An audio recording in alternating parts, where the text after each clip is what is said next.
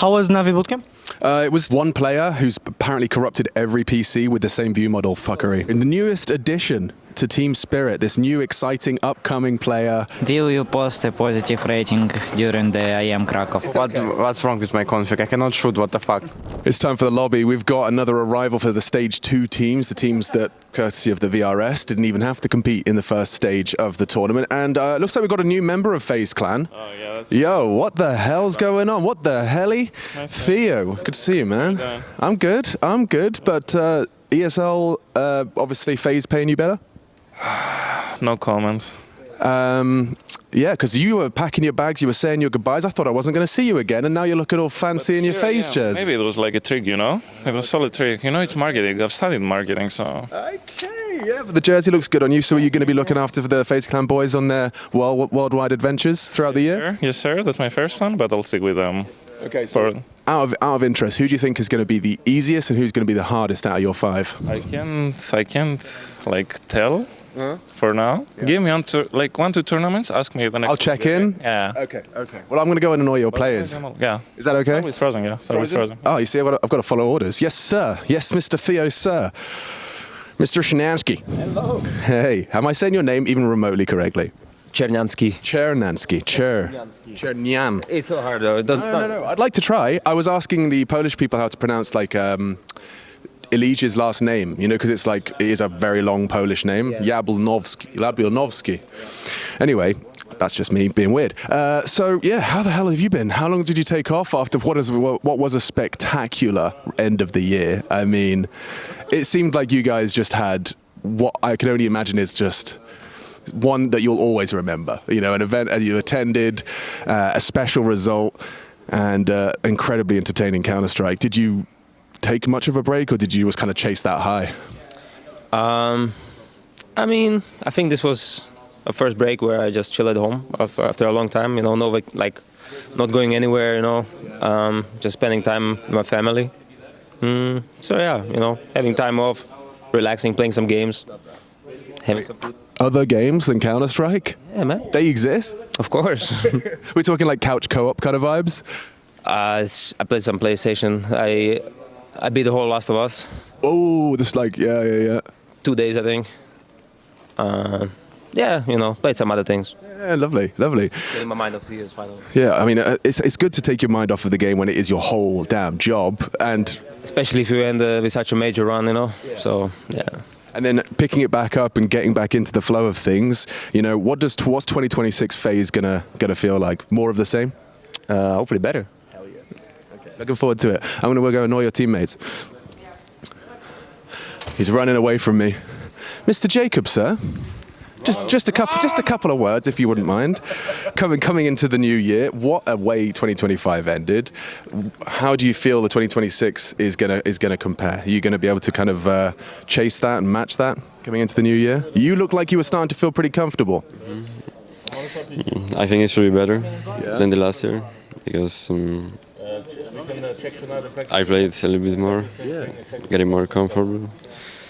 So yeah. I mean, I watched the documentary, and you know, you weren't shy about saying like everything everyone was saying about you. You were, you know, on the tip of everyone's tongue. Like, this guy's never going to say no to an offer like FaZe Clan. What you said just yourself. I didn't feel ready because you just got to jump 2 feet in and start. But you seem to be learning and developing quickly. Are you someone that's kind of, you know, always been a quick learner, or is it Counter-Strike specific? I don't know. You don't know? Maybe. Yeah, okay. I like that. And as far as like how you prepare for tournaments individually, like what would you say, where does the confidence come from? Is it just like scrims with the boys, or is it individual practice? What makes you feel like you're ready for a tournament? Most likely practice. Yeah. And then maybe, I don't know. DM and face it? Yeah, exactly. The usual stuff. But dude, I'm telling you, your aim looks snappy. Yeah, I mean, I'd heard about it. Carrigan was obviously singing your praises, but you delivered in Budapest, and we're going to see it over here in Krakow. I didn't say that. You didn't hear that. The IEM Winter Championship. Thomas, you must have moved it for photos, no? Yeah. What was the question? I have no idea what I just asked you. Yeah, okay. Sorry about that. Anyway, thank you for your time. Sorry for interrupting you. I've got to go talk to this guy now. Wow, give it to me. Hey Finn, how you doing, man? You want me to stand up? Yeah, why not? new job here? Shall I sit down? Your new job? I am new, and I actually just woke up. So this is, I'm doing my best. I'm doing my best. Thank you. Yeah, just about getting used to this, bro. I'm still kind of in recovery from the FaZe Clan story. Like that's the shit you write books about. Like that's a movie right there. And actually, you make a documentary about it, which I just watched and would recommend to anyone who's got a spare hour. But coming into 2026, I mean, it's always been volatile with FaZe. We know that. Is there a path to a less volatile year? I hope we don't have the same year as last year. A lot of changes everywhere. Calling, playing, changes, playing, player coming back, player going out. Randoms start bringing back for a tournament. It was a long year last year. That was, I think, with what we have done at the major.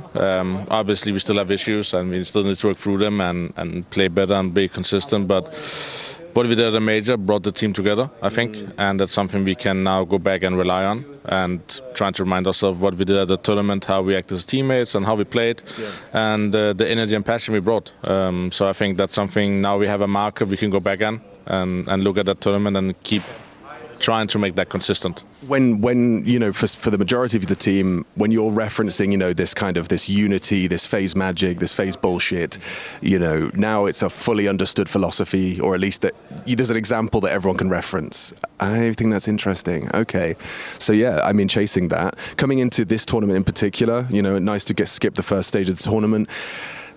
Who would you say is kind of someone from that first stage right now? We've got PARIVISION, 3D Max. Actually, PARIVISION, have you played against them already? Okay, have you been keeping an eye on them? They've been in Bounty. They were making a bit of a splash, huh?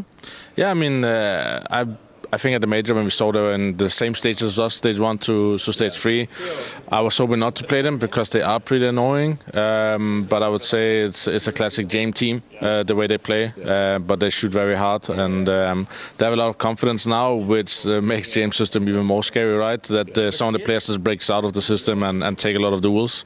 But so he's done a great job there. Now they also have to fight that consistency. Everywhere can have a good peak, right? But now it's more important for all the teams that hit those peaks to keep them up. A team like Furia, who has been peaking the last 3 months, they also have some pressure on them to keep showing the world like the same thing that Vitality did. Yeah, they had all the peaks and they kept coming back and in all the deep runs. So that's what all teams are fighting for, right? The consistency, not just a one tournament, 2 tournament pop off. And I'm not going to ask you for what the secret of consistency is, because if anyone knew, you wouldn't be telling me. Yeah, I mean, you got any ideas? No, I don't have any. Okay, all right. Be here today. Okay, I'm going to go annoy Twist before he runs away from me. Still in lobby. Yeah, oh, lobby. We're in the lobby that's not really a lobby. Russell, brief, it'll be brief. Just wanted to hear a couple of words about how your time off was and how the Budapest major ended to the year. Was that a remedy, a balm to the soul for what was a very chaotic year, as Finn was just talking about? I mean, I was not part of their chaos. Yeah, I had observed it. Other chaos while observing their chaos. Yeah,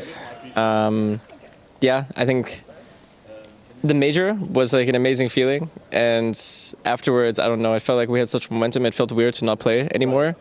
Like you were ready, like it should just be pack the bags, tournament in 3 days, boys, let's keep going. Yeah, that's how it felt for me. So when I got home, I was a bit confusing to try to not play.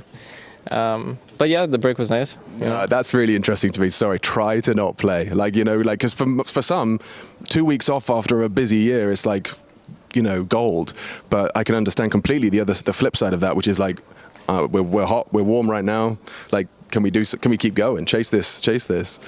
Yeah, it was weird. I feel like if there was another event, you'd have been ready. I think we would have had really good chances. So yeah, it felt weird to be on such a high, and you know, you kind of have to let it die out so you can get back to a non-adrenaline feeling at home. But yeah, looking forward to Krakow. Hell yeah, man. Hell yeah. And coming into Krakow, you know, how much time away from the game did you have, or did you give yourself quite a lot of kind of warming into the new year first tournament? I think at home. I mean, I played like every 2 to 3 days. Okay. Just, you know, DMing, whatever, aim training. I'm always curious as to what a pro player needs to kind of feel like their maintenance. You know, you have maintenance calories or whatever it is. Yeah.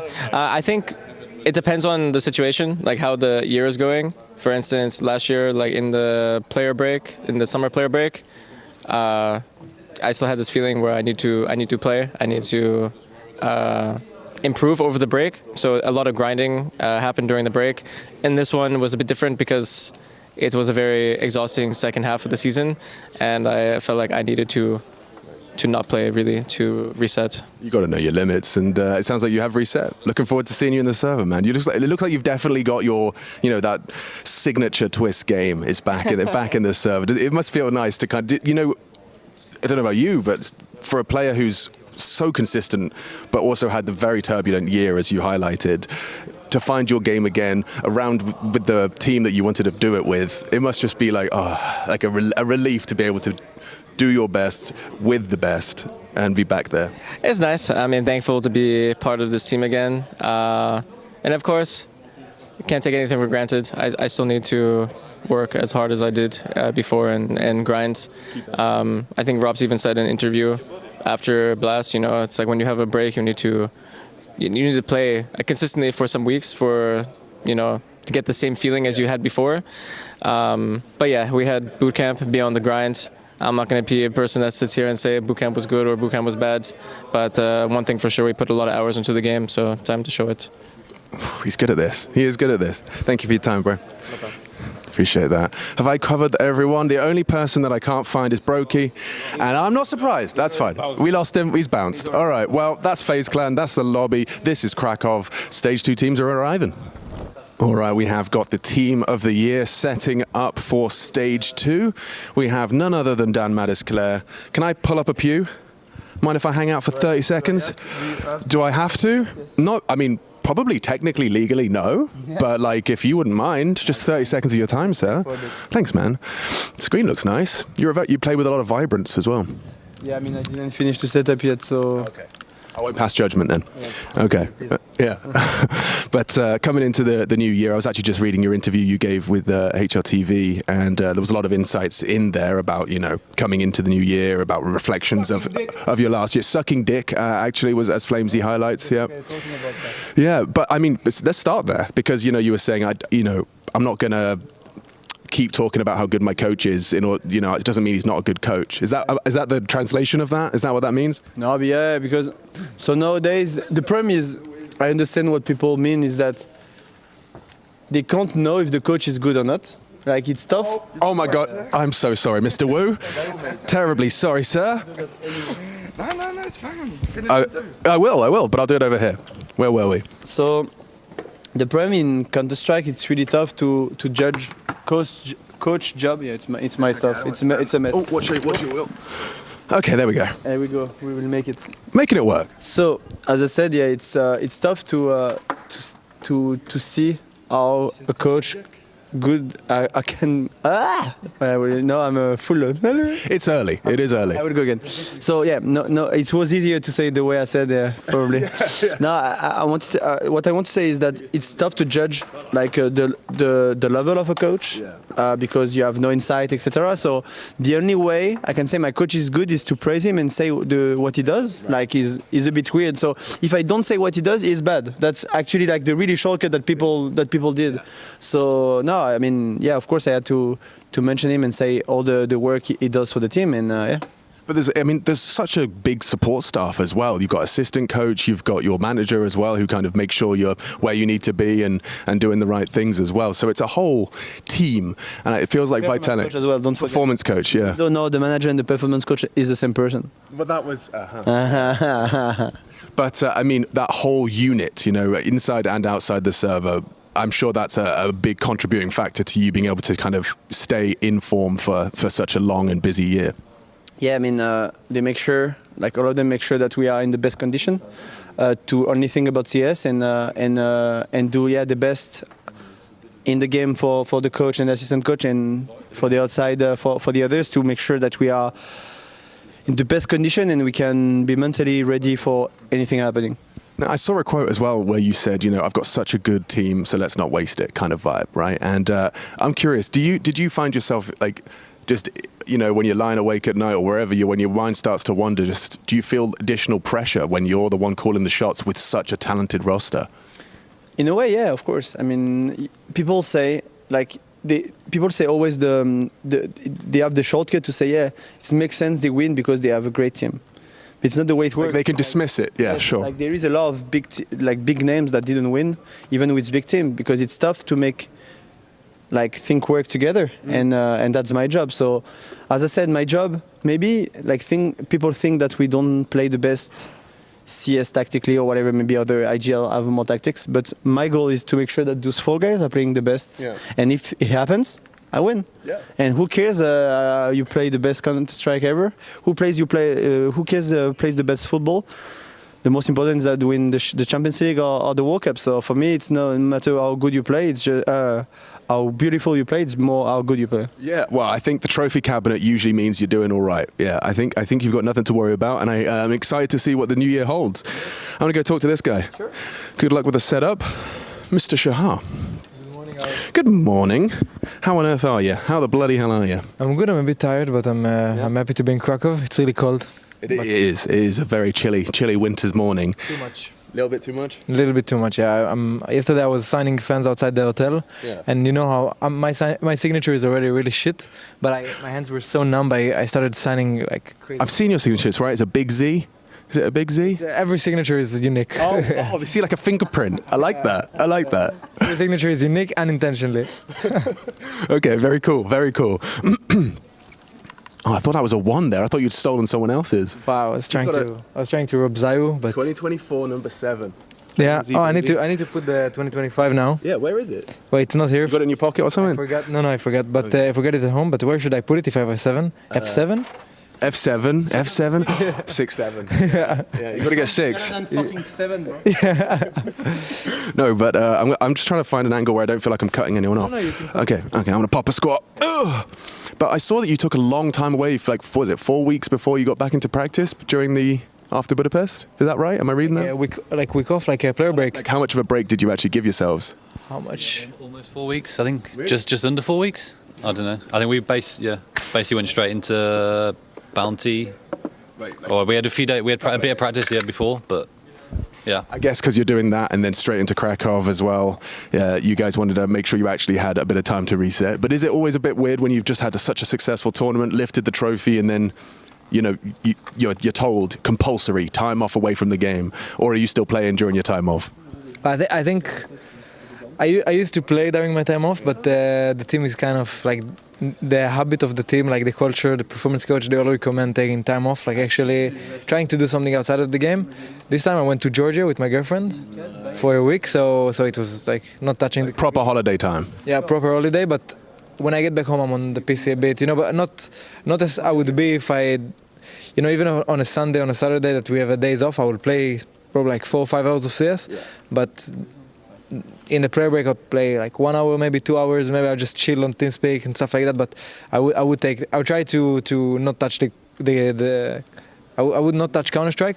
But after the major, after we won, I really wanted to play CS. I was really like, it's such a high. You just want to chase it, man. Yeah, I get that.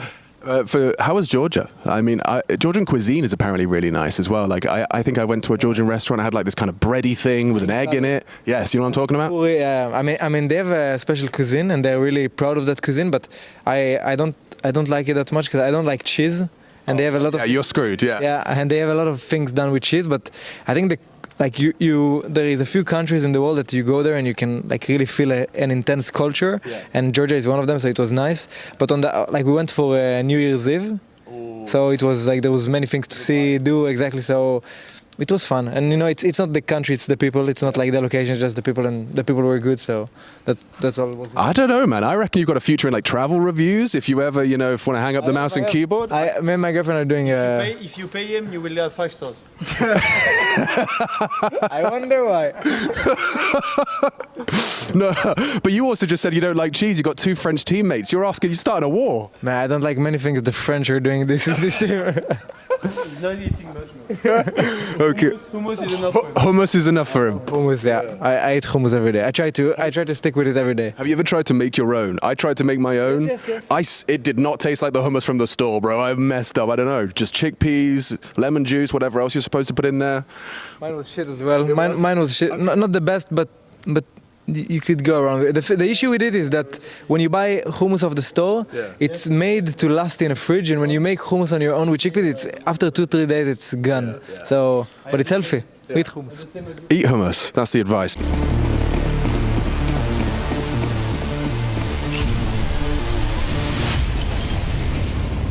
Kaspersky's got it dead. Oh, Aragorn rough death. Oh, no vision. Kaspersky still nails a second follow-up headshot. Number 3 as well. That's the Kaspersky we know. Impeccable.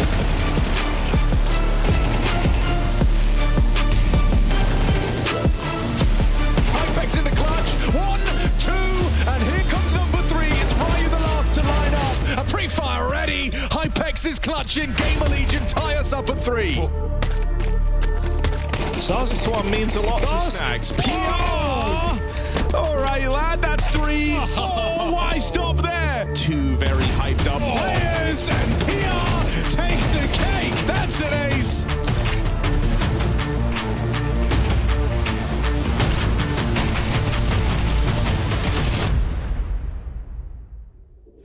Crazy's got to find the first. A little pre-fire does deliver. Tucks in, forces them wider. 2 is absolutely absurd. A third!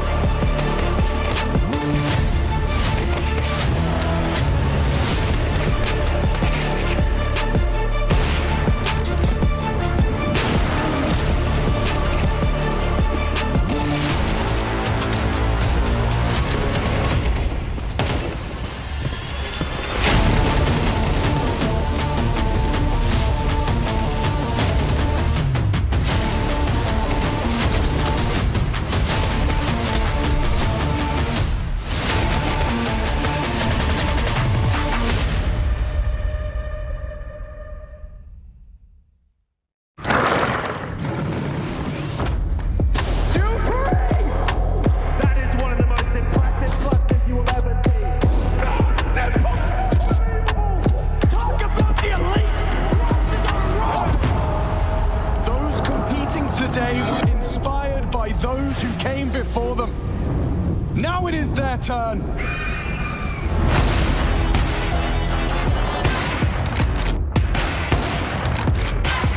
This kid is the real deal.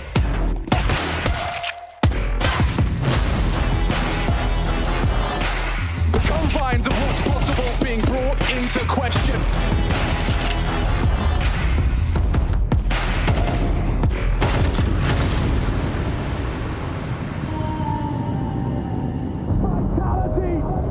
Decade-long pursuit realized. The curse crushed. 2025 is theirs. They're gonna be sorry they were ever born. Who? All of them.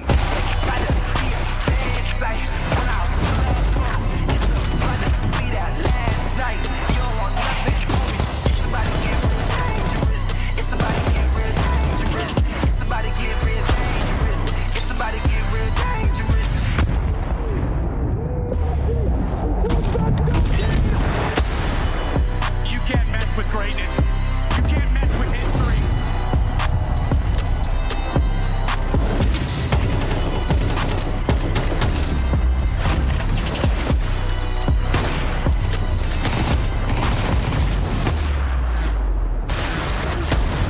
Living legends clash in pursuit of Counter-Strike's oldest trophy.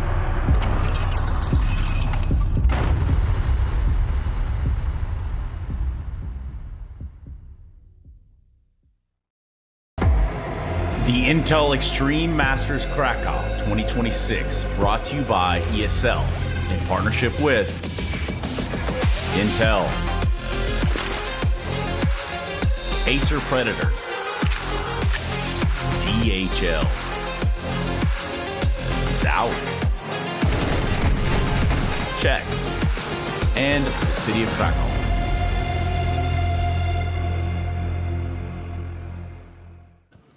What is your first or favorite memory? I mean, when we won 2023 was my definitely favorite moment. So yeah, but I had a lot of good moments because I played 3 finals there. Every Katowice was good. and yeah, looking forward to play here in Krakow now. Playing on the stage in the major playoffs. Our first Katowice run, we won against the Furia and Cloud9. Yeah. How Spirit won it in 2024. I didn't watch CS before. What is your first or favorite memory of Katowice? Not the best memories, I would say, but nothing much. Just enjoyed playing.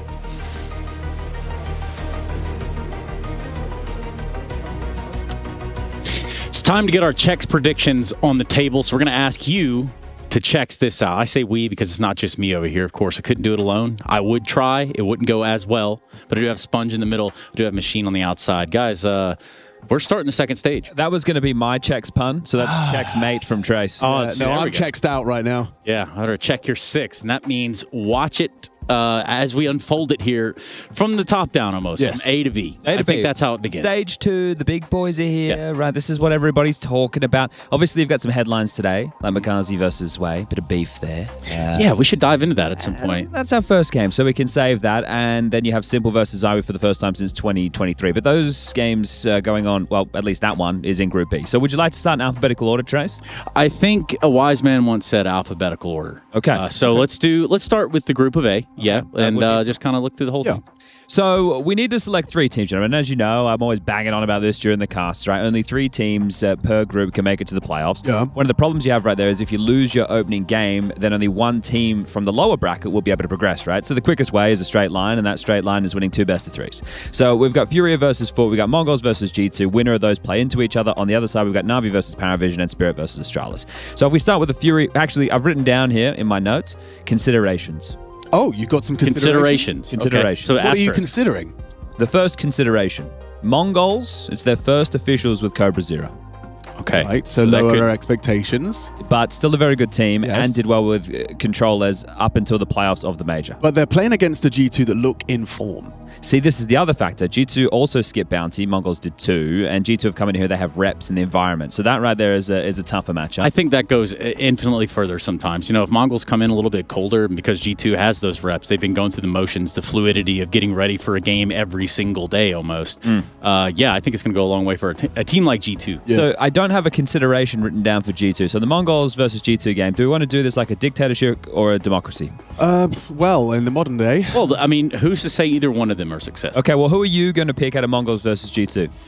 The Mongols, unfortunately. I'd probably go G2. Okay. Unfortunately you get the deciding vote. I'll split it here, and I'll go with the Mongols. They don't practice for events, and they still rock up and own people. So if Mongols win that one. Next consideration is the match that plays into that. Furia looked sloppy at Bounty, but they did already beat Foot online during Bounty. It was a 3-map closed series. Yeah. I would say that this is a different kettle of fish for the Foot boys because they're going up against a very experienced team. They're going up against a team who are not going to give them a way in. And also for Foot, I like this team. I think they'll be on the rise within 2026. However, they're just young, right? They're 19.1 average age. I could see a lower bracket run. You know, Yes. I could see an upset or two. I could even see a map versus Furia. I do, however, agree with you. I think Furia are likely to take the opening match in Group A. Well, you said it there a little earlier, the word beef, right? Now, we did get a little bit of that taste of that, too, from the side of They were very loud, weren't they? Well, you had the Furia, and then you had, like, the Dastan thing, and then yada, yada, yada. Oh, yes. I touched on that with Fallen yesterday. But with this Foot game, even if they're yelling, I don't think that's going to phase Furia.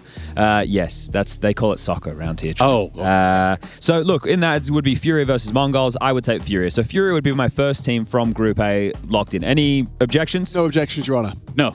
Okay, so then the other side, Navi versus PARIVISION, Spirit versus Astralis. I think Spirit is going to be a completely different level of firepower for Astralis to deal with, even though Astralis look good. I have a vision. I had it last night. I was talking to Harry about the games, and I had this vision that Astralis have been trying to make like Overpass happen. Yes. And I just remember Donk being a demon, like fighting Fountain every round. I could just see a world where their Overpass goes really different than it did yesterday. Yeah, I can hear. Yeah, I can hear you, bro. Yeah. No, sorry. I just... sorry, I meant... You're good over here, man. Everything's fine. I think Spirit take down Astralis, and then Navi versus PARIVISION is going to be a coin toss. Do you have a coin? I have a consideration. What's your consideration? Na'Vi Manhound or Paravision at the major, 13-6 on Ancient. Okay. I think if anybody's going to be able to contain the style of Paravision, it might be Blade and I was Na'Vi. curious to see it because they're a very prep-heavy team, right? And there's a lot to prep for Paravision. So again, Paravision has those reps. Like they're on a hot streak right now when it comes to playing in the server. You know, they're coming off that bounty situation into this situation. Now they continue to try to. What's your vote then, Trace? Na'Vi or Parry? I think if Paravision wins here, it does make more of a statement in their case for me to want to buy into whatever the hell's going on over there. But, you know, for namesake, Na'Vi, screw it, Paravision. Okay. You? That's a roller coaster. That was a roller coaster. A lot going on there. Feeling Na'Vi. Okay, and I'm going to go Na'Vi as well. That's because, look, I really rate Paravision, but I think the trend has to be bucked at some point. So that would give us Na'Vi versus Spirit. I take Spirit over Na'Vi. That would. Same. Oh, they put Na'Vi. Okay, well, either way, it would be Spirit, right? So far would have Furia and Spirit, and then the last team is between, in my opinion, Mongols, Na'Vi, or Paravision. So we have to pick one more. It's probably. I mean, your logically sound answer would be Na'Vi as the third slot, but there's also I don't know. I suspect there's a world where Paravision take that last spot. I'm going to go Paravision on form. Yeah, Paravision on form for the third spot of the group. I'm in. Trace, any objections? No. Okay, I like that. That's exciting. So we've gone Furia, Spirit, Paravision from Group A. Yeah. Okay. Now, alphabetically speaking, we go to Group Z. No, B. Okay. It'll say, they just told me it'll be B All right. after A. Fair enough. Oh. So over there, that headline, I spoke about it before, Simple versus Zywo. I think it's very exciting for everybody to see those two, especially considering they haven't gone toe-to-toe since 2023. Wow. That's crazy. That was a while ago. That was a while ago. But let's be real, this is probably the second most lopsided game in all the matchups. I think the most lopsided would be Mouse versus NRG. So I'm just going to say Vitality run their side of the bracket because they play against the winner of FaZe versus 3D Max. So I think Vitality are the team to go through in that little foursome. Wicked efficient. Yes, and then that means that you've got Mouse versus NRG. Winner of that plays into Falcons versus Aurora. So you're telling me that Simple and Electronic by themselves are not enough to beat Vitality? Yeah, what are you talking about? Aragorn, Crazy? Well, I'm saying like by themselves. If I just look on paper, By themselves, 5v2? No. Okay, I'm not. just I'm just trying to make it equalized here. Oh, that's fair. So I think Mouse beat NRG. I do too. Falcons Aurora is interesting because of Anubis. Here's a consideration for Aurora. Since the start of 2025, their record on Anubis is 23-6. Yeah. They've only played it once this year, obviously, but it's still at home turf. So we could see that series going to a third. And Falcons, they do like to shit the bed. Whilst that is Enjoy it true, even. I don't know. I've kind of fallen completely out of favor with the Aurora. Okay. So you're going Falcons? Runs. I'd go Falcons. Falcons? Yeah, because I think Aurora is kind of losing its luster. Like I hate to About say it. it, like they're kind of rebuilding, or they're taking a different image over there, a different look. The Aurora Boar. Yeah, all of us. and to keep it real out, whatever. Dude. Yeah, it was close. We'll workshop it. So Falcons versus Mouse. We haven't seen Mouse this season. So I would like to see Vitality and Falcons play in that seeding match because it's always fun seeing those two. So let's go Vitality Falcons, and then it's lower bracket. You have to pick between realistically FaZe and Mouse. Yeah. Well, I'll have to. Who do you want? Who do you think? That's the problem. Because I know who I want. But I think. Yeah. Differently. Exactly. I think it would be Mouse. Do you think it will also be Mouse, or do you? Not what you want. What do you think? FaZe. Oh, you think FaZe? No, but I like that he thinks FaZe. It's cool. Yeah, I like it. I want to think FaZe. I'd love to. See, somebody has to have the belief on that side of the coin, right? Like, because I know logically it probably won't be, but there's a chance. Wait, so but that was what I'm saying. Like exactly. Okay. Exactly. All right. Okay. This is the toughest one. It is. It would be. But I was going to say it'd be a more exciting playoffs if FaZe went through, but it would also be a more exciting playoffs if Mongols or Na'Vi went through than Paravision. So let's give this the exciting side of things. I'm going to go with Trace with what I want, not what I think. I'm bucking the trend. All right. FaZe. Nice. Okay. So how do we recap it? What's our six? So Group A, yeah, as alphabetical. We went with Furious Spirit. Yep. And then the third team, Paravision, on form. Yeah. And then Group B, Vitality Falcons, and the third team, FaZe. That sounds right. That does. Everyone sounds happy? Right. It That's what smells we've right. created. Now, whether we're right or wrong, that's the fun of it. Yeah, because again, you're thinking with your brain here, not always your heart. Well, there's so many matchups and vetoes and new maps and considerations, Trace. You just have to checks it all out, which is exactly what we've just done here with our checks predictions. Isn't that right, Alex Machine Richardson? Yeah, it was good to have a conversation about a very exciting stage. I'm glad we're here, getting that second stage started. A lot of good games today. I mean, like you've already gone through with your considerations, Chad. We got some big ones. I'm very excited to get our teeth dug in. Yeah, so let's do just that. Thank you very much, gentlemen. Let's get this show started. It's the Intel Extreme Masters Krakow 2026.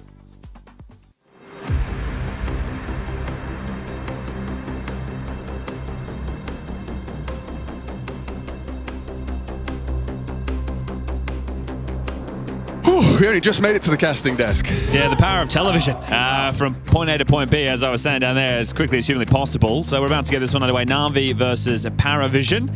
As I was just saying moments ago, these teams played at the Budapest Major. It was the best of one, and it went in favor of Blade and his boys on Ancient.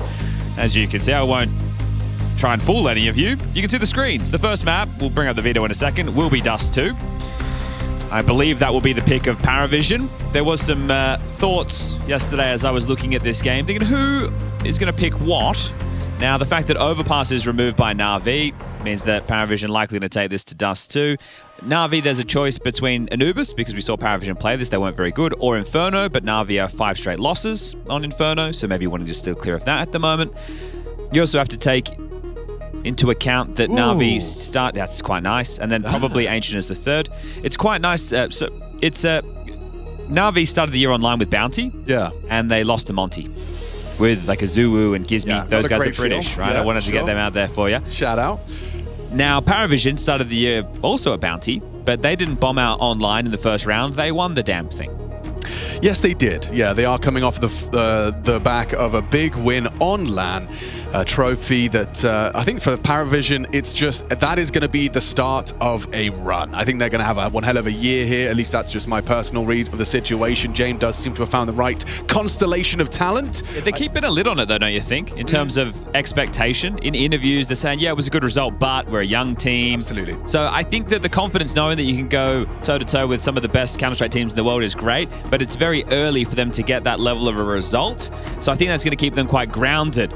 Na'Vi, their second half of 2025 was quite poor. They had an uptick at the Major. So let's see if they're able to pick up where they left off as we do get underway with map number 1.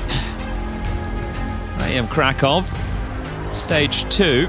The big names are here. Yeah, the second stage begins. I'm very excited to be getting this one started. A whole lot of very good games to look forward to for your Saturday. You know, get yourself comfortable. Yeah, no Clear excuse. your calendar. No excuse to not watch all the games today. Stay hydrated, grab snacks in between. In fact, you've even got time just now as we get this one started. So Dust 2 was PARIVISION's pick. And I mean, you're going to understand very quickly by the conclusion of this series whether or not Na'Vi, especially their Anubis for the second map, very excited to see what that entails. I want to know what they target, right? Because we've seen them try and bully players. We saw the Nucleon's Kixon B bomb side on this map. Yes, we did. did. A lot of B pops. Now, the B hold is Makazi and Bit, I'm pretty sure. Elchinok's just thrown like a door smoke from B? Xbox smoke from... They're fighting. They're playing ahead. B, and they're well ahead of that. Yellow at the top. Bit just wants to fight. He wants to biff. An important trade provided by the Glock of Zwei. Notice finding them room at long right now. There's a flash on Alexi. That might come into play if they can try and disrupt. Smoke for the cross in the air. Rotation heavy. Quite a quick reaction. Cross smoke, but almost ahead of it, with the flashbang. So they've got the sight line. Wonderful. Going to be overseeing what looks now like a commitment. Charging forward. Bomb on the back of Belchinok. Supported and escorted by that back pit play. A nice headshot from Wonderful, and he follows it up as well. Clean execution and dismantling of this T-side assault on the long side. A long-range Glock headshot, sure, but he ain't got the bullets. He ain't got the health. It's just James getting whittled away at to secure Na'Vi the pistol. Now, I will also remember that, as I was discussing with the Anubis pick, James... We had a voice comms check and we was like, you know, screw this map, guys. We don't even play it. We don't even understand it. If they get to Anubis without a Dust 2 under their belt, they could be in trouble. This is a must-win first map in the series. That is very true. They have had a whole extra day because they went through efficiently through stage 1. So they probably were looking at fixing some holes on that map. Shia LaBeouf. Yeah. Well, this is where I am curious about what they try and exploit, because the CT setup of Na'Vi, Bit and Makazi hold B. Imma is the A rotating rifler, and then you might want to try and exploit in-game leader Alexi at long. I'm curious that they've invested both door and Xbox as just to, I guess, imply stops the short fight as lower well, tunnels. right? Yeah. So it stops the CTs from fighting towards lower tunnels. Just feels like a lot of smokes to be blowing out. But it's just it's a mid guarantee. Fair, right, for $600. And they are doing one of these B pops. Okay, well, there's a smoke just now, quite deep landing, which will enable that SMG Bit up close. Do you call it cancel? They did. Noda was out the doors, now dips back, so they're going to wait for this to start to subside before they go again. Any Na'Vi info pushes during this 20-second window? No, Natus going to show up and puff up his chest that short could be the hit.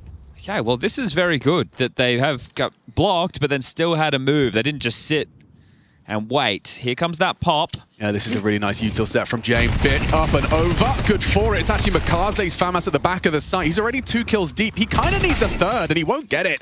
Yellow's Tech 9 has opened up the B bomb site and opened up the conversation for a PARIVISION second round win. Swinging on the door.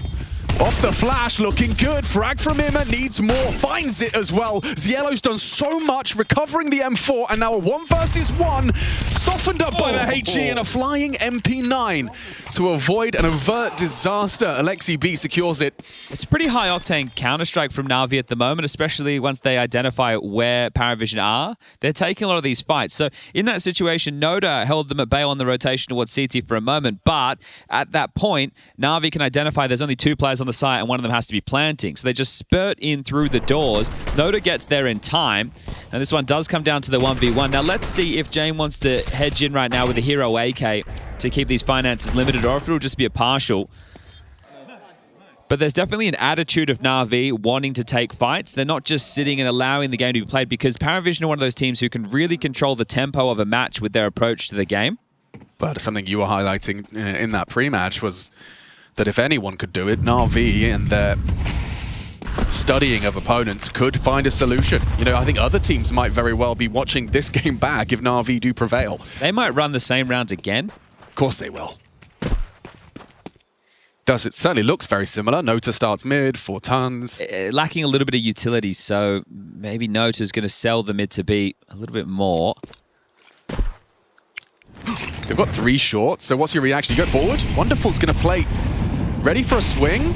Off of the incendiary, could go for it with a flashbang, but elects not to. Nota's allowed to throw out his second piece of the util. CT smoke thrown, and Wonderful can't catch him. Ahead of the block smoke, Sway starting his commitment, Bit unloads his magazine, and 3 hit the deck. A clean dispatch. That's something I really would have drilled, right, is making sure that your B defenders are aware of the pops and they have some good setups. Someone's anti or there's a combo available. So the fact that you have been able to weather that storm of 2 back-to-back B pops, sure, one of them coming down to a 1v1, the second one being clean, sets you up quite nicely. Now we get into the guns. Jane brings out his AWP. Wonderful yet to equip his. So it's going to be a rifle-heavy setup for Na'Vi.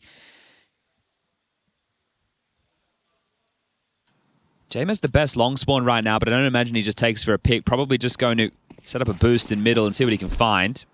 Yeah, let's find out. Spots 2. So counting the numbers on the B side. Started with spawns as well there. Makazi has actually taken long. We saw this as well in the Falcons game. Monacy and Nico played this similar setup to deal with Nota's short scaling on the default. I love this aggressive solo mid-take from Cielo. That is that filling me with some confidence.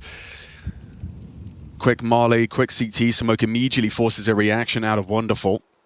And there's Alexi B's and Imma, their forward gambit revealed, but it doesn't look to have cost anything. PARIVISION will allow the retreat, and Na'Vi will concede the space with a block smoke. Now, this is important against PARIVISION. If they can't get the staging area of short stairs to play the push-pull between the mid to B, that's going to make things a whole lot harder for James to be able to call around. Seems like it must be a philosophy coming into this half from Na'Vi. That's 2 rounds in a row they've started heavy numbers short.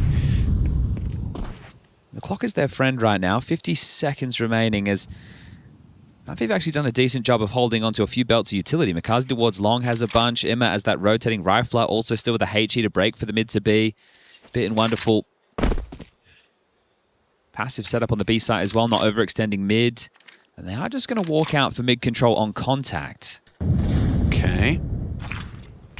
It's spotted by Wonderful. Ima is going to be smoked but has the HE. Wonderful falls back into the site, allows this, and oh, what? Team damage. Yellow, doesn't matter. Finding Wonderful on the entry. Nice from Bit. Passes the test. He needed both of them. That was the bomb carrier down. Now very uncomfortable, especially with Zwei getting caught. What a round from Bit. That's back-to-back triple kills from the B defender. Bravo. Who damaged Ima? That was the question, because it sounded like a silence. Yeah, was it Alexi spamming from A? But you can see your teammates, right? Yeah, like you got a name above his head. Yeah, I would like to see where the damage came from there. But sound like you got PARIVISION are already feeling their game plan under pressure. 4-0 start. Dustin will take the tactical timeout. And we were having a big discussion about this yesterday. The same applies to Dust 2 every time. If you're not getting long spawns on your partial investments or rifle rounds, it's hard to really pressure that side of the map with faster moves. Right? You can definitely go for the B plays on the last tick of the molly, get the AWP on the line of platform. You can do, back in my day, we called it the mid-biff, right? You'd drop down suicide, you'd scuttle out that nade, you'd run behind the smoke and be comboing util and going for quick short control. I think Bit's done a very good job with this multi. He's been under pressure for 3 consecutive rounds now, so him and Makazi this time just bit up to 7-2, getting the job done. So 1 AK in the mix, the pistols again, timeout taken. Is there a variation? And it looks like they want to continue heavy stance over towards the tunnels.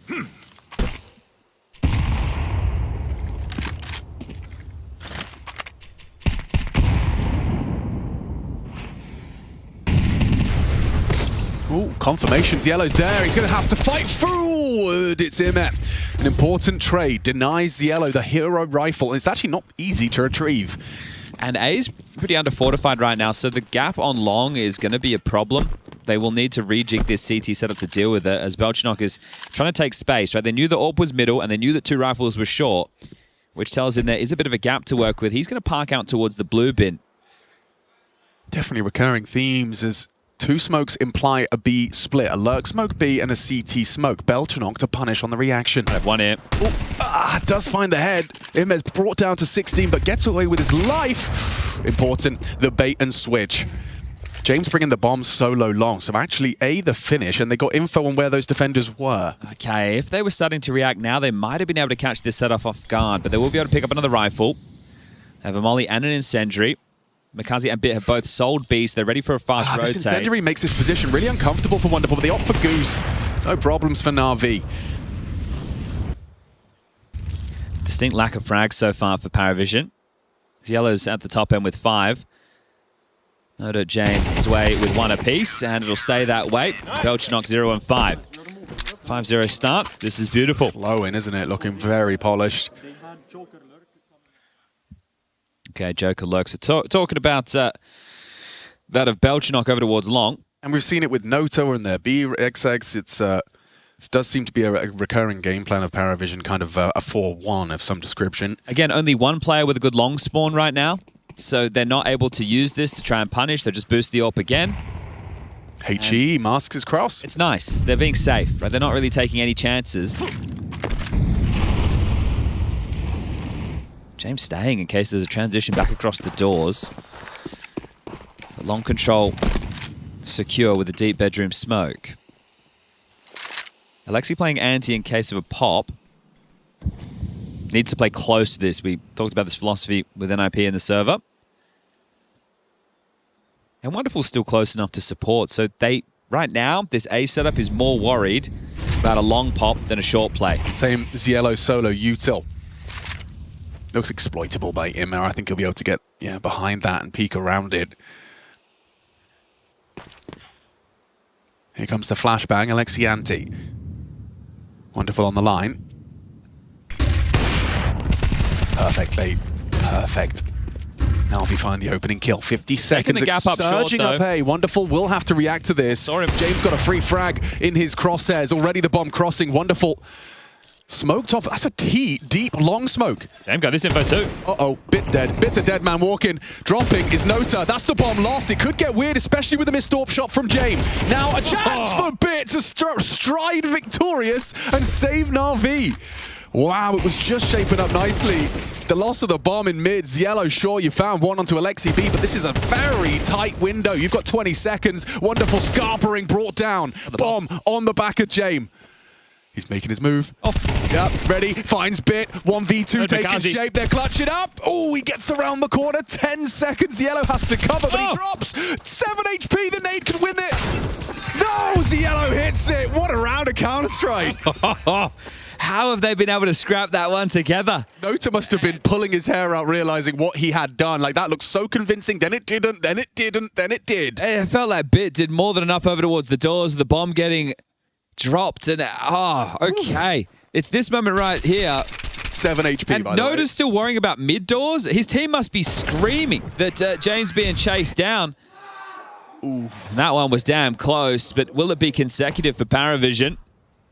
James was instrumental there, controlling those rotations. They want to be a little bit more jarring against the default, starting assertive lower tunnels and short with rifles. It's Yellow, what's your move?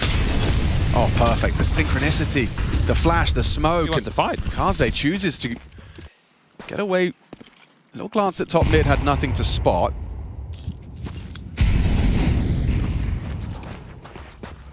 Looks like they're going to get the shot that they previously had to fight for. It might be a standard round, especially with the setup that we see. Alexi is going to deal with long. Wonderful wanting to aggress, and you might catch them in the staging area as they're starting to set up nades. I think that's what he's hoping for, right? Like a little sweep as they set up. Here it comes. Ooh, missed shot. Just whistles one past the knuckles of Ziello. Double long lurk. Blocked, swinging. It's going to be a test for the two of them. Nice from Wonderful. That's a perfect start, but a nice discrepancy brought to the attention of Na'Vi. Nota and Sway have managed to get themselves access, especially now removing the AWP. Long no longer occupied. Awkward for Bit and Makaze. Will it be the save? There's money on Wonderful. Loss bonus 1900 going into the next. I think the save is the smarter of the options right now, and considering the pace these two are taking, I think that will be the call. So 5-2. PARIVISION starting to make some headway now on their T side. That's all, to me, down to Zway's trades at long. Right? If Zway gets nothing, then it's all one-dimensional. It's all going to be coming up through short, and they should be able to deal with that. So Zway trading Belchinok, who is 0-7, but then finding that second frag onto the AWP, secures the round. I think Wonderful, when he sees the hand, he's not assuming a nade's being thrown. Right? He's expecting, oh, he's going to get swung at any moment. So takes the shot, and then everything's initiated from that point. So Bit will be able to drop one. Wonderful can buy himself, and Makaze can drop two. So there's enough for everybody to have a full buy. Will Blade take the tactical timeout? Yes, he will. So just being able to pip the gap with the smoke right there. Wonderful. But that's a nice shot from Nota. It was massive in the final against Falcons. There's the trade.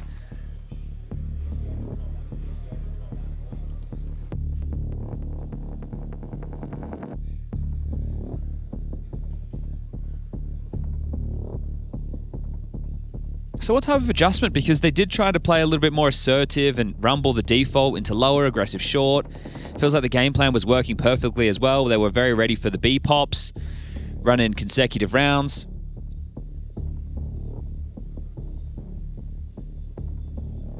PARIVISION can run the board. They could make it 7 consecutive to win out the half.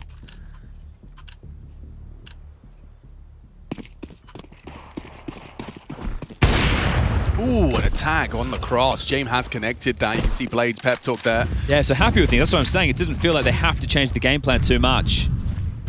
No, they're going to go quick. Look at this. No mid-smoke, just walking contact. Ooh, and it's a massive gap. This could be horrible for him. He's anticipating it, at least confirms it's there. Incendiary, they're not turning up the heat. They'll slow things down, but they've already got so much space. Already pressure on mid, pressure on short. Exactly. Now Na'Vi are the ones who feel like they're on the back foot. CT smoked. Oof. Does Makaze have any help? This is what James does so well, right? Limiting rotation between the sites with the AWP literally through the mid doors. He's looking for the jump spot. Scope's heard. The scope is heard. Yeah, Makaze knows just Falcon. Oh, great catch. Good teamwork. Yeah, often HE, he peeks through. Opening kill provided. IEM is there to lend a hand as well. Well-placed flashbang catches Nota. They can clear out and tuck in. It's a fair fight here. Unless a util can scales. Dink exchange. AK supremacy on display with 48. Where do you go? It could have went as Renato to re-clear that, right? Jane was already out past that line, and the fact that he's still clearing that after the fact, so really good job to draw this back in the 4-on-4, and now it looks like it'll just be the A play. Wonderful playing Car, Alexi on long. Oh, Alexi wins out his fight on Nota. That's actually very nice to be getting that just before the exit comes in. Wonderful's not worried about anything. Has to play retake now. They've already Has to give them the side. He eats all those flashes. An Incendiary might limit their plant, but no, doesn't quite spread as he'd have liked. A little bit of a safe haven for Belchanok to get that bomb planted in PARIVISION's favor. Alexi has the kit for the retake. Wonderful doesn't have a flashbang to set this up. Alexi B goes swinging, hard fight. Wow, he does well onto Yellow, and they're just hitting every shot they take. Short the last fight for Zwei, and now they know not going to be easy. In fact, making it very difficult is Makaze, refusing to go down. He's just constantly keeping him busy, pestering him, and now so many bodies are on the line. I think Zwei knows this round is lost. He concedes, and we're back away to maintain the AK. Looking for James Orb. Ooh, and he's got it. Okay. He's well trained. Yeah, pat on the back there for Zwei to be able to get that. So massive find considering the circumstances. But I like the teamwork from the B duo, right? That nade coming from window. They heard the scope. They swing out. They take down James. Trying to catch them on that jump spot. This is very well done to find the opener. And Alexi, when he's taking that fight through long doors, he's not sitting blue bin. He's not hiding pit. He's actually jiggling the door, and Noda's very low. So Alexi should have him dead to rights every time. It was the second kill that was more impressive by the in-game leader in my books. Second of 3 tactical timeouts called within the first half. So, yeah, Blade is correct that not being able to play their game at their tempo, PARIVISION, this was probably one of the concerns you'd have if you were Tastan and James. You know that it's early on in the team's success, and that's likely why they're keeping a lid, making sure the team doesn't get an ego. You're going to need to continue to solve these problems. It's a story as old as time when we're looking at Counter-Strike teams. When you pop up and you're an underdog name, you can get away with gimmicks or your playstyle because it's not in the zeitgeist of the top team's Counter-Strike at the time. But once it's studied, where are the holes? Wow, Jane wins it out despite Wonderful actually looking for that particular angle on the boost box. How's he picked up the AWP? Brought down, but the AWP is still in play, as you've highlighted. The smoke break looks like it might be a bit late, though. They're already across. Nothing. Absolutely nothing. It makes sense just to execute A, because you know that the AWP's not going to be in play towards mid-long. It's kind of looking like round. It's over. Save. I know that sounds crazy, but really, they should save right now. But Makaze doesn't want There's nothing to gain in this situation. He doesn't want to, though, Chad. He wants to fight. He wants to play. These are two teams who play Counter-Strike by the book. Yes. So this doesn't make any sense, right? Wonderful goes down. PARIVISION immediately identify, okay, there's not going to be an AWP over towards Car. Let's just go waltz up in towards the site. We're so confident in our AKs versus their M4s. We'll win those fights regardless. And it's even better. Na'Vi had evacuated the site. They were playing to be a nuisance in middle and try and find a pick back. And presumably that's not the kind of round you lose and Blade feels the need to call a timeout, right? That's one of those things you can just go, we all know why we lost that round.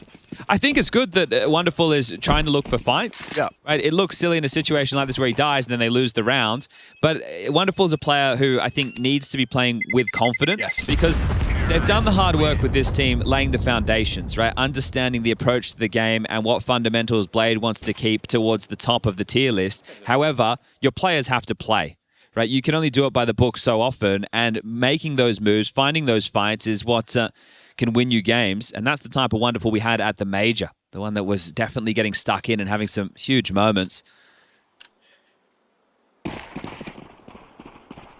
And now they'll just go back to a bit more of a standard round.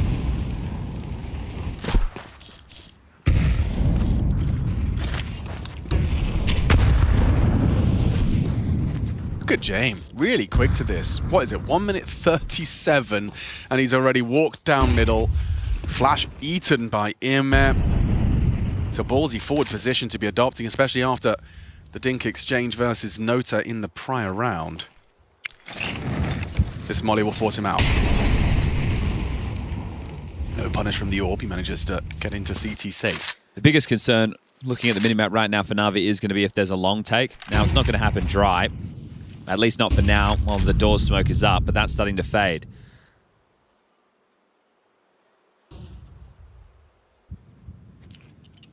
Belgian not yet to get going, but has supporters yellow here for the trade.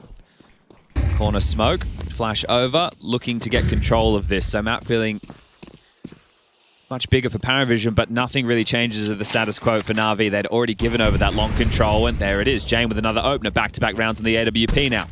He's looking for those reactions and does punish.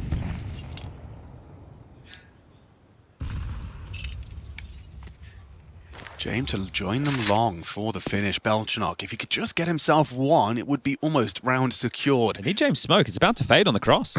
It's about to fade. Yeah, you're right. There will be vision. Wonderful going to throw out the incendiary, trying to make ramp uncomfortable, but Belchanok burrows. They might not expect Belchanok already across. Smoke and Imed trying to draw attention. There's Belchanok, the jump scare. They weren't ready for him so far forward. Lots of damage through the box. Alexi B onto the orb, but not going to hit the flick. There's Belchanok. 2 contributions and a PARIVISION fourth. Comfortable, 5 alive. James doing what James does best, just lingering in mid and punishing anyone that wants to cross that line in the sand. Well, that's why it's important that they apply short pressure, right? And make sure that nobody's playing in the stairwell so that James can post up without the worry of being dropped down upon. And we haven't seen them... Oh, Sway might be able to find his final frag. Bit noted now. And wow. Controls the spray. Good stuff there from Sway. All 5 staying alive as 2 rounds remain. Will it be a Blade timeout just to discuss the finances? Because they can bring out 3 rifles, but I think you'd want a full gun round next round to play for 7. Right. So this is where likely going to hear Alexi call the partial buy. It's an admirable recovery, right? It was a 5-0 start out of Na'Vi. They're going to be feeling quite hard done by. Ooh, and another one on the cross. James, consistent threat. Just to try and establish your defense, you have to get past his sniper. That's why it's important to have a good AWP on about play Dust too, right? Because the fear factor forces those nades. Hero M4. Yellow takes a heavy lick. Lots of damage. I'd have loved him to have hit a Deagle body shot to finish one of those, but looks like it's all just going to be dealt with. Drop of a hat. Alexi B, the last man with his P250 and a flashbang. Oh, well, the tides have changed, hasn't it? Na'Vi with the pistol and the conversions, winning the first 5 on the trot. Well, now it's the 5 out of the last 6. Well, it will be 5 out of the last 6 once they deal with Alexi. And dead. All right. Letting Belch not get his third there. So salvaging this first half of play. Anubis up next, Ancient if we need it. Quite a brawly map pool. Obviously, Overpass and Nuke bans removing those tactical elements. And Na'Vi eke one more before the halftime break. They took that live by now. They have the full guns. They don't have a kit for this final round of play. No James opening. At least not in the first 10 seconds.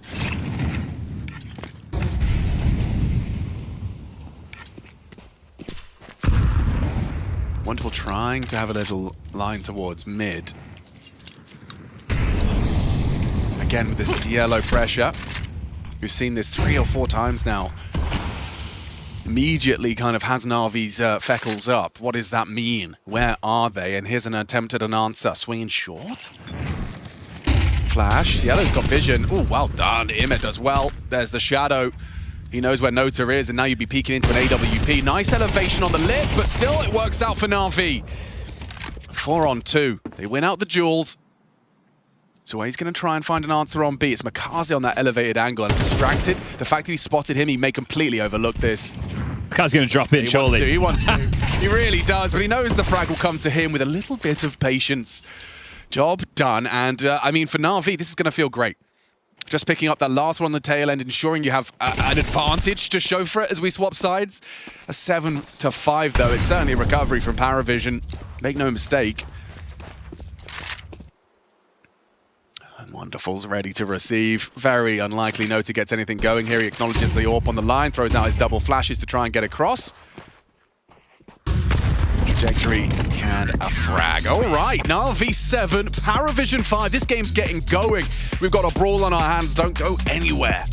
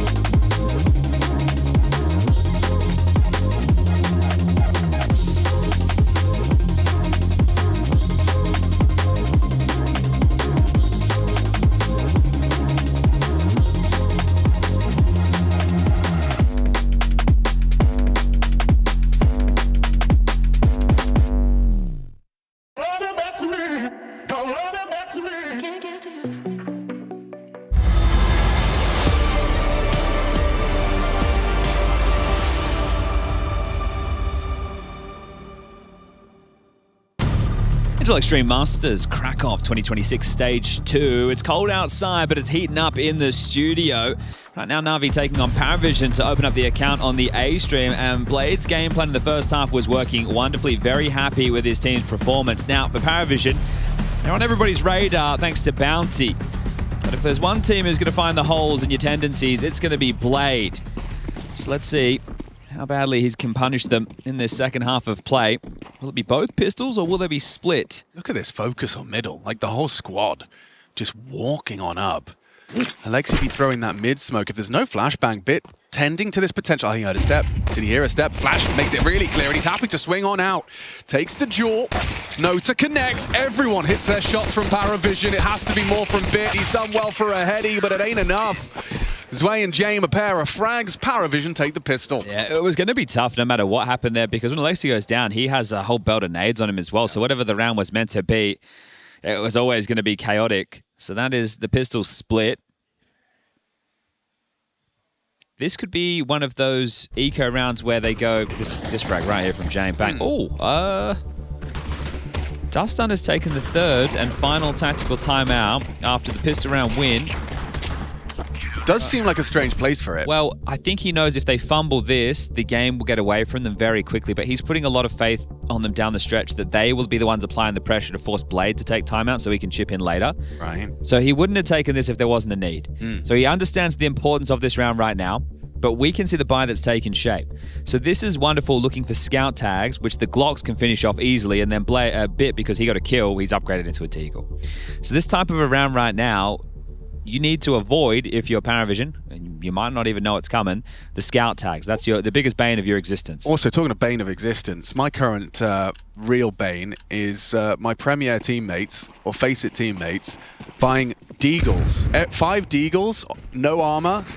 You're over-invested. Do you not want nades on the first gun? It's a story as old as time. Tell them, Chad. Well, they're just about shooting. That's what pugs are about, unfortunately. Tell them it's the wrong thing. It is the wrong thing, Thank but you. it's pug Counter-Strike, and that's the way it's been. You got 2 kills? Buy a Deagle. You didn't. So don't. Yeah, it's unfortunate. That's the way she goes. That's the way she's gone forever. Yeah, okay. It's 20 years old that's been happening, mate. That's sick of it, mate. Everyone, there's ego in Counter-Strike. Everyone thinks they can shoot. Nades will win your rounds, I'll tell you that much. I'd love to see the statistics of how many times the second round, Deagle, no armor, 1,300 left in the bank, works out for you. And they never buy the Galil, do they? They always go the AK. Sometimes even AK Kevlar. That blows my mind. But there's no surprise that Na'Vi are taking the pace out of this. And I'm looking down and seeing the G2 versus the Mongols, which map 1 has already come to a conclusion. So that is not looking good for one of the two teams. I'll let you go and work that one out yourself. But that's the one running simultaneously with this one. Scope heard, smoke deployed. So talking about some of those tendencies, this is a great opportunity to chat through some of those. The last 30 seconds will explode in a moment, but it's going to be Zielo and Belchinok holding B. You're going to have Zwei anchoring long. Noda will be the rotating A rifler, and then Jame on the AWP. They tend to open their rounds quite similarly over towards the B side. It's always going to be Belchinok car / Toolbox. Here's the Farm Fest. Yellow plays through window to backside. Oh, okay, a couple of kills with a Scout and a Glock in play. That's not too shabby. You'll take it. But Jame will also get a bunch of kills right there on the SMG, so he will be able to invest upon the AWP. Oh, Jame. He had an M4, and he threw it, hoping to get it to his teammate, and the round expired, meaning the M4 did too. So it evaporated. It was put into exile in MTG terms. So he could have brought in an M4, dropped it, and still bought an AWP, but now Zwei is working with a FAMAS. But James running straight up. Who is this man? I don't recognize him.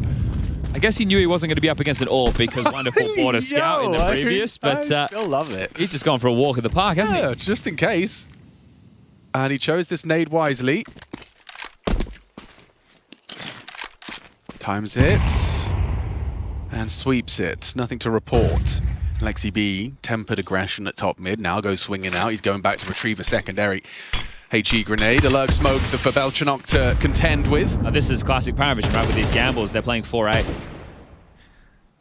Natus going to head down to CT to deal with mid to B, but essentially they are playing 4A. Belchinok's going to block the mid to B. Yeah, and James left him a second smoke so he can continue to kind of act bigger than he is. It's an interesting strategy.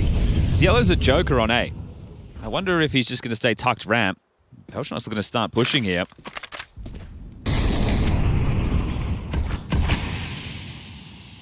And then Natus comes over to block again.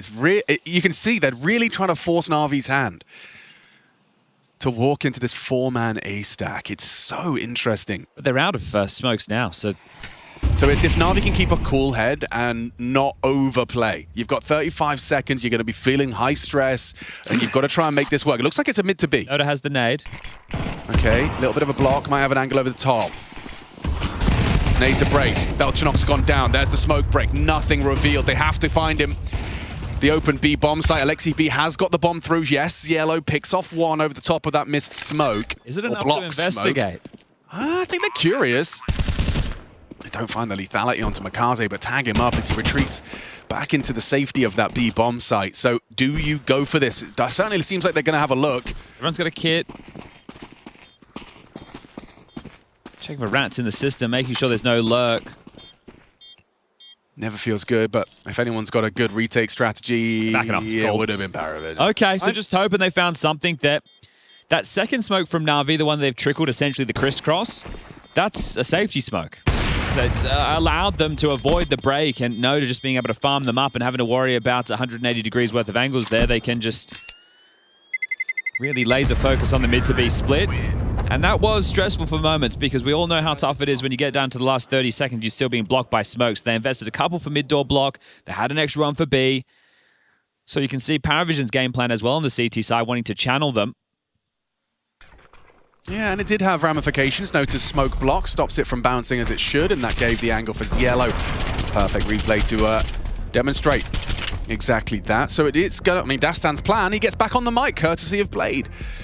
So knowing that 4 guns were saved there.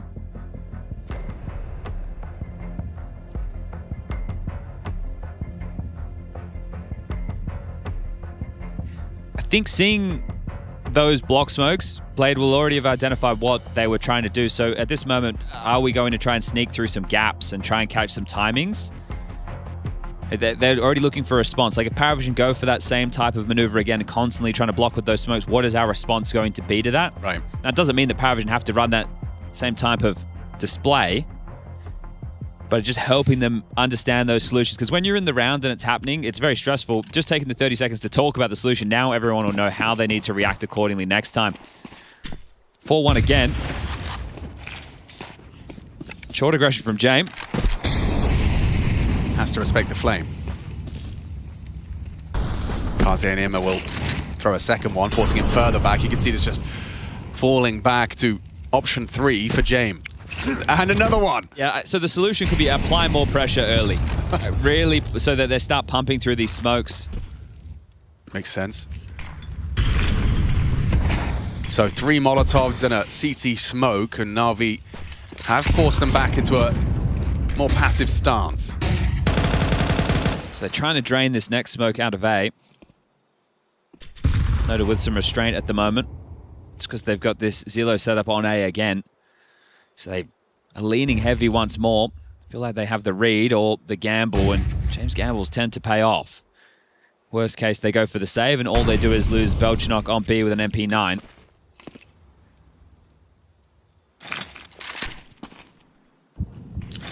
Crisscross.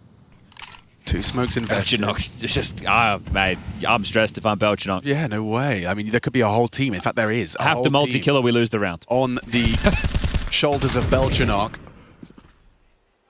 1 man versus an entire team. And angle works. Trade is there, and B side should be open. Hang on, wait. In the pop-up, we have a bit of chaos. Nota goes pushing, and there's another shot. They're going to give this a go. This is a really, really threatening round now. With Alexi tagged up to 10, or rather 11 HP, you've got Imet healthy, but at this disadvantage. Imet's really got to get one. Not going to be easy, but with the nade and the bullet, oh, he runs him down, and Zwei will profit. That was the healthy member. Now Alexi B, the 11 HP, not enough. Zwei will bring it round, and 3 kills deep from him. So top of the tables with James and Ziello. We got ourselves an 8-8 Scoreline. Okay, something unhappy here. Alexi looking down the line, discussing with Bit, so not happy with how that unfolded. These 4-1s, man. So there is a definite conversation being had about that one.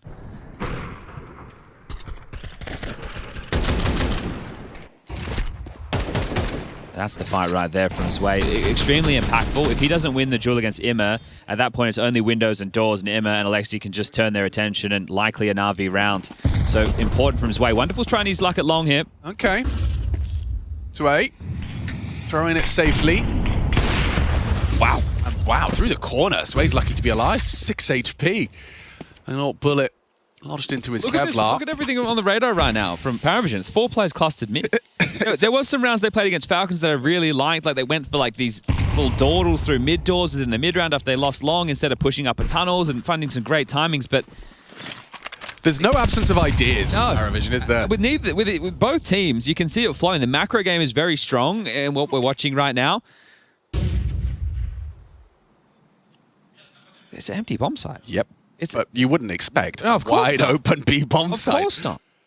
So you're hoping that you catch Alexi's crawl here, and you're very likely to with an angle like that. Notuck just catches him, and yeah, they'll stride into a wide open B bomb site. Bit trying to keep him busy.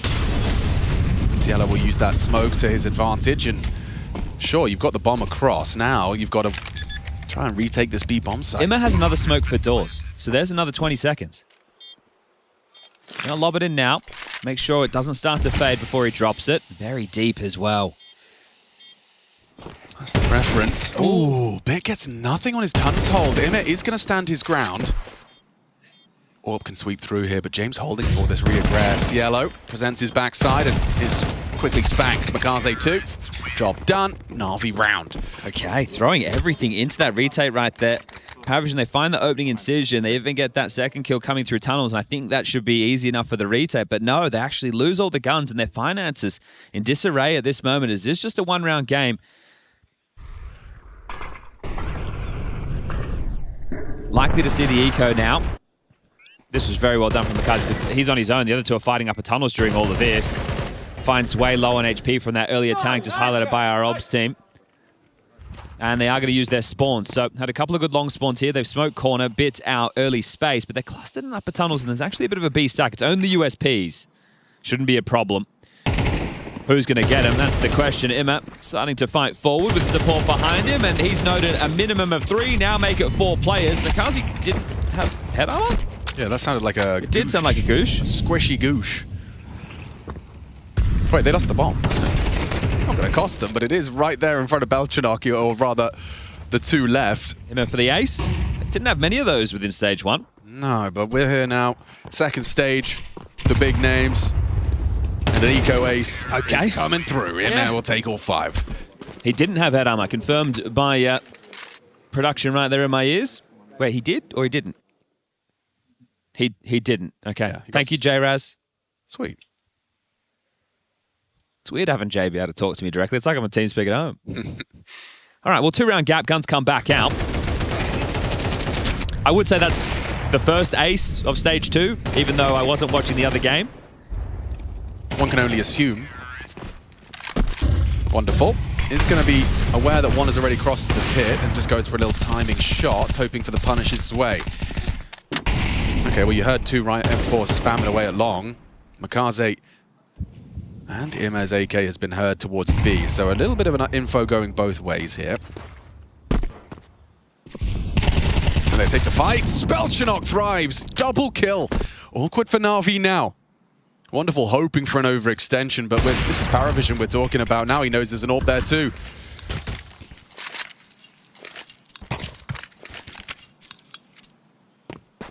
And he pieced this one back together. 1:10 left on the clock. A lot of time to work with, sure, but a 2-man disadvantage. And I think it will just be this constant back and forth down the stretch until we have a winner.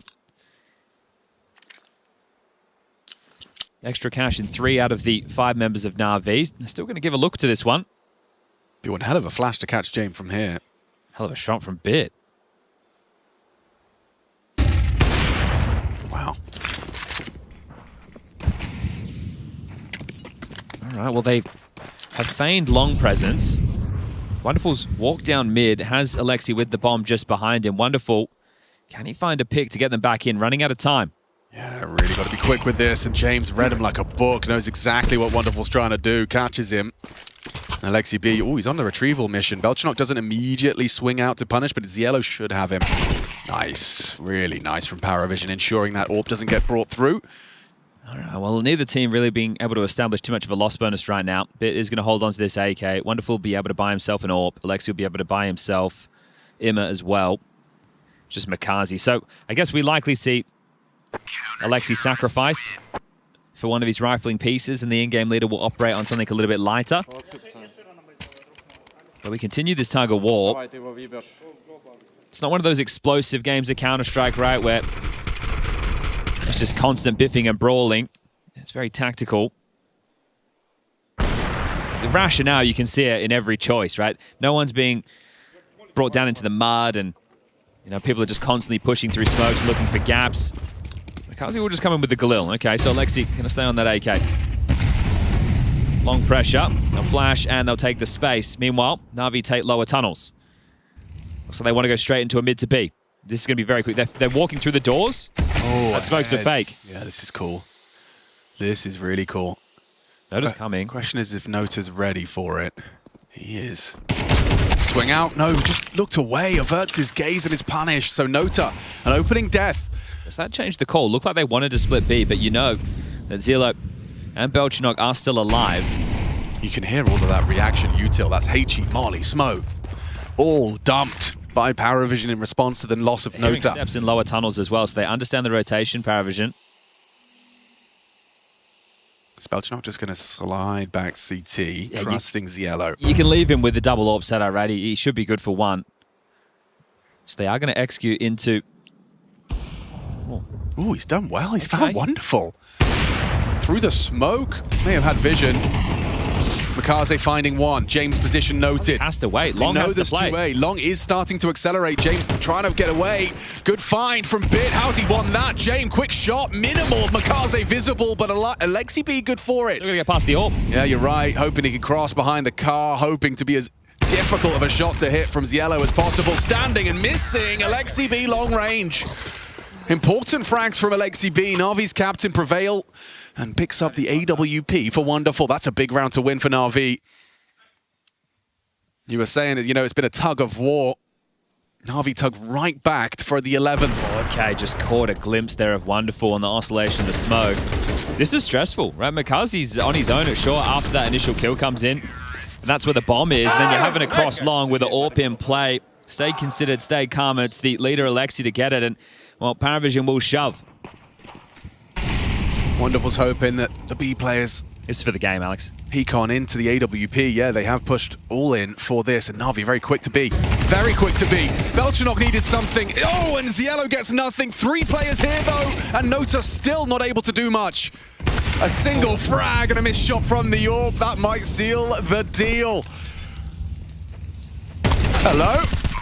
A jumping headshot from Zwei. Makazi, however, did the majority of the damage. Has him running for the hills.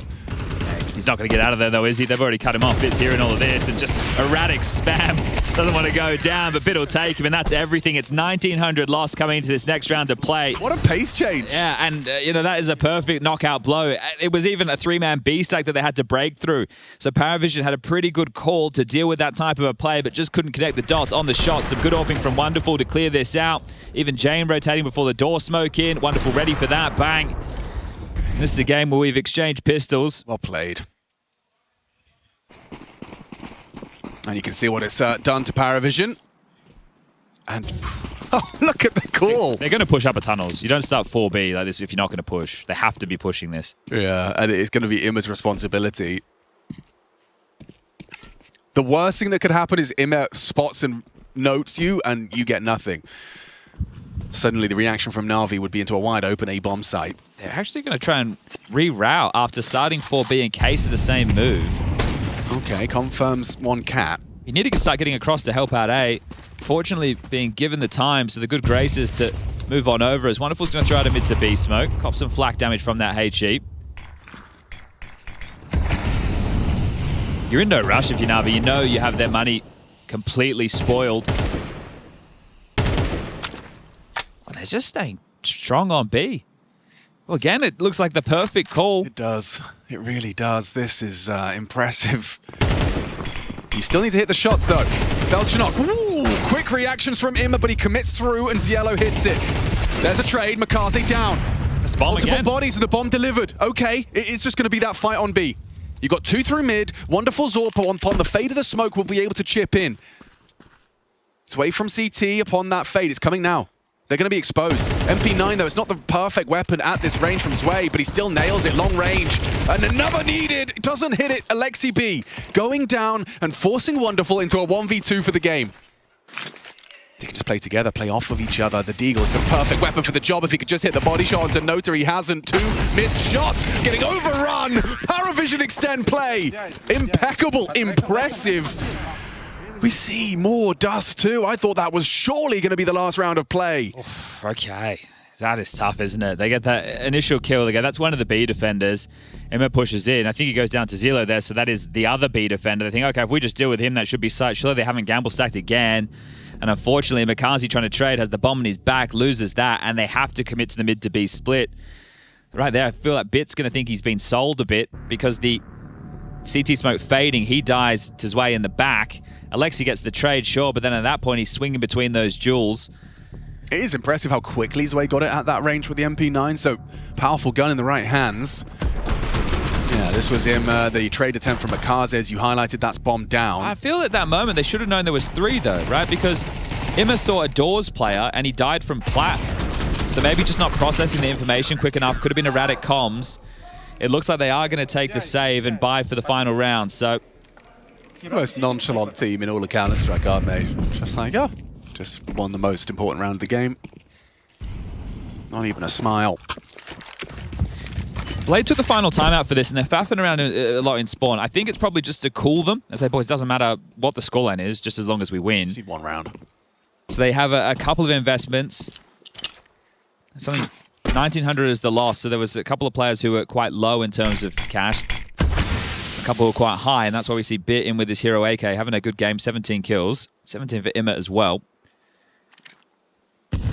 It's James Orp at long that they have to deal with. Well, we've seen this flash before, but they play ahead of it, and the AK's gone already. Yeah, that's not worked out for them. Alexi's going to be saying, I did just say I have a flash. It was the only thing I bought. A couple of rounds where Bits looked a little bit frustrated with the play. The boost might catch James. You'd have to nail the Shadow. You can see what's up. Oh, he's worked it out. How cool. Minor detail, but yeah. I feel if they get out long and Bit's alive, there's a chance for a couple of kills in this one, but right now it's going to be very tough to soften up the buy for the final round against PARIVISION. Many bodies all the time in the right place and just shredding through them. Hang on. Couple of shots from the Makaze Deagle. Sprinkling a wonderful frag, and he's surely dead. They're going to double peek. Yeah. Threatening, no doubt about it. Though, wasn't it? Unrelenting from the CTs. They're just always just this pack. You find one. Wherever there's smoke, there's fire. Wherever there's 1, there's 4. I didn't think they'd be able to get that many kills, so they have actually been able to soften up this buy somewhat. Are they able to get James the AWP? Shots. Was the AWP lost in the site here? Yeah, James doesn't have the AWP for the final round. Right, so actually decent damage. Yeah. Indeed.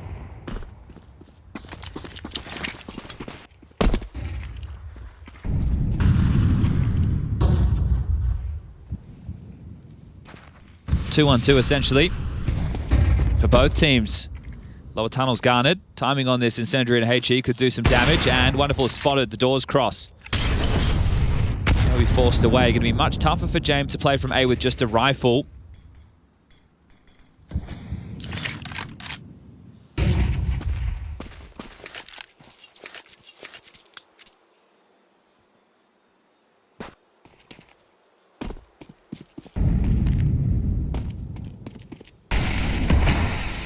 Gambling B. It's paid off for them in a big round to keep them in the game. Another smoke deployed, this time towards bricks.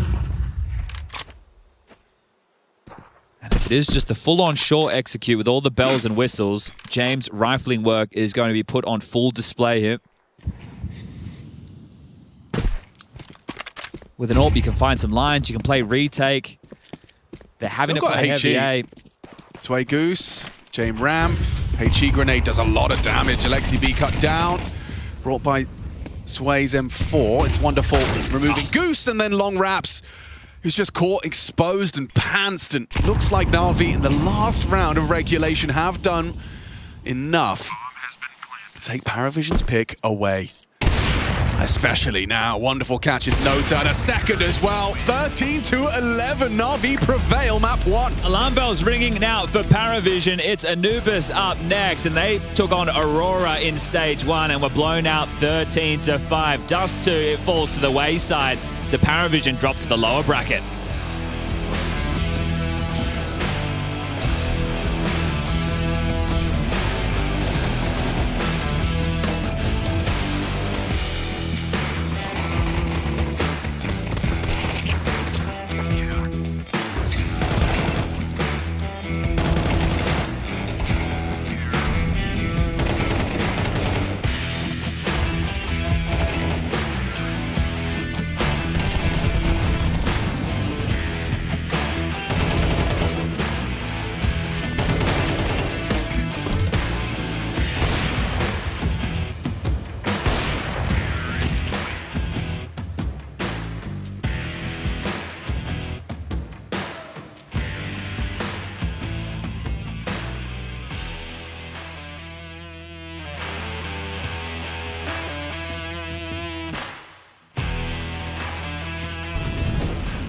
I'm gonna take. I have XS smoke. I'm playing. I'm staying Xbox. Close door one.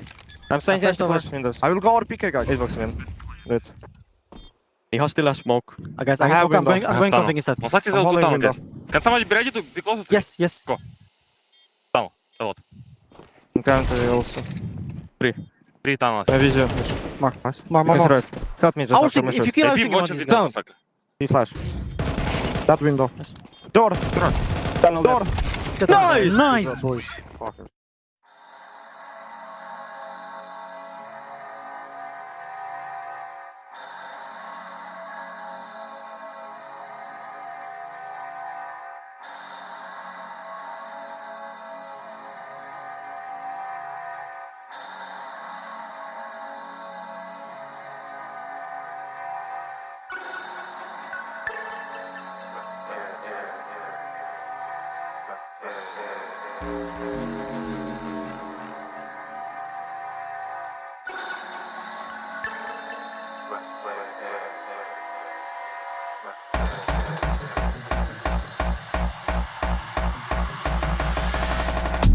We don't do no talking round here.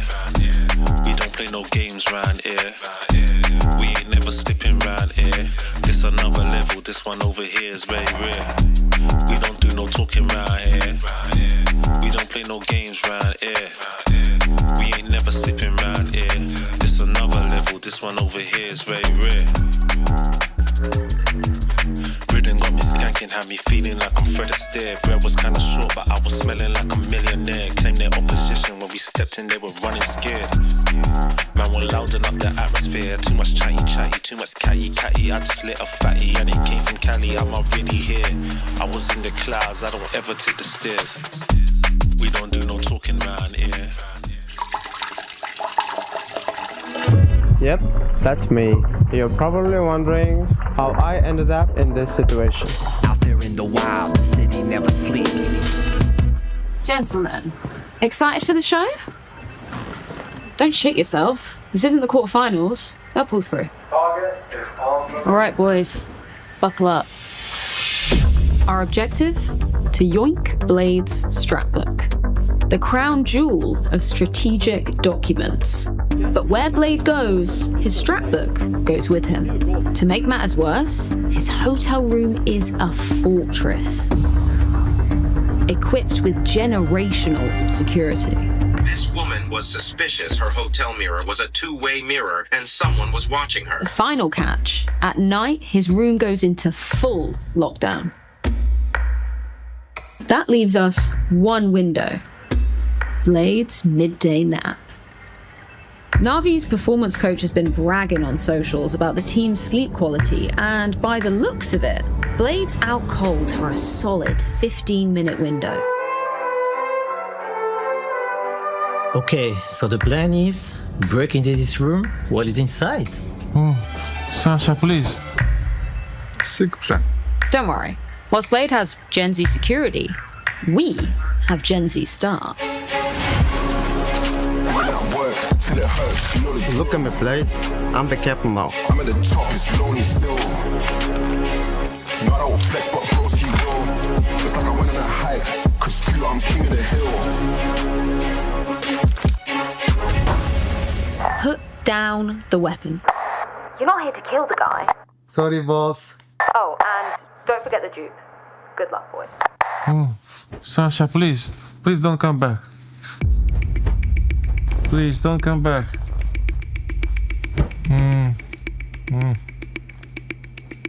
Sasha. Boys, low quality sleep. Abort.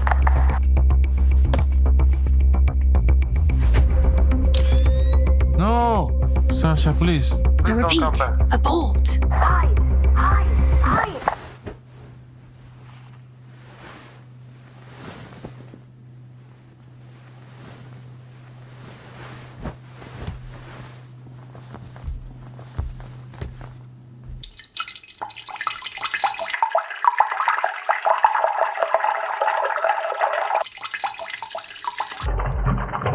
You're not here to kill the guy. Look at me, Blade. I'm the captain now. I really need some sleep.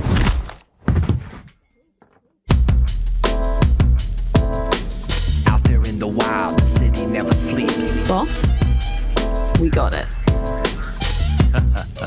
Hell yeah. Out there in the wild, the city never sleeps. Hi, this is Basement Dweller's first advertisement. And our second drop is, it's up, actually. If you're seeing this, it's up. It's available on the ESL shop. We had our first go at a jacket, and I'm really proud of it. I've always had an interest in clothes, but, you know, seeing behind the scenes how the sausage is made has been a lot of fun. And if you like the clothes, tell me. If you hate the clothes, tell me, but try them before you slag them off. I think they're really comfy. So yeah, that's my advert. I'm gonna try again. I'm gonna record another one.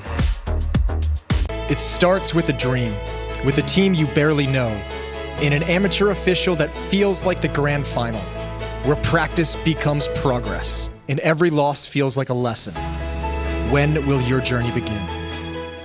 Hello, this is Alexi B, and today I'm gonna break down some of my most iconic characters.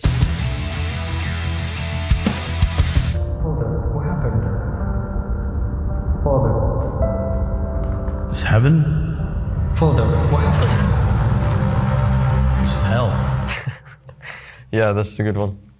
So that was referencing obviously me in a Navi jersey. So I remember that I just joined Navi, the first big tournament I had in the Navi jersey. Yeah, not many good memories because we dropped out in the groups, but you know, I was a part of this kit and I remember it was very short what I needed to do. But I feel like the players got brought in. This is what you're gonna do. Not too much of the big picture. Obviously, if you wanted to ask questions, I guess they would tell you. But yeah, I just did my thing, and it's like I just waited for the whole piece to come out before I even knew anything. Alexi, I may have something, but it's complex. Yeah, this I remember. This was a funny one. This I talked more with the guy who was behind the script and kind of understood what it's going to be. Yeah, this was fun. The vibe was there when we were making the filming. Of all the IGLs I worked with, you, as the only one who gets it, it's genius. I might have been with Blade there, or maybe it was separate takes. Yeah, sometimes I've done skits where Blade's been there, but I wasn't like working alongside him. It's just like to play at the end of the day, so we can't be all together in the same room. Usually it's like one or two days, and teams have their specific time slots of doing stuff. I was doing it with one player. I think SDY was there, if I remember correctly, and I believe maybe Blade was there, and then Boomish might have done it like at a different time. That's just how it goes, but to be honest, the end product is always pretty good. To Alexi. He's got 19 bullets, everything he needs. No, you. Gotcha. Yeah, the final was very good, considering like where we filmed some of this stuff. One of them was in a closet, and the idea behind this was very, very funny, to be honest. And I was laughing it with the Kovac cousins, because obviously we were past teammates and always, like, you know, didn't have anything against each other, so a good banter is always up there. But to be honest, this was filmed very sick, and Elish was so good in this. I feel like this came out very good, to be honest. I think Elish just, as I said, he just made it from 6 out of 10 to like 9 out of 10.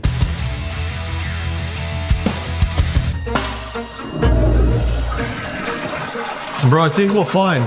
They'll pick Inferno. It was also a funny one. The context of this, if I remember correctly, was that G2 and us had an interesting veto on the Copenhagen Major. And then on the EPL after, we had this funny discussion about Vita, and obviously Taz hearing it. Then the thing is that you have Kerrigan also there, and then in the end, Exist as well. Bro, I literally stood up, took his little strat book, and boom! Boys.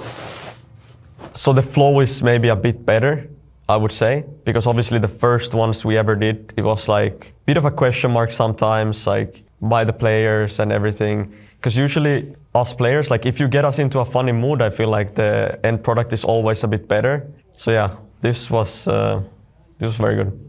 He's a coach, a manager, man. So he's like, why you order Mackies? That's not in line with our nutritional guidelines. He's obsessed with greens. But his CCTV page is full red. I said it doesn't make any sense, I'm saying it. And you know, I just passed it to Ima because it made more sense. And this one, we got into the roof, and you can't see it here, but as soon as we got into the roof, it started to rain, it started to snow for a little while. We had some technical difficulties, so me and Miha was just sitting outside, like hands in our pockets. Looking back, it's always nice to have some of these experiences.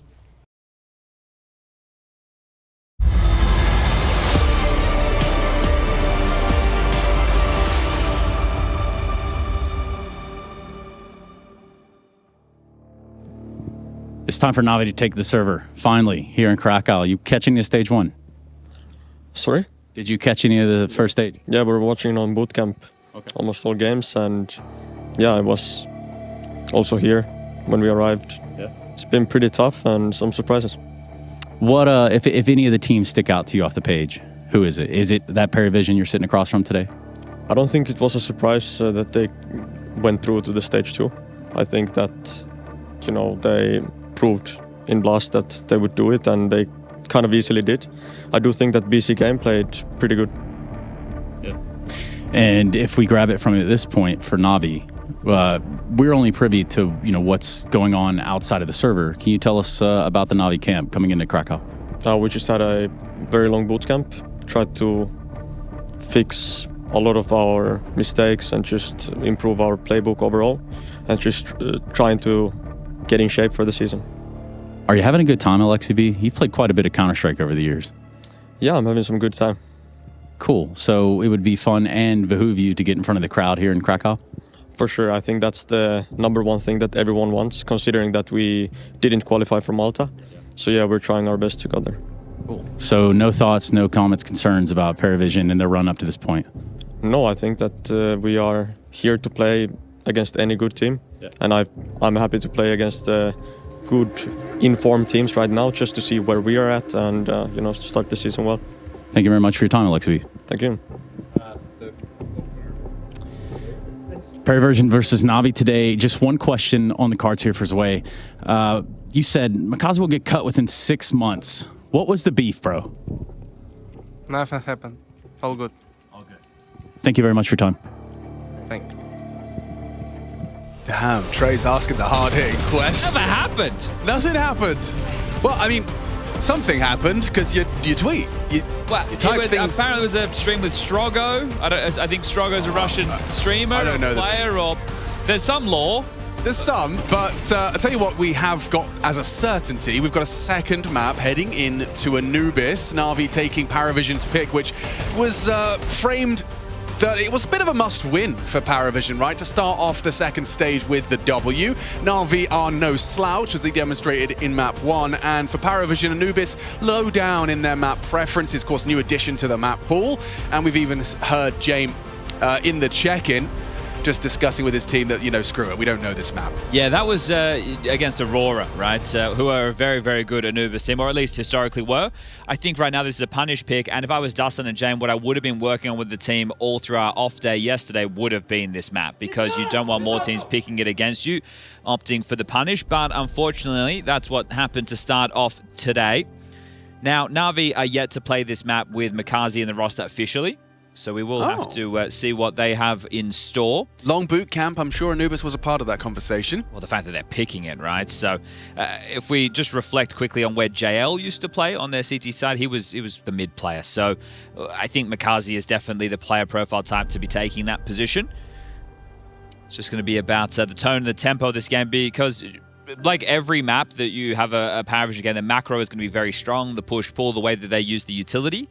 But what were they able to clean up or see as clear issues that they were experiencing in their matchup against Aurora earlier in the tournament? They win this, and they can push us to the third and deciding map of Ancient, a map these two teams played at the Budapest Major to round out 2025, where Na'Vi got the better of them. But there's a whole lot of rounds of Counter-Strike away. Let's lock in and focus on this, as I can tell you, PARIVISION are looking for something. They had 5 sets of Kevlar for a second. It's just changed. Natus actually dropped a P250 to James. A smoke and a flash have come into the mix. And the bomb down towards T-Spawn is telling me this is not a quick round anymore.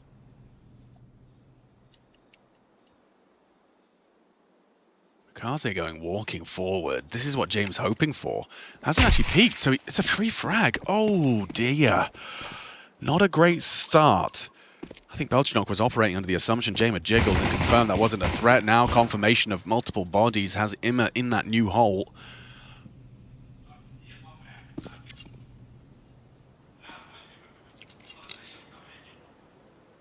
So operating 4 on 5. Yeah, and very split. Right, 2 over towards A main, 2 outside of B main. Natus just floating in spawn. Now James looking for a fight. You buy this P250 for this long range Exactly. fight. Those are the type of jewels that you're hoping to take. So you're meant to dissuade them from this. He's trying to count numbers. He's spotted 2, and there's 3. Okay, so it's going to cost him his life, but definitely he does accelerate take down B now. and they will. So high alert for Wonderful. Oh, what a great shot from Makaze. Not letting off the gas, is he? Nails the headshot for number 2, but so does James. His P250 starting a bit of a conversation about a clutch.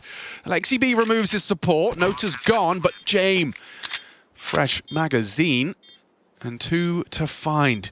Slipping quickly through E-Box. It's an opportunity.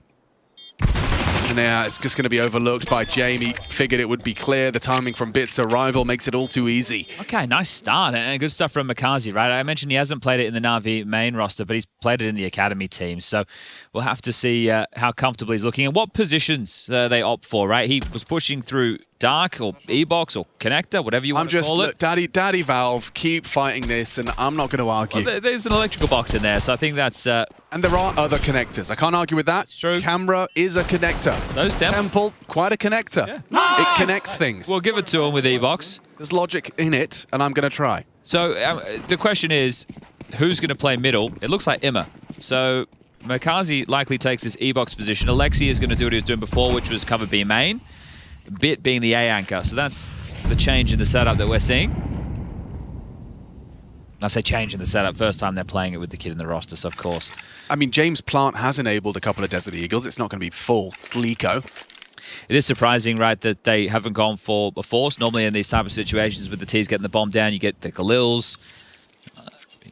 But it looks like they want to buck that trend and go a little bit more standard, bring the rifles out into round number 3, where everyone can be fully equipped, and Jane will be able to get himself the AWP. Now, we saw some cool stuff out of G2 when we covered their game a little bit earlier in the tournament. And it wasn't to do with using the new hole necessarily. It was just T-spawn instas to land over towards E-box. And they were able to be a real nuisance all across the map off of some set pieces of util from spawn. Wow, Bit is not playing scared as the egg anchor. It does mean he's going to be tested by these Desert Eagles, but makes it to the pillar, and oh, wow. That was all too easy. Shred through the unarmored Ts. A third already on the tally. It could be another eco ace. Im's already got one, but Wonderful is desperate to take a couple. Steals them away. Thank you very much. All right, well, sharing is caring. The guns do come out now. As mentioned, Jane will equip that AWP. It's going to be 3 AKs and a Galil for Belchenok. Now, the T-sign distribution that we did see from PARIVISION had Belchenok taking this A main control, and that's quite a tough spot with the different sets of util, and you're going to have to go out with an inform Bit on the other side. Zwei will be outside B main. Nota working for the mid control. Ziello working through connector, and then Jame here, there, and everywhere with the AWP on their default setups. That's a miss molly early that I've just heard. Ooh, the jump spot. The molly didn't land. Him in, yeah. And it cost Jame his life.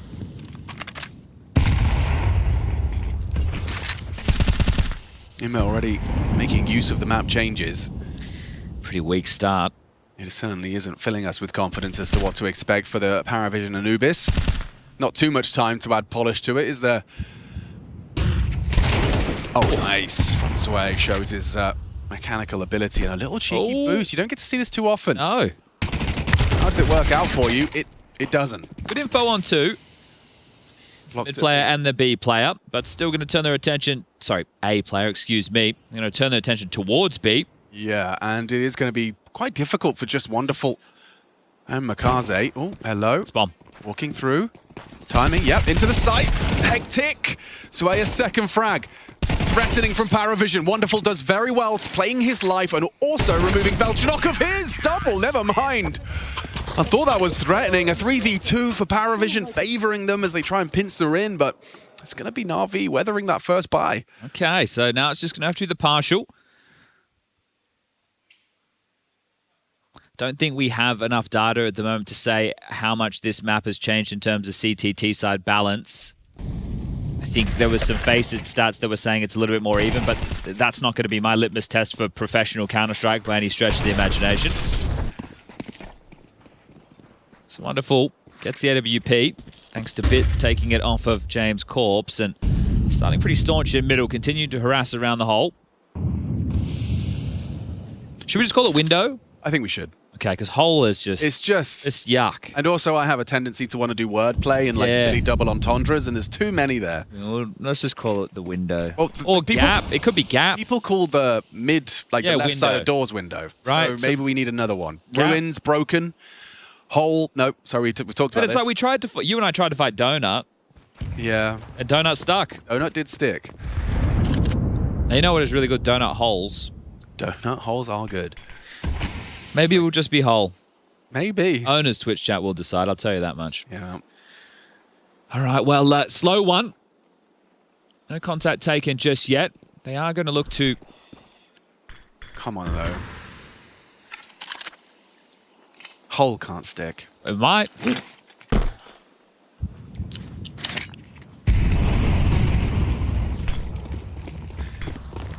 Oh, God, pressure onto B here. Missed the nade. Didn't nail it. Didn't find the depth. Ooh, Alexi B's off angle gets them nothing, and now they've lost the site. It is one of the hardest bomb sites when 5 Ts converge upon it to defend, but doesn't even look like Na'Vi are going to give this a look in.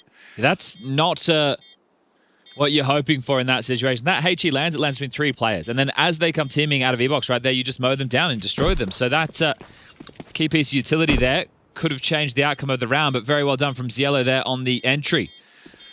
They take their time, they crawl up, they pounce in, and you bang on, right? This is why the general consensus on this map is the CT's having to make some type of forward maneuvers.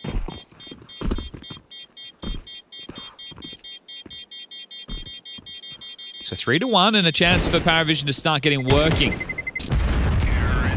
All 5 staying alive, that's going to be a boon to the finances as well to carry. Blade want to take a timeout. I think those rounds happen in Counter-Strike, and he actually does want to take the timeout. I thought, you would just brush it away. You're going to lose rounds like that. Maybe they didn't follow through on something that they've been quite clear with within the boot camp.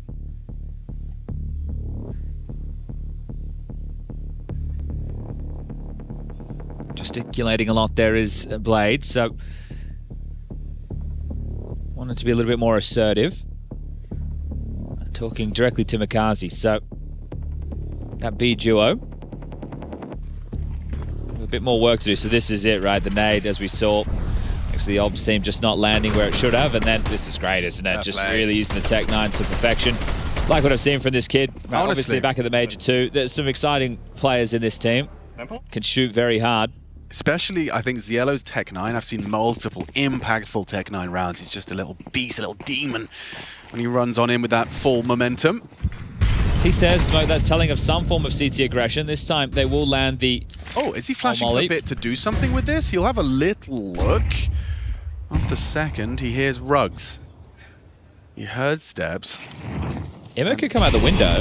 Will respect the flames. He's hoping to catch them as they drop. Good flash. He's not playing too scared. Go on, Bit. Backing his aim on this one. Ooh, it's hectic. Ime manages to prevail. Belchanok again down. Rough start to the game for him. Ime with the opening. Bit's still got a full belt, so Ime can cheat away. They are heading his way, though. Wonderful to see him. Incendiary might be late. They're going to accelerate. Sway wants to drool, and he finds it. Oh, look at him go. I've been on the save. Precision.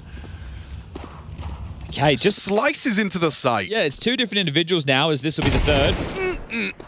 Just delicious. Explosive moments, right? This is 2 rounds back-to-back where it's explode, and then the individuals putting their aim on display. So very well done as Alexia and Makazi hoping to save right now. And that was even after the opening kill into Belchanok. Sway does look good in that PARIVISION jersey. My big thought on the whole Zway situation is he was clearly a good player. We knew that from Namiga.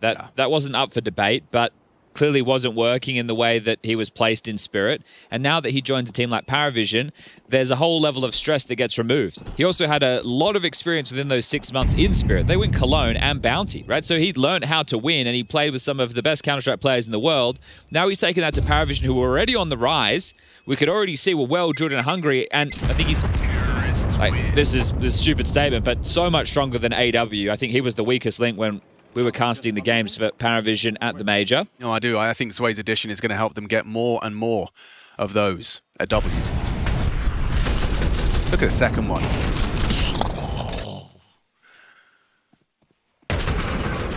Yeah, deadly. There's no smoke heaven. You should save, guys.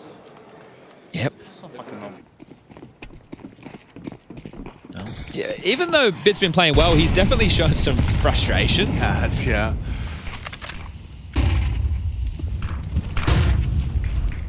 Cielo has been dispatched to stop him from occupying this powerful new angle.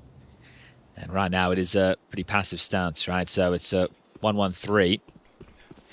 The lion's share over towards B. And normally, right, we're looking, okay, so what are the Ts doing? How are they maneuvering? What are they targeting? Now it's where is the CT aggressive maneuver? Where is the idea to try and find a pick or fight for some space? Nice nade. Perfect. Damage. And follow-up incendiary forces Belchanok forward into baskets. They're all congregated right now. We saw Nota practicing these nades during the warm-up, so they should be good.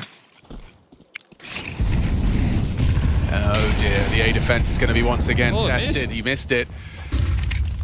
No nade for that heaven smoke. Wow, Ime just pulls the trigger while blind. He's had trouble finding the second, and same for Bit. Ziello bests him. Ime low HP, does well to provide a second as well for Na'Vi, trying to keep this one competitive. It's Sway with the difference once more on A.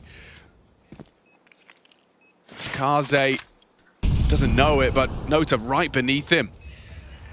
Zway still alive and kicking, and wonderful his next victim. This is just multis on multis, triple on triple from Zway on A.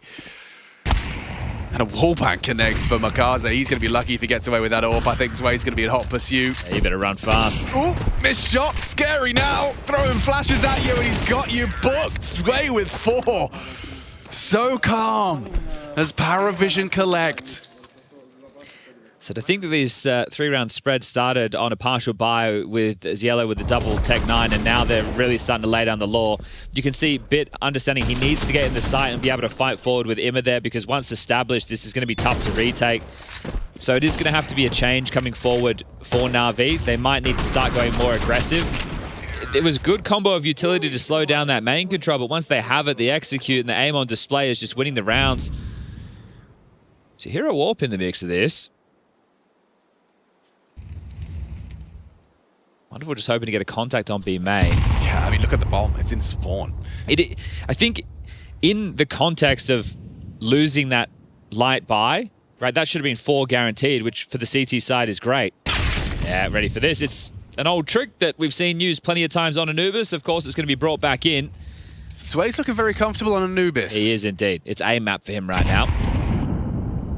All of his old pre-aims, they're all working just as well. Catches the AWPer going for that aggressive boost, and attacked a bit that likely will be finished off momentarily.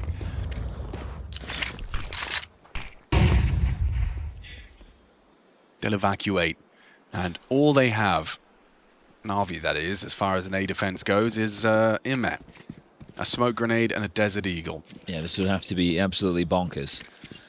So they are just... Oh, Alexi's over in time, but he should be smoked off.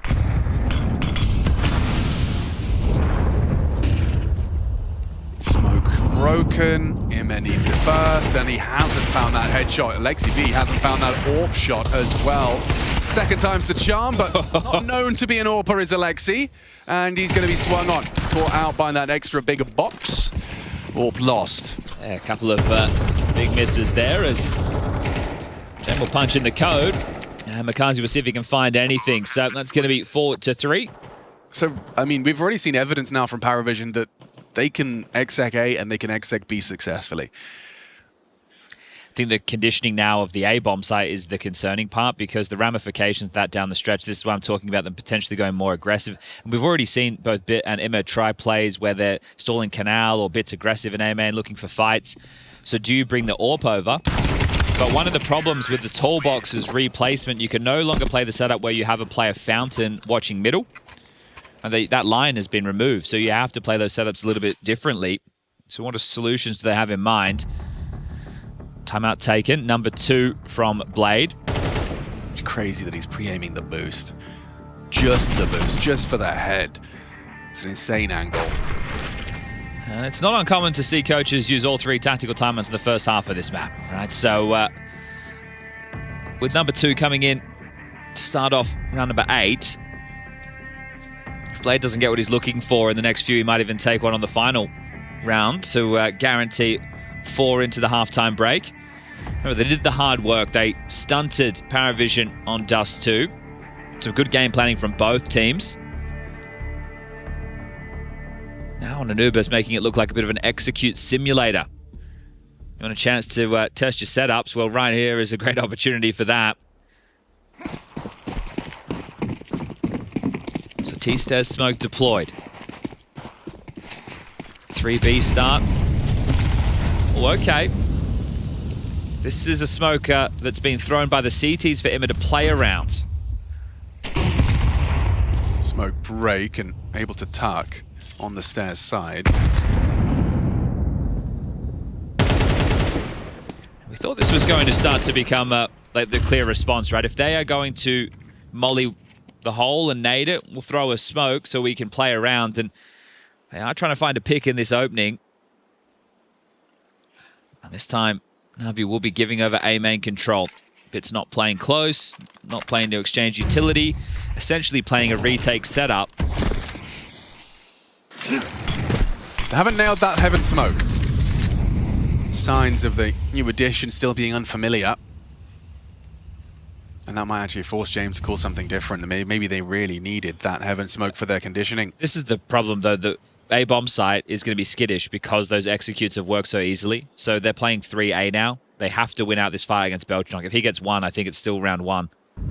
I don't even know if that flash is going to go deep enough. Oh, Luxy doesn't throw it. They're just going to clear through. Belchnock gets it. Oh, no! Na'Vi's A-site aggressions this time thwarted. And Alexi, they know someone threw that nade. Where is he? Found him now, and Jame will receive him. Job done. Round 1. PARIVISION's T-side. Taking themselves up a 5th. A bit of a clinic right now, and it was a double pump, right? So they throw out the util, they're trying to bait the nades out of Na'Vi. They also get a reaction, and then they can just snap in again with that second wave. Simple stuff, as it will now be 5-3. And we do have to, as you already have mentioned once, remember the T-side bias. I think it's good signs, though, to see this out of PARIVISION so far. Just reflecting on their game. How bad was the Aurora one? It was bad, right? 13-5. Yeah, 13-5. But Aurora are Anubis specialists, right? So that is something that I imagine in Turkey was celebrated, right? A bit of a public holiday in that regard. That's the dream for the Belchenok position, isn't it? Just like a drive fight like that. This is already 2 more rounds. Well, Blade looking quizzical about things. Oh, there is so many Blade gifts to be made in that one clip. Oh, that's great. Someone get cooking. Get that on socials. Yeah. PARIVISION against Aurora, 1 pistol, 1 the follow-up, and only won 1 more T-side round. So they've already done 2 rounds better than that. Okay, James, love that. He gets a little deeper, doesn't stay on the stairs, and has enough time to react to the circle straight from, oh, you're dead. Alexi's dead. Ooh, he's definitely going down. It's the yellow that finds him. Wow. That's one way to find the B site quick. Yeah. Makaze goes looking for answers, gets an AWP bullet, and then Alexi suddenly 1 versus 4. Okay, so this is what I'm talking about. Does Blade burn that 3rd tactical timeout? I just want a Blade cam at all times, to be honest with you. They can give you that. Jesus, that was quick. It's going to be a rifle round into the next, right? This was just the saves, and what can they hold on this time? Emma trying to get away with an AK. It's just wonderful with the AWP. Bit might want to act as a bit of a bodyguard for this. Now, this is where we get to see how important Blade thinks these rounds are. It's a flick up from Wonderful. Gets the tag. There's 2 smokes deployed. You know where both players are now.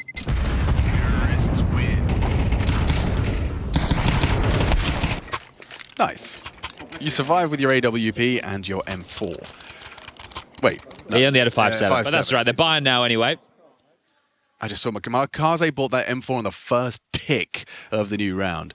Tripped me out. So not going to take the timeout yet, right? Going to allow them to play a couple of these CT rounds, see if they can piece it together. I think 8-4 at the half, that's very workable. So just need 1 more round. It's just unfortunate. I think if you're Na'Vi, you know you should have had it sooner than this. Yeah. Wonderful's going to start the AWP over towards A. So there's the change, right? To try and keep them away. Not hyper-aggressive. Just playing from Fountain. And, well, after all those A executes earlier in the piece, now they're hitting B. Looks simple, doesn't it? Straight burrows in. Ziello. Belchenok. Oh, my God. Next to Makaze. Alexi. B goes down. Can't find the double on the spray. But Ime can. Lovely delivery of the bomb to his front door. And James unable to find that immediate trade. Gonna go for a quick scope.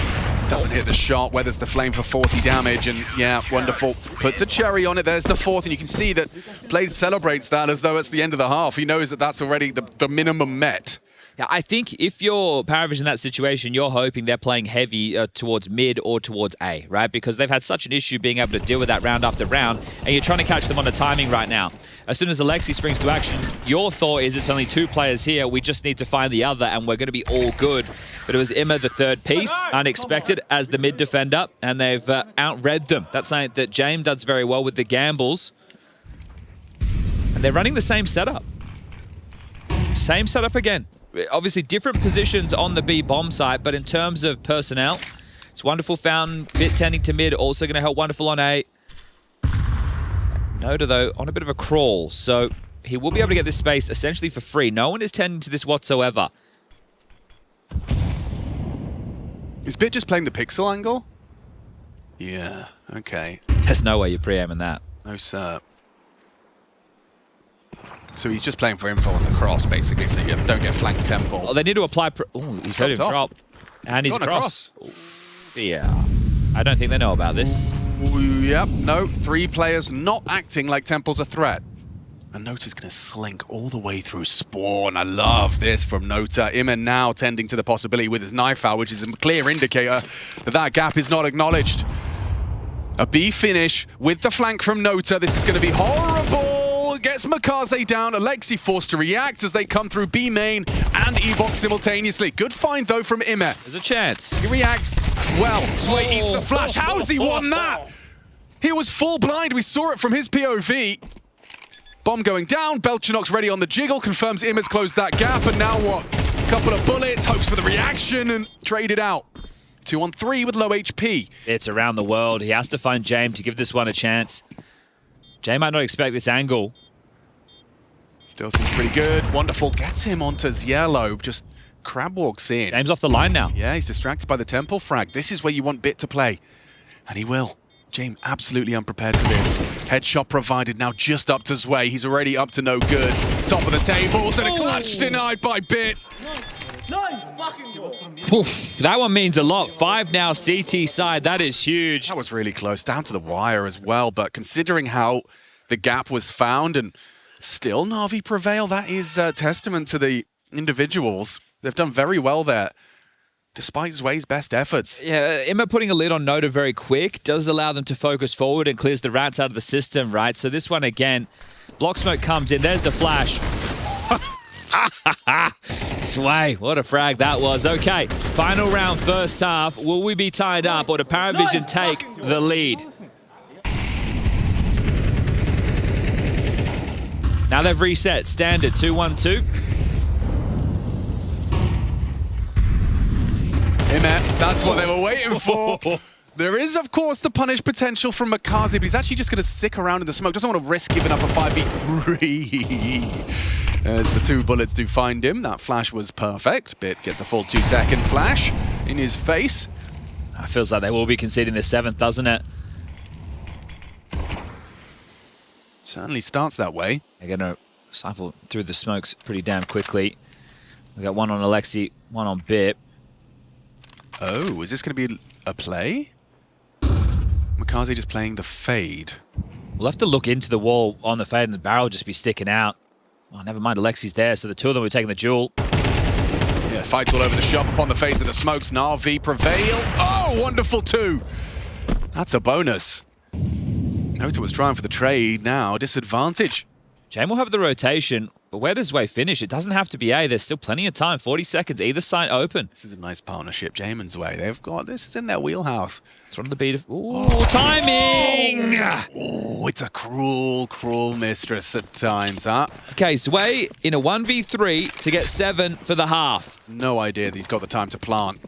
The fake will buy a little extra time to close the gap as the bomb gets planted. He's been hitting bangers. He certainly has. He has looked robotic and incredibly comfortable on Anubis, but a 1v3 to give your team the lead, a necessary lead when you're a map down. Opening game of stage 2 for IEM Krakow.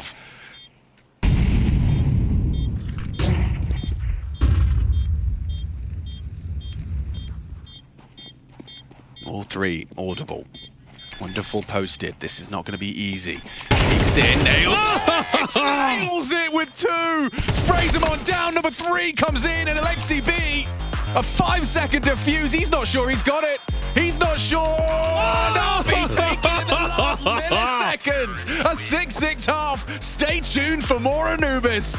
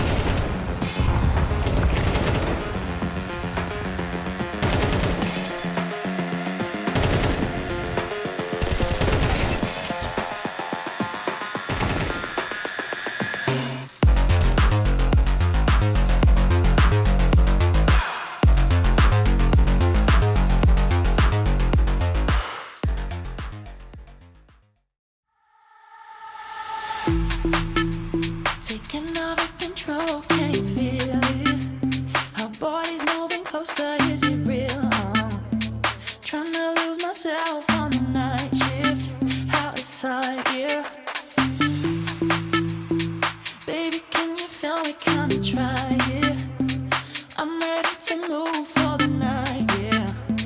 Trying to lose myself on the night shift, outside, yeah. Taking over control, can you feel it? Our bodies moving closer, is it real? Trying to lose myself on the night shift, outside, yeah. Alright, baby, can you feel me? Come and try it. I'm ready to move for the night, yeah. Trying to lose myself on the night shift, outside, yeah.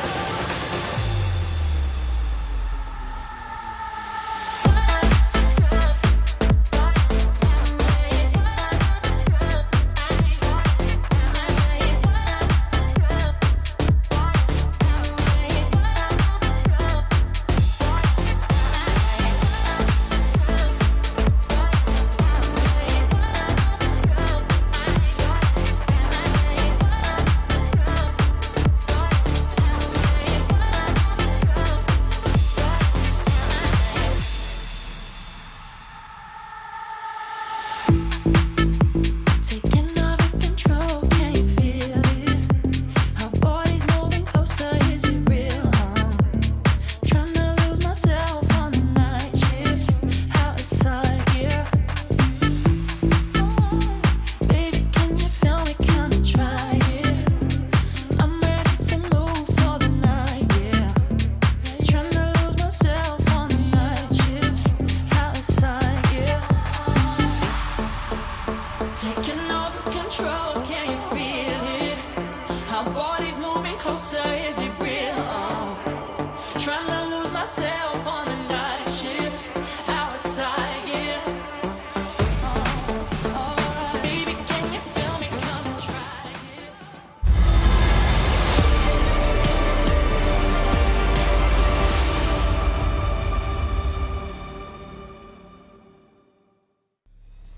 it. Last second defuse. Way 2 of the 3 in a 1-on-3 clutch that would have given PARIVISION the necessary 7. That's in air quotes. Is it necessary? We're going to find out together.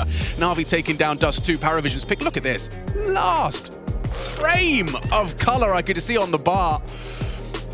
And Sway denied what would have been a very impactful clutch.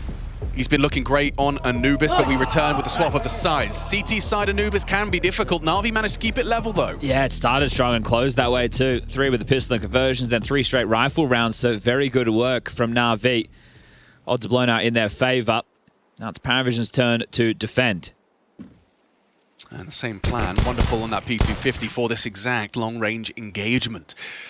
Ziello's getting pushy. This is a gap that Emma was meant to be tending to on a timing. Oh dear. They're going to be lining up nades. You're going to lose that full belt on Wonderful if he gets this tap. Oh, he's going to be spewing. Yeah, this is going to be frustrating. Well, he still gets the smoke at least. Gets some value. Natus at the back of Cake. Good support. Good frags. PARIVISION 3. 1 back from Bit. Still feels like this is a necessary pistol for PARIVISION. You've done all the hard work. Now you can't fall to Bit in any way, shape or form. He's got no bullets. He's got no chance. And no head. Emma's late to the party. Incredibly, yeah. And Emma's feeling a bit hot under the collar after that gap being exploited. Just a tap to the back of the head of Wonderful secures the round for PARIVISION. Just like that. Okay, well, right there, it's simple, isn't it? They find the gap. It means that they're able to stack the site. And for Na'Vi, they're already committed because some of the U2's in the air, right? If that kill comes in before the nade's thrown, they turn around, they find Ziello, and it's a completely different round. As soon as this is released, it's a jump scare for Wonderful within that moment. They're running in, and everybody is just ready to stand and deliver for PARIVISION. Na'Vi, no plant, no force. It will just be the eco with a deagle for Wonderful and Bit. Just have to laugh that one off.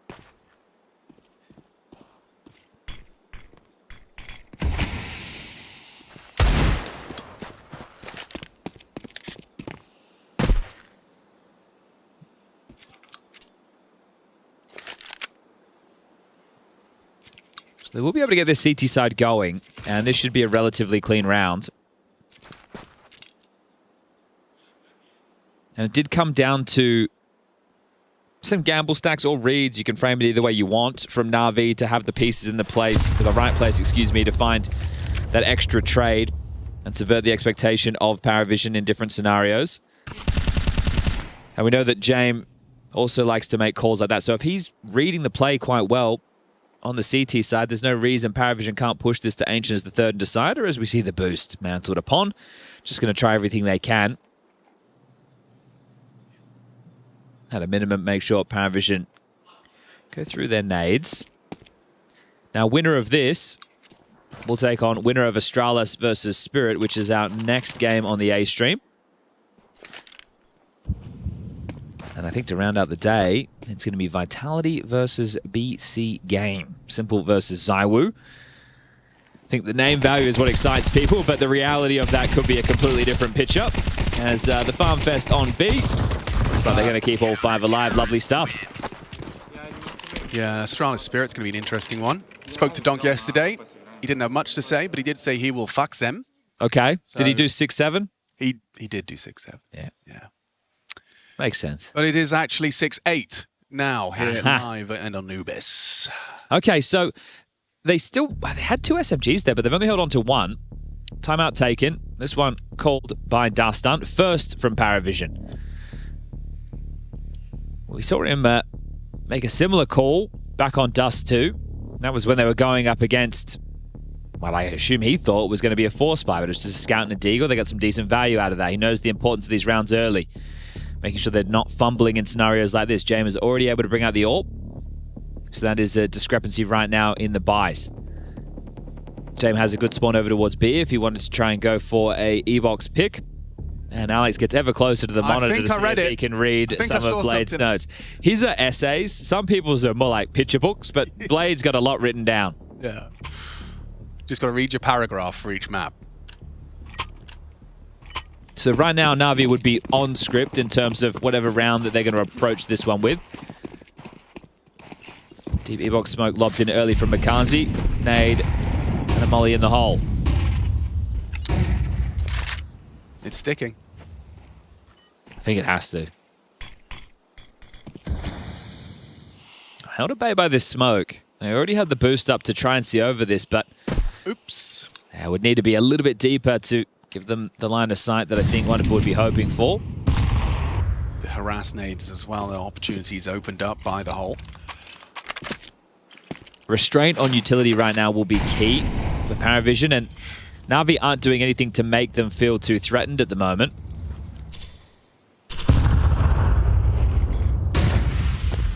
Well, that's the first step towards some map control, as Yellow will concede, tuck into the temple angle and hold for the camera cross. The T's have smoked camera though, so now as Yellow realizes they might be coming my way and tries to find a better vantage. Good weapon for the job, isn't it? It is, but I can't help but feel it's a pre-aim that Alexi and Makaze will be well drilled on. Did he catch a whiff? Yes, he did. Yeah, just a little bit unfortunate on the timing there as Yellow gets brought down. And if Immer wins it, which he has, it puts it all onto his way once more. Great Anubis, but not so lucky with the wonderful flank. Lovely round of Counter-Strike put together by Na'Vi. Oh, now it's about hunting this AWP. You know, James, last man standing. If they can rip this one off the ball with the loss bonus only 1,400, the threats are going to be a whole lot more limited going into the next. Really nice. James starting to path towards the bomb, so maybe he's trying to hide in plain sight. Alexi was the only one tending to the site. James doesn't have a kit. Oh, he's going to be a dead man. Barrel spotted. Alexi should finish this one off. Skittish now, and there you have it. Okay, all 5. Do you want all? Yes, thank you.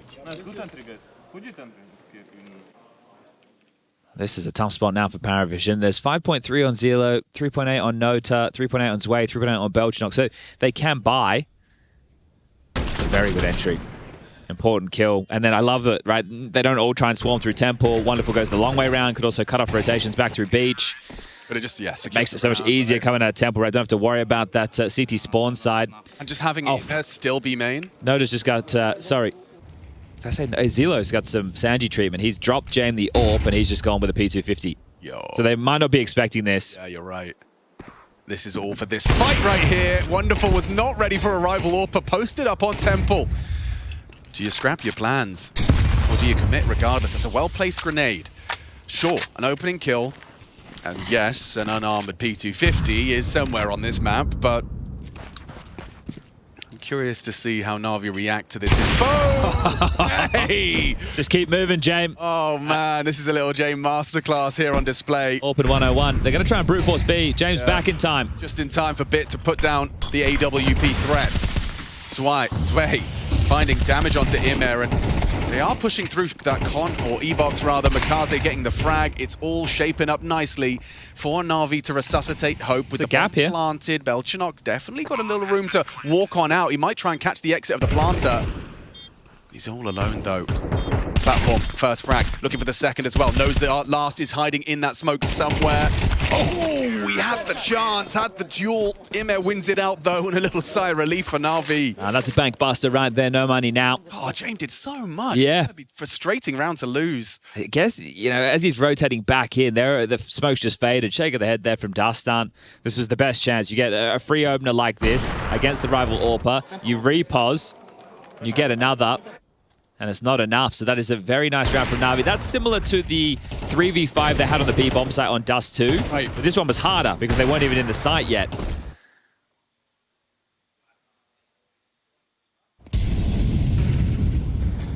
So just these USPs and a flash. Huge nade onto his way. 18 kills, he's been putting his aim on display.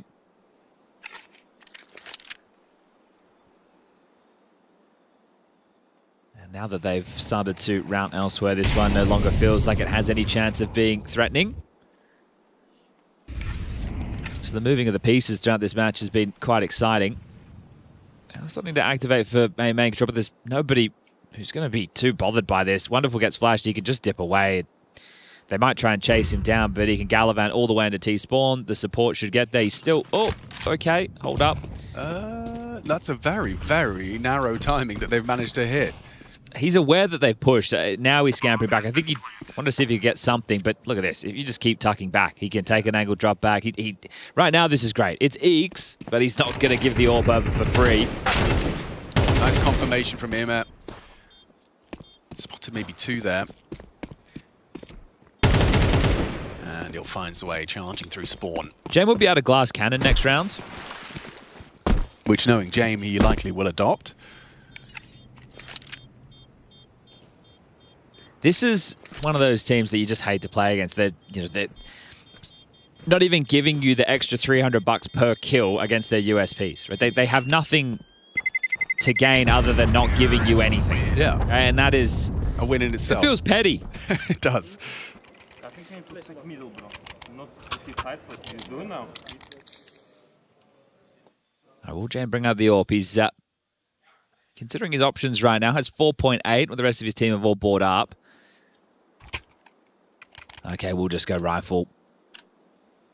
So has this gotten away from PARIVISION? I understand it just shows as a one-round game, but again, still going to play as a T-sided map, at least in the early stages, unless we see a bit of a CT masterclass. Confirmation of the AWP's location. Cielo gets that. Belchanok's going to play ahead of that T-smoke A main. Surely you don't risk this around the smoke. There's no need, right? You may as well just continue to wait out nades, continue to relay to Alexi. Okay, one smoke mid, one smoke A main. That's fading now. They just smoked E-box. That's 3 of the 5 smokes already gone, and there's a minute 20 on the clock. So you continue to apply light pressure. Don't give away a kill. You can win the U2 warp, and that'll set you up nicely. Good flash. Perfect flash to get Alexi in control, and now Yellow's immediately under so much spam and scrutiny. He needs help, and Belchanok's the one to answer the call. Couple of flashes for a peek, and wow, it connects onto Wonderful. Ink as well, huge value. Yeah, they've done well to get something out of that rather difficult position. The swing one out, Makaze's done well to spray down one, but the trade is immediate from James' rifle. Okay, so both players on low HP on either side have done a great job. The Immer Zwei B Anchor versus B Lurk has been an interesting exchange. By just smoking E-box, that's maybe given Immer an idea as to where he's positioned. Looks like James going to return. It's all timing. Yeah, Saw his arm. Yeah, that's enough info for James. And Immer shot, so is he trying to sell a fake? Yes. Oh, playing through mid. Catch Belchanok just immediately moving from camera through the fire. Costs him a great deal of health. Lexi drops another one. There's no way in here for James, and they know that there's still the potential for the Imma lurk. He's made good time. Like, he's actually going to be able to stop Zwei on the A main. It's a flank on a flank. Yeah. Imma's flanking Zwei, James flanking Imma. And Zwei's actually waiting for this to occur. Oh, and Imma's heard top mid. He heard the James steps, which fakes him out and keeps Zwei with a chance. That's rounds. Yep, that is going to be the double digits reached. James manages to get his hands on an AWP from Wonderful's corpse. So something out of that. I did like the Belchanok flashbang play to get Ziello out of what was a very compromised position in middle. But it's not going to translate into anything. Imma's going to get the information that the AWP is gone. So at least they'll be informed into the next round that has been snatched away. And as they try as they might, they're going to have to hunt him. Can't get too close to that radius of the bomb, so James will be able to maintain this pickup. Can it be the changer of the tide in this one? Very good, yes indeed. That's 4 straight rounds. And PARIVISION, as mentioned, if they do drop this one, they will play the loser of Spirit versus Astralis.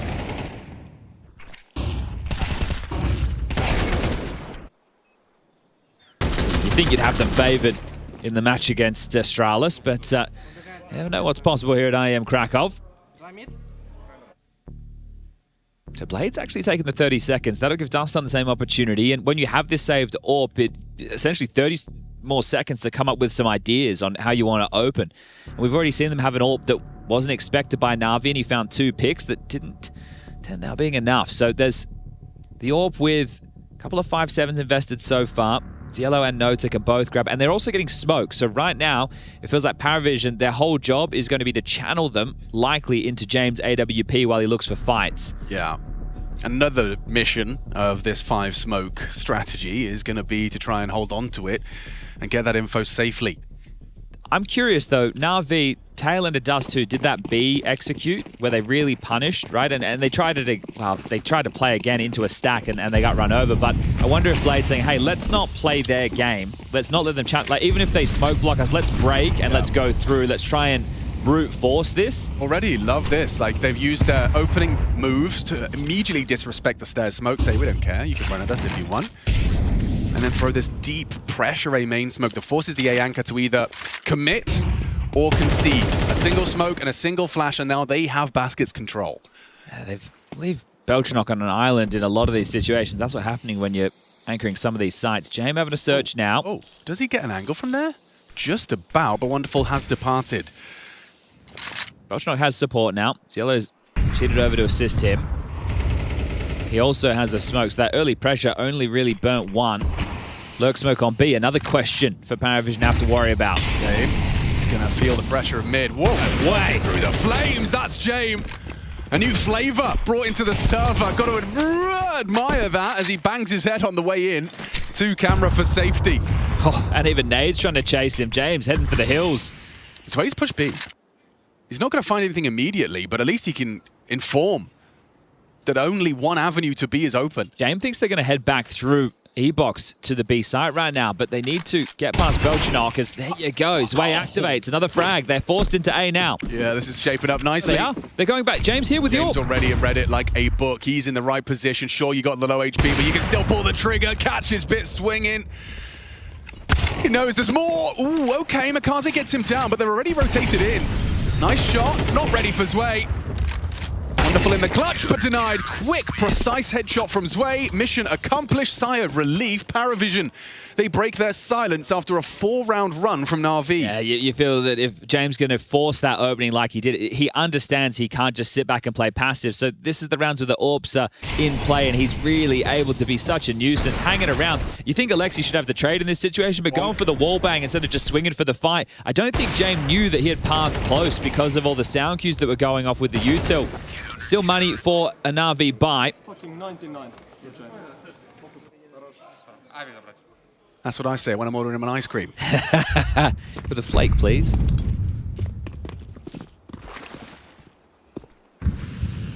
James hitting A with the AWP this time. And he's already starting to rotate away. This looks a little bit more direct, I'd say, from Na'Vi. They've been able to get... Ooh, wow, this is an awful lot of space for McCarthy they're without in any quick. resistance. Yeah, exactly. At this point, you know it's a retake setup, so use your util accordingly. They're just hoping to win this duel on the cross, but they're not doing it dry. They're going to cross their T's. They're going to dot their I's. You can't plant default. You might get wallbanged by James here. That's true. Mikaze already catching some flack. Big barrage of util to try and make this uncomfortable for Na'Vi. Temple smoked. Yellow's on a flank. Behind it. Yellow is flanking.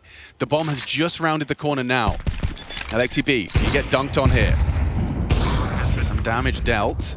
Is ringing. Flank is still flanking. Retake B. How does this go? Trying to delay. Missed Molotov throw now. So comfortable for Na'Vi, especially now. It's Yellow removing Ime.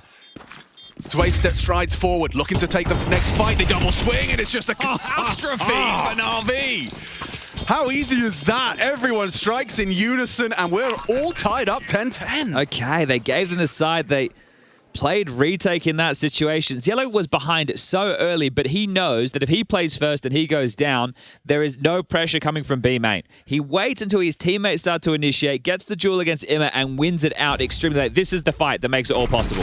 As soon as this happens, the setup, the post plant, it's rubbish, right? You're so worried, everybody's concerned about the possibility of that flank.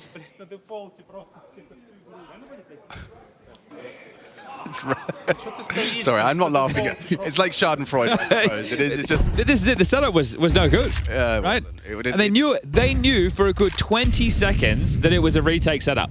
They didn't take any initiative to take any space, try and get a fight together. They just sat on the site and were allowing the retake to come in. Look at this. Yellow really is aware that mid often bit free. Bang! Oof! Alexi 30. Mikaze 60. I guess there's another consideration is with the change of the window or the hole, you can't just go for those You can't watch it from water, and you know, so it does force the T's to actually hold. Active, exactly. Yeah. James again with his peek in. This time Wonderful's holding for that. And Mikaze quite quick to this. Yellow, what's your reaction? Incendiary, gonna try and stop them getting through camera. Mikaze ready to react, and so are PARIVISION. You can see the rotation was quite fierce. They've called one off, though. Concerned about the pivot to B, and they're actually ahead of the curve here. The smoke fades now, and they've got 3 bodies on site. They're in the right place again, Does Alexi play for info, or does he just value his life and be a late lurk, right? If he starts going to A, he could call it clear, but he's not. They're letting Con play first. Yeah, but this is where Zwei is in the perfect position. You just got to swing through, and Zwei will win that duel. Bit needs the trade, and the headshots there. Just puts his head in the vice. Zwei slams it shut. It's just Imma. Remember, Alexi's disconnected. There's 15 seconds left now. Yeah, you got to hurry this up. Zwei has cover. Flank from Alexi does connect. It's into the 1v1, but time. He's gonna run. He's just got to run. Knife out, and he wins it. Running away. Happy to turn tail. James screams at him, just keep running. Just keep swimming. And it's an 11th. The lead secured by PARIVISION. This Anubis definitely has looked a little tighter than it did up against Aurora. Okay, well, they have bounced back, and they've also baffled Na'Vi in the finals. Remember, Blades used all tactical timeouts, so at this point, he's not in a position to call the pause and try and readjust things. And they've had rounds that they should have won so far. So that's going to have the frustrations breeding within the team. It's too late to the party, right? They didn't go for an info play. They thought they could just trade their way into the site. It's Zwei again with a multi. Setup was sound as well. If Zwei does go down, the trade was almost a guarantee. Ace on this one. Oh yeah, Tech 9s. What, through the mid smoke? They're dropping another window. Interesting. Mid to Con.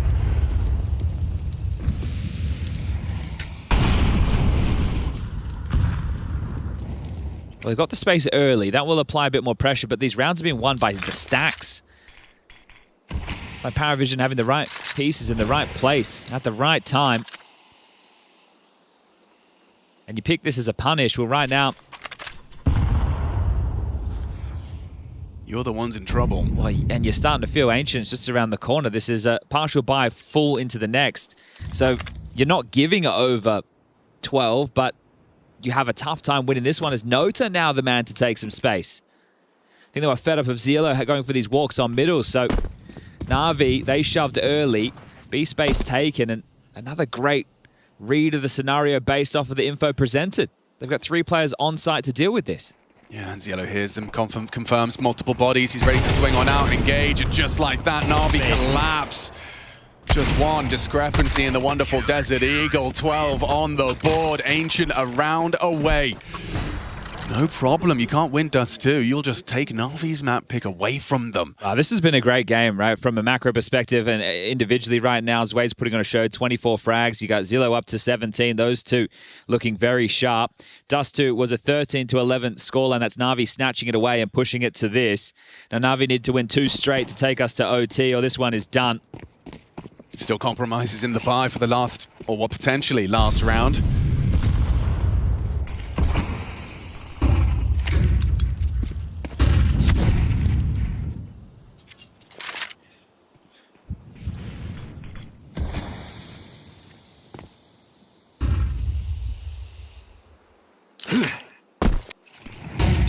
Flush isn't going to catch him. Oh, he gets at least the one. So Ziello gets his. Mid's going to force a reaction. Zway, Nota all partnering up. Look at this quick reaction from PARIVISION. They completely These gambles vacate are the insane, B-side. right? They're so mental. They're just constantly these moving pieces. Oh, he's going to swing into them. He's not ready for so many, but the flash from Wonderful enables him to get away. A dink from James. Zway's going to be back to be in time, but he's in this retake position from long again. Wonderful can smoke this off, but maybe he prioritizes Temple. Sandieri blocks smoke. They're in and they'll punish. Gets caught throwing a third Huge round piece from of Makazi. utility. Yeah, Makazi 3 frags deep on the Galil. To give this one a look, there's residual cash on everybody for PARIVISION. Loss bonus has been reset for them down to 1,400, and you can force Na'Vi to have a bad buy for the final round if you take away a couple more guns. So maybe that's on the agenda as James picks up an AK. Yeah, they want to try and weaken the numbers. Not the round per se, but Belchanok doing his best to try and keep boots planted, have Na'Vi close to that bomb. It also means you're less comfortable in that site to go around and pick up better guns, get away from these Galils, see what else you're able to carry through. James is going to sit here and listen for anyone trying to exit water, but it does seem like Na'Vi have found the safest exit possible. Great round from Makazi, right? When they let him off the leash, go for that aggressive maneuver, he trades Alexia and then gets a couple more. Blade knows they can push this to overtime and then they can reset, but they need to do that again.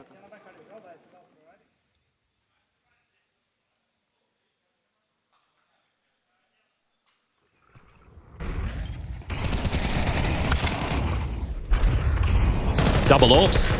Bit of a change right now in the defense. Wade's bringing out the secondary AWP. They haven't had to deal with this so far, Na'Vi, so a big change for the final round, or what could be.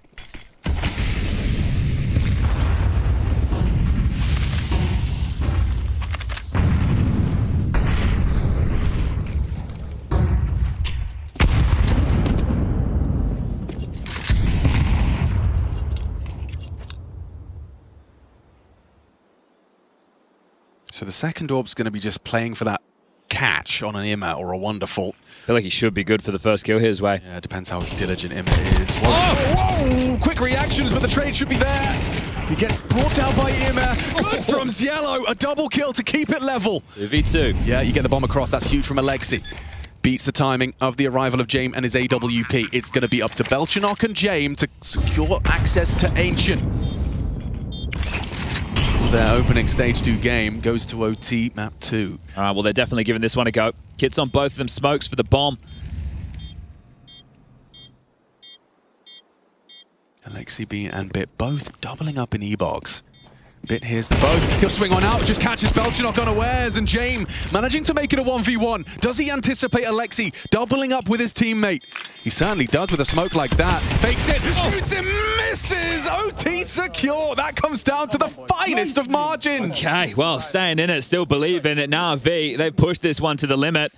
Now we reset. There have been some tense moments, and both of these moments in maps from back-to-back have come down in the final stages, final rounds. You think about first half of this one, Zway in a 1v3. This one comes down to a 1v1. It gets tense.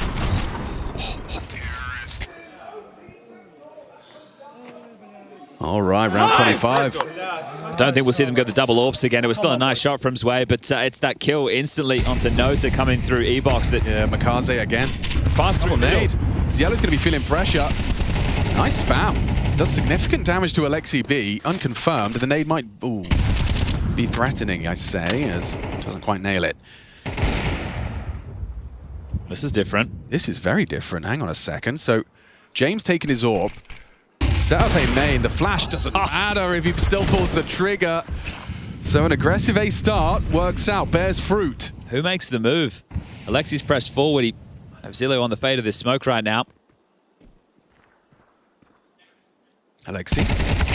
Yeah, not going to be caught too far off guard. The nade softening him up enough, and Emma catching the swing back from Nota, trying to leave and depart E-Box. So you know that Zwei is on site. Belchenok's here as well. You've got 50 seconds, and you're already threatening. You're puffing up your chest. You're not rushing the finish, though, are you, with Makaze maneuvering that bomb away? So they really go into this AWP. It's hard to see or envision a world where James can repel what will be 3 channeling into the A site. Wonderful trying to sell B. Trying to keep Belchenok there. He is starting to depart. James asking for backup. And oh! How about 2 for 1 then? Wonderful's got B though. The reaction was perfect. They can pivot. Lose, it's over. Oh, they can't pivot. They can't. Every time they seem to go into James, he's hitting these round-winning kills. He's only got 16 in total, but he's such a nuisance, this man. How has he done that, man? The pathing on the way in, they line up, the double given over, and thank you very much. Counter-terrorists win. Brutal. Absolutely brutal from James. It had to be that perfect timing just as they're like on top of each other trying to pressure the site. Well, he gets this opening one completely blind, right? And that flash also hits Belchenok, so the sound cue lets them know there's 2 there. And it's that's it. That's round in that moment. Like, they just line up on the space and there's no way to get away. Belchenok's already there to plug the gap. Didn't catch Belchenok onto Immer. That was the one that spooked me. I thought I weren't going to see the double AWP again. Zwei bought into it? Is he? Yeah, he is. Okay. So he's going to bring out the double AWP again. I just saw James using it to round-winning success.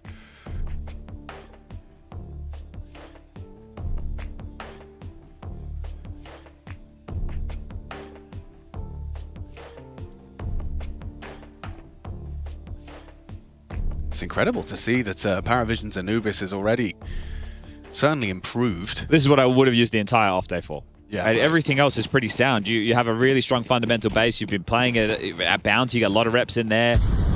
This is just, all right, let's mix things up a bit, shall we? Yeah. Will be definitely being put through their paces on their pick. It's also risky for Na'Vi, right? This is freshly introduced to the map pool. This is their first games on land for the season. We haven't seen them play it. It's essentially they're looking to punish what they saw against Aurora, but in a live environment. Smoke window, molly doors, mid-pressure. That's what it spells. And so Ziello, he wasn't really active on it, just sitting around Temple and chilling. Don't know if that smoke's nailed. Belchenok investigates. Alexi's got the bomb in mid. He's got to be cautious with his commitments. Ziello. Team flash there, didn't get what he was looking for. I think when Makazi's been given the opportunities to get the kills early, right? When he's been going mid and winning the fights, or he's been going E-Box and winning the fights, that opens up the round. But now we're at the 45-second, and they're not giving them anything right now. This is really uncomfortable. Another smoke, blocks you main. Bit and Emma are either going to walk through that, or they are screwed. They've got 30 seconds. Smoke Temple, maybe an Arab. That one's missed Not as well. Quite. Yeah, some stress making this util miss. What? James restrained there. Did Alexi catch a glimpse as well? What's going on? He gets him. And now Makazi's just running on in with the bomb. That's the end of the round. Bomb down. Double from Belchenok. Sure, a missed AWP shot, but this one, it's got PARIVISION's name written all over it. Thank you very much. 2 consecutive, rather convincing, as Belchenok finds himself a quad kill in the second round of their CT side OT. What's happened there with the gun drop? Yeah, that was a funky one. The wheels are coming off right now. Okay. So, trying to...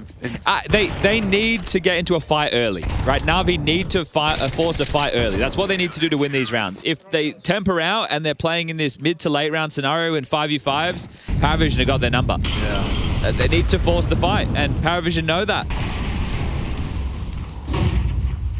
Oh, they've got the dream set up for this last round. You got 4 AK-47 CT.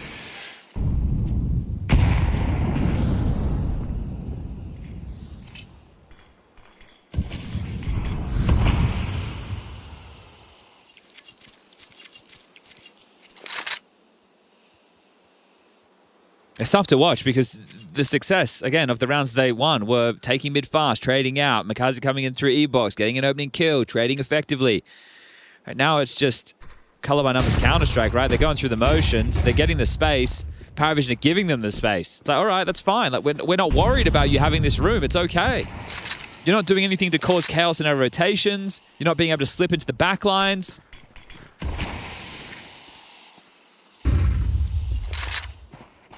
Oh, that's a crazy one. Nota just full charges into Imma.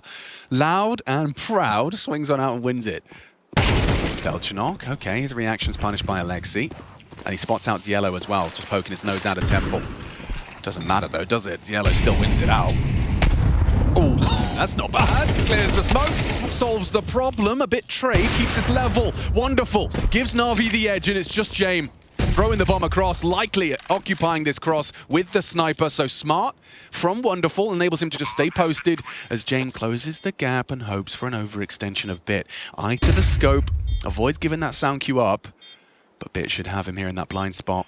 Who knows, he's there now. Considering it. Scope and Wonderful's on it. Okay, Na'Vi, just the one. That's all they have to boast. And with a T-biased map, you've got 1 T round out of 3. Still managing to put a smile on your face, a brave face perhaps. But we'll be swapping sides and we'll be seeing what PARIVISION can do with the swap of it. This nade, how fortunate is this? This is so cheeky. It's a clear for the fight and it just lands on Nota, who's been having a really rough game, right? That dry swing, I'm great to see him having a bit of confidence with that fight on Imma. He's only got 7 kills, right? He's having a tough time.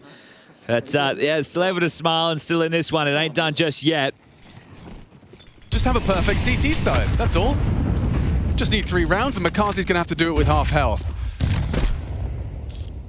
The rounds that Na'Vi was starting to piece together, they had good gambles or good reads, right? They had the 3 players over towards B, they had some trade work, and then Imma gets a double.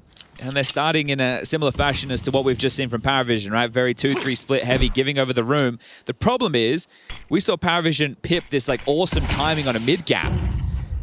Now you have to manufacture that. And you have to also get fortunate with the timing that they are going to be changing their setup, which is what happened within regulation. But if you give PARIVISION room to execute, Sway will delete you. That was the lesson we learned, wasn't it? From Na'Vi CT side, or rather PARIVISION's T. Bomb down all the way towards spawn, so...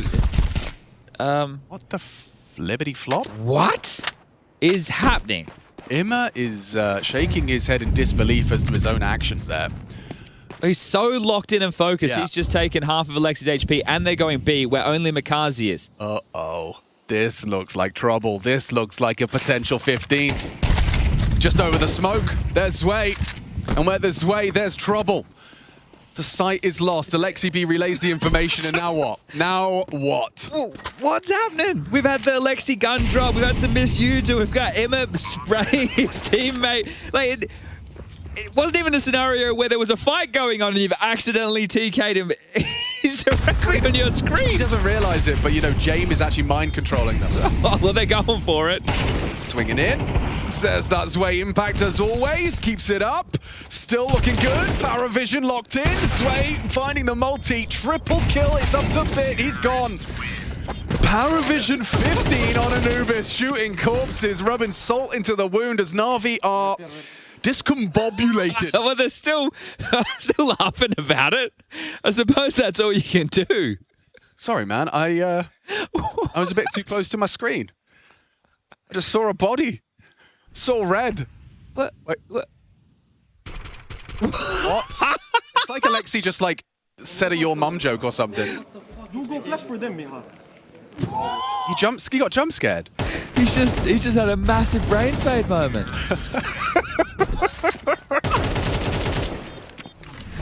It's not funny. It's very serious business, professional Counter-Strike, isn't it? It is. Okay. All right. Hey. Na'Vi, 2 rounds. That's going to take us into double OT. They can't do that. We will go to Ancient. Reminder, Major, best of 1, Navi's favor, domination. This time, best of 3, and PARIVISION have Zwei on their team. We've got a beef to settle. Well, it's definitely beefy. Miss Molly. 30 frags for Zwei. One hell of a shift.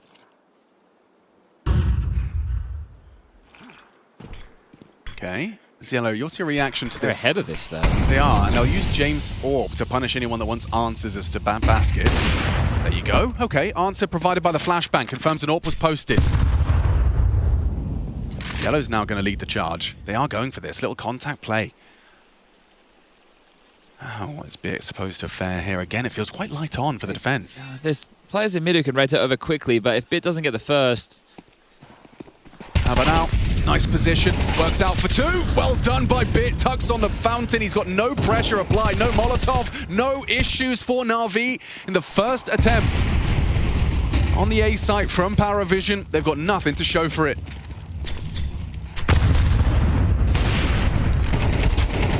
Oh, you can see him lining up there as James attempts to swing back out, but Alexi will confirm 14, and just one more round to take us into OT number 2. I would love another one. I'm having fun on Anubis. I think the other series on the B stream between G2 and Mongols was a speed run. And right now, oh no, it was. The second map got close by the looks of things. Okay. I mean, coming in cold, right, for the Mongols? Yes, they did that a lot last year, which was surprising, but Cobra Zero, first time playing top-tier Counter-Strike. Well, at least in the Mongols jersey. Okay, Dustin will use the timer. That is going to be very fortunate for Blade to try and reset them. And it is good to see that Na'Vi have continued to laugh through some of these moments. I think if they win this, it's going to be about relief as opposed to, oh, wow, we played really good Counter-Strike. This has been flaky at best. I mean, they can be proud of Dust 2. I thought their Dust 2 game planning and being able to beat what were consistently well-stacked sites. It was an impressive T side, at least. You would have loved to have had this one relatively clean, because then Anubis becomes a fear factor for other teams in the tournament, right? And now that it's like, maybe we won't pick this one again. I don't know if we will. Or, hold up, silver lining. There's lots that you can look at to fix. Valid. Yeah, I mean, if anyone's going to find gaps, it's going to be PARIVISION. Oh, what's this play? So a little late play out main. You molly the stairs, or molly, sorry, no, it's interesting. A molly stairs and molly back box. You fully press. Cool.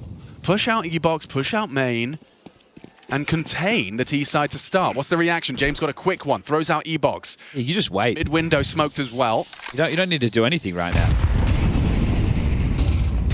Yeah, they backed off, right? They can't hang around. They cannot. This is... Ooh. Wonderful's in trouble. Nota does warn him off, and actually Alexi B's gone down in the meantime. That was just Zwei. Ready and waiting, catches Alexi peeking out from behind the pillar. A bomb is in T-spawn. Yes. There's a minute on the clock, so it will likely be considered. Yes, James heading back. Oh, timing. Oh, you could very well have caught both of them there.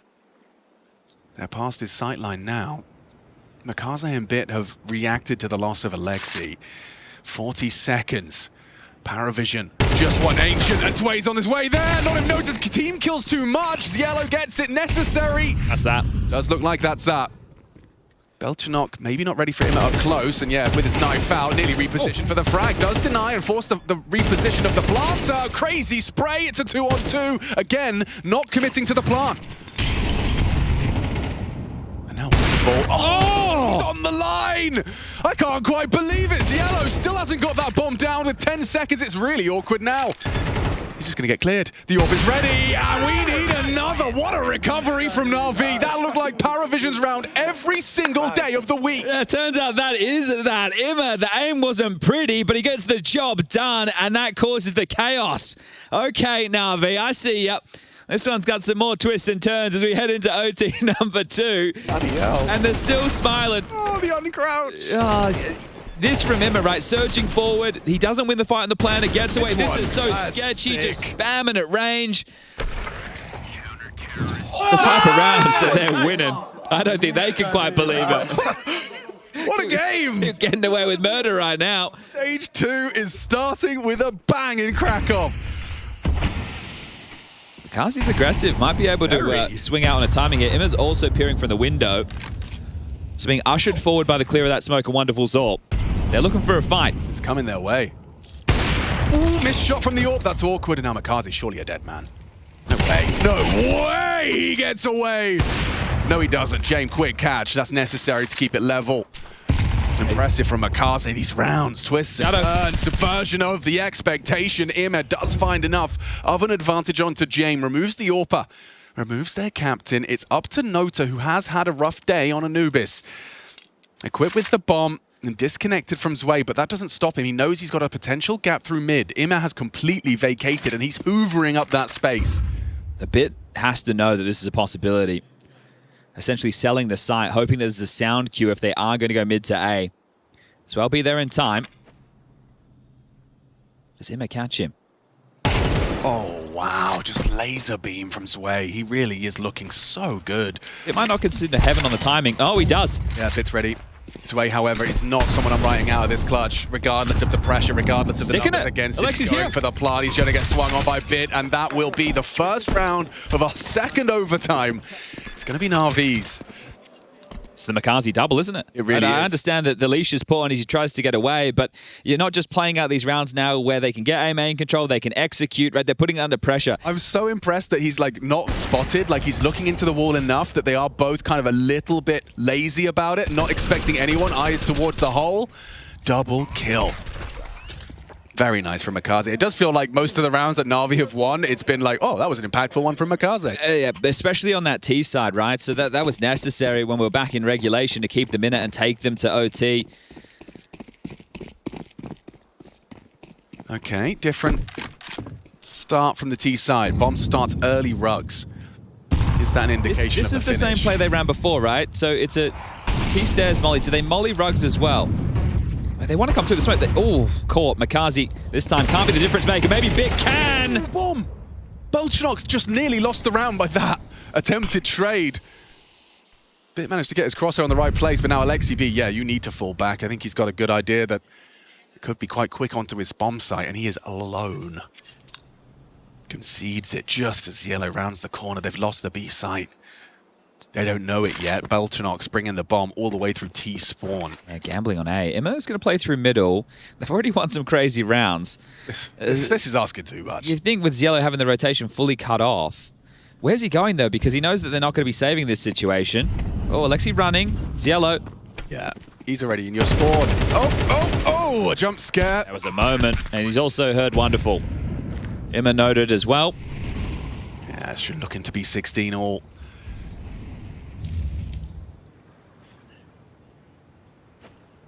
Not a fight favorable to Wonderful by any stretch of the imagination.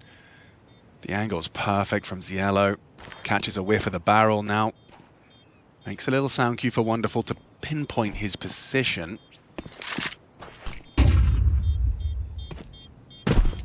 It's a tough one there. They go aggressive in the previous. Makazi's the man to find the double. They even lost the entry, right, with Wonderful going down. This time, Makazi's the first death, and Bit's the one to try and make the play over towards A with that push. He gets that second kill, it's back on. So it is going to have to be the multis from the CT side. It's about individual output. One not looking like enough from anybody in these skirmishes.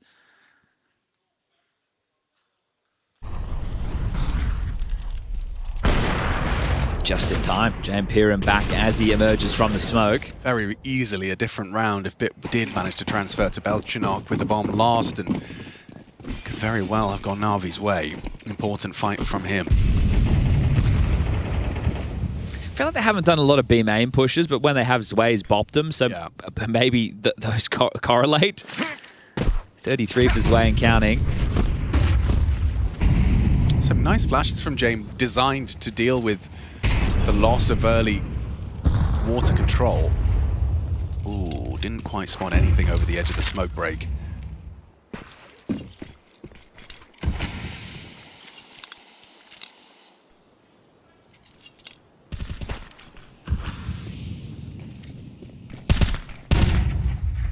James at Ruggs is curious. So he's on the fake with the AWP and then maybe control the rotations. Tactical smoke from Ruggs. Well, they're yet to claim E-Box.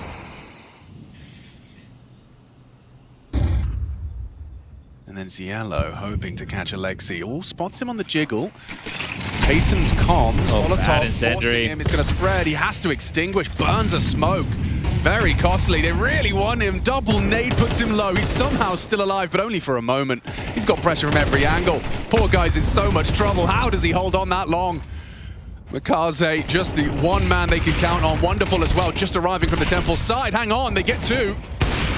Still looking like the site is lost. A 2-on-3 will establish with Belchanok extending play with the plant. Jame will set himself up. Powerful post plant now.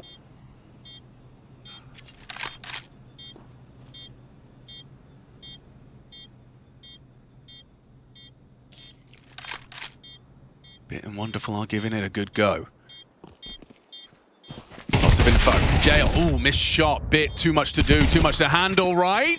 It's supposed to be too much. He's closing the gap. He's running out. Yeah, the nade slows him down. He rounds the corner in time. James just about, but the skin of his teeth saves the day. Oh, the idea that that would have been insane for a bit, yeah. Slowed him enough for him to chase him, I would have screamed. That was some high-level stuff there from Bit. Unfortunately, that could have been clutch of the tournament so far. Okay. Wow. Looks like Blade wants to call the timeout. Again, addressing the T-sides from Na'Vi, they have looked their best when they've been able to draw the rounds into skirmishes, right? Aggressive maneuvers, activating Mikaze doors, him trading on Alexi, getting into that of E-Box, taking the fights. If it is slow, we've just seen these setups from PARIVISION that they're happy to deliver multi-kills on the sites, right? They've also been running this double AWP setup that looks like they're going to do again, seeing Zwei already invested upon that. To balancing things out with the 12.5K.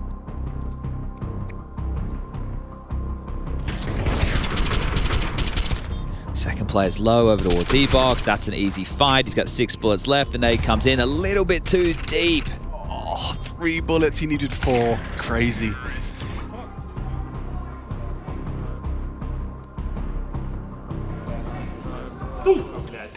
Yeah. Yeah, would have been one clutch. I mean, that's an NT in the chat for sure. Double AWPing.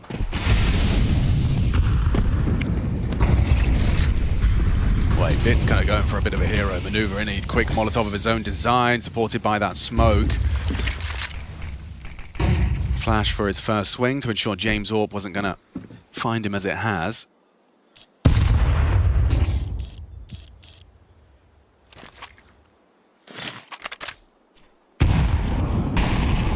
So not opting for pace. Oh, and you can see why. Ziello overzealous as he jump peaks to his demise. But with James AWP still alive, he's been such a nuisance. Ooh. Just a light peppering. Yeah, are they going to walk on this? Belchanok considering that and attending to the possibility. With Temple smoked, he is on high alert. He's on. There's so much pressure on this A defense right now. One man on a mission if they do commit A.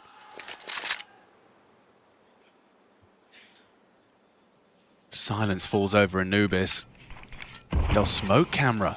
Okay, well that implies they're in a very good position here, PARIVISION. Is Belchanok really getting cheeky with it? Is he considering a smoke push? This is ridiculous! Belchanok, an outrageous, outlandish maneuver for the solo A player to pivot and draw 2. Wonderful hoping. Oh, but they're fragging PARIVISION. What a beautifully constructed round. Individuals and team unity on display as 18 on the board for PARIVISION to take us to Ancient. A single round is all that's required. That's such a crazy move, right? These are young, inexperienced players, right? James obviously got a whole lot, Dustin too, and then Zwei within the last 6 months, and before that, just a couple of events with Namiga. But the fact that they're in this scenario, he takes this move. Now, they're down a player, so likely also informing the risk, but he's just played straight through for info. Now, whether that was called by Jame or not, to see a player making that type of a move with being so inexperienced, that takes balls. Yeah, so just one round now. 4 match points already. I think that one must have broken the mental of Na'Vi. Yeah, would have broken mine. They're not laughing as much as they were in some of the others. Yeah, because there were things that happened that were a bit more comical, like shooting your teammate who was standing right next to you. But that one leaves a mark. Okay, well, at point 5. enough, and it might be the last. Yeah, that's a brilliant start. Belchanok, a double ended the previous and starts this one. Impact on impact. Awkward for Na'Vi. Oof, heavy heads. Tingly skin, and you're just wondering if there's any way back into this. Cielo doesn't think so. Nice angle, perfect to find the headshot. And that was onto the bomb as well, so the info flows and a leg shot doesn't quite connect. But this does look like a guarantee, folks. The fun, the adventure that has been Na'Vi PARIVISION, it deserves and will be all three. Ancient, the third and deciding map. PARIVISION, that is a strong and stark contrast from the Anubis we saw versus Aurora. That's different, that's special, and this series is still on.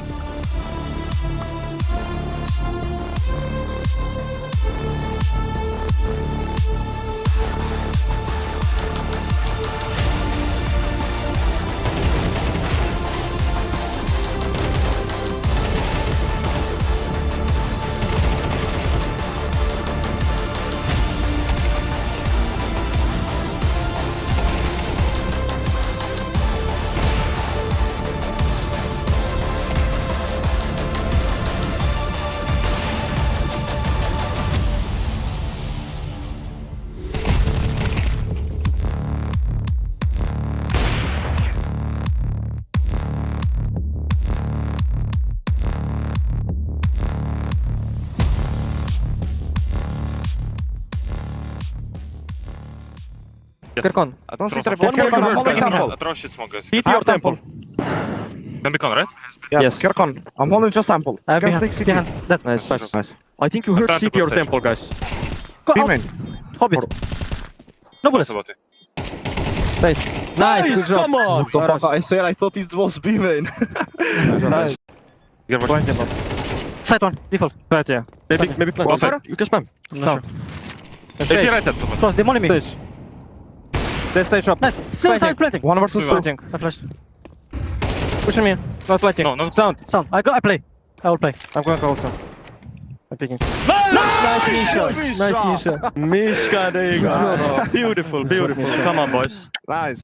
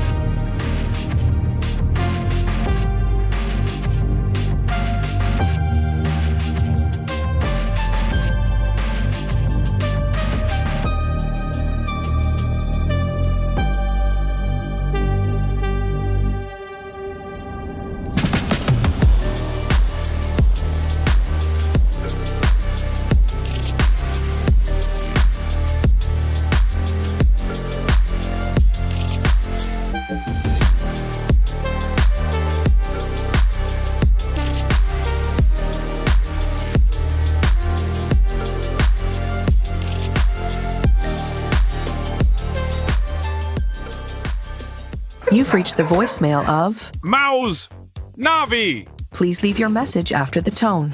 Hey Mouse, this question is for Jimmy. Hey Jimmy, which site do you prefer?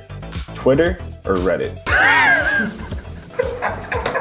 Which side do you prefer? I thought something else is coming. Yeah, I think Twitter is pretty good. Like I use Twitter for everything, you know, you can find a lot in Twitter. And Reddit is not for me. I don't use it for anything, to be honest. I'm the biggest Na'Vi fan that you'll ever meet. And considering you're playing for Navi, the biggest and greatest esports club in the world, what is your favorite former Navi CS player that isn't simple or electronic? For me, I love either Zeus from the early 1.6 days when he was a young guy, or Ceased from early CSGO.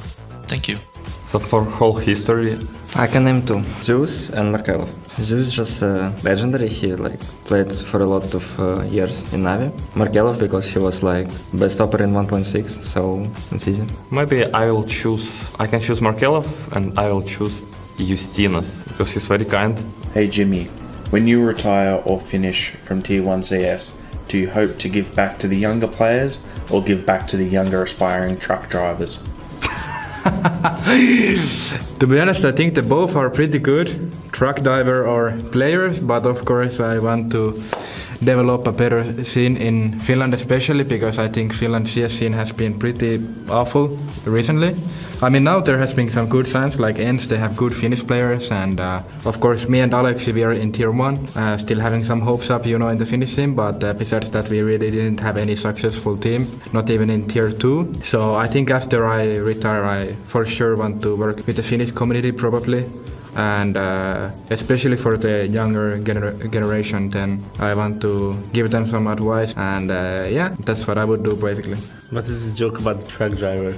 I think it's he's referring to my brother because at some point there was a joke about my brother that he became like a truck driver after he left ENS, which is still not true by the way, but I like the joke itself and my brother also, so he likes the joke. I think there was some picture actually in Twitter at some point, maybe 4 years ago, where picture of my brother and he was in front of truck, and then that basically created the meme that he became like a truck driver. But yeah, maybe that as well. If I'm just too washed and too bad to do anything, then just gotta go drive some late night trucks.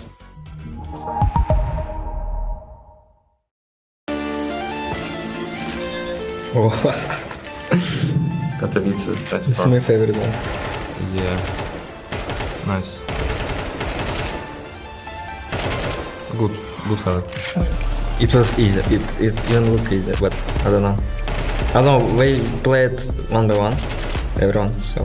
I think it was 5v5. Yeah, I was alive, I'm looking top right. He was behind me. I'm looking top right, I just see 1, 2, 3, 4, fully silent. Good. That's the gist. Yeah, felt very good. This is actually, I don't know. I remember. First. Second. I'm 2 HP here. Thanks that we won this round. It was 1 head away. This is fully lucky, I can say. No, I thought I'm gonna die, but I just kill him. Oh, I remember this. It's me. This is 2 knives or what? Yes. Sneaky. No. We're not even looking. Yeah, it was funny. After this round, I had a lot of money. Look at my money. To be honest, I remember I had not a lot of bullets in my. If I remember correct, I switched to USP and I didn't have a lot of bullets, and I was kinda praying that I will knife. Oh, I saw it 2 days ago. Actually, I remember that highlight.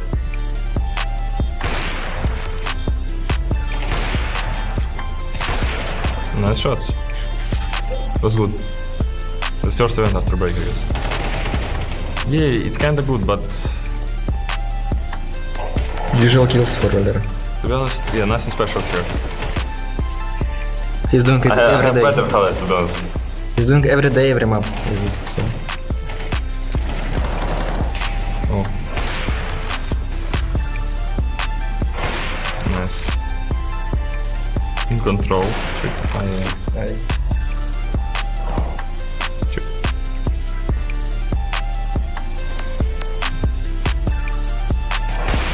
It was good move. Nice. Or I could do ace here, but Alexi stole. Alexi helped to win the round. Nice, good job. Look what he's doing. He did very good. He crouched, went left side. It's very good. Thank you, Valera. Initially good highlight. It's me again. It was, to be honest, easy highlight. I mean, easy clutch, because I knew that I think 2 was slow on City. It was not hard. Usual job. Again, usual kills, usual clutch. Yeah, but very good that it was kind of an important moment again, so it's nice. Since that night, my uncle has not been the same. Nor have I. Moses' youngest nephew. He may be the answer. The question is, can we control him? Face Rautha. He's psychotic.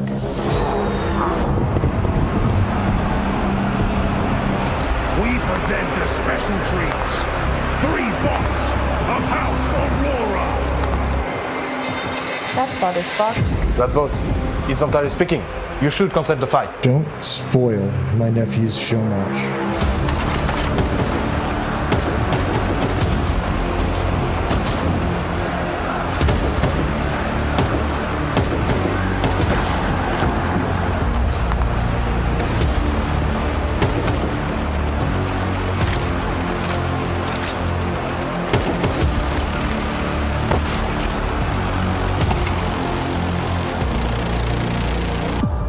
Have you ever had a dream about your first jump? Be simple. Be direct. Nothing fancy. Do Na'Vi have the capacity to jostle back for control? Alexi. An uncomfortable retake. An impossible retake. It's unbelievable! How is this reality? I can't believe the scenes that we are witnessing right now! He's got time! I'm not sure! Oh my God! Na'Vi! Consider what you're about to call, Alexi. Abomination.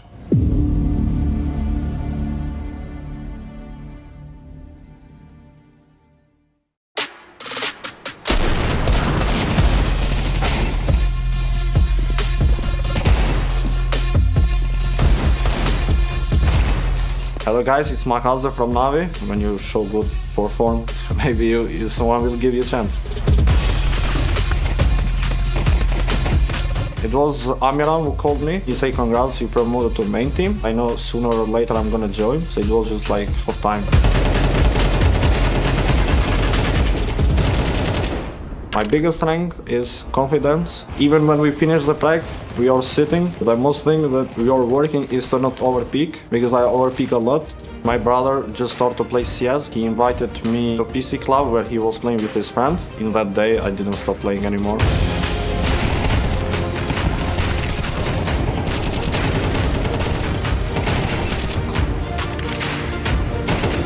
To be honest, I don't feel pressure at this moment. Maybe when we're gonna play official, maybe I'm gonna have, but for now, no.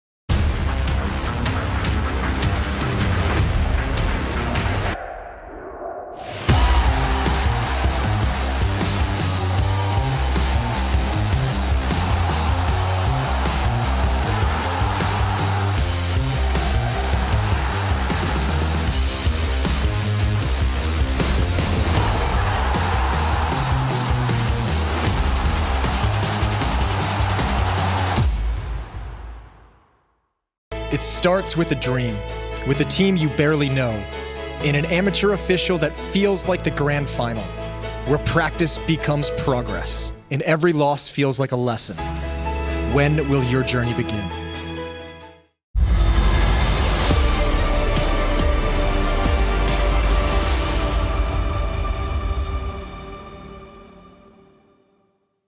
Yes, the Until Extreme Masters. Na'Vi locked out, not outside, but out of Anubis, requiring us to see that third and deciding map in their opening game versus PARIVISION, a Stage 1 team who managed to advance here to Stage 2 and are now putting Na'Vi through their paces in the opening. A third deciding map of Ancient. So what I'm taking from this, PARIVISION staying inside to keep warm, Na'Vi going outside for the wake up, right? There were some very odd moments. Alexi dropping a gun on a mid to A split. Emma shooting him in a following round. It was some funny moments, but it wasn't a funny conclusion for Na'Vi. We've had the knife round, and Na'Vi won, selecting the CT side for Ancient. Makes a whole lot of sense. And we're here to settle some beef between Zwei and Mikazi. Well, maybe not settle it, maybe extend it. Yeah. I mean, either way, it will extend it, I think, regardless of the result. But it certainly, it wasn't the expected result. I think a majority of us set the scene that Dusty was a must-win. I know I certainly did.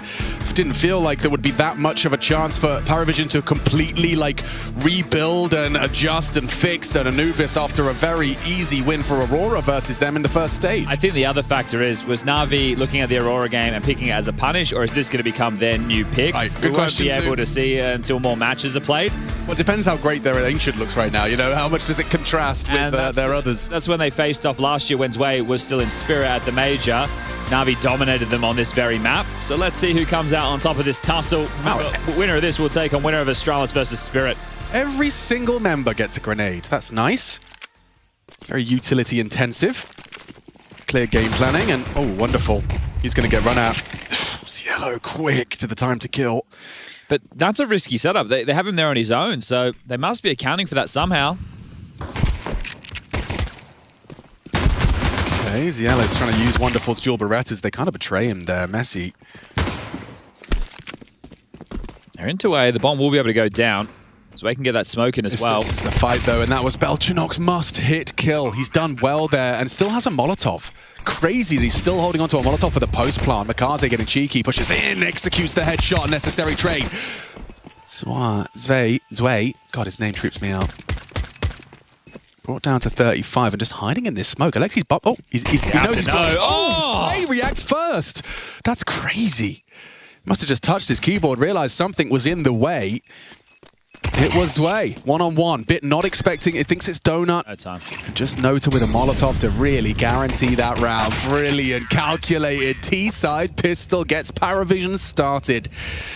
Lovely stuff. Yeah, so they have all that util left because that's not how the round was meant to go down, right? So the fact they win that fight, it's going to change things. And then Mikaze getting one in middle. So the whole round kind of opens up, and then they're playing mid-round after the initial exchanges.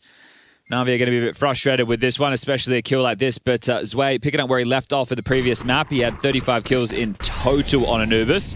Well, Alexi B would be the one to figure out the smoke block situation first. So all the more credit to Zwei. All right, force pipe in from Na'Vi. They get the mid-control, elbow smoke. They're blocking over towards B in case of a pop, but right here we can see them setting up for an A play. It's just Wonderful over towards the big box. Na'Vi have gambled B. Here we go. Wonderful with it all to do. A very stylish bounce molly off of the polygons. And another one with Wonderful's big box position completely burnt out. Good restraint there after the util was thrown. They can throw the nades, not wait for it to start burning, and then maybe Wonderful gets one. Ooh. And that's all Emma got for his troubles. One man standing. Alexi B palms into the smoke. And in no rush, PARIVISION. Allow them to fade, make sure you're not giving too much more over as they're starting to juggle bits and bobs over towards the big box. And Alexi's made some sound cues, but... Well, did he not? Either way, undetected for now. They're already spreading out to hunt him. He's definitely making steps now. Yep. Okay, now Zwei knows. Okay, I could have sworn he made a step before on the site, but either way, that'll be that. 4 out of the 5 staying alive. Force by dealt with very convincingly, and now it will be the Na'Vi Eco. And Na'Vi were eliminated from Bounty in the online portion by Monty, so I'm sure they were hoping to come to Krakow and crack on with it, as opposed to finding themselves now in map 3. So Punish not working out for them. For no reason they can't win Ancient. Same to be said for PARIVISION. Let's see if they continue riding this high. These kids getting in so many reps. That's what made them threatening. to close 2025. Just the sheer amount of time that they had together under the tutelage of old mate James and Dustin. 5-man B stack, flash for Alexi.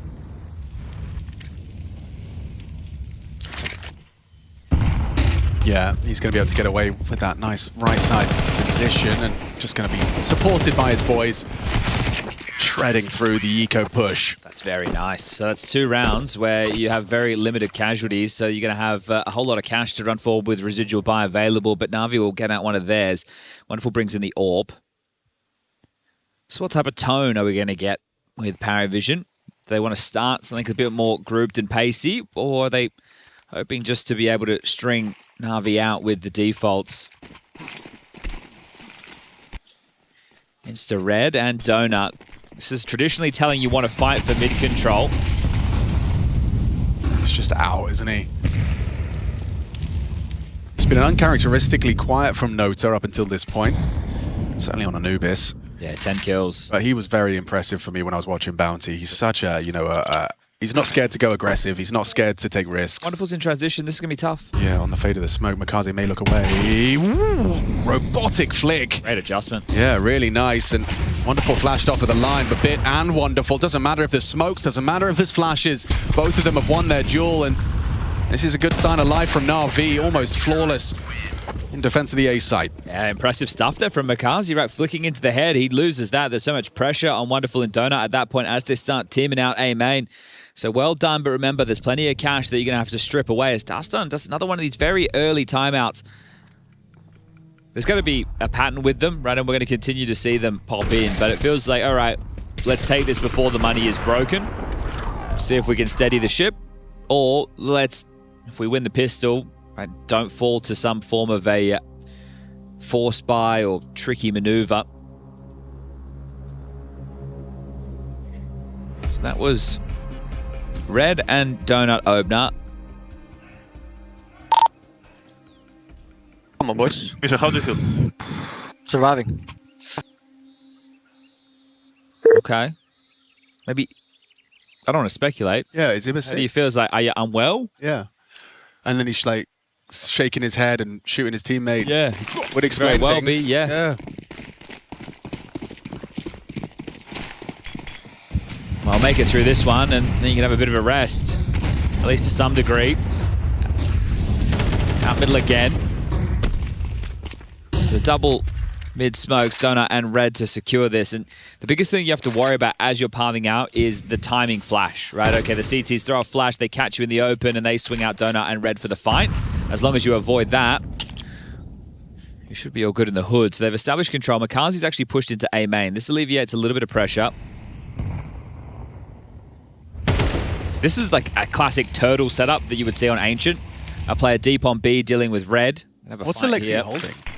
Okay, Just pixel gap, but Oh, Yellow's a menace, isn't he? Next push. And this angle, you're not ready for that. You walk into it, nice off angle adopted by Belchanok.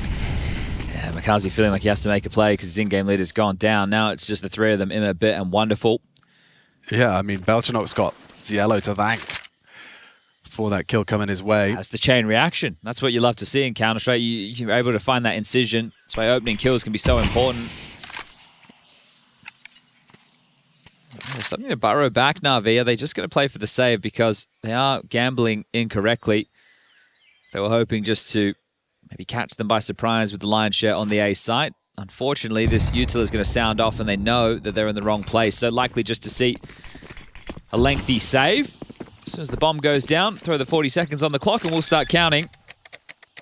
Second series on the B stream has already started. We had, during stage one, some swift days, right? A lot of 2-0s, especially on that first day, whereas the B stream was having a lot of 2-1s. So the next game has been pushed back in the schedule due to this one being quite lengthy. A 13-11, a 19-16, and now the start of Ancient. Spirit versus Astralis up next, and then to round up the day, Vitality versus BCG. Tomorrow, kicking off the day, will be Falcons Aurora, and running in conjunction with that will be Mouse versus NRG. I'm most surprised to see NRG through, but good, you know, they've obviously OC's in, Exotic out, and Nitro's with them at this one, which is good. Makes a big difference, believe it or not. Having your in-game leader actually in the server and not the coach. Who would have thunk it?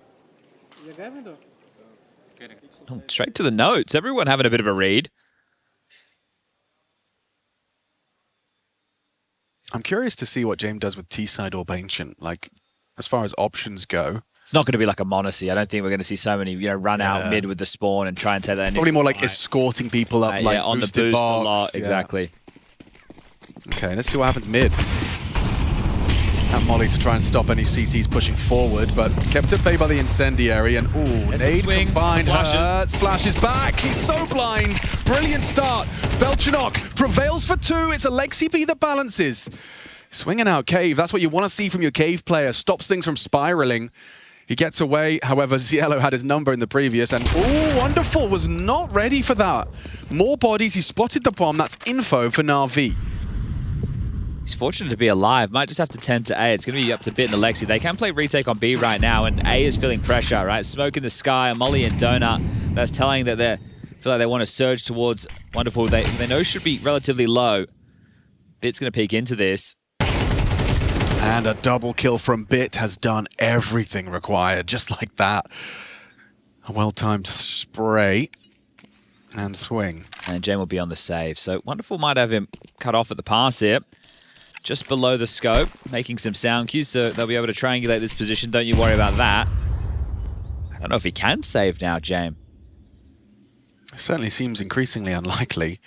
Wonderful doesn't really need to move. Yeah, if he goes down, then James can get away. Yeah. So Wonderful just has to sit here, hoping to use the orb as a shotgun. Oh, it can get bad for James. He could go down after time. Especially because he's used his smoke now. If that's what they're playing for, right? Okay, trying to burrow out. Who can he take to the grave with him? Oh, he heard you drop. Wonderful. Pre-aim's going to be pretty rigid. It's one way to get an ult. Take it from the opposing sniper. Aha, okay, Bit gets there in time.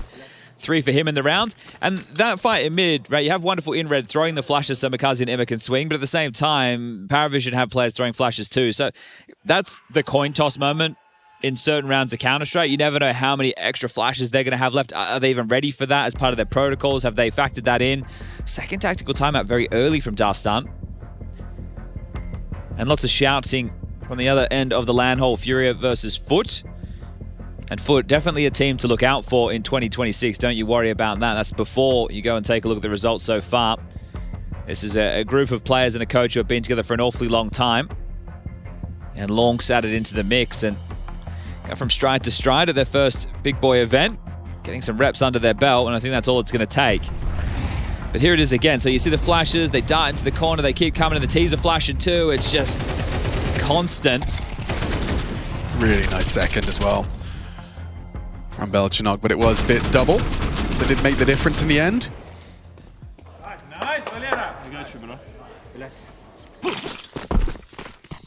So another one where Dastan gets ahead with the timeout to try and avoid them being broken financially. Makazi wants to fight. Yeah, he's actually going to self-extinguish and try and swing through, so he will win the fight in mid. This is a very valuable piece of real estate.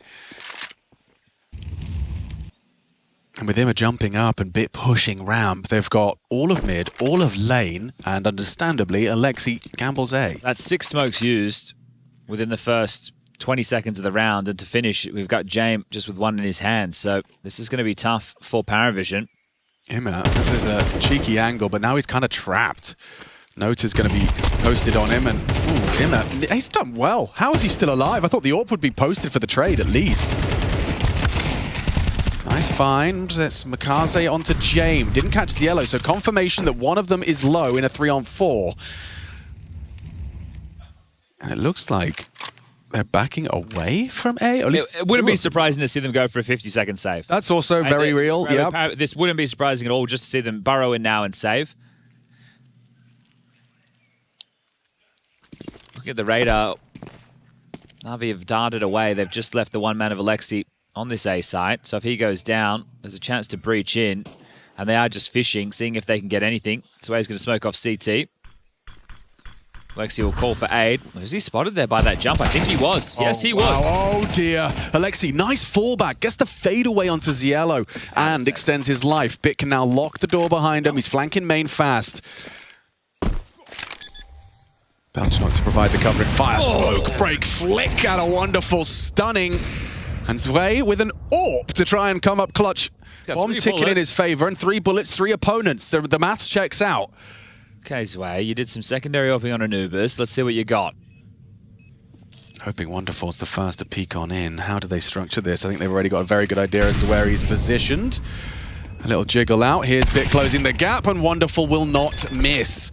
Important and impactful pair of frags from Wonderful on the way back in. Okay, well handled round. And there was absolutely no choice of saving there. So they get the bomb down. That's going to give them a little bit of extra cash. If they take a partial in this one, 2,400 into the next, and they can buy again. So Na'Vi starting to steady now. 3 out of the last 4. This is a nice shot. Yeah, I think the replay op enjoyed that so much. We get it in the mega slow-mo. That is rapid.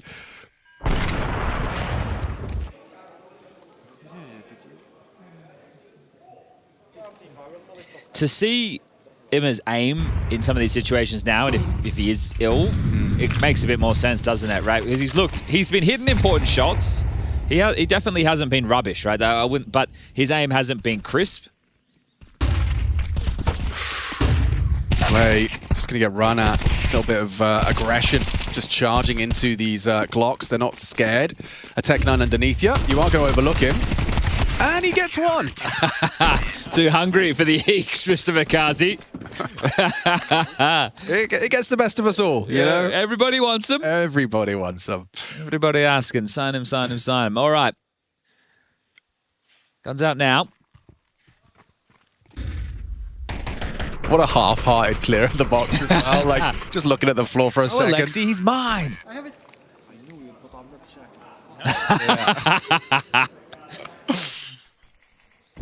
So they keep tussling in middle. Both teams really stubborn for this. Ooh, he pays a very heavy price from the HE and the Flame. And now Natus just gets caught out by the second wave of flashes. Wonderful sets up him and a first blood drawn for Na'Vi. 3 different moves for Na'Vi to secure this mid control in these fights now, and it's great, right? They're showing some real variety. That was the extinguish in the pocket. They've had the extinguish up close and personal. They've had the late swings with the rally of flashes. Not all have worked out as nicely as this. The fact that you get that opener and you get away, but it is very nice to see. You're seeing both of these teams locking horns with ideas out the gate for mid control. So now, trundling around the map with the 4v5 disadvantage. Are they going a high-low setup? Yeah, they're going to boost. Bit further forward than they may pre-aim. Lexi B and Bits. Jame, 1. Ramp activates. Cover is there. Imma's down. Jame pivots out. Smoke on a short should give Belchnok a little bit more freedom to maneuver. He's not ready to plant. He knows Alexi B cave is the necessary fight, and Alexi's not looking. He's just not looking, gets booked. Lack of comms or lack of awareness. I think so focused on Jame, and ooh, those bullets nearly found him crossing with the bomb. Oh, hang on, Wonderful could just wallbang him through the pillar. Very realistic end to Belchnok's round here if Wonderful does elect to do so. Knows he's got him pinned. And he does find just a little bit of flash of flesh. Jame pivots back around to the cave side. That incendiary really limits his angle. It's wallbanging harder. Ooh, Makazi's lucky to be alive, and Wonderful had to hit that. Some clutch shots from Wonderful so far. Yeah, he's looking good on Ancient. Yeah, it's nice to see. You want Wonderful from the major in form here in Krakow. Yes, please. That's a tense round even after that opener. I think you're bang on with the Alexa situation. It's not lack of awareness. It's just so focused that James going to swing him at any moment. He's gambling that Belchnok isn't going to be able to make that type of pathing. Yeah, tense one. Wonderful dies there. Makazi's low. It's just like playing face it. Yeah, we all know that. Okay. Here with some tech. Is that a heaven smoke they've thrown, not a cave smoke, or am I mistaken? It should cover both. Okay. Gives them freedom to just stroll up lane.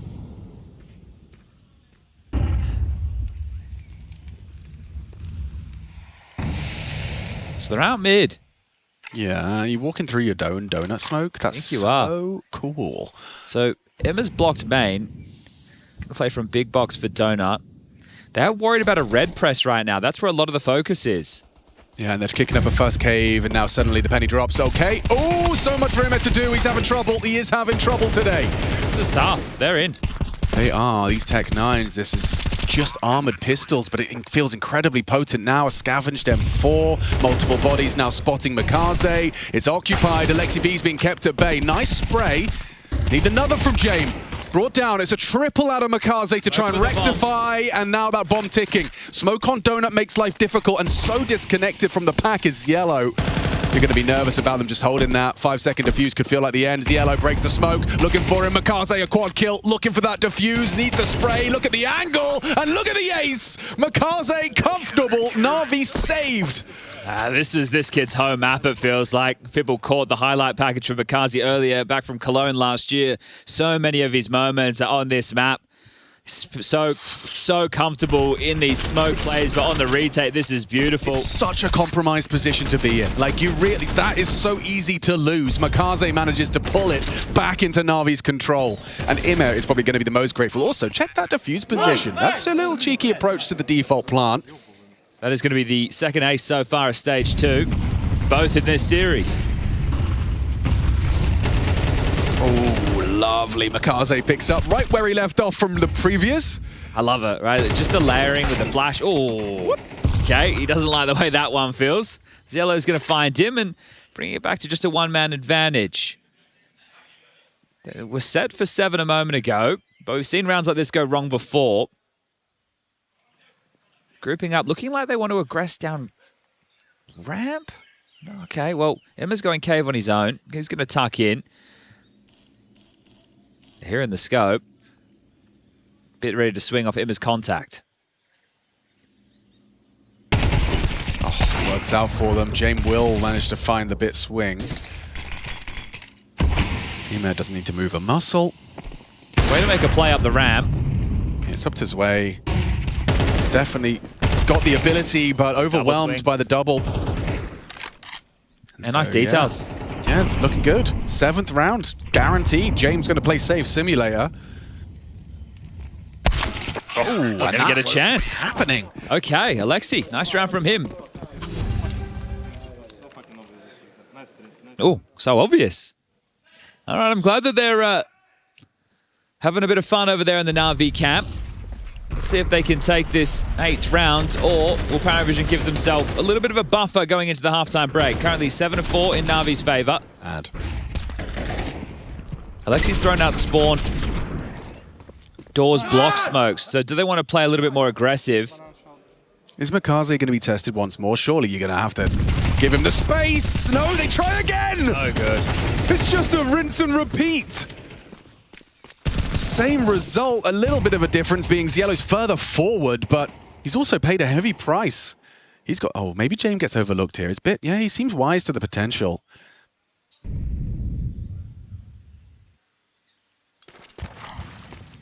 Sway on the way back, and James peeking in. Shadow, headshot, nice from Bit. He can fall away now. He's got that 2-man advantage for his squad. It's almost Zielo at 6 HP, barely able to do anything on his own, and there's an example. Swinging on out, an easy bullet to the body. You'd love a plant. Interesting plant position. Works out for him. At least now he's got the 40 seconds to work with, but there it is, 7-5. That's the half. Na'Vi, sorry, 8-4. 7-5 would be if PARIVISION won the round. They ain't having that. Not at all. All right, Na'Vi on track right now. We're going to a break.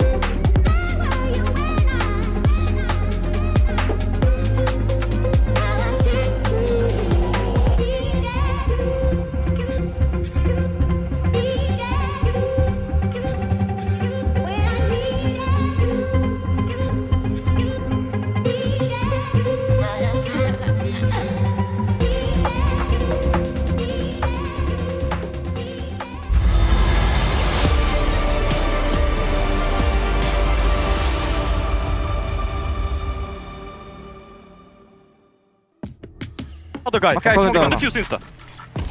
Let's defuse. From top. I faked You it. can jump top. You can jump on top of the box and defuse. Yes. City. City. Let's go. Nice! Nice. Блядь, Natus. Ancient, you're fucking bad. Guys, for the half, I promise you, some people thought it was 7-5, but right now, Na'Vi on track to dumpster PARIVISION on Ancient like they did back at the Major. Will it happen again? Well, a pistol will go a long way in confirming exactly that for Na'Vi, who were looking comfy. Makazi, monster moments. He was locking it down middle. It's nice to see as we are going to set sight on PARIVISION CT side. When they played at the Major, PARIVISION got 0 CT-sided rounds. 0? 0. Okay, well, a pistol here, and they'd already be on the better track. In the wrong place, Alex. They gambled middle and A. It's a cool short smoke and deep molly to ensure it. That's all about the post plant. A nice headshot to start the retake. And they're back into the conversation. Yeah, Zway's going to be playing late. No kit. Using that boost, hoping for the one-tap on a long jiggle. They need to make a move together. You can't just sit on the side. Yeah, that's where he's been found out. Bit doesn't win its duel. It's all collapsing for them. They need to count on Makazi's the man. and Ima. He is the man. But there's too much. There's too much to handle. It has to be Makaze for the last. Ima has enabled it. Tried to make it more competitive. Okay. Threatening now the 10-second defuse, but the cover is there. Zway with 3 frags, he secures it. PARIVISION already locked in more than they accrued last time. Okay, well, that one was damn close. What are we remembering? Oh, I wanted to remember Come on, with them. I want to remember. I remember with them. Nice shot. Yeah, just the tip of the noggin. They do put up a real fight there, don't they? Yeah, I thought with him as double, there's a world where Makaze... Oh, they're just hitting shots, aren't they? Yep. That's Wonderful's reaction to James one-tap. Well, the bomb went down. The force can be pretty tidy. 2 Galils, some upgraded pistols. So Deep HE swallowed by Pocket. Knock, pocket down, swing from the SMG, nothing. Doubles to start. Wow, it's yellow. Nice burst straight to the face of Makaze. I want to trade that Galil out. Yeah, Emma will give that over to Bit. If Alexi gets found, it's a real problem. So he's going to back off towards the doors. No point giving away his life. Oh, okay, no, he's not. He's hanging around. He's calling the troops back. So they're looking at... This is bad. This is... He's pipped the gap. And it's, you know, trying to claw back an advantage, and Wonderful gets caught. But you can't react. You're not grouped up enough yet, and you've just been blocked.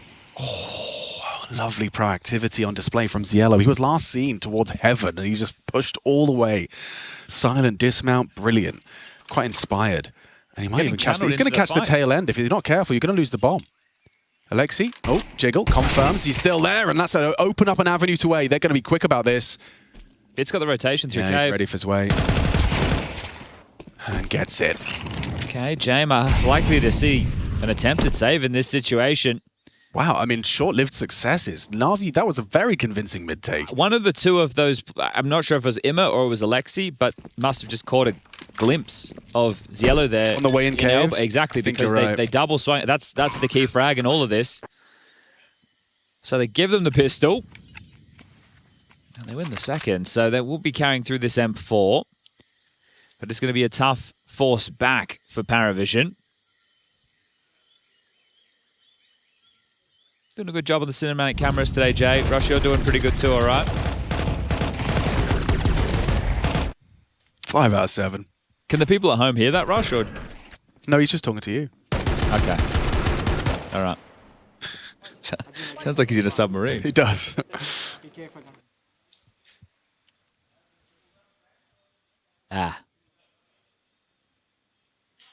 Signs of dismay. Understandably so. And quite the opposite. Quite an uplifted Na'Vi. I think they're just going to be happy to have gotten past what happened on Anubis. Yeah. It was some real quizzical moment. Well, I think I like the way you framed it as well, that Na'Vi did go outside just to kind of shake off Anubis. Like, okay, let's reset. And I'll tell you, it is cold today in Poland. -8 Celsius. So, yeah, very chilly. Good way to get some fresh ideas. Okay, well, where's the M4 starting? Over towards A for James. He's pushing through Donut, so... Safer. You're not going to get naded. Try and boost over this. Okay, the James rifle will not have vision yet. Maybe on the oscillation, on the fade, we'll see. It's backed off. Yeah, okay. probably the better of the options available. Full mid control. If they want to fight into red, this is always risky against pistols because of the range. But I would say, fortunately, it's the Deagle that they're dealing with.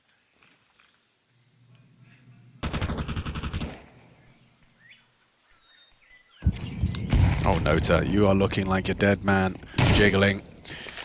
Feeling the pressure. Does at least get the info safely. Will be forced to extinguish, and oh, they lose yellow. At range, one less on B. Makaze already quite quick to Temple. Is James considering Temple right now? He's looking more donut. Have to flick into this. I think there's a chance he can hit this, but Makaze's been so hot. 17 and 11. Oh, good poise. Yeah. Smoking off main, removing options. And there's the first contact. Can't believe Wonderful's won that. Optionok's lingering in this main smoke. Wow, and Makaze aware of that as well. So that'll be 10. Strong. Really, really convincing scenes on the T-side start. It's good. You get literally into CT spawn and you take a moment. Oh, a bit at range with it. Spam. He's got 2 players to worry about. I think they won his gun. Yeah. So he's going to have to fight for survival. Optionok's creeping ever closer. Should be good for the tap at the back of the head, right? Yep. AK, at least something to celebrate. A FAMAS and AK-47 a whole lot more appealing for the save. Yeah, they got to back off outside B to hold on to this. But yeah, once Na'Vi get the CT spawn control, the fact that they just pause, they're not trying to rush the tempo because they have so much time on the clock. A lot of other teams, oh, we're here. We feel like we're in a scenario where we need to be pushing. They get some key territory and then they set up and they communicate quite efficiently for the finish. So that's nice to see. Yeah, like the A main smoke's a good sign of the thing you're talking about. Forcing that extinguish. I can't quite believe they find this. Yeah, just a flash of yellow before the smoke came up. And that was an impressive double burst to the face of Jame. Wonderful does well. Tell you what we haven't seen a lot in this series is MP7s. That's true, actually. We saw a decent amount of it in some of the different series we were covering throughout stage 1. But today I don't think I've even seen a single MP7. I don't think so.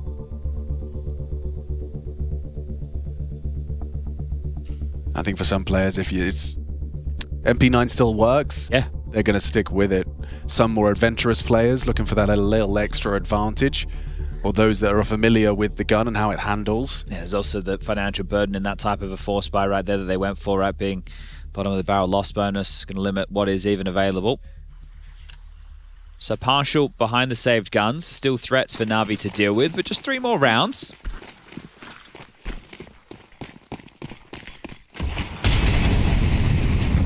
Matt trying his hand at some mid. Does edge the smoke flawlessly and confirms no one's fighting for it. They missed the pocket molly, so they are going to have to clear this. You can see just how wary he is, but they can path with back to the donut smoke. Looks like they're just going to... I mean, Alexi will not be taking this fight on his own, I assume.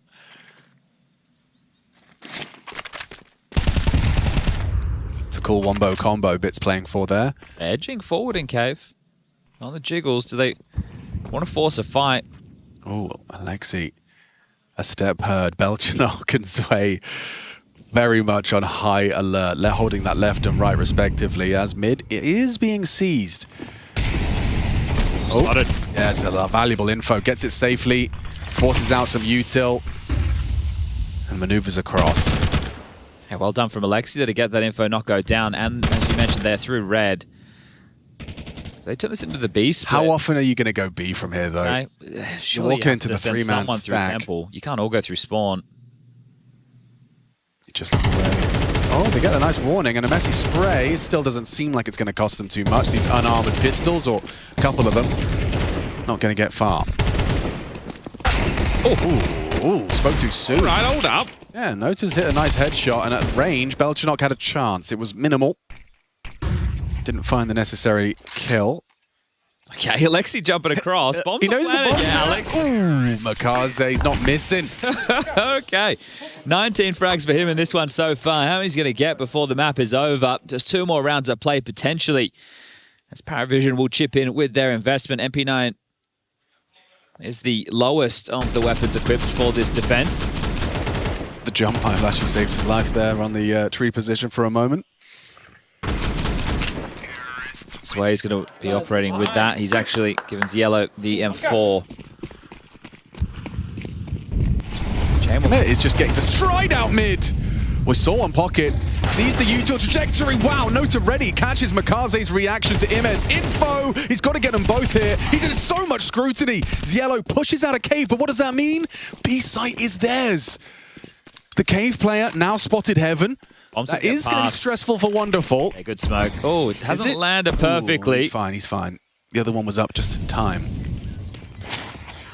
Nota versus Alexi. Very important duel. He's missed it. Weird fights for bit 2. This can go wrong. This can go horribly wrong. He's committed to this fight. He can't go down. Wonderful doesn't want to be in this round on his own. Doesn't matter. He gets one. That's the minimum.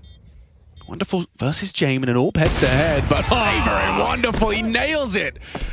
Perfect. Na'Vi keep this streak flowing. They are running to the finish line. It's going to be another bad bye to close things out for PARIVISION. And it's great to see Wonderful hit a couple of those shots throughout this series so far. You want to see him in form if you want Na'Vi to be rocking into the playoffs at IEM Krakow. I think a key detail that we haven't been parroting too much throughout this series is once you drop down to the lower bracket, there's only one spot per group from the lowest. Your best bet is just to win your first 2 best of 3. Sounds simple, right? But fighting middle. Yeah. Oh, Makaze's just going to spray the whole team down. 3 massacred in middle. Ziello could be very next on his list, but tracks it very well with the MP9. They know where they both are. Stick a fork in this one. It is practically done. The big bad wolf blowing the house down for PARIVISION now. Looks like it is going to be domination on Ancient again. Last time it was 13-6. This time it could be 13-5. 2-on-1 better than RV. Fair play. I mean, it feels like Makaze gets mid whenever he wants it. And I think the biggest takeaway from this one is that Na'Vi are coming into this one confident. The fact that you're picking Anubis, we don't know what it is. It's so fresh in the map pool. That was their pick in this series, and still they'll concede it and smash map 3. Ooh, Ziello. He's not going down no chance without an attempt, and it was 2. The nade looks like it's a little early. But through the flames he burns. He actually goes down to the 1G. A stomping map 3 and a confident Na'Vi. Okay, well, we kick this one off on Dust 2. 13-11 Na'Vi. Topple PARIVISION on their pick. Anubis had double OT. 19-16 to push us all the way to Ancient. And you wonder, did we even need to get here? Na'Vi going to have a lot to review. Him not feeling on top of his game today. And we'll see him hopefully feeling better throughout the tournament. And PARIVISION, everyone was riding the high from their bounty victory. They're the ones who have been trying to keep the lid on things. Na'Vi, they lose their opening game to Monty, and everyone thinks the world is coming to an end. Online games, you make it to LAN. This is what it's all about. That's a strong Stage 2 start. Will PARIVISION be bouncing back, or is this a sign that Stage 2 may be too deeper waters for them to stride into? That's a question for the desk. We'll throw it over to them. Boys, what do you reckon? PARIVISION, is this a sign of life? We're heading to Trace with the interview, who I think has Makaze standing by. Oh, excuse me. There we are. We're right there. I see the tally lights sometimes. Hey, man, congratulations on that game. How do you feel? Good, thank you. Let's talk a little bit about it, because at one point on Dust 2, you've got Jame running up mid, 7-7 with an op-out. Now you guys run this one all the way to the max. How do you feel when you beat the guys on the other side of it here? To be honest, I don't feel nothing. No? Nothing. Yeah. Just good. Just emotionless, just okay. Yeah, you got a dub in here. All right, so cool. What did you guys learn about your gameplay today? I don't know. Well, Makaze, is there anything you do want to say? I just want to say to someone in other teams, so he should focus on killing, not shooting body. And that's pretty much that, isn't it? Anything else you got? No. Yeah. You want to drop the mic, or do you want me to do it? No, you can drop it. Okay. Let's go to the desk.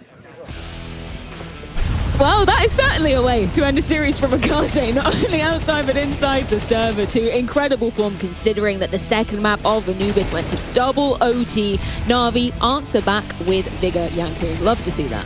Love to see that. Love to see a little bit of trash talk after the fact. But Na'Vi get it done, right? Anubis with the punish didn't really quite work out for them, but still stayed composed for the decider on Ancient, and will be getting one step closer to the playoffs. Felt a little bit personal, didn't it?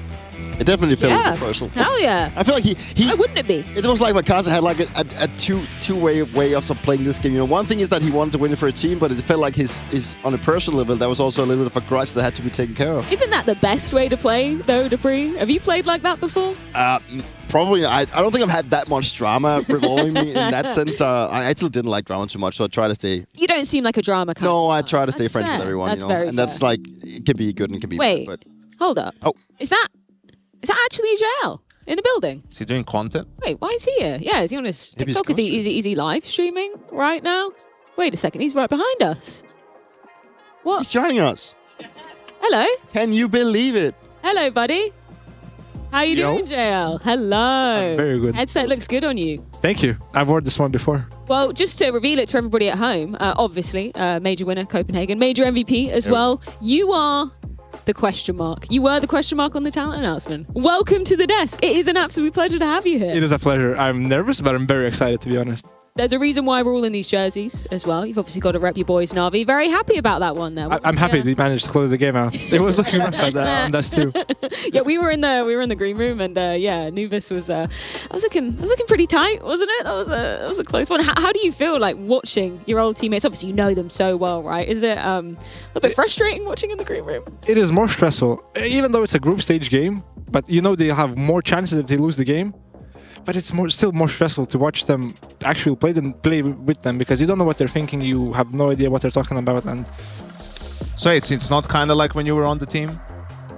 You don't know what they're thinking. You don't know what It's like when you actually get to watch your team play when you're kind of still part of it. That's also when I was benched in the Falcons, but I still get to watch them. You kind of have the idea of the playbook and what's going to happen and how the players react and how they are towards like each other.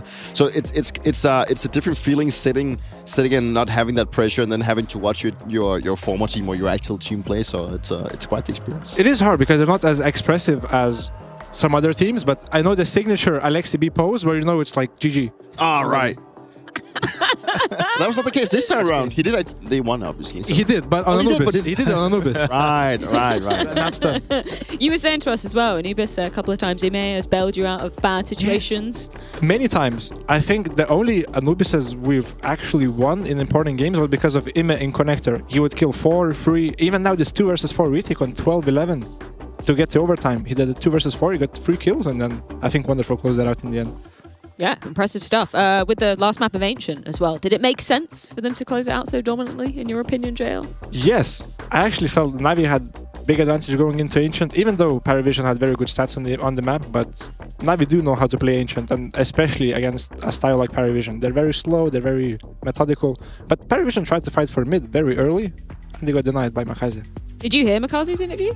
No, I didn't. Okay, we'll show you that in the green room when we get into this next game, Jel. Speaking of which, obviously we're going to be getting to see Astralis and Spirit taking to the stage. Firstly, lots of changes for Spirit. Do you want to maybe just give the viewers some info if they weren't tuned into Blast Bounty? What's happening in the Spirit camp at the moment? Yeah, the way that we just saw on PARIVISION, he was on Spirit last season, right? He was out of the team. Magus coming in for him. Well, actually, Magus and Zontix coming back into the lineup for Zwei and Chopper. And I think Zontix coming back for Zwei was sort of, you know, people were expecting it to some extent. Zontix wasn't out of the team for Counter-Strike reasons, right? More some of the things out of the game that he needed to take care of. But the Chopper one was a little bit surprising. Didn't, you know, hear any rumors about that he was on the way out. And then bringing Magix in to take that role for the first time in his career is an, you know, interesting decision from Spirit. They obviously wouldn't have done it if they didn't feel like he has potential to flourish.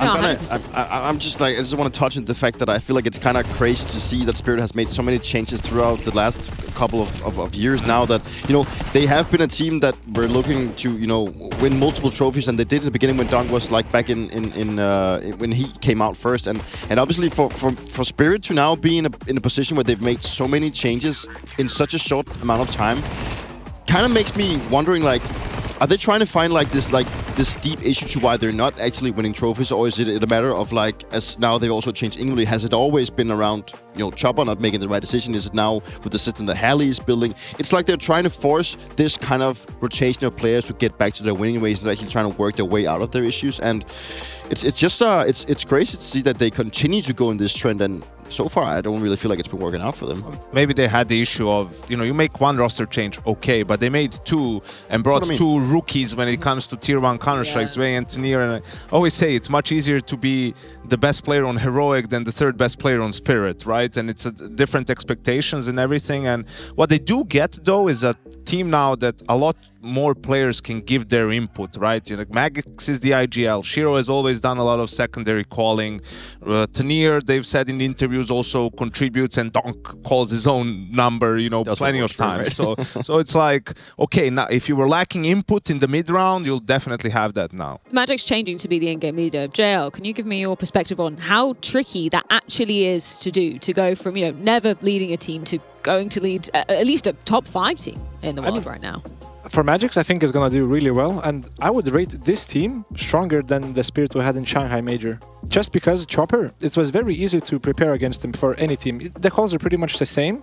They just change it from game to game, but the rounds are still the same. And I think with Magix coming in, he's going to make it more diverse, so to say. And the firepower is higher for sure. But isn't it, the firepower higher for sure, but isn't it Hallie's team at the end? Wasn't Chopper sort of calling Hallie's game? Similar like Alexi on Navi is mostly calling like how Blade sees it. If that was the case, why would they replace him?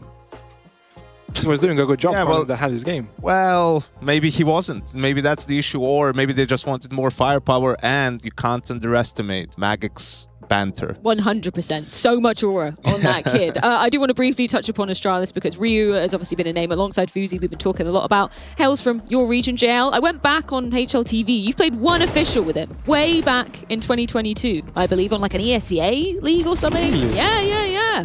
You don't even remember? You lost. You lost pretty badly. I'm sorry. We don't talk about those. Yeah. That's why I don't remember. How aware are you of him as a talent? And did it make sense for him to join Astralis, in your opinion? Oh yes, 100%. Even before we joined, he kind of told me his options, and I said, yeah, this is the team to go for sure, with the higher potential. And if Jugs was not in Navi, I would have picked him for the bold prediction, but I just went with Jugs because he was a part of Navi, and I thought it made sense. But Ryu is the hardest working Lithuanian player there is right now, and it's not even close. Out of the 4 of them, he is the hardest working.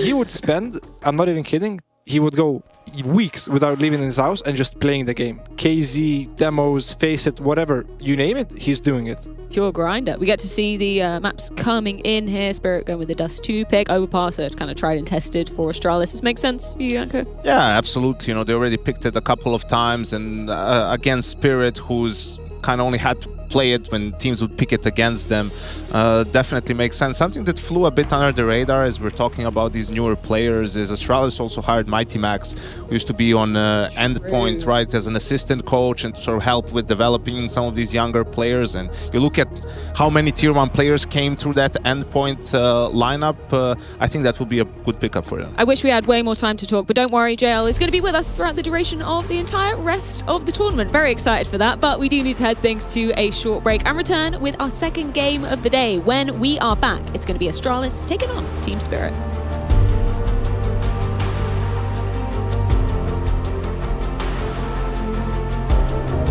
Hi, this is Basement Dweller's first advertisement. And our second drop is, it's up, actually. If you're seeing this, it's up. It's available on the ESL shop. We had our first go at a jacket, and I'm really proud of it. I've always had an interest in clothes, but, seeing behind the scenes how the sausage is made has been a lot of fun. And if you like the clothes, tell me. If you hate the clothes, tell me, but try them before you slag them off. I think they're really comfy. So yeah, that's my advert. I'm gonna try again. I'm gonna record another one. It starts with a dream, with a team you barely know, in an amateur official that feels like the grand final, where practice becomes progress, and every loss feels like a lesson. When will your journey begin? The matchup is not only Tenier taking on Astralis, but it is Spirit taking on Astralis. So, Tenier, let's talk a little bit about the past week of your life. What have you guys been doing? We had tournament in Malta, then we just have a flight to Krakow, and we practices this all days. And today we have first match against Astralis. Let's talk about that practice. You guys, did it feel productive? Tell me about would you call it a boot camp?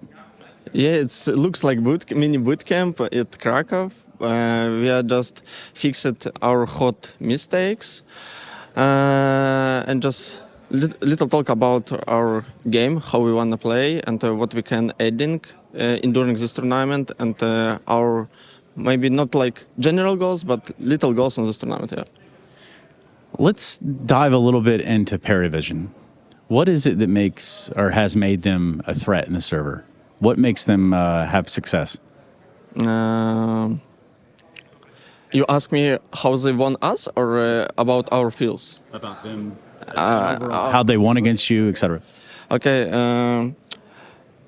For real, it's not like something important for us. Of course, it's like a little bit sadly then we are lost against these teams, because for this derby it's very important.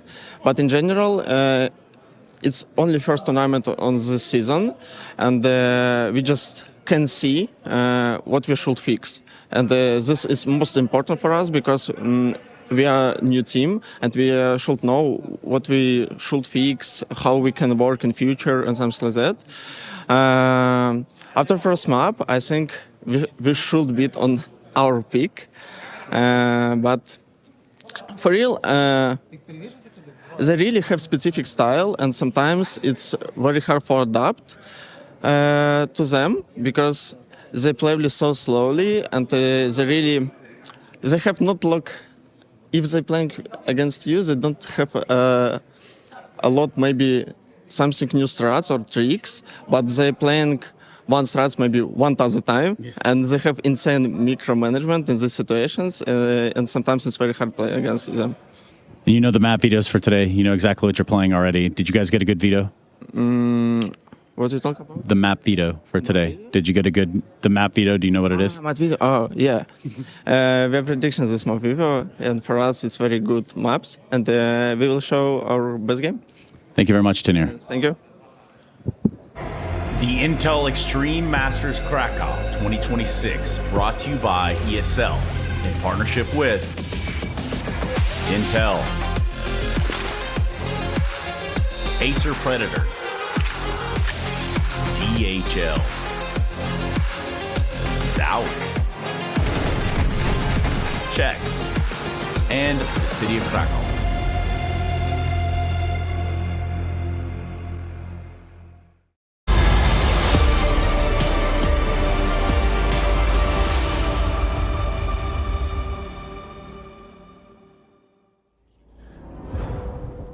IEM Krakow welcomes Team Spirit to the server in their first game of Stage 2. The groups go on, and so do Astralis, who barely survived the previous day. They had to play 2 BO3s in order to progress, taking out Gamer Legion at the end of the evening, and now they go on to face one of the heavy hitters, in fact, one of the victors of Intel Extreme Masters Winters all the way back in 2024.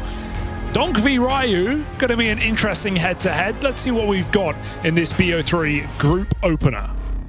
You heard it from Tanir heading into this one. He's feeling good about the maps that have cropped on up. Overpass pick for Astralis, starting things off here on Dust. Now, we already saw Spirit in the first event to start the year out in Bounty, falling a little sooner than they would have liked at the hands of PARIVISION. Obviously, the squad who went on to win the event, but this is their chance to showcase what they can do versus the top dogs in Stage 2 here in Krakow. This is a cheeky call here, just walking out through the mid-smoke, throwing in this Xbox smoke, leaving a bit of a gap, and they are out and about. Re-smoke for mid to be Astralis. There's only 2 players to win this round. Yabi hears them coming his way. Stairs going to clean up Tanir, and so this mid-split already in jeopardy. Can Yabi get out with anything else? They haven't cleared him. This is big. Trigger held for Yabi, and he gets all the glory. It's left on a Shiro. Defuse tapped, now being committed to. No kit, so he does have time to work with here, closing the distance. Shot's got to come through straight away. Gonna try and rob this, and Ryu's got the cover. Astralis starts strong. How often do you see Donk caught off guard? He has his knife out, he's jumping around in the bomb site after one entry. Spirit felt like they had the read, but they didn't clear the back of the site. Yabi coming through with a massive double, and Ryu covers him on the defuse, because don't put any doubt on Shiro to hit that shot if Ryu misses. He had just enough time to stop that 10-second stick, but fantastic cover from the Lithuanian keeps Astralis in the game. Pissed around taken despite what looked like a great call for Spirit. And of course, the Force in round 2. I'm glad we fixed the cameras too, or at least are doing that. It was throwing me off seeing Donk, but it was actually Fuzi. Because Fuzi looks like he could be the best player in the world. Okay. What, visually? Yeah. Like how it's unsurprising that Snax is so good at darts. Yeah. He looks like a darts player. Fuzi looks like, what, a goat? Yeah. Fuzi. Now on an island over here towards middle. They've taken short. Right now, Zontic's trying to go blow for blow with him, but it's the long wrap in for Hooksy. What a move for Hooksy. Ballsy move to make, but he's got the back turned in middle. He's even going to escape. Takes a lot of damage, but that number go up here for Astralis. 4v2 now. As Donk and Magix are left alone. Magic's back turned from an aggressive Ryu behind the molly. Donk, what's he got? You don't see Donk in a clutch every day.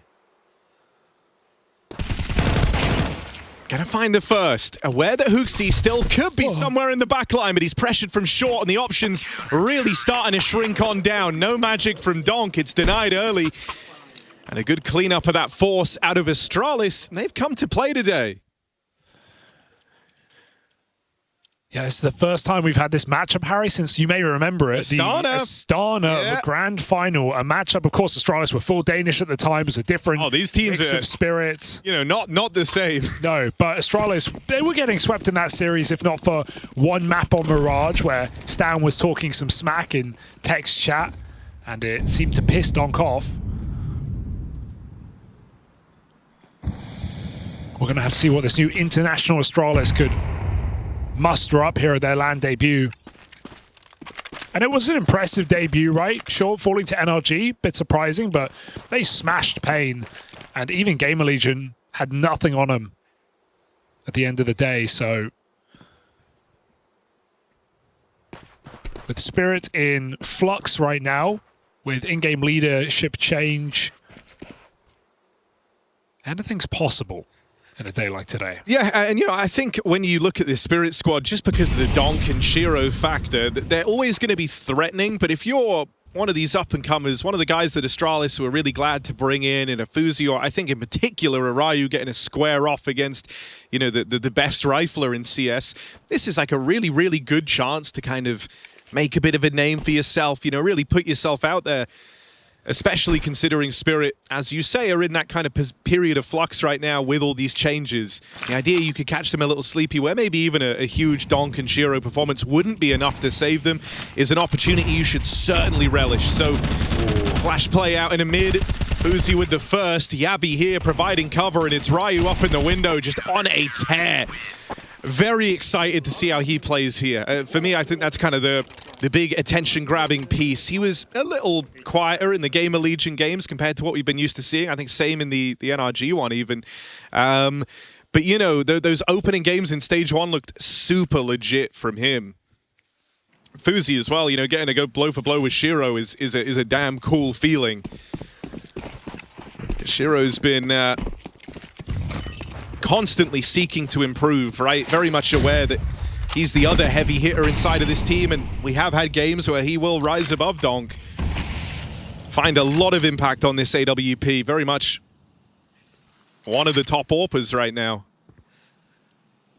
Spirit look like they want to just go for this B hit pretty early in the round. Some Muto towards short, gets Donk out lower. Magic setting that up, but the rest of Spirit still grouped back in tunnels. Reblock, 3 strong. Astralis with a stack, and right now looking like the right place. Got Stare hiding out of the car, hoping he is the Joker in the pack. An unexpected. Mid-to-B smoke comes in. High-low setup here for Astralis. Ready to fight back, but it's all a bit of a ruse right now. Looking for the B hits, ignoring mid. Astralis can't afford to change positions at this point in the round. They are stuck in their ways, so Stare could be still a nasty surprise here at the car. Would have loved him to get out with one. Instead, instantly toppled. Takes Ryu moving in, trying to play cleanup. Yabi's turn, this three-man defense getting whittled down, but a miss from Shiro.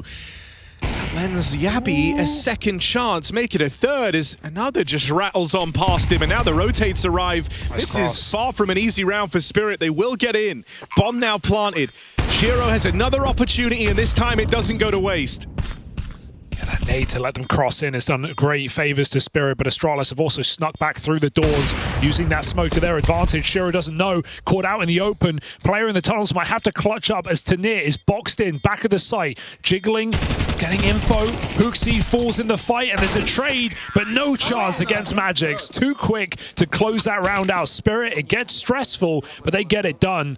I think unfortunately for Astralis, they don't have any of the benefit of the triple B. They're so focused on middle. No one even baits for Stair when they realize Spirit are out B. No one peeks the doors, no one jiggles. Yeah.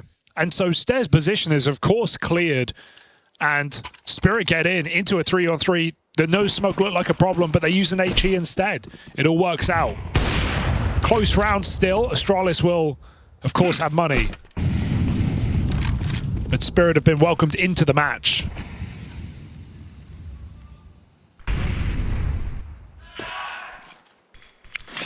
Magic's MP7 alongside Zontix. Respect.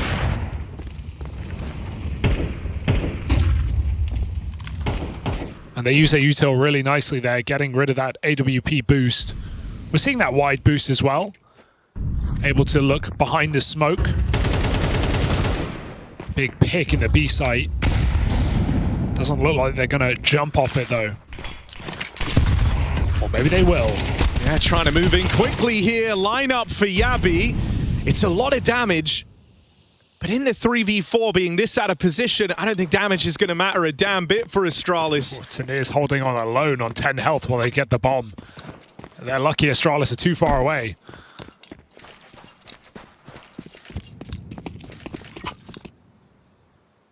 What feels like a round that could have been punished. Here for Spirit, just jumping at the opportunity to take that B site.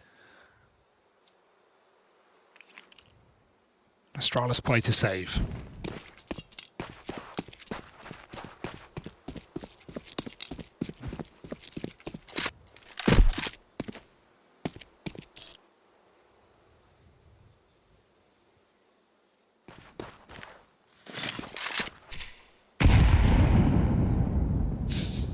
.38 health.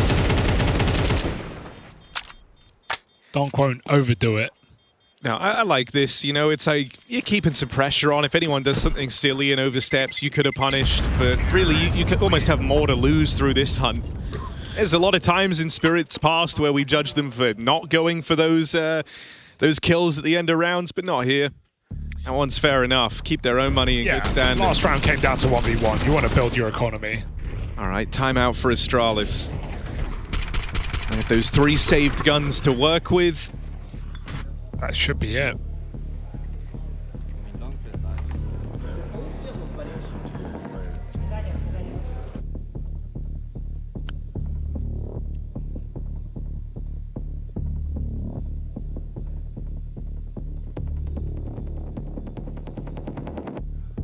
Shiro's got a great spawn if he wants to pick mid.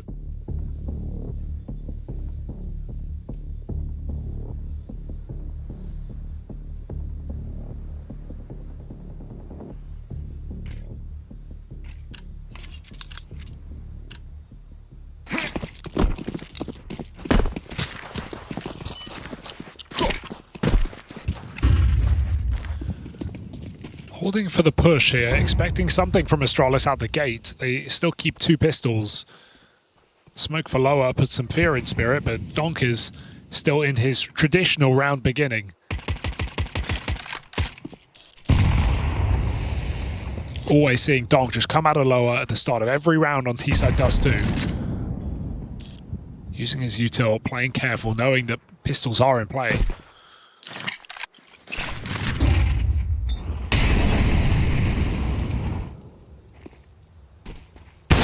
Nice shot.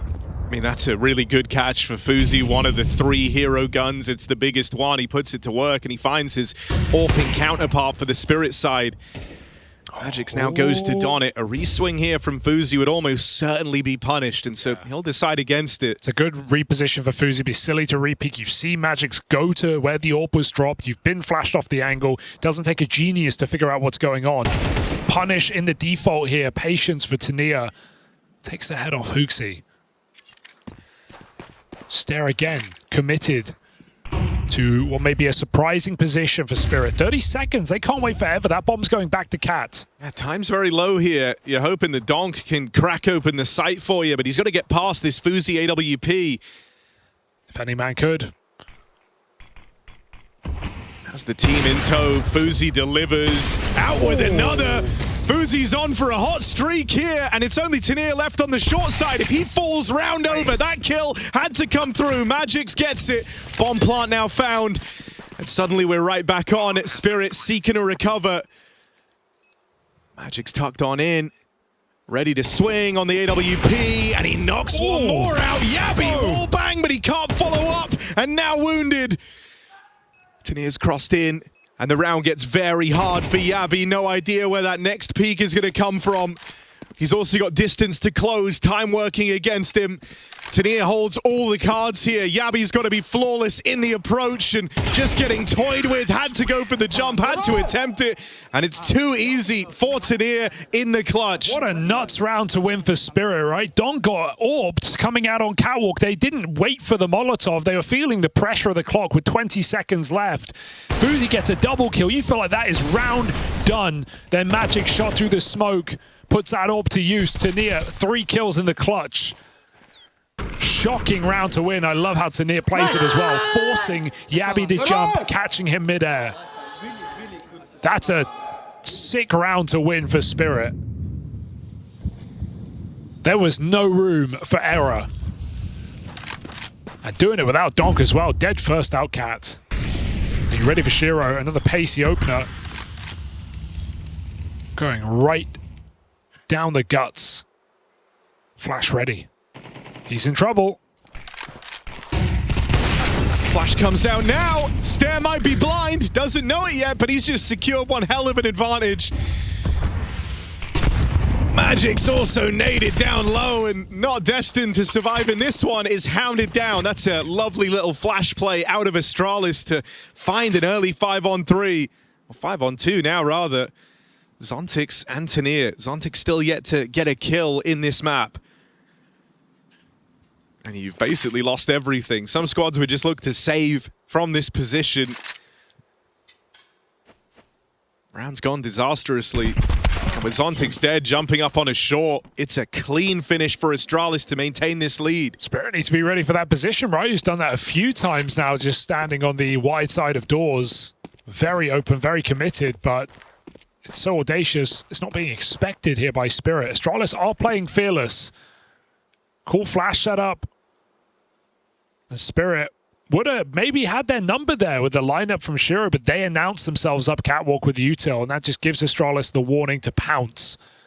And some frustrating rounds, I imagine, for Donk here early in this game. So he's been caught with knife out, been caught blind, died to a player in a molly. All of these little moments helping Astralis build a lead on Spirit's map pick.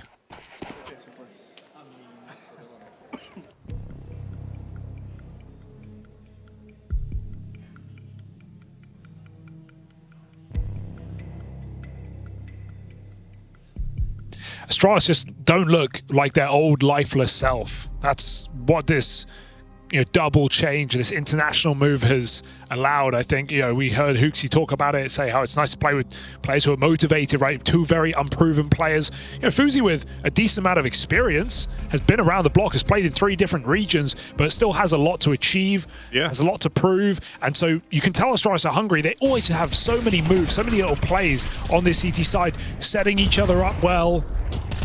It's what you love to see. It's what you get out of a team that is young and hungry. And that is now what Astralis are with these additions. I think it's one of these things as well. Oh, hang on a second. This is going to be something fast for Donk out towards long. Catches Huxi on the smoke spam. Running final bullet connects. And that's the way the captain falls for Astralis, but it's not really been a game about the captain. Huxley largely in the sidecar. Been the rest of Astralis carrying them through. Ryu gets aggressive after the long contact. And that's the bomb as well. So potential disaster brewing again for Spirit. With Magix and Zontix dead over towards the tunnels. I love it. It's just nameplate Counter-Strike there. You see Donk come out the long doors. You know he's not going to be in the tunnels position. You feel emboldened. They needed an aggressive move. And Ryu, on a perfect timing, just might have saved the day for Astralis. Oh, suffering from success or Spirit. Getting that long entry is exactly as you put it. Not only sends Astralis in, but Spirit didn't want to go long. They just used Donk to take the spawn, take the entry. And they had the bomb ready to jump on B after a fake on that A site. Astralis, continued aggression. Continued plays being made. And I think they've already won the round. You know, going back to your point, this idea of, playing with players who are motivated, who want it. It's a quality, I think, when you look at someone like Afuzi, you said very experienced, played in 3 different regions. Yeah, he's been in NA, been in Asia as well during the time with Rare Atom. You see someone that was willing to do all of that, you know, up and move around to wherever was required to allow them just to keep playing, get chances, get the reps in. He wants that. That screams motivation. That screams someone who is willing to put the effort in. And, you know, already you're kind of getting this feeling, both because it's the furthest along he's been in his career, but also because this is a big-named organization. This might be Fuzi's best chance yet. Oh, absolutely. Absolutely must be.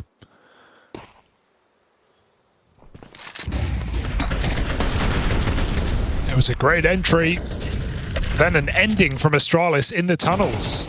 One of the things I think for Spirit is you are going to have this idea that, like, eventually the pieces are going to fall into place and they're going to start looking really cohesive and good, but Magix is still, like, super early into the IGL venture. And on top of that, I think another thing that's almost working against him in this regard is his whole career was spent in Team Spirit, playing alongside Chopper.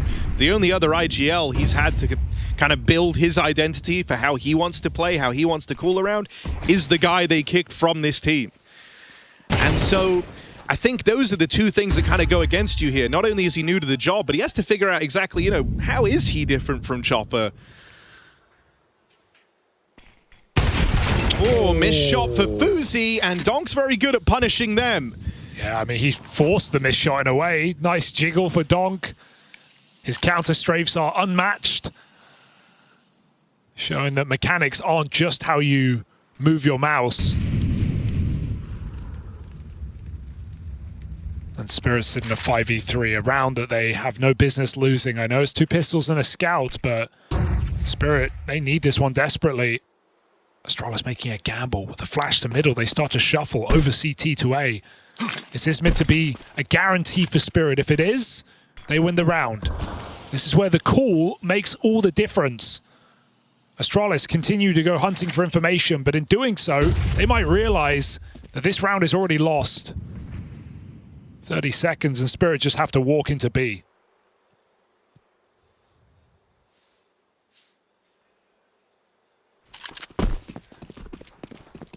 It's a round that Astralis can afford to surrender. Not only do they have money, they're not giving Spirit guns at least. That AWP picked up by Shiro, but still 2 players with Tech 9s.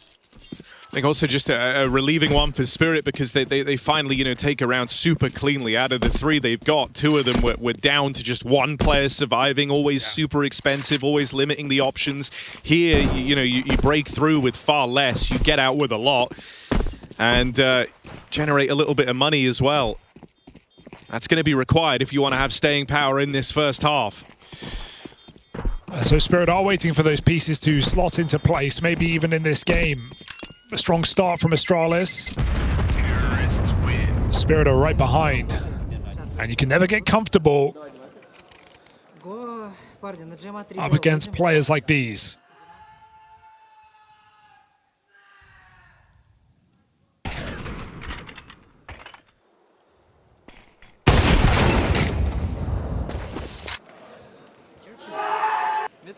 For Astralis, next couple of rounds, you know, really do decide whether or not you want this to be a solid half or a great one.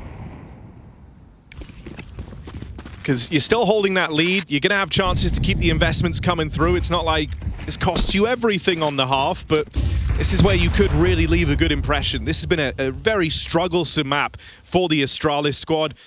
At the dawn of this new roster, it was one that they had a fleet of losses on. They started the year getting demolished by PARIVISION, if you remember, back at Bounty 13-1. But even before the roster changes, this was a sore spot of a map. It's one that they had to have put some time and energy into improving. And so this is where we get to see just how deep those improvements run. Out towards long, double setup, and Tania is coming this way. AWP is on the line.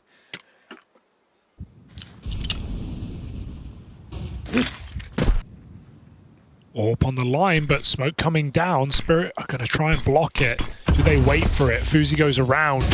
They're out. Donk nails another headshot. Perfection. Fuzi put down again to Donk.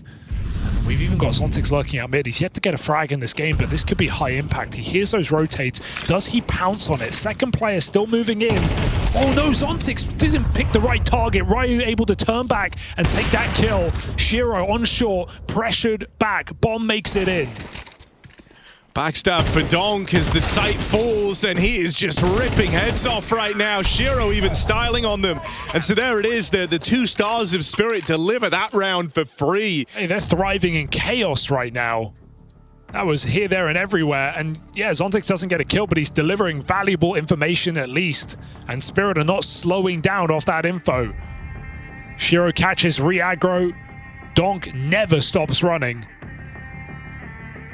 And Spirit finally put Astralis into a bit of a predicament here. 3 players with money, 2 players with not. And that potential great half might just be good.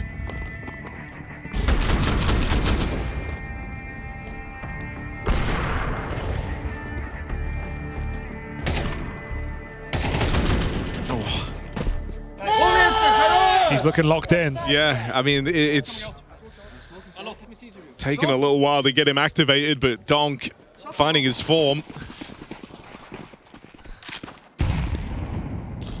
Stella looking round to tie this game up.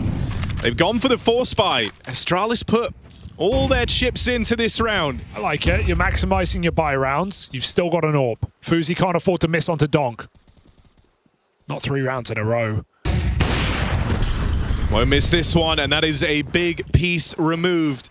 Where did that flash land? I want to know. Didn't do a thing. Is that the green tarp protecting him? It might be.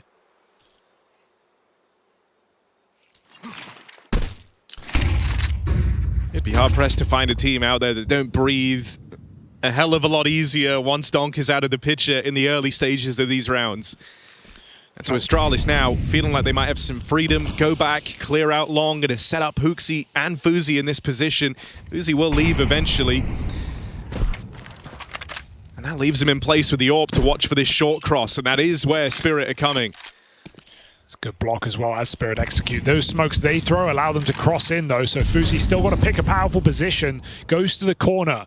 Tania in first. Fuzi flashed off for a brief moment, but he's got more shots to take and more kills to find. 5v3, 30 seconds. Spirit make it in.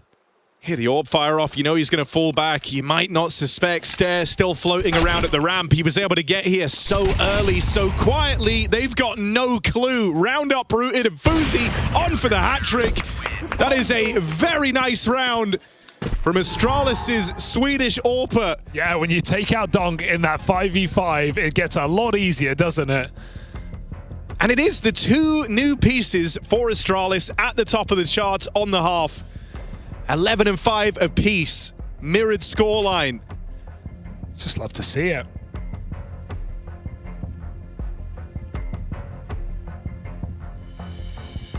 Testing Spirit. On Dust 2 of all maps, that's the part that's standing out to me. Clear they've been putting work in. I think you're dead on this top. You've seen Fuzi do this boost so many times. Has to be because that top blocks the flash. Yeah, well, there's 2 reasons it could be. Is one, because we see that that smoke on the hinge, the wide one that actually blocks the lower peak when you're boosting on the normal corner, and so that's a reason you'd want to boost on the other side. It's also just a different angle, isn't it? But I would imagine that top does something. even if it isn't a solid object.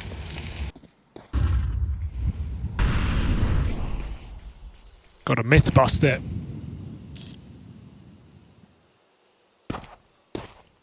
Spirit feeling compelled to bring out boosts to their own. Someone want to break this. If they did, might have found Yabi spamming that mid-smoke. Shira is waiting for them to do exactly that, but no. Spirit get up cat. Donk front line, waiting.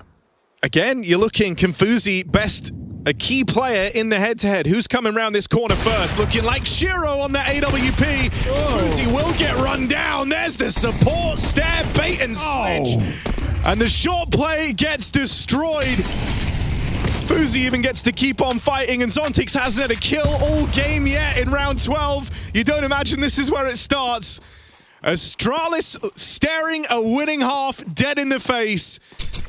On a map they've struggled on, they find a good deal of success. That's a nice opener for Zontix, but it goes no further. Astralis, they've got Fuzi and Ryu, these two new pieces to rely upon, and it's seen them through to a fantastic CT side.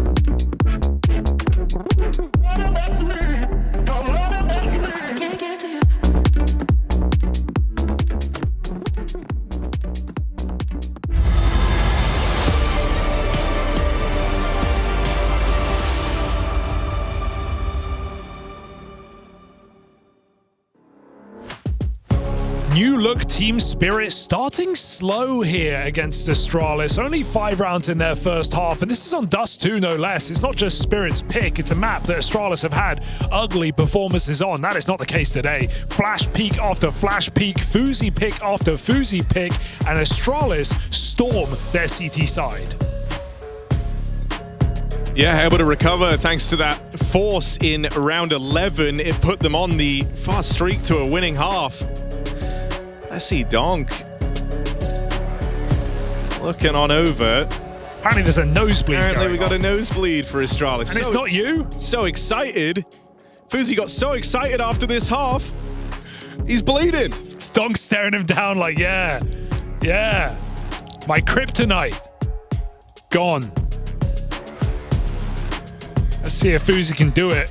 Wounded in this second half. He had a great bit of AWPing on that CT side. Couple of rounds where Donk took his number with some nice peaks. Is the type of half where you feel like he's put his blood, sweat, and tears into it as Fuzi. Yeah. Who's going to be crying at the end of this map? Remains to be seen. Magix. Sorry, too much Astralis going on. Magic's in deep thought, Harry, pondering a pistol setup as we go live. Spirit CT side.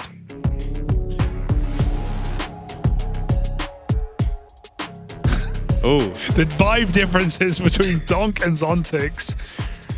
Well, to be fair, they had very different first halves. Fair. Zontix was 0-10 until round 12. All right, Astralis. Are you heading B? Into Donk's dualies. Donk and Zontix. Time to combine. The yin and yang of this game side by side. Can they get an ace between them? Swing out on a Zontix. He's there to pull the attention away from Donk on the dual Berettas. And there's that setup. The trap sprung. And Astralis get decimated. Ace between them indeed, Harry. 5 kills from Donk and Zontix. 3 from the USP of the latter. After a very quiet half, he outfrags his T side in the first round of the second. Well, you know, with CT side coming up, it's why you hadn't lost all hope on Zontix yet. Those are the only headshots you're going to see from him this game. It's body shots from now on. So Astralis, don't get ahead of yourself here. Oh, it's a poignant reminder that there's a lot of work still to do. Yeah, an even game now on the T side of Dust 2. Oh, might be dead here. Tried to get the nade in, did Magix, and not worth. It's only Glocks running at him. As far as Astralis are concerned, they have nothing to lose and everything to gain. Oh dear. At least it's Glocks. Players getting caught out in the open. Donk is here. Donk. Not going to pull util, is he? Just going to shoot them. Just going to shoot the pistols, guys. Crazy thought. Donk's got it in them. It works better, actually. I know 30 UD is quite tempting, but...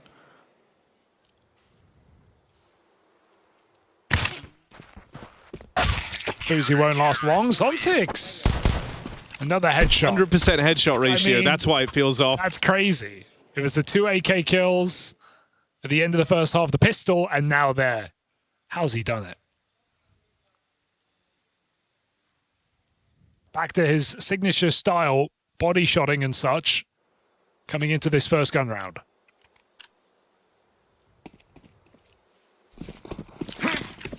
Corner smoke for Ryu, so an attempt at long control here for Astralis. They're out way ahead of it. Way ahead of any move from Spirit, but the bomb left back in spawn could prove to be a little annoying. Fuzi's had to go back and get it. Meanwhile, Spirit going clear lower tunnels. Astralis aren't certain of this, but their best bet really is just to power through long, try and take this space. That's not info they have, and the kill from Magix, will that give them a moment of pause? He's followed up this MP7 going to work as it does even more downrange, and now they hear the AWP firing off. Still trying to power through, but the rotates have been given more than enough time to arrive, and now all of Spirit are here. Magic's double is crazy. He even put Hooksy down half. Shiro's death is the only reason that Astralis are still in this round, but for how much longer? There are nades available to go on that bomb when it makes it in. Boost comes up, looking for a kill. Defensive smoke on the site. That might be something. Zontic sprays through, catching stare. Break coming in. Fuzi, the only one doing anything right now, and he might have to do it all. 2 kills deep, low health, bomb crossed, but Spirit will not let up. No way, he goes looking for Magix. Might find him. Tap on the bomb, forces a peek. Fuzi's doing it with the rifle. And now Hooksy knows he has a man trapped. Not punished on that swing was Fuzi. He's onto something here.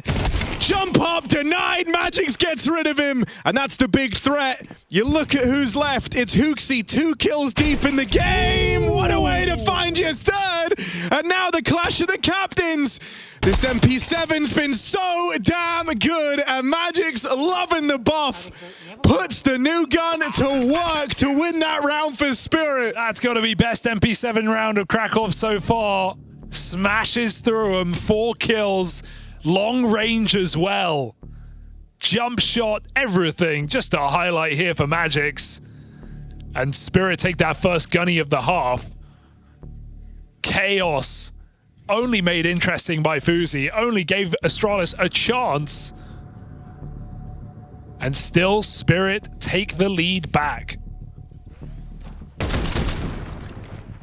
From Buff Kiyosuke on his streams, the Buff MP7 on the ESL ones. Magic's got it all. I felt bad for Fuzi because the jump shot, man, he would. That's how you get denied your ace. Yeah, he would have taken all 5. And so Astralis, whoa, slow down, fellas. An AWP on an eco with no armor. Bro's feeling himself right now. Hooksy's promised him an AWP in the next gun round. That's what that means.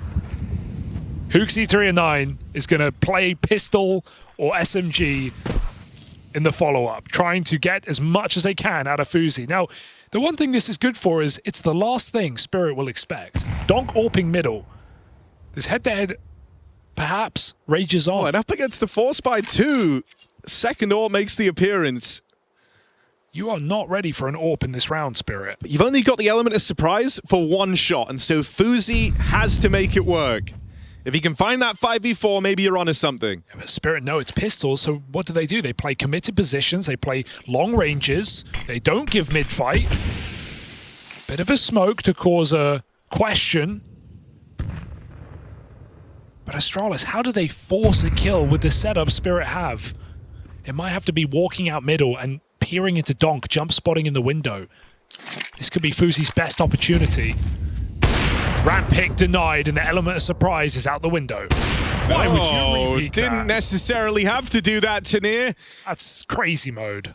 30 seconds, invitation into A.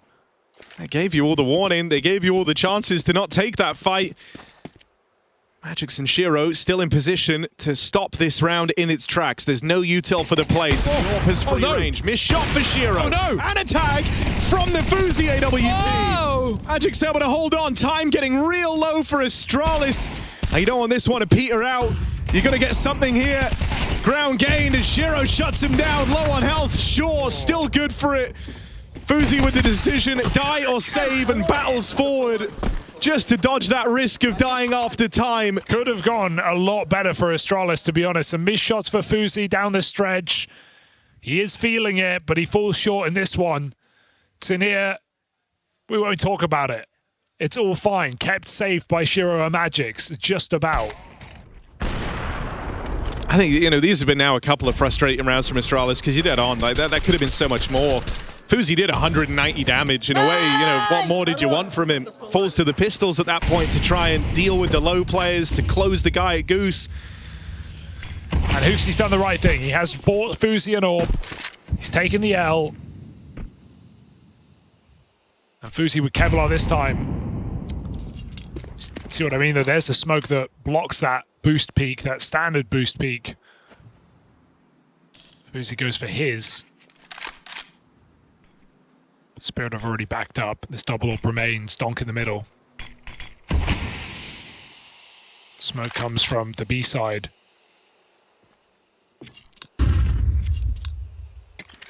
Astralis, a lot of nothing going on right now. Need to take something back on the map. A minute on the clock.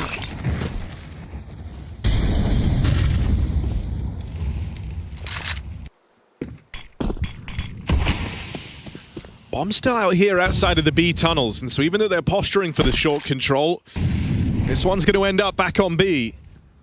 That means you've got a Donk Orb to get past, and Zontix, who had no kills heading into round 12, started to really express himself a little bit more in this second half of play. Strong position. Oh. They hear the drop down, they know he's up close. Nade out as well. If they come through this smoke, could get caught. Donk's gonna get gun on in time. Flash is leaving blind. Zontix overran, and with Donk dead straight away, the B site falters. He dealt with Hooksy on a mid lurk, but the numbers might paint a grim enough picture here for Spirit. Even though their money's fine, they could justify giving it a look in. You're just so out of position here, and you're thinking longevity. It's around. It's not really worth attempting. That's, I guess, the limitation of the double AWP, right? Donk is watching door to mid, and so Zontix has to play more actively. He can't sit on the top box and just let Donk's back be open to a B pop. Tries to play active. Astralis have good flashbangs. They blind both players. And so, a dangerous B site. Made quick work of. A well-earned gun round here for Astralis' 8th. Terrorists win.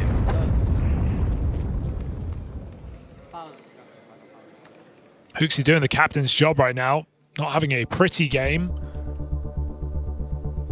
Doing what he must to secure round wins. Is that the start of a T side, or is that just a glimpse of it for Astralis? First round of the half.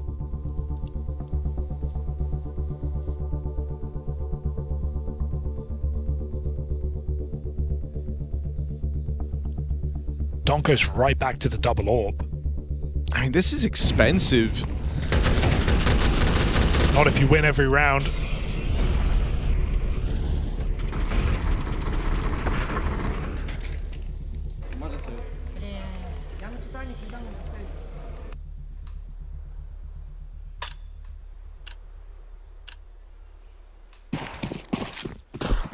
Fuzi. Top of the server right now, tries his hand at the mid fight, but the nade gets them across. He 100% saw 2 though, and so that's at least something for Astralis to work with.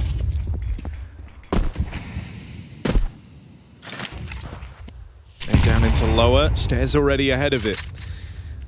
And a little bit quicker here on the timing to go and seek out this control of middle.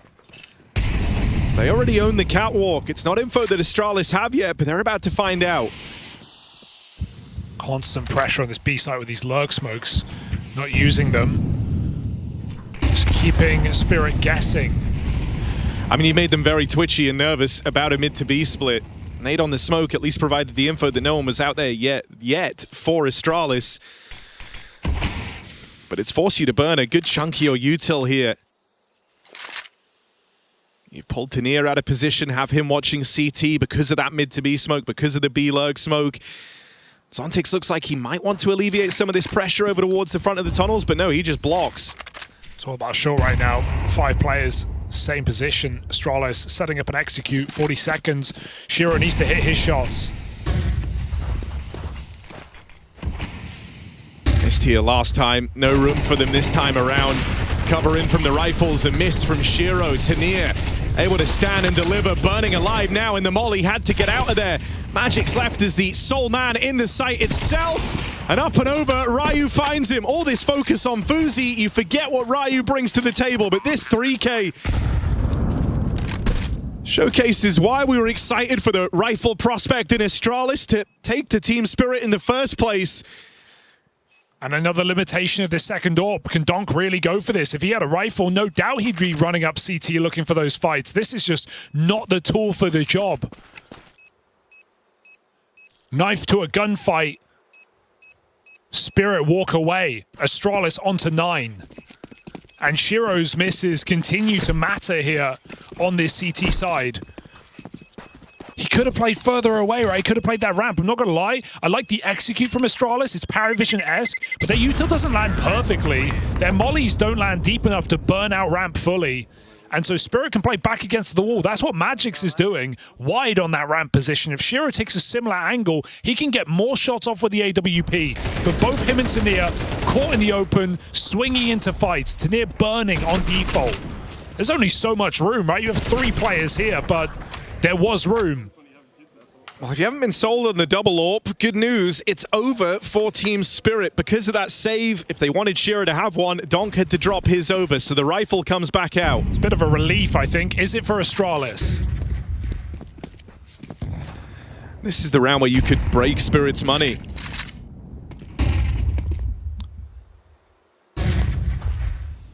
And that would suddenly thrust you into a very powerful position with only 1 rifle round between you and the game being over. Sontex and Donk both fighting tunnels, looking for these opening kills again. Oh, yeah, but he eats that flash, doesn't mind. He's got a teammate with his back. Retake on long. Shiro, once again.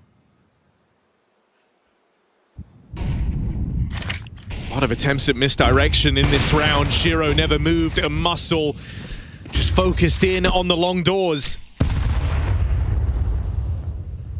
And the problem with attempting this much misdirection, you had the corridor smokes in mid, you had the lurk smoke at B, but that is a lot of your util burn on hoping you can cause Spirit just to get out of the way, essentially. Last-ditch attempt here on the mid to B.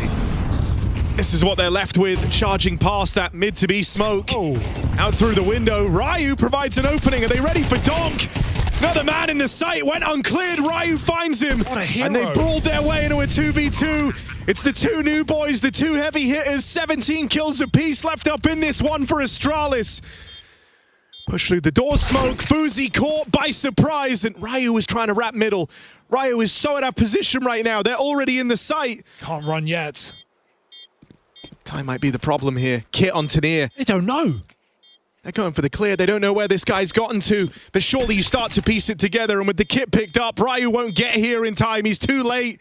Overcomplicated this one. Defuse held, and Team Spirit lock in double digits. A round that could have been so much more for Astralis. Spirit is just confused at that one, but they'll take it. I gotta say, yeah, the clutch falls a bit short. Ryu trying to get cheeky with it, knowing he can just be lined up in an awkward fight in tunnels. He makes that round possible. Look at this in tunnel. He full tanked the molly. The molly is down. He runs all the way through. If there wasn't an indictment of the CT incendiary, Ryu gives us one. Takes 50 damage on that cross, gets a double entry. And Donk's double kill in defense turns out to be enough. Spirit just stick it. But you can't say that Astralis aren't giving them a run for their money right now. That was a round where the plan went wrong for Astralis, and they still made it into a winnable position. Trying to avoid it being a game of what if. Spirit with a round lead. Money still on the line. Yeah, and you know, that's kind of the one bit of solace you can take here if you're Astralis, this idea that Spirit, sure, they win that round, but they're still just as vulnerable. The chance is still there to be the ones in pole position. And a great call from Spirit to just gamble 3B off the gates, trusting in Shiro's AWP, and knowing the Astralis have had their best success in getting into this B-bomb site. Oh, missing that. Was that info one way? Did Donk get it? Out mid with the AWP, Fuzi giving nothing. I mean, you've been setting some slow-burning conditioning here if you're Astralis, right? These constant mid-to-B smokes, these constant lurk smokes out through the tunnels. This time, Ryu plays on a forward timing. The triple stack, now down to 2, and Tanir's making it work. Hell of a shot back for Fuzi, and now they know that Donk's in this position somewhere. Fuzi's gonna find him. This time, Astralis, no giving this one away. They've reached double digits themselves. Dude, I'm just loving how Ryu is playing this B-lug. Last round runs through a molly. This round runs through the smoke. Catches Zontix in a reposition. Tanir has been shooting hard all game. Puts up a massive double. But they play the dance of death. It is the kill feed that gives Astralis the info. Donk is alive. He is still here. They managed to run rings around him. And he just can't find a guaranteed fight. Astralis break in with a 10th round and break Spirit's money while they do.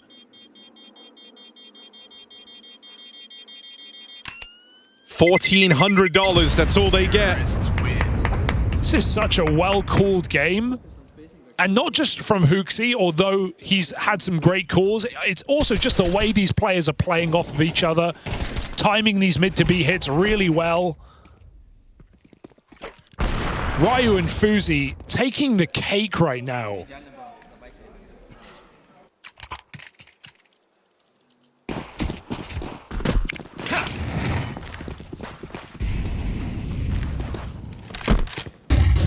Fuzi, long pick. A little looser of a call, and with the molly short, he had a chance. No repeat allowed. I mean, with this force buy in for Spirit, this is them risking the game right here, right now. Shiro Orb, Donk rifle, Zontic's rifle. You know it. Can be enough. Is it? Magic's 5-7 up close. This could go disastrously wrong, especially with these flashes. Two players coming in and the 5-7. This is prime time for it. Shiro gets there in time to help him out. At the scope. And they know that Fuzi's here too. This is the bomb in the long doors. He won't force the reposition out of Magic's, and so you've got to dig deep. 3v5 on the back foot. They're going to dodge the stack at least, but with Shiro coming through this smoke, swing and a miss, Zontic could fall here, and that might open something up. Stare with a double. Fuzi going to try and join him. They slow it down in middle. Magic's flank coming in and dink through this smoke. It's all feeling awkward. The boost gets there just in time. And Vincere low on health, no road left to run. The risky force buy will prevail. Yeah, it's a relief for Spirit when that 2v5 starts to happen with the entry out mid. It's the path to be. A very important boost from Spirit that Astralis can't see over the top of. And Magic's at long, ice cold. Takes a 5-7 kill, just tucks on the molly. Doesn't even try and escape. Astralis, such a great T-side appearing. And then they get beat by that $500 power punch of a pistol.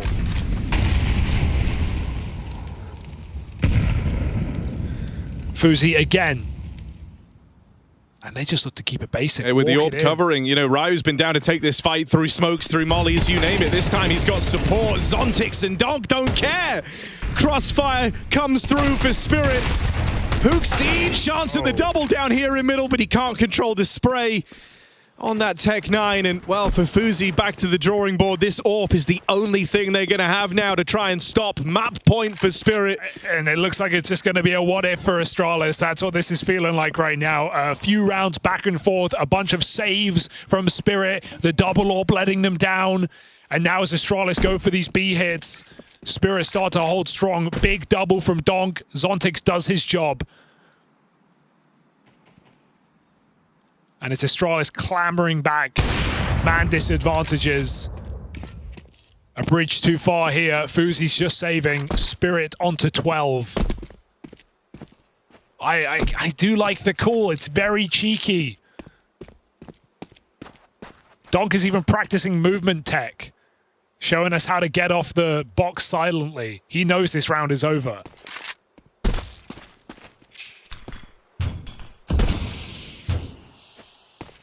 It's something like this. Oh, he did do it earlier.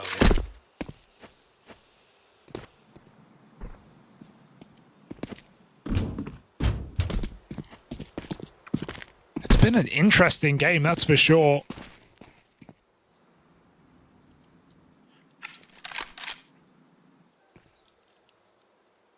Counter-terrorists win. One kill from Fuzi lets him maintain the top spot, going blow for blow with Donk in the battle for top of the server. That AWP is the only thing they really have to work with in this round. Yeah, how do you cool your way out of this? Spirit have done a really good job of not letting Fuzi force opening kills on this T side. He was at the forefront of it in the first half, but there's been no fighting in middle for Shiro, no attempts at entries, really succeeding for Fuzi. He spawned again for Fuzi. This is how he starts every round. I don't really have much of a reason to give him a fight here. Jump for Donk, and he missed that timing the first time around. Doesn't the second. They try to power through once more. Didn't work out for them in the one prior. Here they get the openers. Fuzi falls, so that orb's got to make its way onto someone else. Astralis getting into the site now, trying to break through and keep this game going. Smoke in at the doorway, and a retake. You've got to weigh up here. Spirit of money on 3 players. They're going to employ this boost. Wait a sec. Looking in over the top, drop down, and maybe a good thing. Stare was giving it a cursory glance with that orb. Double nade, Yabby's dead, and surely that's the red carpet rolled out for this retake. Pressure on for Hooksy and Stare. They've been a little quiet here, especially Hooksy. Stare on the orb delivers the first. Time is getting real low for Spirit, and they've left this one too late. Stare's Deeg provides.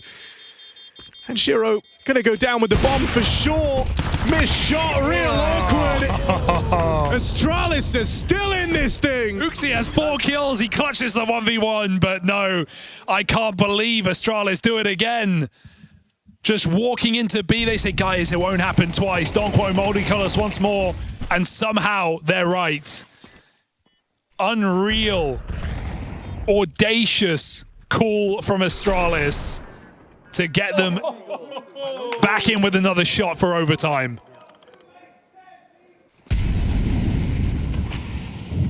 I mean, that's all you could do with that kind of buy. Force it. Look, it feels like you've done something magnificent in that last round, but the job isn't over. Job's not done. Donk is dead. You can't celebrate yet.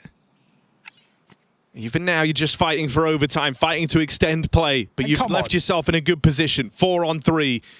Ryu holding in the tunnels, denies any chance of aggression. Magix has pushed all the way through the long doors once more on that dreaded 5-7. So as long as you don't give him these shadow advantage fights, if you can dodge him altogether, Astralis in a good spot. This is uncertain right now for Spirit. They're relying on Shiro because this has just been a beast-focused T-side for Astralis. I'm surprised they're not stacking it and just all-inning, hoping they get the right call.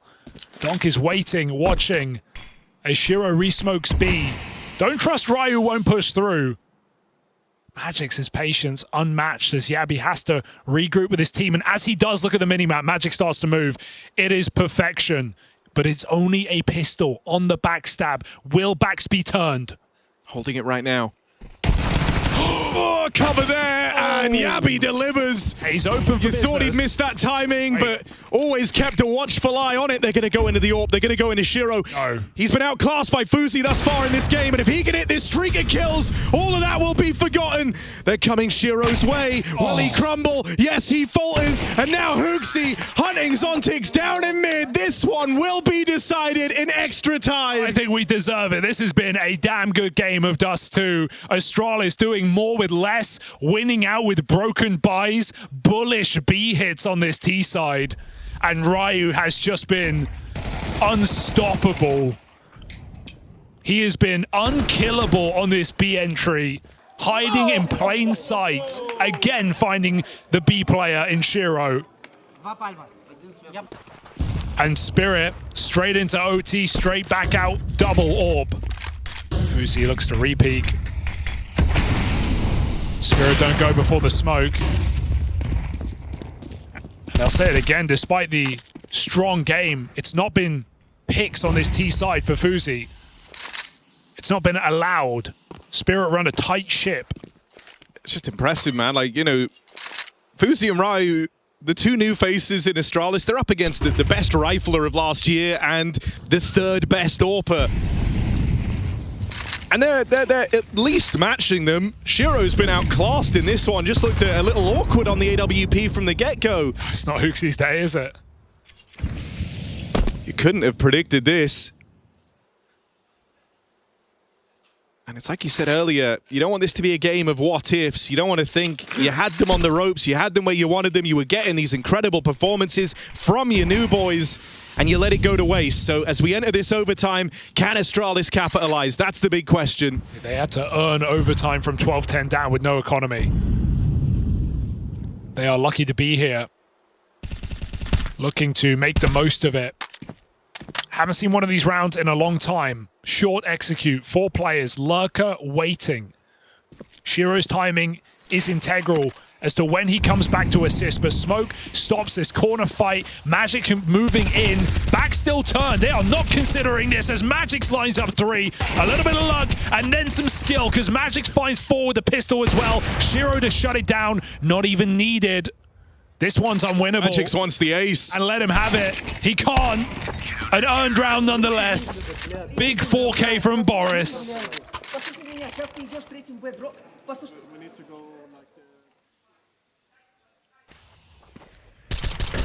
And Spirit start off overtime.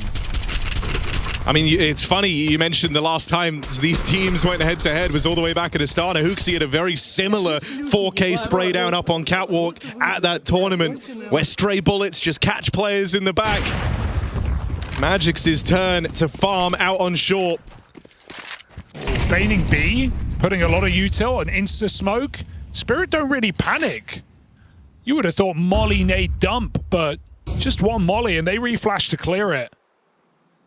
Surprised that Spirit are not scared of an early round. Astralis' goal was to get rid of the util on this B bomb site so they can hit it later.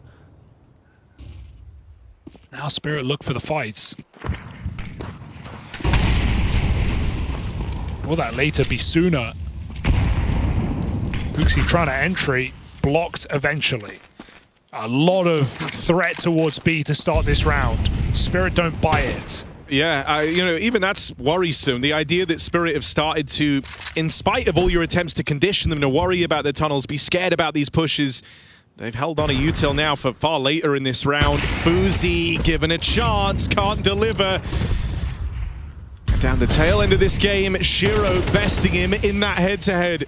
Big ramifications now as it leaves Astralis clutching at straws, 3 on 5. Gonna look to try and get out through middle. It's smoke in from Stair. Tania plays through it, plays ahead of it and around the edge of this smoke. Gonna extend the advantage even further for Spirit. You're not left with a lot now, not with Donk closing in on this mid position. Stair might go unchecked, but look at how wounded he is. 20 seconds left, and not much left to do for Stair, but run away. Shiro comes in a clean house, and Spirit in OT look to level up. Find someone who looks at you the way Dong looks at Magix.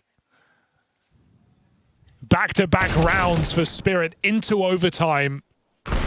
And Shiro besting Fuzi matters massively at this point in the game with the two polar opposite experiences that these AWPers have had.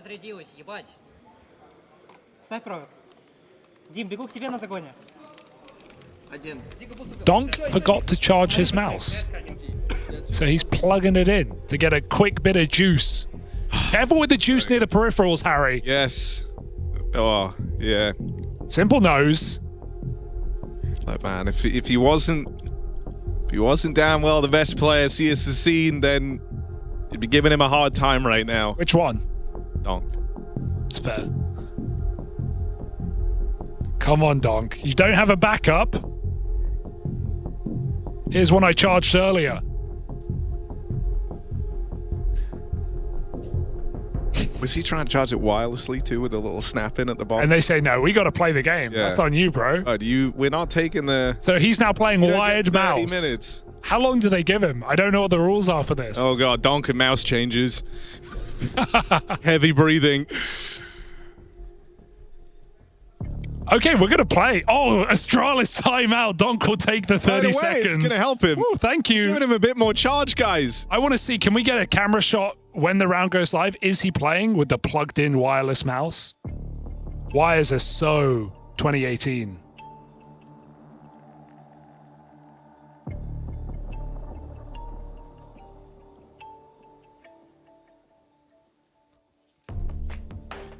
All right, Astralis timeout.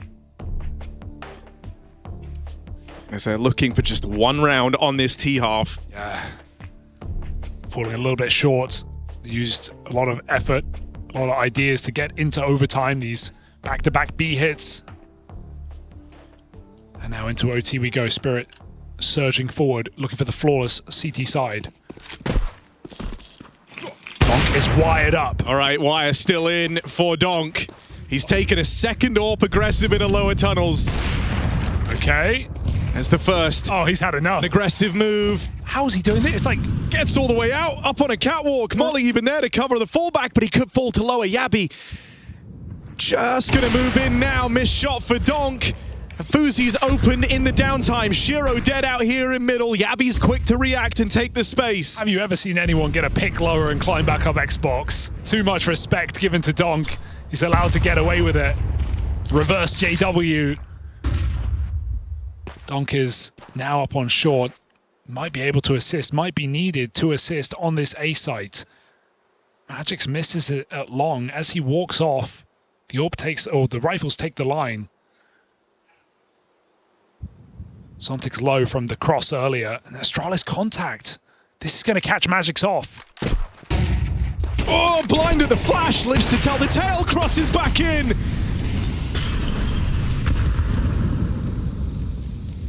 Donk's mouse might have run out of battery, but he's looking full of energy right now. Donk is wired. Third kill connects. And hops down for a little bit more. Donk's closing in. Tanir's dealt with Yabi on the lurk. And there's Donk to really drive it home. Flawless half from Spirit, and Donk's there to provide. He's plugged into the Matrix right now. Donk pulls the ripcord into overtime. And 3 straight rounds from Team Spirit might have sealed Astralis' fate on Dust 2.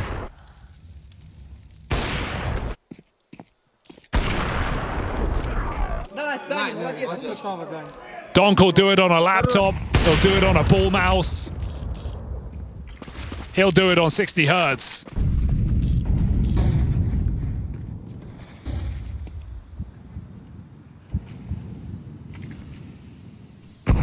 I mean, he always attributes him being so quick with the peaks to the high ping he used to play on, right? And so, yeah, this is a minor setback in his eyes, just a chance to push even harder.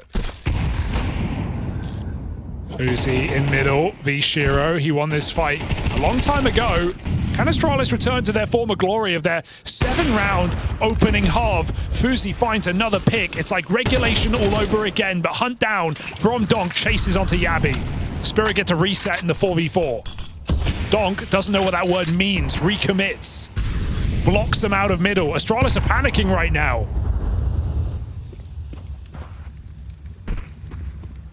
Uh-oh. Okay. That's the backup trying to arrive in time to help out Ryu. The whole game resting on this B-hold. Flashes are good. Stare has lent one hell of a helping hand there. And so B-play gets denied. Yeah, it felt somewhat cooled by Donk almost at that point. Reliant on his success out middle, recommitting after the 4v4. Spirit in a bit of a hurry, and maybe Hallie telling them to cool it in this overtime. Jumping at the chance to find 4 straight rounds to finish the game.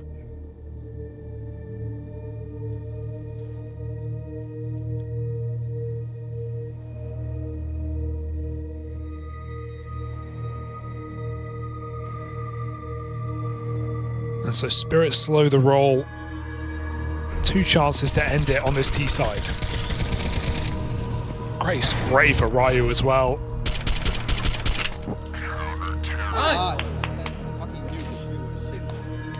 Does look calm under pressure, doesn't he? Yeah. Whole game was riding on that B-hold. A lot of ways it could have gone wrong, especially with the first chunk of the spray missing. He kind of had to regain control of that. Shiro tag on the cross, and that's not something Spirit have had to work with very often on this T side. Abby doesn't look happy. He just knows his whole round has been called into question. Has to play second fiddle on this site. Shiro's had a good couple of tags on these T sides.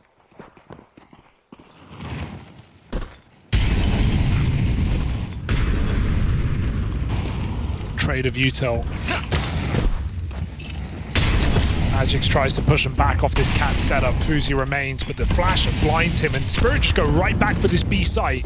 Rabid on the rush. Oh, they're so quick here. Once more, Ryu's got a lot to do and not much to get it done with. That split through middle is punishing. Magic's living on borrowed time, but Donk's offering up assistance, and it's all chaos out here in mid. a whirlwind of a round that might just pass you by and decide the outcome of Dust 2. Chase for Magics, as he really does put a cherry on top for Team Spirit. Dust 2 locked in. It takes an overtime, but they will get there. And the strong performances from Astralis' new players come to matter not. They push Spirit to the very limit, and now they're left hoping that Overpass can be their salvation.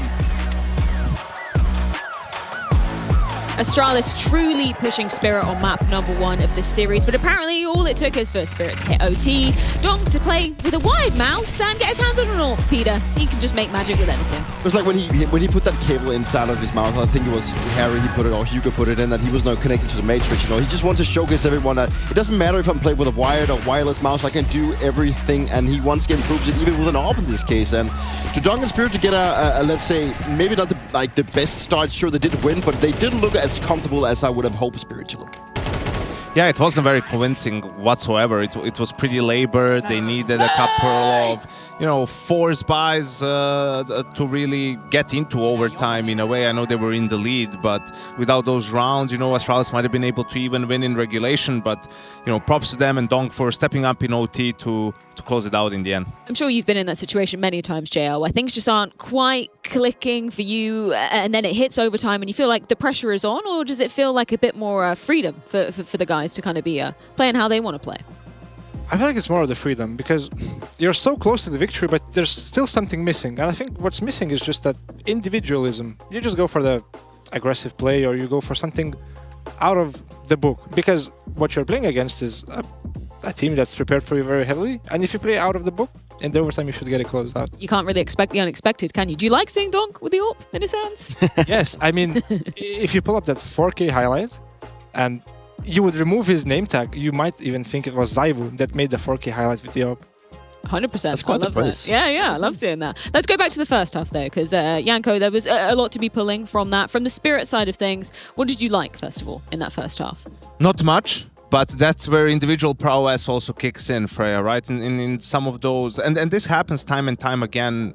Usually it's Donk who's the main culprit in these situations where they have a saved AK or something. So here there's two saved AKs. They decide to force behind it. Astralis is on a nice run. Shiro gets the tag. Tanir went through the molly here, right? And I don't know if they're aware of him or not, but he just wins a straight-up fight against Huxi, who was struggling the whole map, especially, you know, towards that long area on the CT side, and then Donk gets the kill on Fuzi. Astralis decides to stack from this point on in the 3v5. Magix makes the right call and they go into an empty bomb site and win the round, right? And you see this as a recurring theme almost for Spirit. That's what makes it so hard to play against them, because even if they didn't have the saved AKs, I'm sure someone would have dropped it to Donk. They always find a way to put it into his hands, and you just have to be fully concentrated every single round. You know, if you give them an inch, they'll take a mile. It's like classic Spirit fashion, isn't it? Yeah, but it's like what I also wanted to touch on was how Simple was working back in the days. You know, he would always be given that extra AK. Whenever there was a special weapon that he could be using, he would always be given that one. So as you always had to be on your toes, you always had to expect like the worst. And Donk just makes it work all the time. And that is also like a really strong card for Spirit, that they know that even if they have these partial buys or saves, that Donk will maybe sometimes pull out this magic trick. And obviously, it was a very close first half of that. Astralis eventually coming out on top as we went into the half-time. But there were a couple of little details. One in particular that you wanted to dive into, Dupree. Nice little angle from Fuzi. Yeah, exactly. Like JL already touched upon it, that, you know, the preparation seemed to be there for Astralis. And this given boost is what also maybe caught our attention, that he's actually boosting and having the scaffold blocking the flash that comes from top middle. And it actually nets Fuzi a chance, and multiple chances throughout the game, tries to get a kill. And he actually gets a kill here. You can see that the flashbang actually pops but doesn't blind him. And that is those type of gimmicks that you can actually go in and find in preparation. And there's no doubt that Astralis has been looking through how Spirit probably wanted to play Dust 2, and that is the way they approach their default, and they figured out that, hey, if I'm actually getting boosted in this position, the scaffold will block the flashbang and give me a chance of getting a kill. And you know, it's these type of plays that you need to have as an underdog when you have to go up and take the best teams in the world. You need to find openings in those special kind of ways. Is that an angle that you'd seen before, JL? Oh yeah, of course. Yeah? Obviously, you need to have many of those plays, and of course, making the play is one thing, but then closing out the round is a different topic, and We're obviously going to talk a lot about Vitality, but just a slight sidestep here. They always talk about Rops being the one to kind of be finding those little details. Who was it in the kind of prime Na'Vi that you were a part of, JL, or was it kind of more of a team effort? It was more of a team effort, but for sure the guy who did it the most was Ime. He would always walk up to me and like, you know this connector smoke you used before? I found you a better one. And he would show me the lineup. He would just drop me coordinates. I put them in the console. I'm standing at the spot, looking where I need to aim, and I just throw the smoke. I had to do like basically zero work on the smokes that he found. Sounds like the absolute dream teammate. Something else we were looking at, as always, is Donk. But there was a note you wanted to take on this, Dupree, because I think we all remember, particularly in the playoffs of the Budapest Major, there was some frustrations coming out of Donk. Aptly so. I know this is a totally different environment. We're not on a stage yet. We're not in a major playoffs, but it's more the attitude, the approach, and you noticed maybe a little bit of a shift. For sure, and Donk, he definitely picked up pace as the game progressed, but like in the beginning of the game, things weren't really working out for Spirit, and you could definitely tell that Donk wasn't playing as we're used to see Donk, just running around, headshotting everything and creating space and winning rounds by himself. But he still chuckled, you know, he had a smile, he gave high fives, he was enjoying his time, and that got me to remember that I watched a video log that Spirit put up where Hallie was talking about how they've been working with the players individually. And when he came to Donk, he said that one of the things that has been most important to work with Donk, because we all know that you can't really touch his mechanical skill. I mean, it's already kind of mastered, but it's more his attitude and his way of approaching the game when he gets frustrated. And I think it's very interesting to see that Donk already from this part, you know, seems to be enjoying his time regardless of how it's actually going. It's been a narrow game, and it's important to remember that as a player, there's a lot of emotions, a lot of frustrations, but for a player that is so important to Spirit as Donk is, I think it's very crucial to see that he keeps up his spirit, not only to, you know, help the rest of the team, but also make sure that he stays within the playbook of the team and doesn't force things when he gets frustrated because he thinks he's so much better than everyone else, that he just, you know, throws himself into situations that Spirit is out of control. Yeah, 100%. Was there any kind of key for you, JL? I didn't see you as much of a tilter when you were back in the server, but were there any kind of remedies to frustrations? Did you ever have to work with anybody on that? I mean, sometimes the game would be close, and me as an anchor, I would be like all the way part on a different map. And sometimes my team failed on one side of the map. I either had to go into a retake or a save situation. And then you would feel like I could change the game. And then you go for an aggro play, and then you die.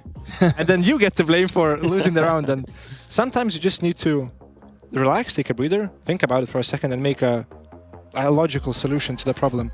Because it's very easy to play on impulses where like you just go for the play and how it works. But yeah, that's not the way to go. Have you ever had to kind of set any big star names down as a coach and say, hey, I get the idea, if it works it would have looked sick, but it didn't?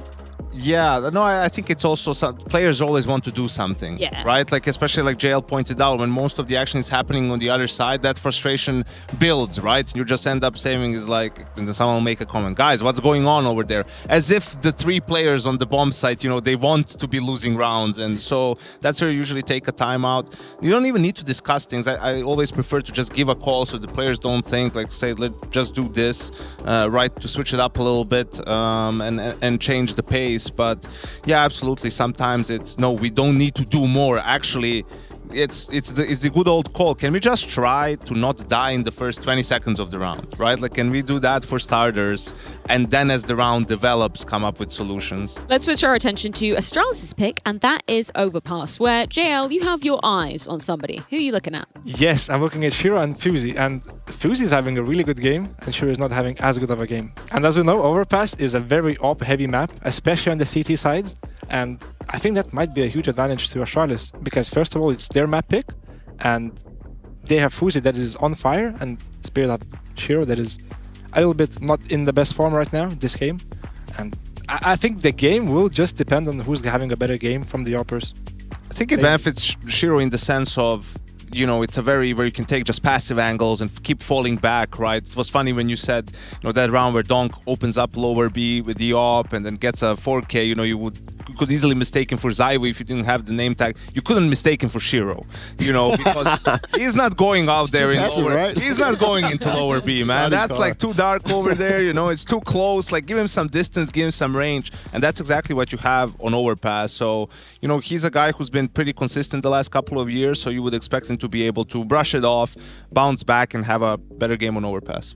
And I really love what I saw from Astralis and Overpass yesterday. Yes. I think I'm pretty sure they're going to be starting on the T side now that it's their map pick. So it's also like they came off like hot on the T side yesterday with Huxi having some really good calls, but it was also the flank, specifically Yabi and Sterk, getting a lot of space when they were not part of the pack. So Astralis is coming in with a lot of confidence from yesterday's victory, and obviously it's a quite a different caliber of team they're going to be facing now, but it's still a map that they feel very comfortable on. Just to briefly poke that, Janko, do you want Shiro to be more aggressive? Do you want him to get out of his comfort zone? Yeah, absolutely. I think you need to do it sometimes, just so, even though that's not his natural play style, just so you put it on the demo, right? And when someone watches, can be like, oh, okay, he has this in his arsenal. Like, there's a chance that this will happen, because a lot of times it's just so passive, where it allows the Ts to save, to not have to expend utility, right, to take map control, and you don't want that to happen. Well, we're going to see if Janko's dreams do indeed come true, and if They never Spirit do. can close this into, yes, sadly not. We do have to take a quick break, though. Overpass lays in wait. The map pick of Astralis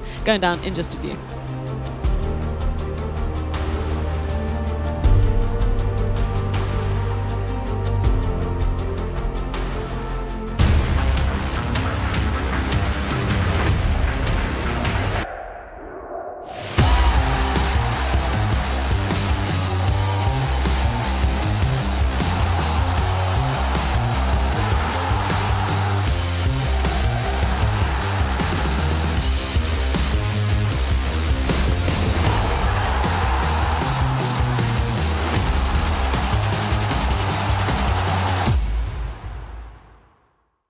It starts with a dream, with a team you barely know, in an amateur official that feels like the grand final, where practice becomes progress, and every loss feels like a lesson. When will your journey begin? Take smoke here, take smoke over. My smoke is fading, I need to go. I have break for next CT smoke up, okay? Careful, be Jacob now. Yeah. My One smoke short, is fading. short. Smoke short. Doing short execute. Two short. It's two, they're going fully. Two short. A lot. I'm playing A. Flash. Oh, garage short, two. Flashing. Oh, check mid then. Down, I'll sneak up ramp. That's nice. Ah, I sneak ramp. that's long player. Only I don't one think more. there will be a look didn't, here. Didn't hear more. Don't see. Just hold mid. I'm leaving long and going closer to side, okay? Side one. Okay, the side. Running. I'm nading. One that, default. Close. Short plan. Think that. That's Beeler, that's Beeler. He looked short, this guy. I think Get a short out B. No, he looked short, this guy. Nice. Good come so So we are playing train A side together. I choose this position in Heroic because it's a very good position, because you can help a lot on A side, and also you have optional for rotation on B side, and you can be mobility on the map. Yeah. The reason why I'm playing this role is because it's very important to get first contacts and win the duels, so I'm good in it. If you will ask me about do I like it, yeah, I really like it, and I don't want to play any other position. He just Terminator. He just staying on one position, enemy out from main or pop, he just like helicopter kill all, and he's funny. Like, he laughing and screaming, yes. When I played in CSGO, I played with Op. And for me, it was very good map, because I'm jumping like monkey from one train to second train and just kill all, because on Faceit guys don't know how smoke something, and it was very good map for all players. Very big difference in one optional. You don't care about that side, because don't stay and kill all. You can rotation every round to be for half beyond her. I'm feeling so a lot comfortable in this position, and for real, maybe only one hard if enemy have a good control map, and if they take pop, and also we don't do something on A, like some stuff. It's very hard for control this map, because you don't have a lot positions for playing passive defense on this map. If you stay passive and sold out a lot positions on this map and don't have control, it's very hard for take some pops on A. Yeah. Depends on positions, like if you play close, not like aggressive I would say, you have to smoke like T-mid.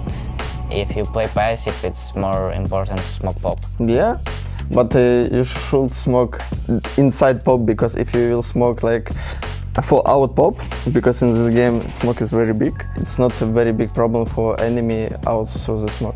I remember only one highlight on this map. I had highlight against Aurora, probably it was at Dallas. I did 4k kills, and last kill, Xloud stealed my kill. And I screamed in this big fucking bitch, why you steal my ace?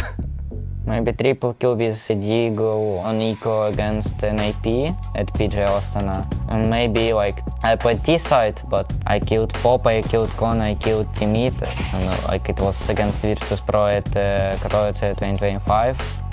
For me, best option, if you don't have a lot of money, I always trying to buy XM and trying to running inside Pop, closer to B apartments, because you have very close position.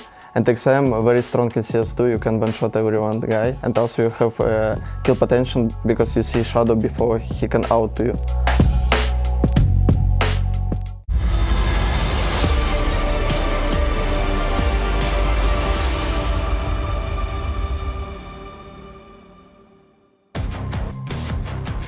Dust 2 wound up being surprisingly labored, but by the end, Donk getting switched back on, and now his mouse has 2. We arrive at Overpass. Astralis' pick in this one. They arrive thinking of missed opportunities from Dust, but also noting the improvement in the output they had from Fuzi and Ryu in that opening map.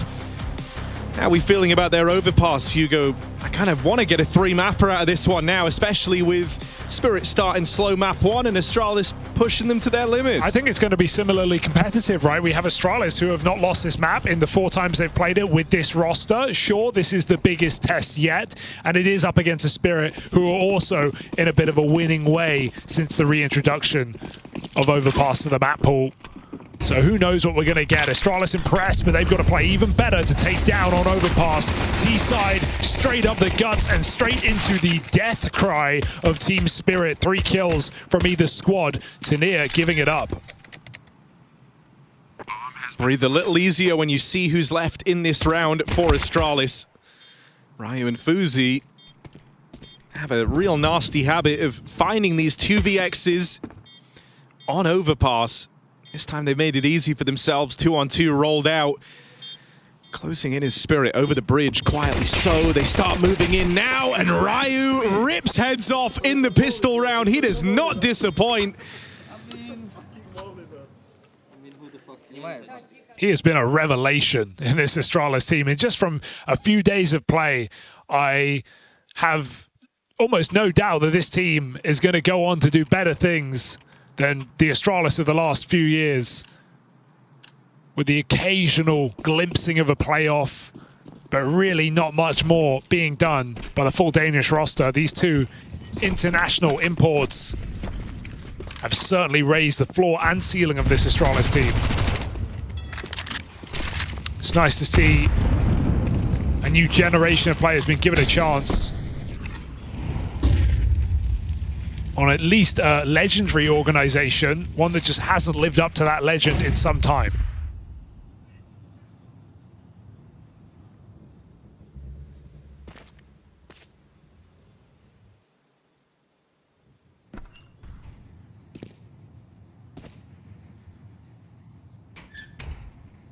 Spirit waiting to pop short. Tania rather holding a flash for middle. Donk is alone. Donk with an MP7 though. I'm paying attention. Did get spotted there, so gonna give it up. It's gonna get a lot harder to fight from inside of A. What if you never have to? Wow. Going back to grab the bomb is Fuzi, and a B hit brewing thanks to this con control. And Spirit have read it wrong. They started to gamble. That reblock is at good timing. Astralis might have to go through this. Sontix could cause a lot of chaos. And you do love this move, right? The late smoke coupled with playing right in front of it. You're able to actually block players as they come through the tunnel. Zontix will spam off early. Magix holds the line as well. Backstab in for Hooksy. Him and Fuzi side by side in this one, but the rotate's already arriving with Hooksy dead. Fuzi's not long for this world. It's an instant response out of Team Spirit. They just full run. It's 10 seconds, all 3 of them fighting. Like, yeah, you could lose that way, but Spirit just no strength in numbers with 2 Astralis players with no room for error coming out of B with 10 seconds. All 3 Spirit players side by side charge them down. Great B hold here from Magix and Zontix. 3 kills between the 2 of them. And a desperate last-second B hit.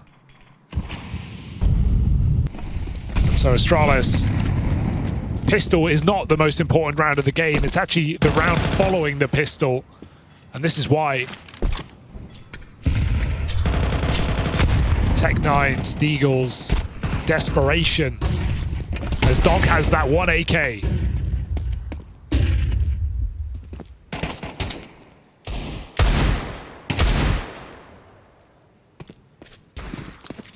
And even just tightening up now, you know, if you're Astralis, you kind of felt like they were keen to fight you. You felt like you were going to get some engagements over here in mid. You got 2 of them around the connector, and you don't win either one. Now Spirit go and play full tucked.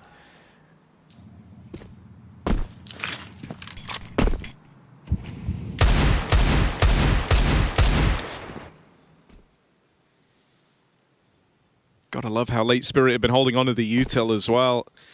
It did a great job of that B on Dust 2 as well, even if it didn't seem to matter at times with Astralis coming through their smokes and mollies.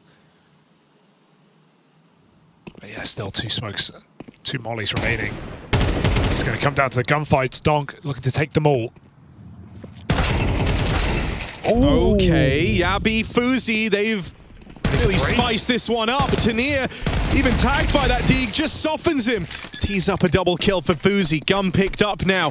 One plant will come in. That nade just missing the mark, and Yabi still in the fight, able to resist. Fuzi on for the clutch as Astralis try to ignite these force wars. 3 kills deep. Does Fuzi have it in him? Goes for the fight, backs his aim. Ooh, and he's talking some smack as well. Calling them bots.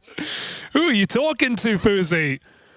Bringing the energy. Hey, he's been playing in this series like he doesn't, you know, take into consideration he's playing versus the 2nd and 5th ranked players of last year. Yeah.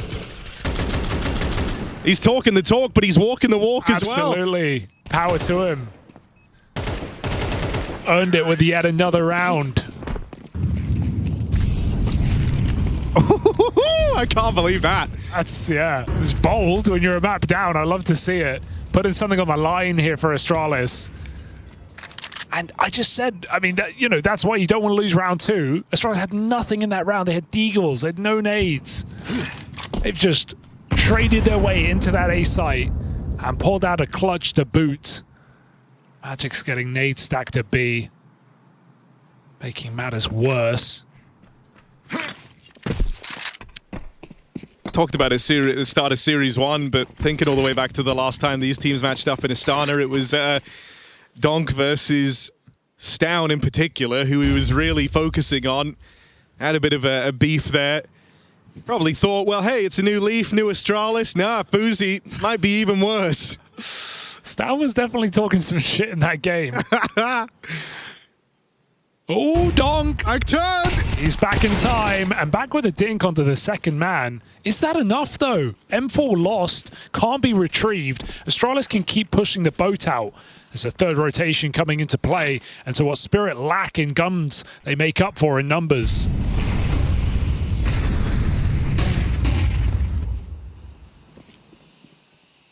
Ryu through a smoke. Not again, surely. Oh, just shoot through it instead.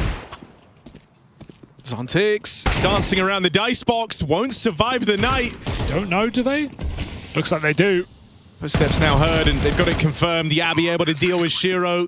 Magic's a long way out of this one. It's a 3rd round for Astralis as they go tit for tat on the 4 spies, and now they win them out. They have no business making that round as clean as they did, with the stair already low, with players lost earlier.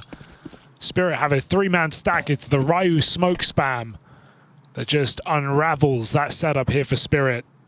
And Zontix has had a bit of an off day. You know, he's 5-4 right now, coming off of a good pistol multi-kill, but yeah, he was 0-10 on Dust 2. Yeah, you know, it was a comeback on that map with a couple of multi-kills on B, but for the most part, iTest didn't look too great. So, again, struggling in his position. Feel like 1 kill would have really relieved the tension on that top site. Nice, good fucking kills. You're so instant. Something about getting really fucking good. BM'd in the Swedish accent as well that just makes it hit harder. Okay. I don't know what it is, but I feel like that was key to their success in the early days of Counter-Strike.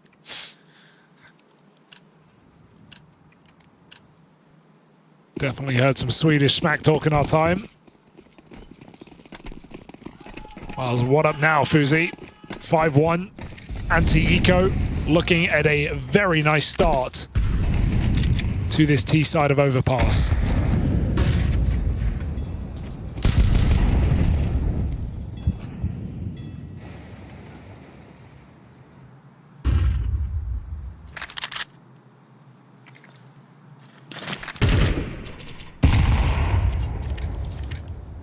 B-Stack is here.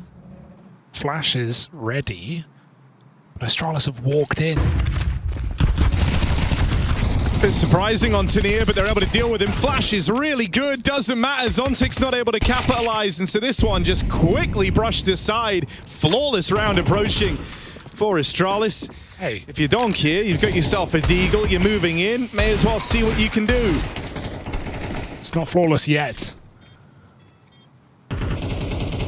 Hooksy going for Donk and does deliver the final blow. So 5 up for Astralis, 4 rounds. A simple B pop into a risky stack. And Astralis, nothing but success since that opening round. Well, well, well. Quite a job for Hallie here to get involved. Being in this position, T-side to start things off after the success you were able to find on Dust 2 is a very good sign for Astralis.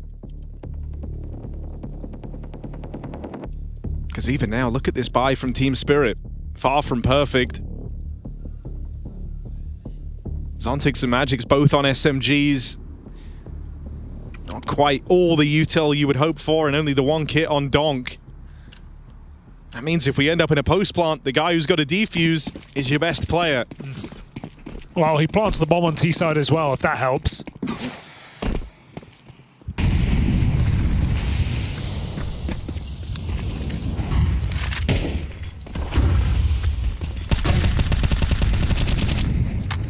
Ryo in Connect is going to be something to keep our eyes on. Not sure how much Spirit want to challenge this position in their game plan.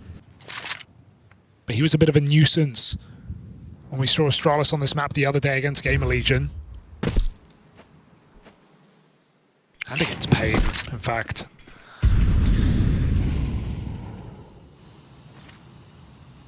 The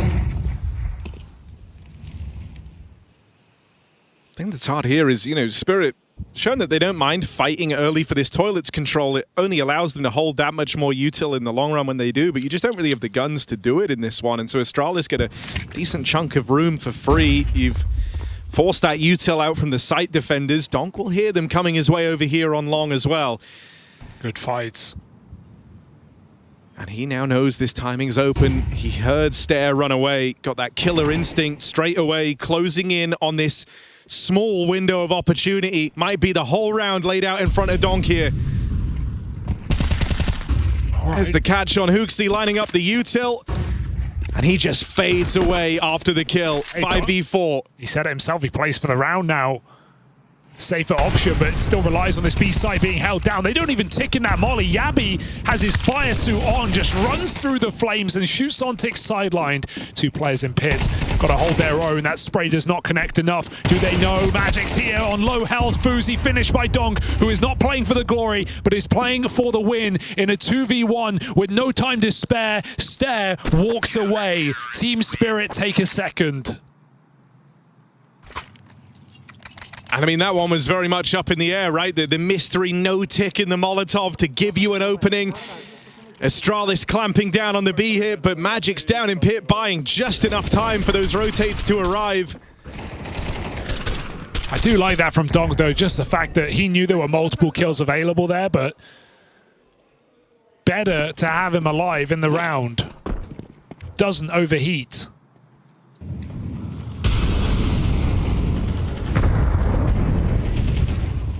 Astralis can't get flustered. They have multiple buy rounds in front of them.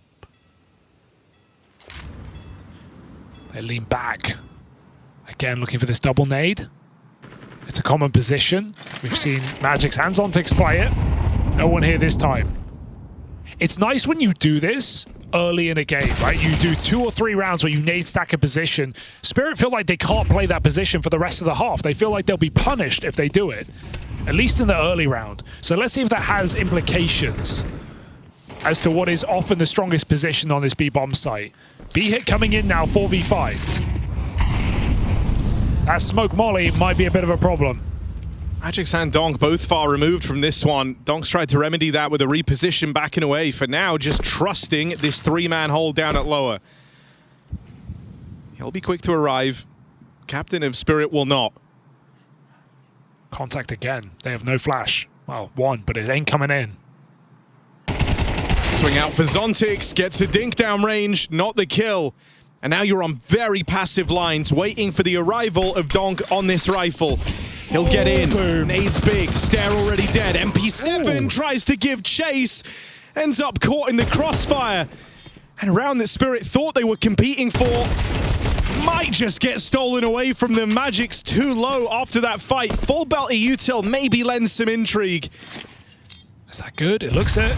Yeah, lands head on. Ryu half health. Shiro drops in. Shiro's got to clutch up and he's got to do it quick. Magix is still far away. It's a nice burst. Kit retrieved. Clock ticking. Ryu waiting. Gets his one. Has to play the dance of death on this site. And he does find it to Shiro. Ryu again delivers rounds for Astralis. Up to 5 on this T side. If you're able to get deep into a round, put this man in a clutch situation, Ryu so often delivers for Astralis. Having the clutch factor go his way multiple times in a series against this Spirit squad is no small feat. And that one is played to perfection. He's softened up by the nade. On the first drop in Ashiro, he likely can't even hear anything. Ears still ringing after the HE. And he still just conducts himself so well in that 1v2. They really try to make you stress. They really try and make it hard for you. Ryu seems incredibly composed under pressure. Yeah, you just feel like, where did this guy come from, right? A couple of years just switching between the Monty Academy and main team. He literally went back and forth twice. Astralis have found a new start. JL called him the hardest working Lithuanian coming into this game. Right now, he is putting in a shift. Had a phenomenal dust too. Bails Astralis out in round number 7, and now Spirit's money. It's down to 3 MP7s. Donk on the rifle, on Divider. Astralis have avoided this position for the most part. They've been very focused on long and B hits. So Donk has not been able to get his favorite fights here. On the toilet side, he's going to go investigating, knowing after this long exec, he has players committed. Can Donk catch them coming back? He's got a lot to worry about right now. Clearing middle gives him a lot of room, and Stare starts to run straight into the jaws of Donk. Dead after 1. Big trade back into B, but Spirit know it's coming. Here's the hit. Yabi at the helm once again, providing the entries out of Monster. 2 more here. Sure to get cut down. It's just Shiro. And even though you've dealt with Ryu, one of the big threats down at this B site, it's not a clutch for Shiro to win. Astralis really starting to flex on this T side, and even the hunt from Fuzi. Playing around these guns dropped out here in middle. Anticipate Shiro's next move. You might end up feeding Hooksy to him. You're hoping that Fuzi can knock this gun straight out of play. Hunt well worth it. And you see why a team like, say, for example, PARIVISION just does so much focus on this B-bomb site. I don't think it's just because Donk plays on A. I think it's also just Astralis can keep popping. You know, these contact monster walks, they take short control, they run in. Right when you think the whole map is quiet, then 4 players are in your bomb site. Spirit are getting no warning. They keep having 3, 4 players in B, and they keep getting run through by Astralis. A is a lot harder of a graft, a lot more map control to take. Astralis facing minimal resistance on this lower site. First CT player and connector for the whole game. It's Donk in round number 9.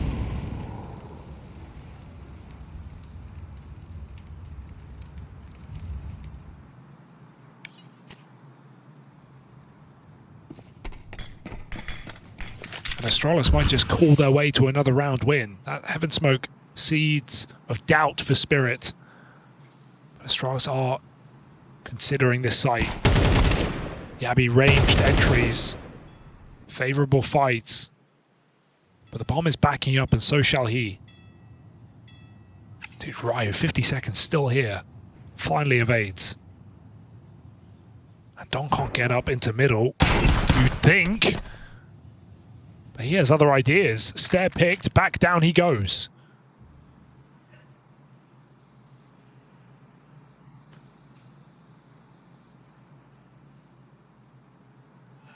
Yabi walking on out, and the rest of the team coming to join him. They will dodge this stack.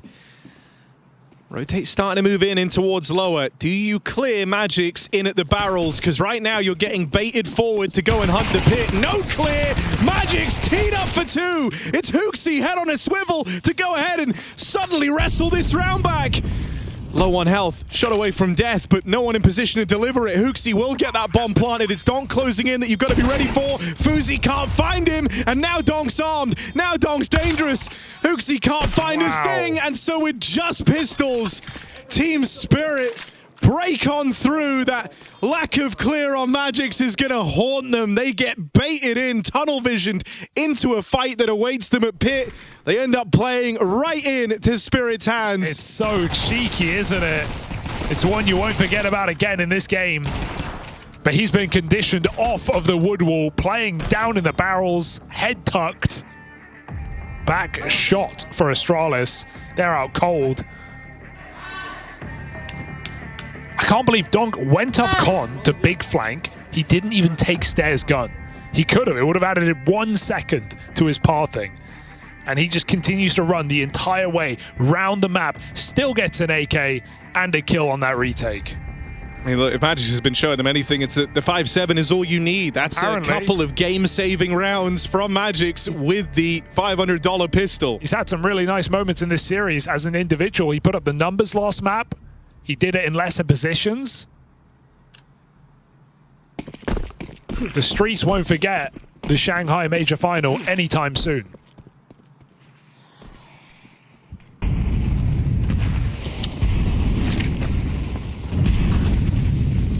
Donk thought about playing with the connector again, right? Hung around there right at the top of this round, but sees the util rollout both down in con and in mid and decides against it. It's just really easily punishable, right? If Astralis are getting this mid control for free as they are, you know, get top mid, throw a molly down the con, Ryu throws a molly bottom con, you're dead. You're at least trapped and burning a smoke and just hoping it goes your way.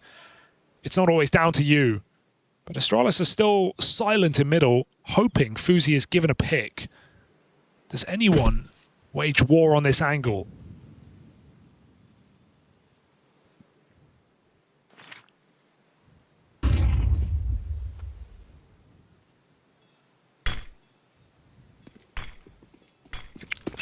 This is going to be a surprise for Astralis. They don't know. Oh, Shiro steps. Donk giving a freebie. Flash goes past him. Hooksy will be there to follow up. It's a worthwhile trade, but it's Shiro playing ahead and into this same position. They won't be ready for this. Shiro has put himself in the spot just to steal this round away in its entirety. Oh. Why take one when you can take them all? Shiro! That's so awkward! He gets none of them! Oh, no. Backstab denied, and that was the play that was meant to win you the round. Now you've got to earn it. Follow up from Tania. Why not make it the double? And so Spirit will pull through when all is said and done. Like it never even happened. Like it doesn't even matter. It's info, you tell yourself. Shiro with 0, but Spirits win the round nonetheless. Tania, reliable, tucked in into the car. Double kill for him. Swings and roundabouts on this map.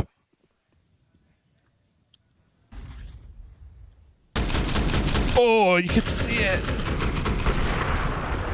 You can understand it.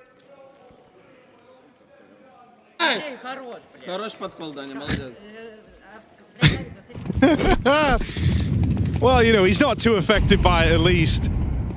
Recognizes it for a silly spot. Would have been a different situation if they went on to lose it, you imagine.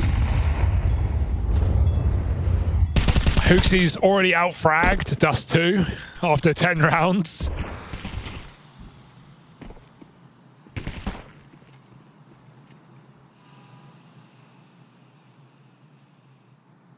Hero gun saved forward for Yabi, but it got whittled down straight away to the nades and spam. He even hears them re-aggressing out here into the short side, but they don't follow through on that move. Flashed it, send Yabi back out through the tunnel. Got Ryu riding shotgun and pincered between the connector and short position. This one's going to be over in a flash. Love that, you know, Spirit don't feel like they have to fight with Donk having that thin angle on the broken door. They can't cross into the short setup until Donk sees them, and that's the last thing they see. Not been a short focus game for Spirit. Astralis have been able to just walk Yabi behind the sandbags whenever they want.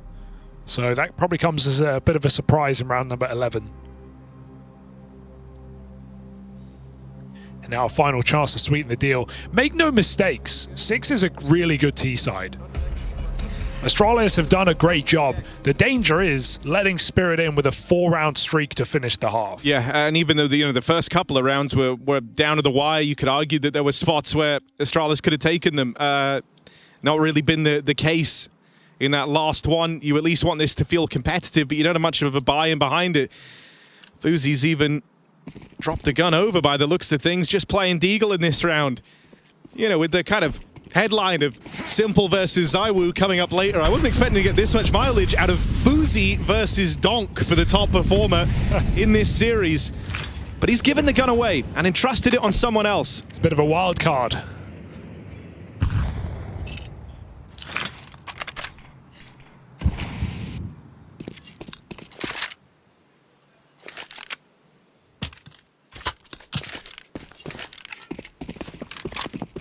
All right, swap back, so Fuzi will get a rifle in this one.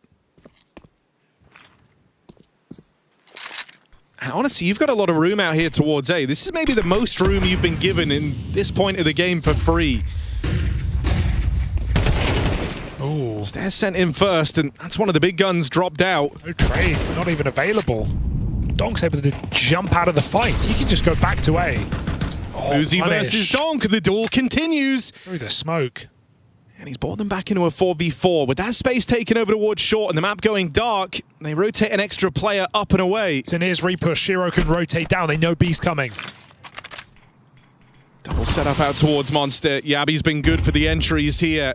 Third player arrives. The AWP set up over in heaven. And with Magic's taking first contact, no one's looking at the AWP. Could have been a costly miss. Time will have to tell. Yabi down low and Tanir arriving.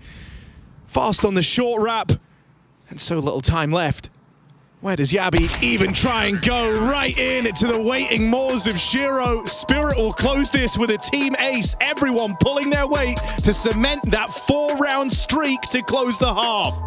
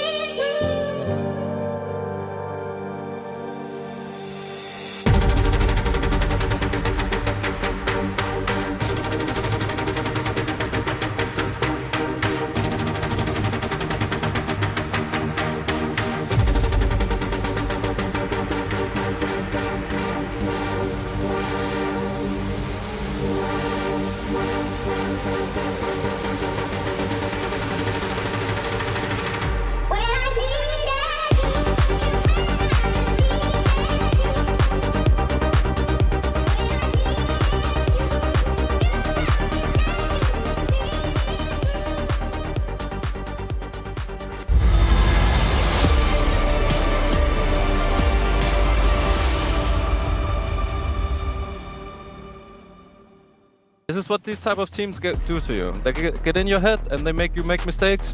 But the good thing about making mistakes is that we can make it better in the second half here. The end of that first half, Astralis holding their heads high, able to get through with 6 rounds on the T side. It was only responded to in the tail end of play, really, from Spirit, where they went on that streak. Donk topping the charts for Spirit, matching him in the Astralis jersey is Fuzi, and that's been the case all throughout this series. One of the big questions was if Fuzi could keep it up, because, I don't know if you know this about Donk, he's got a stellar track record. He's there day in, day out, putting up these type of numbers. So it's impressive that Fuzi's matched him. But in this pistol, he's dealt a rough hand. One tapped out by Shiro in that head-to-head. Yeah, Fuzi's perfect match. In the AWPA of Team Spirit, 5v4. Huge weight lifted.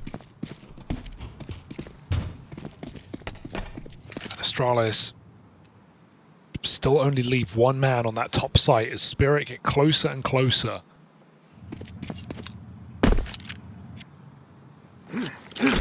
By the time Stair knows his rush is coming, it's going to be too late. He needs to put up kills. Trying to hide in the smoke. 40. Hoping that they just forget about you and that you're allowed to play. That's exactly what happens. Still won't come to matter as Donk in the bank. And one hell of a deposit with that double. I like the call though for Spirit, right? They have dumpster smoke and they have site smoke. Site smoke lets them plant, not worry about toilets, and also just get cover from trucks so they can go into bank. It's great pathing in the pistol round. Setting those pistols up.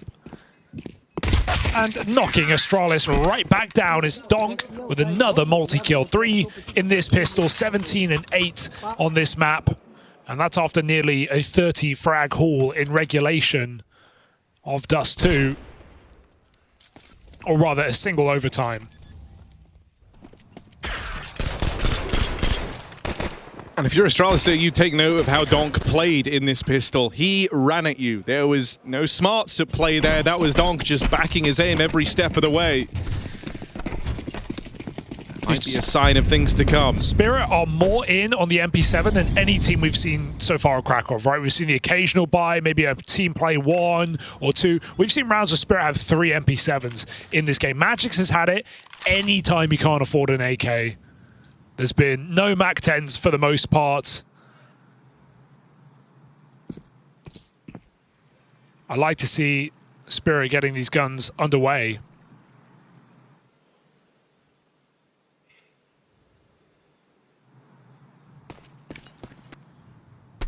Because get used to it. You're going to see a lot more.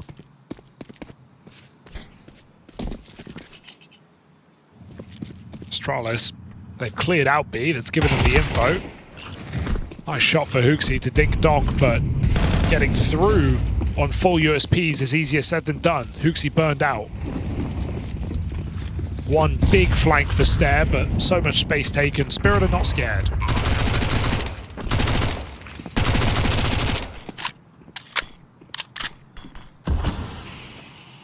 Oh. They really want to hunt these USPs. Get them. They're not scared. They're not worried. They'll play 3 players in through the bank just to go and end this round fast as possible. They're waiting for the real challenge. They're waiting for the guns to come out, and they will make an appearance here. Fuzi even getting that AWP online fast as possible. Will Shiro do the same? Doesn't look like he can afford it. 300 off. If he didn't die, maybe. If he got that last kill, but...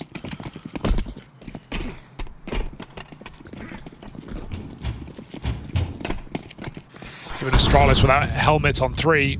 Got to be careful in a round like this.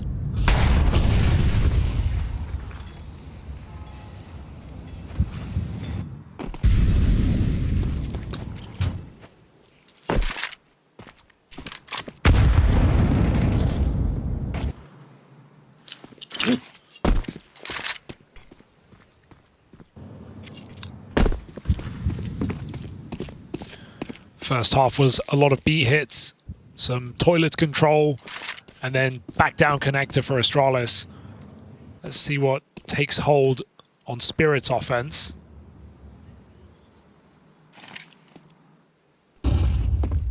Astralis' A hits are primarily done through long. Shiro's orbs weren't as frequent. This aggressive setup around the toilet really hinges on delivering the openers, and while Fuzi doesn't disappoint, Stair will falter. But the fact that Fuzi got one, able to put some distance between himself and this looming A play, gets that orb into the right position, but he's dead surely. Shiro, all the time in the world to set that one up. Didn't see the head. Ends up just shy of the mark, and now this orb continues to be threatening. Shiro's going through. Gonna play through that long smoke. Yeah, there's the cover for Hooksy. Not gonna let this tremendous effort from Fuzi be in vain. He's got his back. And so this is a promising start for Astralis at least. Fuzi still outputting.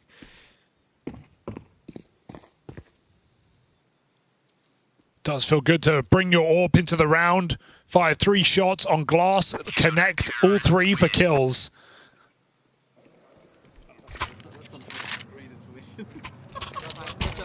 Makes Astralis' job a lot easier here. CT side first going round connects.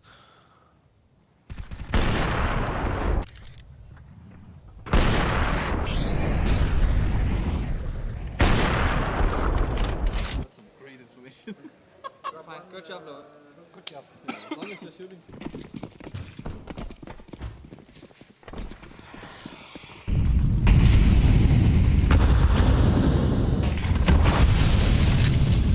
Stressful game, I'm sure, but Astralis still finding a chance to laugh. Favored side and only a round behind. Never say never.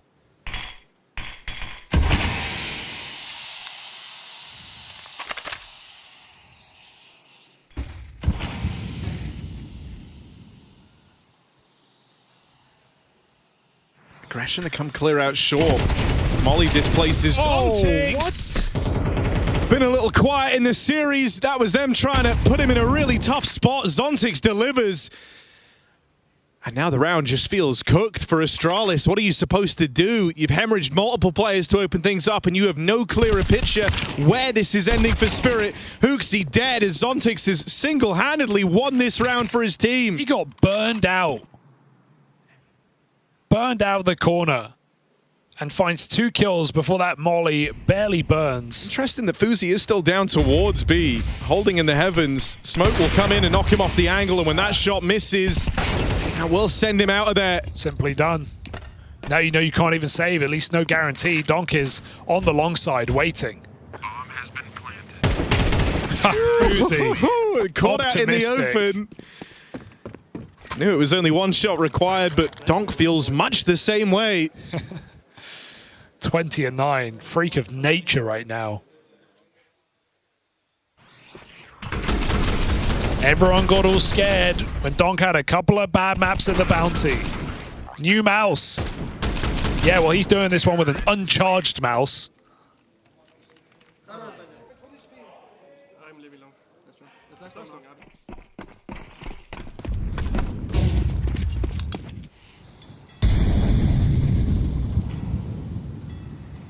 Panic over, Spirit full control. They get an anti-eco to boot. Knocking on the door of a 2-0 to start off this group. And that would just be a real relieving start to the tournament for Spirit. After their bounty woes that you just talked about. Some of the doubts cast on this team. You've got to expect some maps where things go wrong and maybe the leadership isn't perfection. Sure. You know, this is still a new project to a degree with Magic's taking over with a player like Zontix who was out of the game for 6 months. But in a match like this, things are looking a lot more reassuring. Donk hitting hard, Magic's with some nicely cool T rounds. Spirit staying sharp into an overtime. And Zontix has just had a great series, or rather a great second map. If you take out the first half of Dust, you know, you can include this. The recovery started half 2, Dust 2, and he's carried that forward with him. Especially in these last few rounds, man. He suddenly realized, you know, earlier it looked like he didn't want to be here. You remember that interaction he had with Dong, sat side by side? Maybe they told him, if we end this one soon, we're out of here faster, Zontix, because he's really trying in these last couple of rounds to leave his mark on the matchup. Timeout burned for Astralis as this second half has started getting away from them, and if they don't recover it soon, it is over. They have this bye round. If this one comes up short, Spirit are right there on the finish line and you're broke.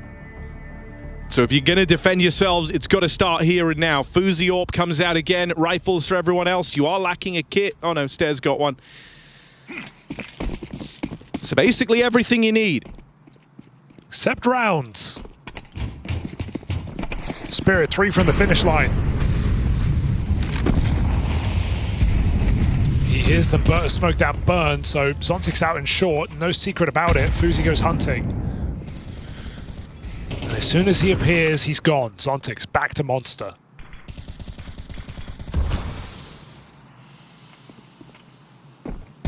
This time the clear is silent. Yabi sees Spirit have left this B side. That should free up a rotation. We should see someone go back towards top. Stare at 5 and 14 is alone. Huxi and Yabi making their move.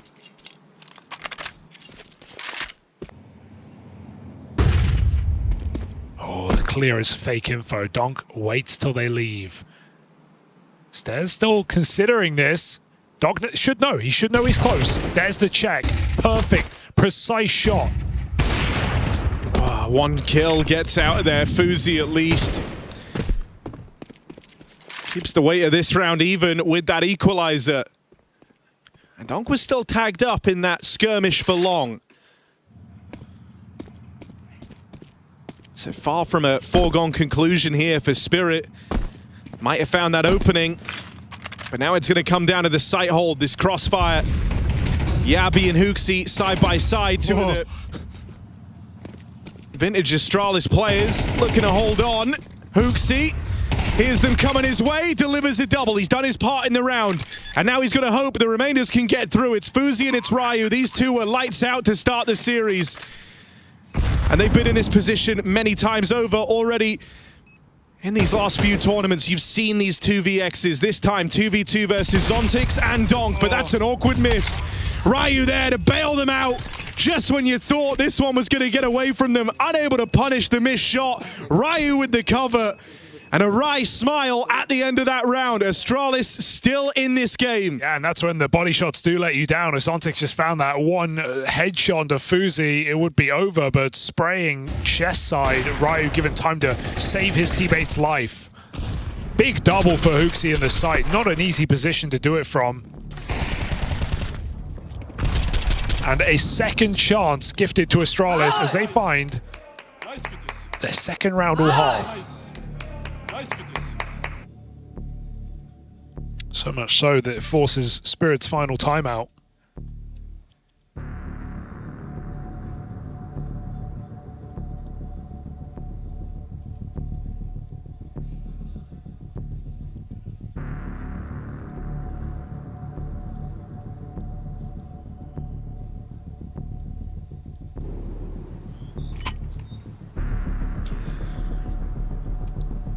Up until now, Spirit have largely been letting Astralis be the ones to make the first move.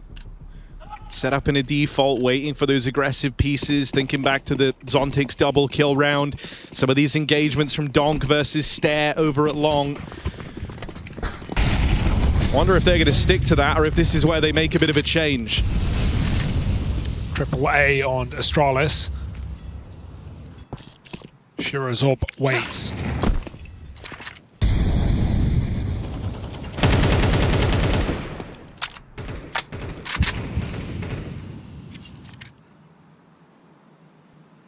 And it seems to be a matter of sticking to the game plan here. Holding that default, waiting for the Astralis opening move. See if they give you the kill that kickstarts the round.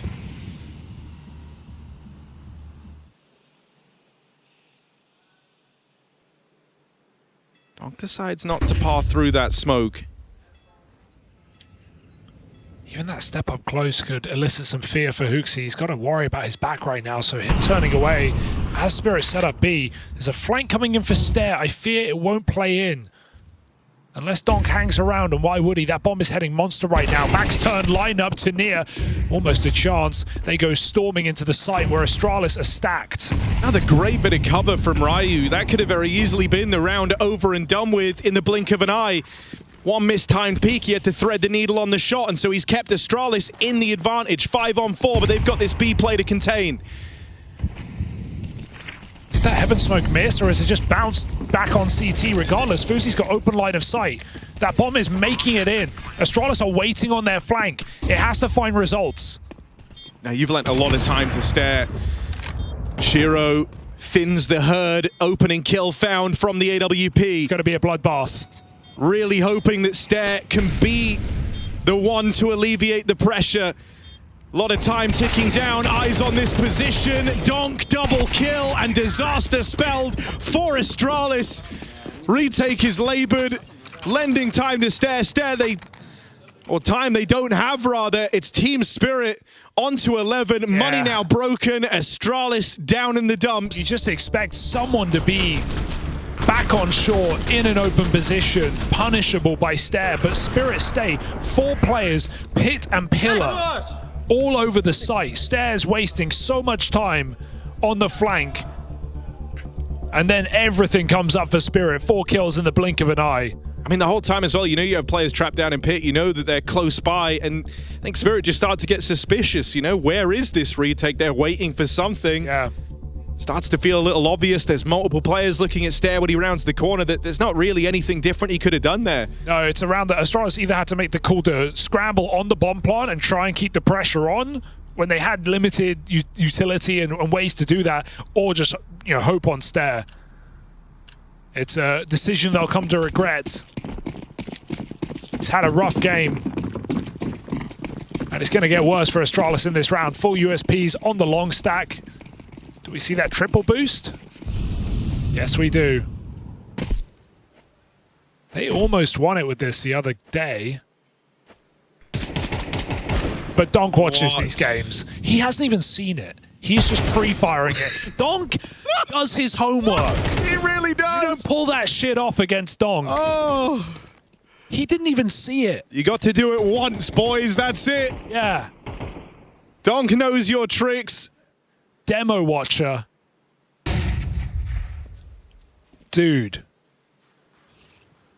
That's nasty. That's the thing, you know, when you watch someone as good as Donk, like, a part of you wants to believe he's just some brainless aimer, like it's his mechanics that make him so sick, but he's so smart, and you've seen that to no end in this map. Even thinking back to some of the rounds at Long where he's fighting Stare, waiting till he like gets the info to pounce. Here, done his research, knows about the triple boost, holding for it. And those are the, you know, not to take it away from Donk at all, you know, you don't know where that came from, but those are the things, that untangibles, the things that the coach says, that maybe an analyst prepped, that Magic's found, that Donk found. You don't know who found that, who called that in the round, but the call is, they're on full eco, watch out for triple boost, and Donk is pre-firing it before they've done it. Triple. Oh, and here we go. Gonna try and sign it off with a B rush. Get him out. Ultimate sign of the disrespect. You just barrel through into a B play. Flashes are good. Ryu and Hooksy try and stop this, but there's no containing Zontix, who hits a crazy sequence behind enemy lines. Put that back. And Astralis now, the hopes rest on the shoulders of Fuzi. He's put in such solid work in the series, but this is a bridge too far, surely. 1-on-3, Zontix stops him. Team Spirit kick things off with a bang. 2-0 finish over Astralis. Might have felt labored to start things off, but After that second half of Dust 2, this team came alive and Overpass was far easier. Yeah, respect to Astralis, right? They showed up in that first map. They had some cool ideas. We had some massive moments from the new international pieces on this previously Danish roster. But today, Spirit took the cake. Astralis' map pick, they get shredded. And Donk looks all the good while he does it. Zontix with a fantastic recovery after a slow start to the series. And all in all, Spirit do business in this first game of the group. Yeah, good to see them in fighting form after the missteps at Blast Bounty, falling shy of their ambitions with the new look roster. But a bit more time and warming up in the right direction. This is what we want to see. Let's hear from Donk down on the sidelines after that win. Indeed. Congratulations, Donk. Just arrived at IEM Krakow and already a big win. What did you think of your team today? We were better than Astralis, and like we had a pretty good communication, and like but plenty of mistakes. So we got overtimes on the dust. The dust should be like dust had to be much easier, I would say, and just some silly mistakes and miscommunication put us in overtimes. But still better than Astralis, and you had a great match as well. Did you have more trouble with Astralis or with keeping your mouse charged? With mouse, definitely. Okay. Next up, we have here Vitality versus BC Game. So who's your GOAT? Is it Zaiwu or Simple? Magix. Wonderful. Thank you so much. Congratulations, Donk. And when we come back, it is that match of Vitality versus BC Game.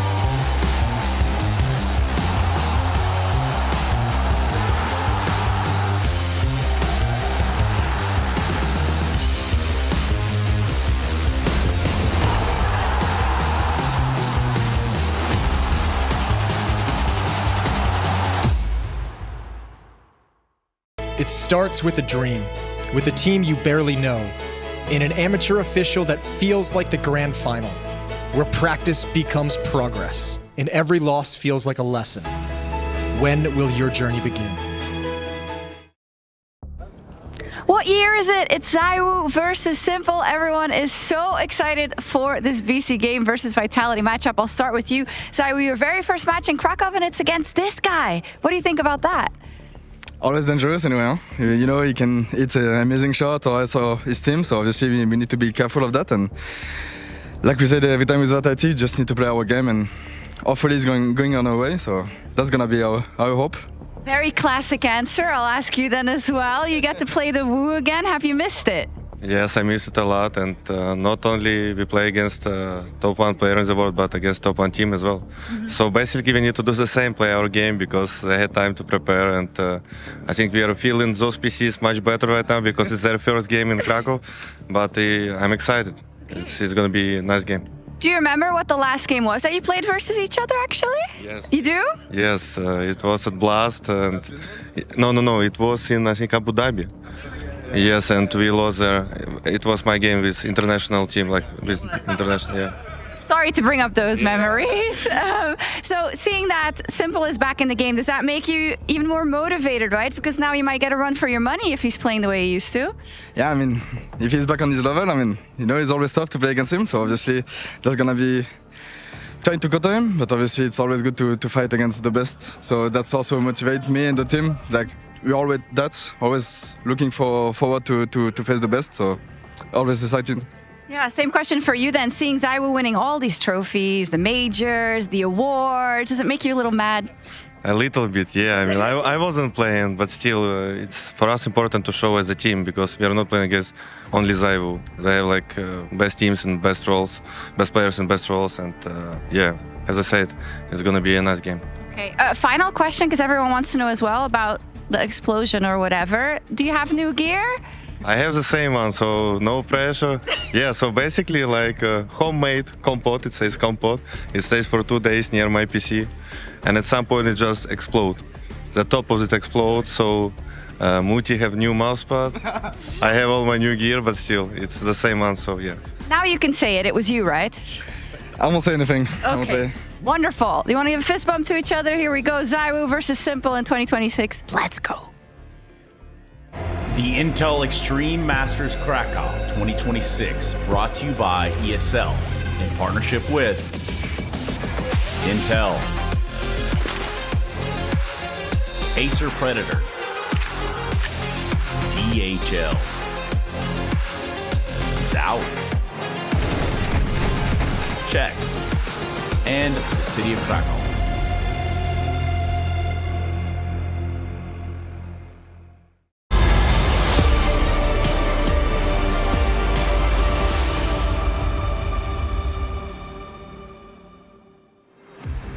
It's Vitality versus BC game, which of course means it is Simple versus ZywOo. The head-to-head we've had to wait for 897 days. Now we get to see it go down here at the Intel Extreme Masters Krakow 2026. Of course, two of the very best to ever touch CSGO. But for the first head-to-head in CS2, I love that Simple's saying, yeah, maybe there's a bit of a pendulum in favor of the Vitality camp in this one. Yeah, at the end of the day, it's a team game as well, right? And the team matters to be able to compete. And Simple has shown a great level so far in Krakow, perhaps a little bit surprising as well. But I think ZywOo and Vitality are just in a different dimension at the moment compared to BC game. Yeah, there's a lot on the line now, obviously, for BC game. You know, they came through stage 1 and now moving into stage 2, and they go up against, in Simple's own wording, the best team in the world, and also probably the best player. He just won the HLT, which I won last year. So there's a lot of things that needs to be clicking for PC game to even make this one competitive.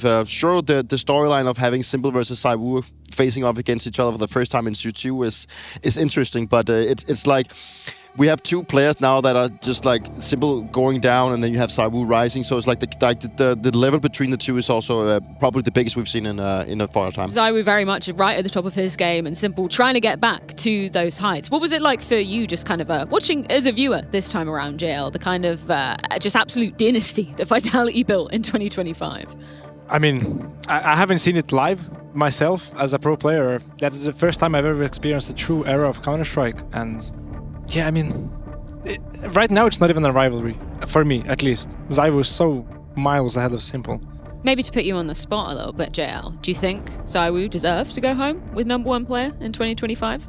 Yes, by far. For me, it wasn't even a race, because I value team achievements and I value a player's ability to win games. And Don can shoot people, but he couldn't convert it into game wins. And they had so many achievements. If we just look at the litany of trophies that Vitality managed to bolster in 25. I'm curious though, Dupree. We heard in that interview, you know, ZywOo, he's a very humble gentleman. You've had the pleasure of being alongside him. Was he ever bothered about the prospect of going up versus Simple? Because when you were on Vitality, it was a much more, I guess, even playing field. It was much more back and forth in terms of some of those wins and some of the losses for Vitality. Like, the honest answer is that I think like the crowd and the people on the desk and the community itself is putting a lot more into the whole case of the Simple ZywOo storyline, whereas he just enjoys playing Counter-Strike, you know. And we back in Vitality, when we had Sonic coaching us, you know, he actually wanted ZywOo to have a little bit of a bigger ego because he wanted to live up to this kind of expectation of him being the best player in the world, and he wanted to go out and actually showcase also towards Simple to see that, hey, I am better than you, and he also wanted that to be reflected into the team so he could have this kind of role in the team where he would push us in the right direction. And I think he has developed in that department, but he's such a good guy that I don't think he will ever be able to have an ego like Simple, where he just believes or would say in an interview that, hey, I know that you've been claimed as the GOAT of CSGO, but I am just better than you. He would never do that because he is so humble. No, 100%. On the flip side, Joe, when you played with Simple, I'm sure there was probably a bit more trash talk going ZywOo's way. Actually, I've never heard him personally say that I'm better than ZywOo or whatever. I've only heard it in interviews or maybe online posts, but in real life, he would never say, oh, let's smash ZywOo today or whatever. It was never a rivalry for him. He just thought he was better and he just kept silent. And that's the thing, right? When we look at this head-to-head as well, truly, it's been a team effort for Vitality, particularly to sustain just the amount of trophies that they managed to get in 2025. And we probably want to look at some of the other names on Vitality as well. I want to put ropz into the equation because a lot of people would probably say Budapest Major, maybe he was slightly robbed of that MVP. He did equal ZywOo's statistics at the end of the day of that one, but it just shows how impactful he is as a player. I think so, especially if you look at those playoff games, right? And ropz being monumental in some of those, and like JL pointed out, players' ability not just to get kills, but actually impactful one and impact the outcome of the game. ropz most definitely did that throughout Budapest, and probably one that's flying, maybe not anymore under the radar when people talk about GOAT riflers. You know, I think ropz is kind of surpassed Nico right now in the conversation, because you just see when it comes to those big games and the ability to win tournaments, sure, like he's been on some really good rosters too, but it's not like he's coasting in those rosters. You know, he's being one of the most important players, and ever since he joined Vitality, you know, last year in Katowice, that first map on Dust 2, you're just thinking, they got this guy for free? Cheaper than butter, as Apex said so eloquently. Would you agree with that argument? Is ropz better than Nico? I mean, I think there's a case that could be true. I'm not sure that we're there yet, but it's definitely very equal. I think the most impressive thing is how much the addition of ropz into Vitality has elevated Vitality. One thing is that what we can see in the results, but also what you hear when I get to talk with the players, how he's just working so hard and he's doing so many things for the team outside inside the server whenever they're in the practice room, and he always tries to, you know, find this new thing that they can use. And it's incredible to have this kind of guy that does so much of the hard work. And it really reminds me of how we managed to get matches back in days, that this one key change inside the team just changes sort of the whole dynamic of how the team works, and that everyone just feels comfortable and everything just needs to be clicking. And, you know, it happens so rarely that you actually get to experience, and it's incredible to see that happening once again. We get to see some of those incredibly characteristic lurks of ropz from kind of the third-person perspective. But JL, I'm sure you've been a victim to ropz and his playstyle many a time. What's it like to actually face him in the server? It always feels like he's in the correct position at the correct time. He's always coordinated with the team. So if, for example, I'm holding main and I turn around to look at door, he's gonna come out of main because his team made a step or some kind of noise for me to turn, and that's the exact timing he pushes.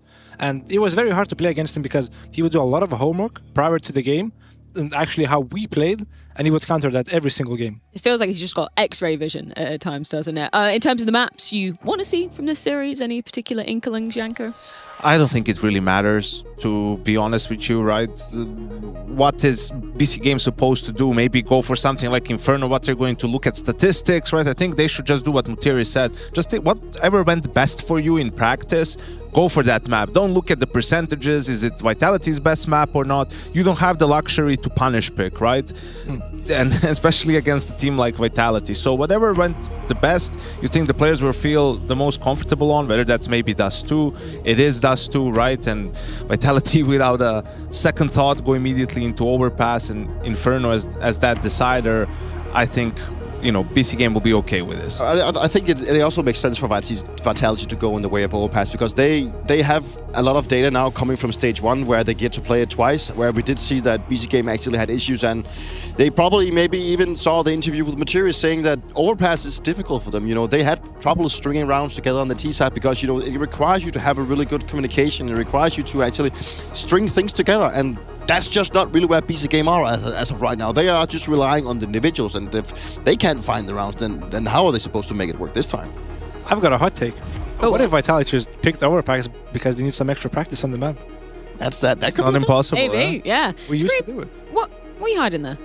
Well, I mean, I am ripping an Astralis jersey. I wish it was an Astralis jersey. A Vitality jersey, right? I'm even, I don't know, I decided to wear it because, obviously I'm going to be cheering a little bit for the Vitality guys. But they have 3 stars. I only managed to get them 1. Only managed to get 1, Dupree. How could you? How could you? Either way, we do need to get this show on the road. We got Simple versus ZywOo. It's Vitality versus BC Game. The match you've all been waiting for. 2.5 years since Simple and ZywOo duked it out in a server, and we've got them in very different positions today. 2 players who are once back and forthing world #1 for 4 years straight, and ZywOo kept it up. Simple out of the game, back in BC, and looking to take a swing for the king. Who is the GOAT? It's time to find out.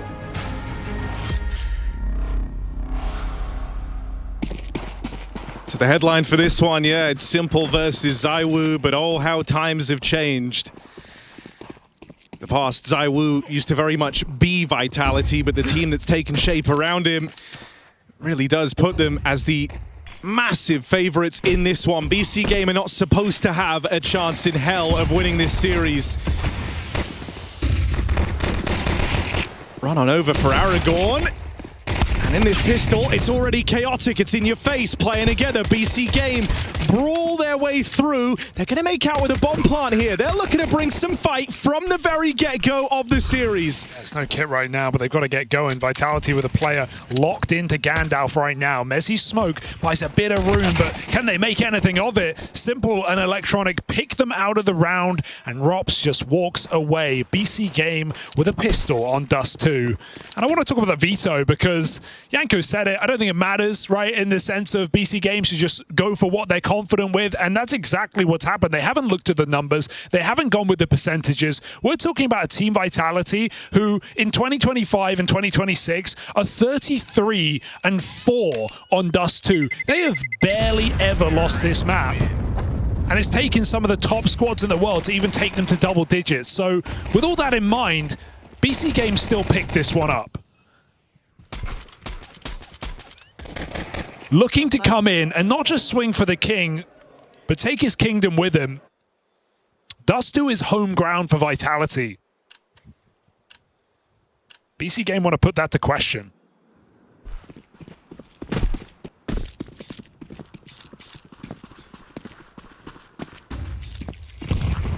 It's a very rare feeling as well, the type of matchup that this is, because, everyone's aware of it. Everyone's aware of the only reason, where you couldn't call ZywOo kind of definitively the GOAT of that period is because Simple exists. And so in a way, it's like someone you still have that beef to squash with. But he has been out of the game. This is a different team. It's not the same stature. This is one where, even though you're coming in as a heavy favorite, that could, in a way, work to BC Game's advantage. They feel like they have nothing to lose. Taz was talking about how pressure's been high on Electronic and Simple because no one believes they can make this comeback happen. Well, you're not supposed to win this match. And so that can be a little freeing in a way. We see them come through with a good look in the pistol. Let's see how they fare up against this 4-spy. These can sometimes be very hard rounds to put away. And they are going in towards the stack. 3 players here at the B site. Messi dead in an instant. It takes Rops to rise up and try and keep this one all square for Vitality, but the B stack's getting dismantled. Apex gets out with his 2. Lost your front men. It's down to Crazy in this 1 versus 2 clutch. We'll get the bomb planted, but Vitality are right here. It's gone very wrong for BC Game. The stack holding strong, Crazy at the back of the site, and they run him down together. Further damage. ZywOo, pistol over the Galil. Crazy low health, and the weapon swap. Not enough. ZywOo just saves it. By the bell, by the skin of his teeth. And thanks to his in-game leader with 2 massive 5-7 kills out in the open. Some whiffs for BC Game that they will live to regret. How the hell does Apex get to there? Back turned, spamming against Mutiras. It's fine, boys. Let's go! Nice done. Vitality. It's a big question coming into this tournament, knowing they've been slow to start at times. We've seen them lose their opening games and then go on to win a tournament without dropping a single match. But I think there's extra pep in their step today. There's extra reason to want it. Even if this head-to-head isn't a current conversation.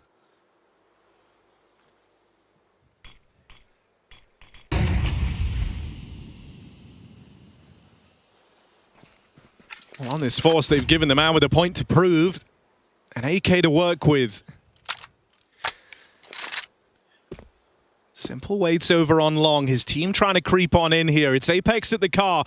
Once again, in a very key position. His double kill is the reason that force buy came through for Vitality, and it looks like he's going to go unchecked here. Flash to tee him up. Just the one from Apex. Tech9 of Aragorn closing in.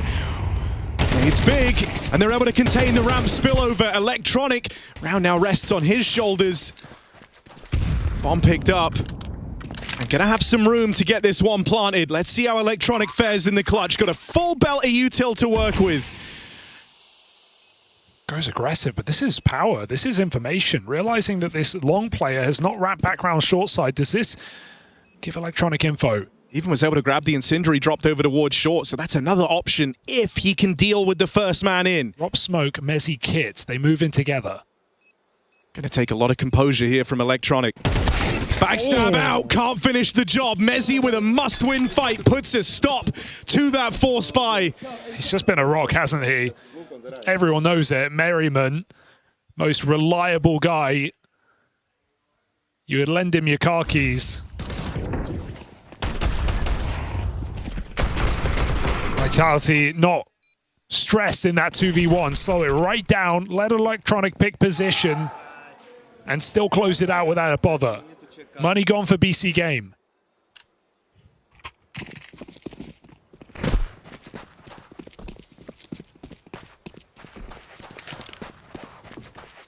Simple buys the Deagle.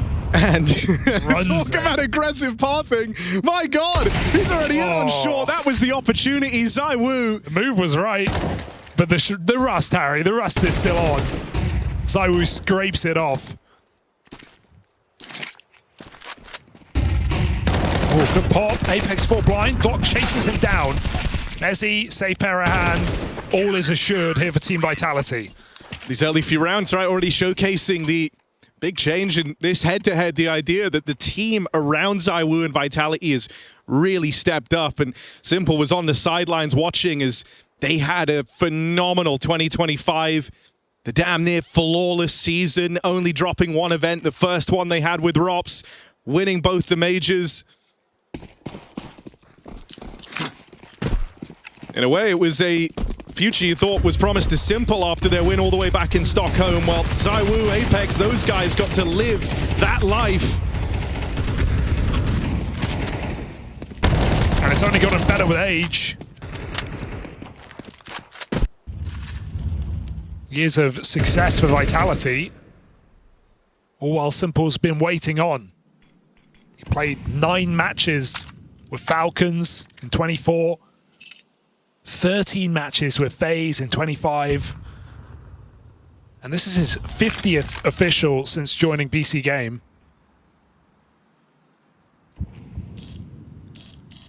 Still trying to get back to it. He gets to don the AWP here. ZywOo once again trying to remain threatening out on Catwalk, and there's the clash. Simple dealing with him on that AWP. Mezzi starting to feel some pressure. Been solid in the game thus far. Hasn't had any a fumble. But with Electronic waiting down here in this pit, being incredibly patient. He's whittling away at the A defense. There's nowhere left to run for Mezzi. He's iced out in the open. That was a nice recommit for Vitality. They had to take something back, but Electronic, it's all part of the plan, lying in wait. Punishes the pushback. Vitality falls short in this rifle round. With Rops alive, you're always going to get a save. Unless he goes too far. When does Rops ever go too far?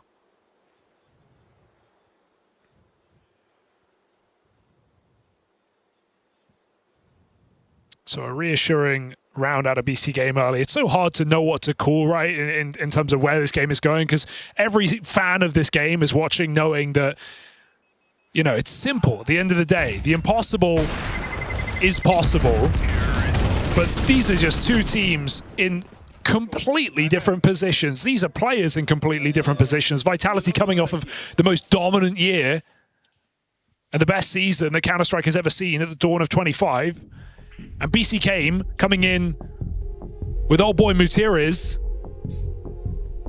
and then one of the best firepower duos just stitched in. Even just the lack of experience on players like Aragon and Crazy, and we've seen some really good moments from them here at Krakow.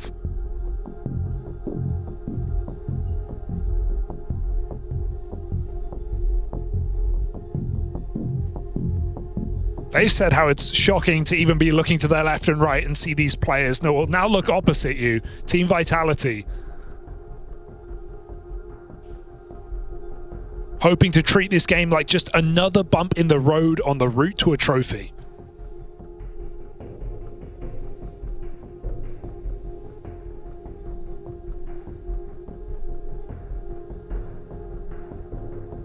Can BC Game today be more than just a pothole?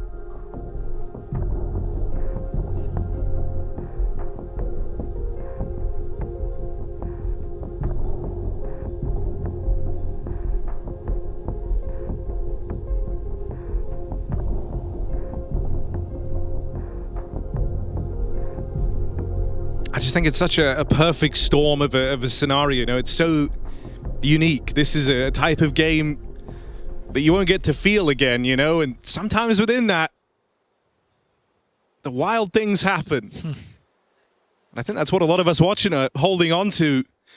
And I'll say this, in these first couple of rounds, it's been a very good look from BC Game. Noting some high output from Electronic. Aragorn as well, looking solid. He had a couple of lights out maps and a few quieter ones as well, and you always did feel that burn. It was in the debut series, that crazy comeback. Aragorn ended up topping the charts. No matter who wins today, all we want is a competitive match. But you feel like both teams showed up, gave it their all. I think actually that's the last thing Vitality fans want. They want to believe they've got this comfortably in the bag, because they should. Make no mistake about it. Set up on the mid to be here. Two players in the site. This is an early enough call that Vitality aren't necessarily prepared for it. They have all the util they need, but look at BC Game's pace. Oh, Mezzi lining up too. That's Aragorn and Electronic skewered. Backstab in through the window is held by Mezzi, and even if they try to blow this open, he actually can't reply. Follow up on a Rops as well. B-site will fumble. So now we look on to Simple playing an aggressive post plant. Is this a move you're ready for if you're Vitality? Because it's not prim, it's not proper, and oh, it's decidedly Simple, isn't it? He's playing the trigger discipline, eventually takes the shot. ZywOo closes in. Simple wanted both of them. Giving ZywOo the time to ready himself for that fight now. Opens up the door to this retake. Missed shot, Crazy with a chance. And clutching up versus ZywOo, no small feat. That's a 1v2 to tie up this game. Yeah, it's scary. It gets down to the millimeter, and BC Game still pull the thread out of Vitality sweatshirt. Simple, he held that for so long. He wanted to hold it for longer, but Apex was turning around. It felt like maybe he could have caught a whiff. Simple's not risking it, takes his 1-for-1. ZywOo still keeps the round interesting, but not enough to keep Vitality's money in good standing. BC Game, break economy, put Vitality on pistols.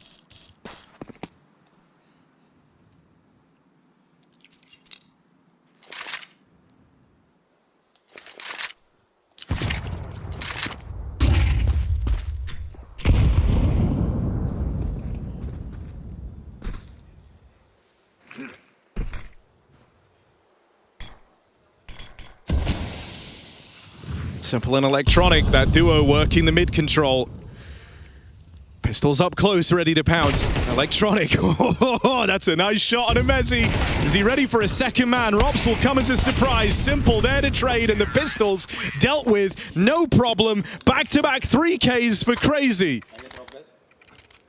Things you love to see. You know, we've seen a couple of different looks at a BC game in this tournament. Day one, slow start, had that wild comeback from 11-2 down.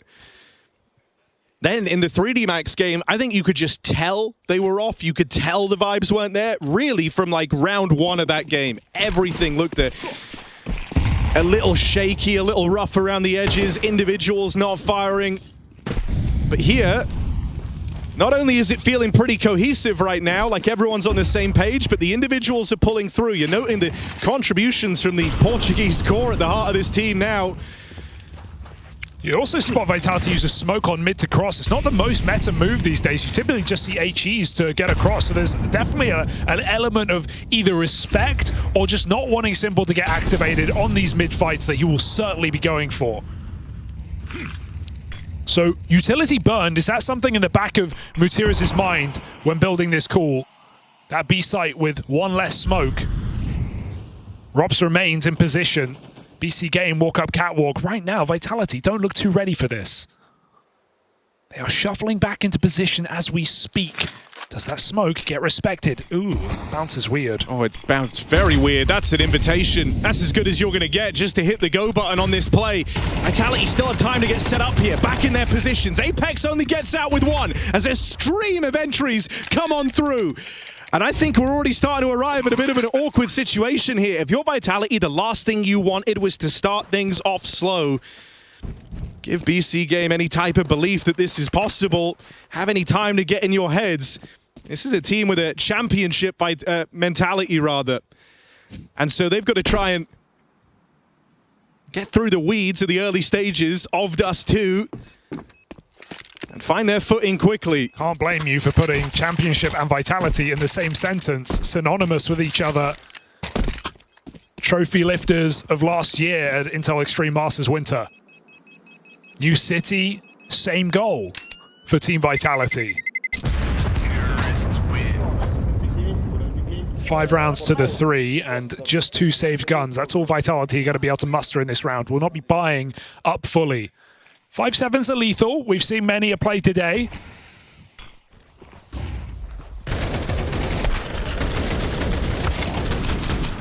Just solid trade work here out of BC Game, who noticed that liability of a smoke on short and jump right through it. It's not bad, drops over. Vitality min-max. The rifle players give SMGs and Deegs over to their teammates. That allows for utility. Vitality with a hoping chance to fight back in this round. This is crazy. Run on through. This is desperate. Oh, Flames given a ticket to ride on his way to the ace. They feed it to him out here on long. A wild move from a confident BC Game. Flames is quick to extinguish that fire.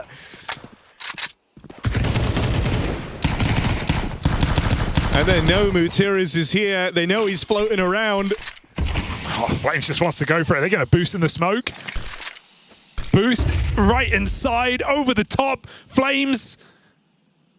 This is all 5 waiting to happen. A moment away. Mutiris' life burned away by Flames. And that fire is all consuming. That is not how you wanted to forego this advantage you were fielding on the T side. Money now starting to get called into question for BC Game on the back of a ballsy long push. Yeah, it seemed desperate here for BC Game. It just felt forced, you know, through that smoke. Money advantage. You spot a player close, you know there are going to be more in play. But at no point deciding to cancel until it was too little, too late. And so low economy, no problem here for Team Vitality. Reality hits hard. And Flames hits harder. Top of the team, second in the server.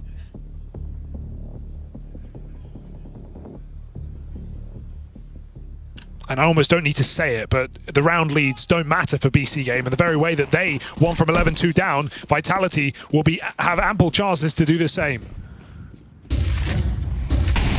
There is never a point that this game is over until it is literally over. So BC Game can't let off the gas. Their economy now on the line. Yeah, you can never get ahead of yourself in this type of a matchup. But many teams have up against this Vitality. And so you hope that, you know, at bare minimum, that can be a poignant reminder of it early on for BC Game. You've got to give your heart in every single one of these rounds.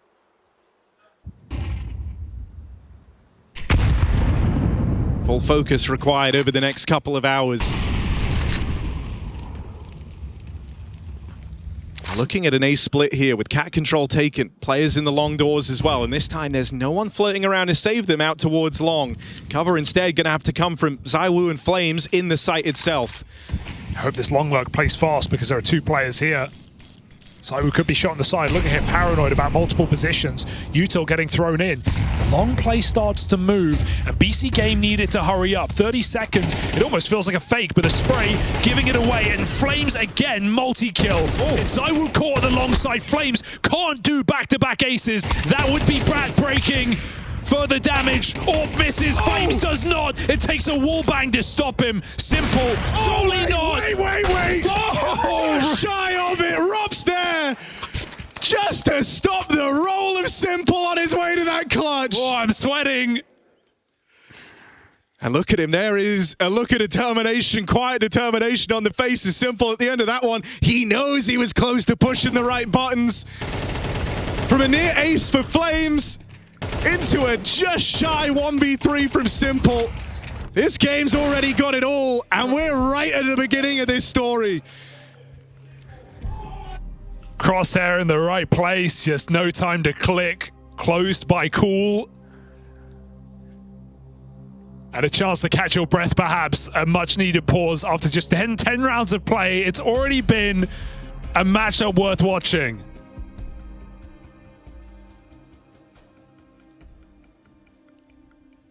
Flames, 9 kills, 2 rounds.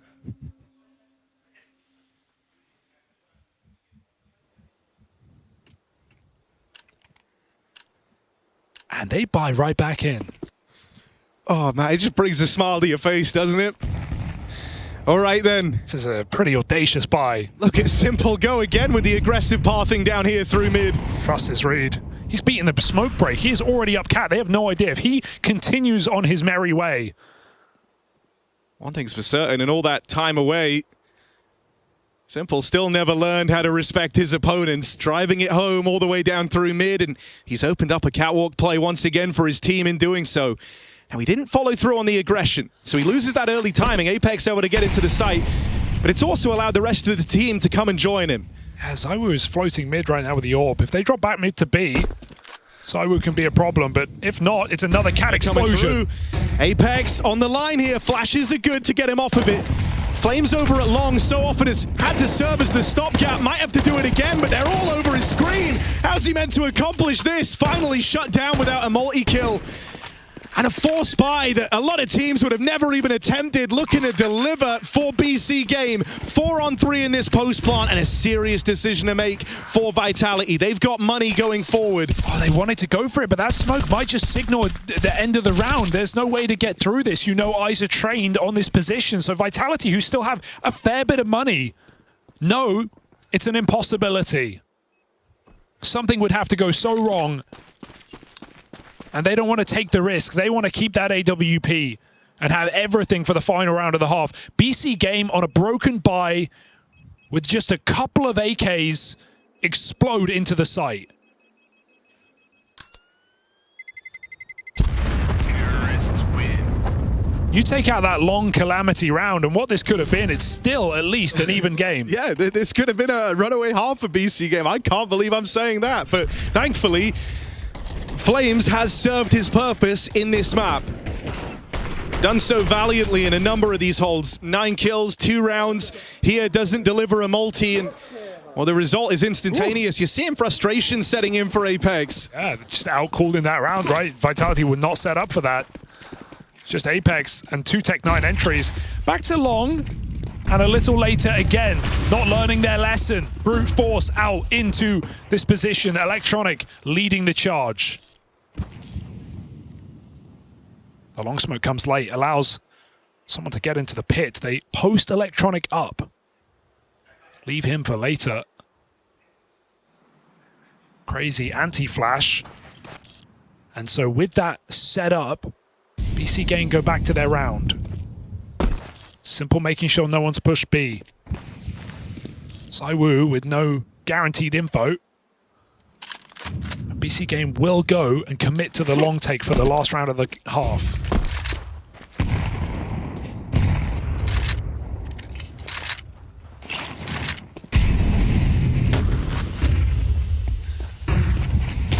Smoke in the way at the minute mark. If you wait for that, it's going to take a lot of your time. You learn about the AWP now as well. BC Game decide to play right on through. Smoke in the crossroads. They're closing in on this control. Nice. Flames teed up with a flashbang. Only gets out with one. However, that's all he's able to accomplish. You find yourself breathing a sigh of relief. 3 on 3. In come BC Game. Zaiwu has to start hitting. Simple is playing through the smoke. Only getting out with one. It's another ask of Electronic in the clutch.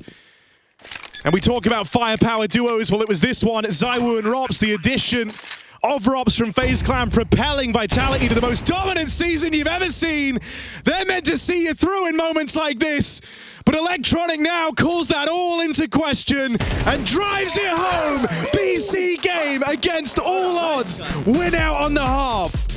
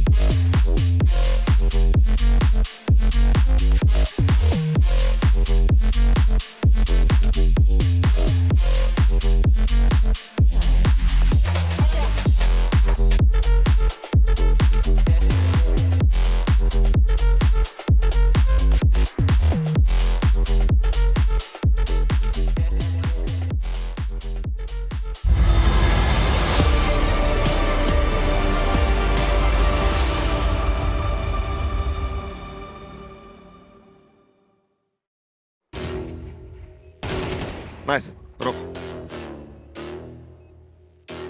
Иди. Log. Yeah, there. Nice! Woo! Nice, guys. We played so fucking good. Good job. Let's keep it up. Now could be harder, guys. Positive energy from Simple, and BC Game through to a winning half. For Vitality, this one comes as one hell of a shock at the dawn of this highly anticipated series. A head-to-head rivalry between two goats of Counter-Strike. Two that have always been at the forefront of the debate. Simple versus ZywOo, and right now, Simple's side is winning. I felt like longevity was always in ZywOo's favor, right? Sure, Simple was world #1 when ZywOo was playing ESEA Advanced, but with time going on, Simple away from the game, ZywOo picking up more and more trophies. How could you ever expect Simple to come back in and rival that?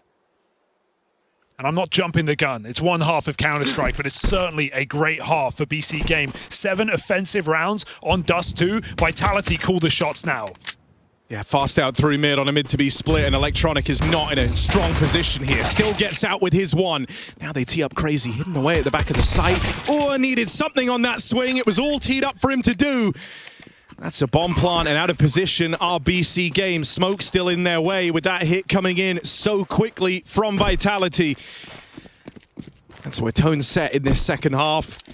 This scoreline is going to close up. Yeah, very quickly. I want to reiterate it as well. 33 wins to 4 losses since Vitality started 2025, only losing to some of the world's best.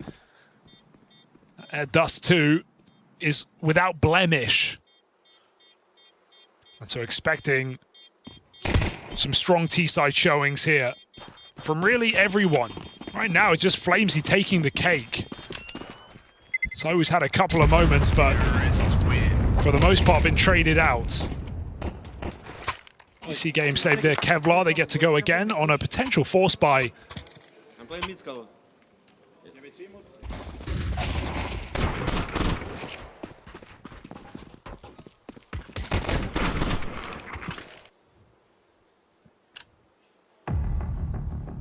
Oh, a little timeout. Simple was looking over his shoulder to ask for approval kind of to play looking the at scout. Taz to see if that was okay, see how that slots into the plan. This is a very cooperative Simple we're getting today. Yeah, conversations about the meshing of minds, right? The meshing of styles and ideas. You got 3 Portuguese players with, Sean Mutiris with experience, some playoffs at big events, but mostly been on the wayside. You've got Simple Electronic major winners.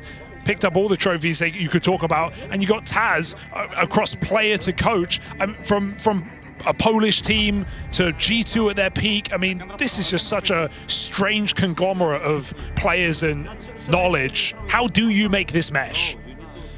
They're trying to find a way. Well, seems like Simple will get his way. Scout purchased up. Taking it in towards middle. Approval granted by Taz. I remember a Simple scout. No way. This is crazy routing. Hey, don't connect this, Simple. Surely not. It's as aggressive as you can be at the start of this round. Just shy. Ooh, they've given him another chance at it. How many misses can you collect from this Simple scout? Flames crouching, he's not getting lined up. That's a missed mid-door smoke. It will still serve some of the purpose, but over the top, Simple fires off. 4 misses for Simple Scout. Finally connects it blind. Could have been a lot more here. Damage has still been done. Priming BC Game. But a lot more to do. Gambling on the B side. Simple takes his scout. Puts it on long. I mean, where ZywOo's always been about perfection personified, Simple's always been more willing to take the big risks, to leave it all to chance. In his prime, it felt like the game would do everything it could to help him on his way. Now he's fighting it. This ain't CSGO no more. Aragorn. It's long, Aragorn getting pressured. First kill goes his way.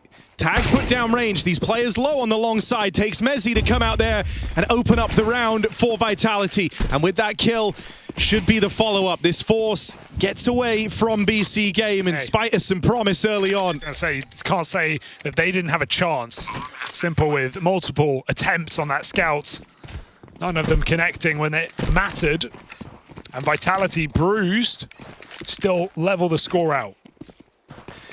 I mean, you talk about the melding of the minds, the different states of these two teams. Vitality needing no introduction for how dominant they've been, how perfection is always demanded. Apex are a very demanding IGL when it comes to this team. For BC Game, there's this vibe. You know, you have Taz, who did not exactly go out on a high, trying to kind of show his worth. Right now, it seems like the team are responding to him well, respecting him. He spoke about that in interviews. You have Electronic, who's been dubbed a team killer. You know, a guy who after the stint in Na'Vi, after trying his hand at captaincy, trying his hand at being the IGL, went through a string of teams and was often the one pointed to when you asked why they didn't get the results, why it failed. Left them all worse for wear. Hell, even someone like Mutiris. The idea that, you know, what if he's past his prime? Idea that the couple of steps in the right direction are as good as it gets for him. All right, ZywOo versus Simple, and ZywOo's scout hits a little harder. That's how it's done. Opener here for Vitality, and a very free map all of a sudden. So only some pistols in play. Electronics SMG gambling on the B site. And this Vitality walk-up cat. This should just be the round lead taken back.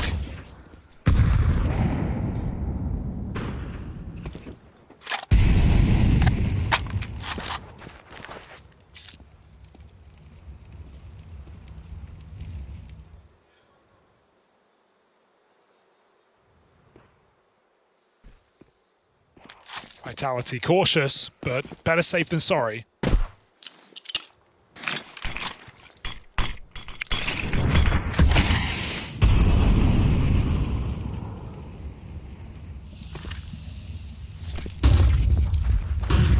Send out scouts to clear the site before the bomb commits, just in case they run into a stack, and they won't.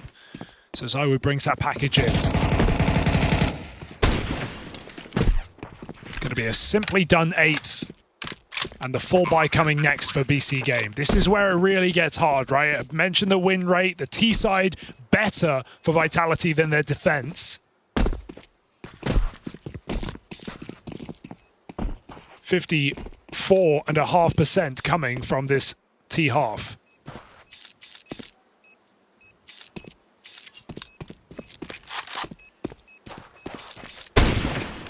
Yeah, and even though while you were able to kind of pack roll in that first half, play together, CT can start to feel really, really punishing. You know, you give a kill away on the wrong end of the map, suddenly you're unable to rotate, unable to kind of plug that hole in time. And Vitality can move very, very quickly to exploit those moments. Yeah, it's where an Apex can earn his flowers, right? Calling rings around the setups, finding the gaps, putting his pieces in the right places.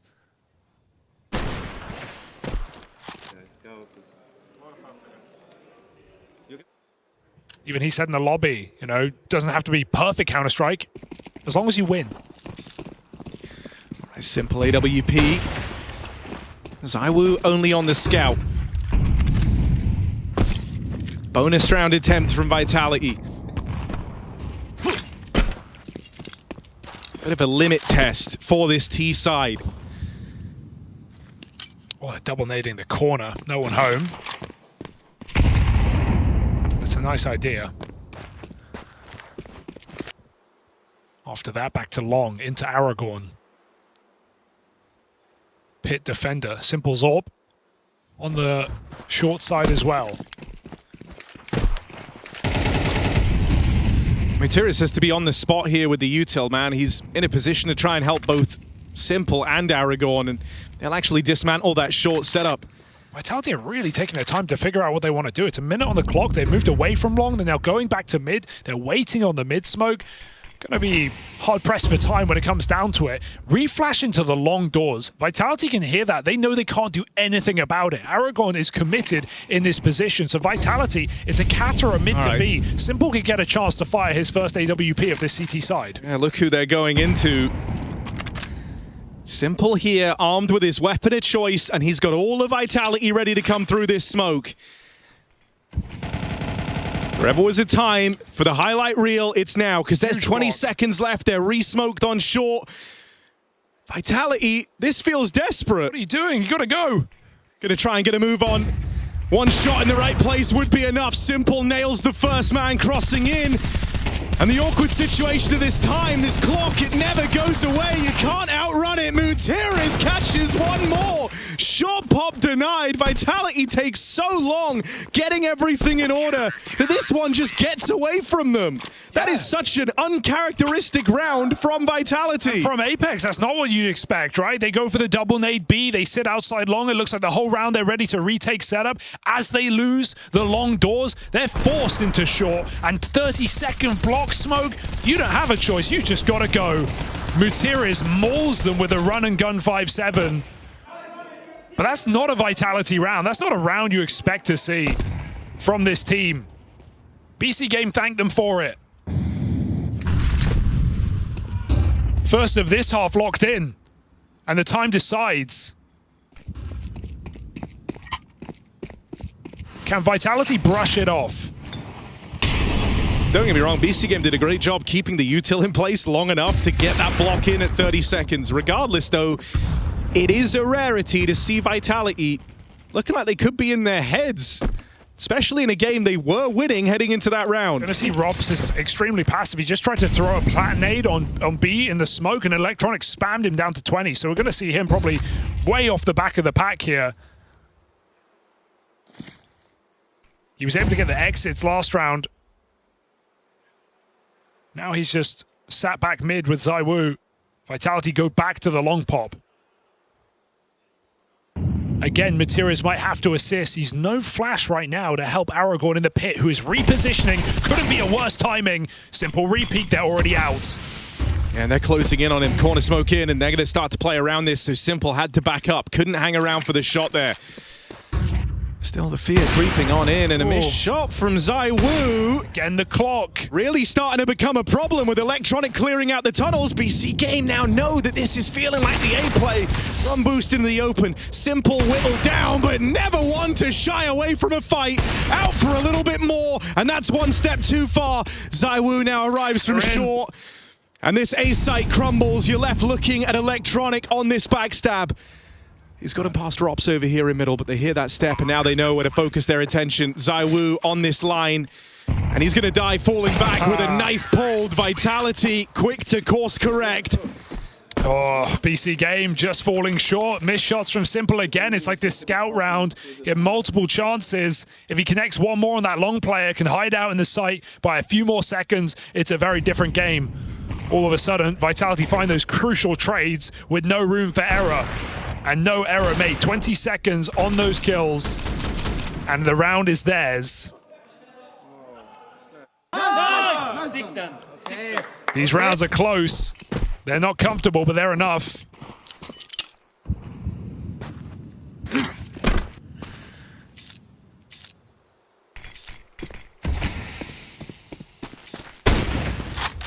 As long as you win.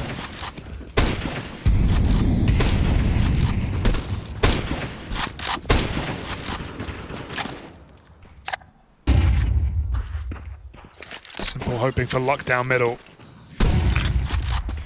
It said that out of the two of them, Simple was always the guy far more down to leave it to a roll of the dice, right? Pushing it lower is awkward for Electronic. Caught on the wall. Hands a freebie over, and they're grouping for this B hit. Crazy.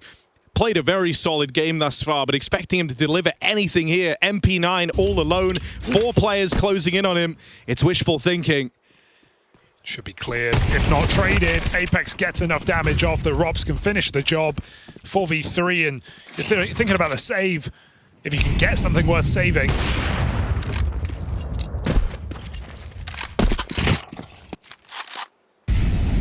So BC Games surround the bomb site.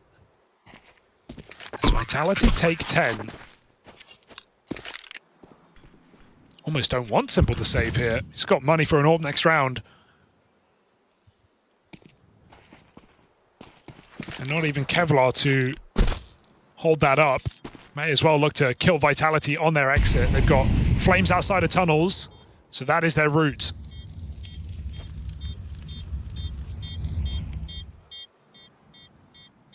Not much ambition on this hunt here for BC Game. Maybe a last-second swing for Materas.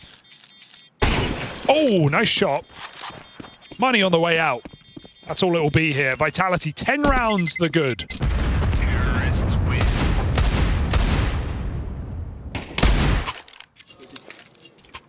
Only 1 round so far on this CT side. Yeah, you might have felt like you had Vitality a little bit rattled with the uncharacteristic round you were able to pick up, but that can change on a dime versus this Vitality team.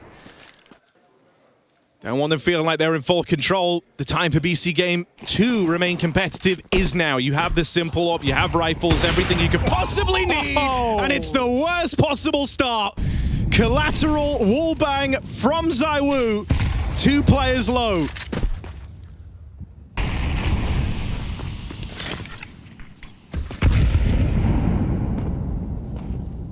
And he doesn't know it. He doesn't know it, but he's teed himself up with the easiest B-site hit of all time. Oh.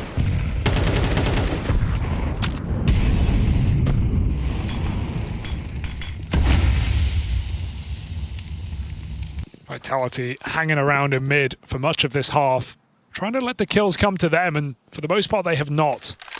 That's why these rounds have come down so late. ZywOo and Simple both patiently waiting. Long take coming in. Again, Aragon. Second from bottom in the server.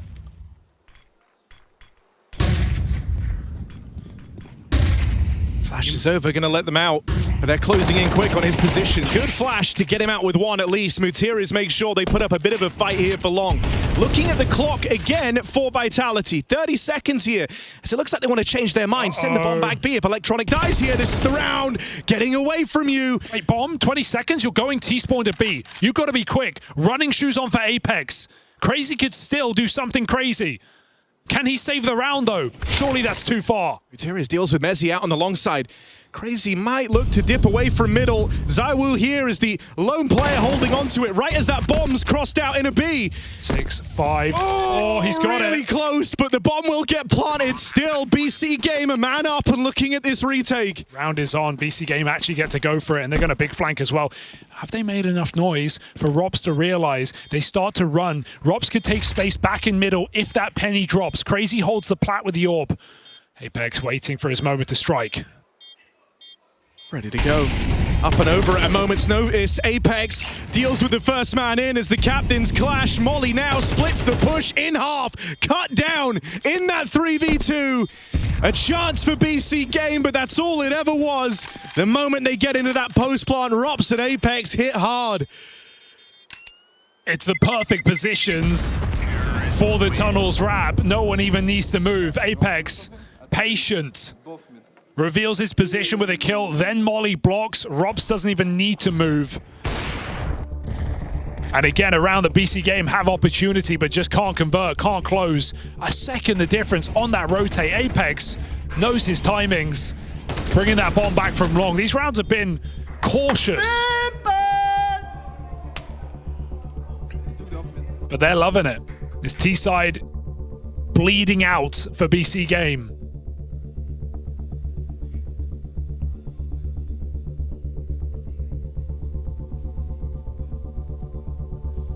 Final timeout burned. Last time for Taz to speak to the troops here.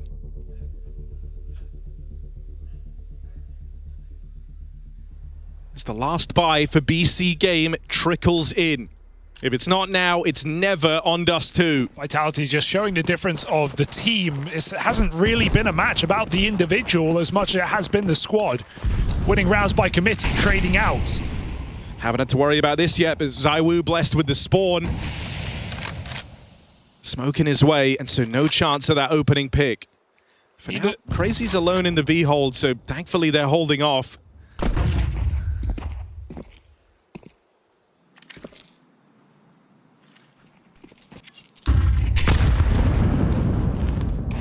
Great grenade down lower for Simple.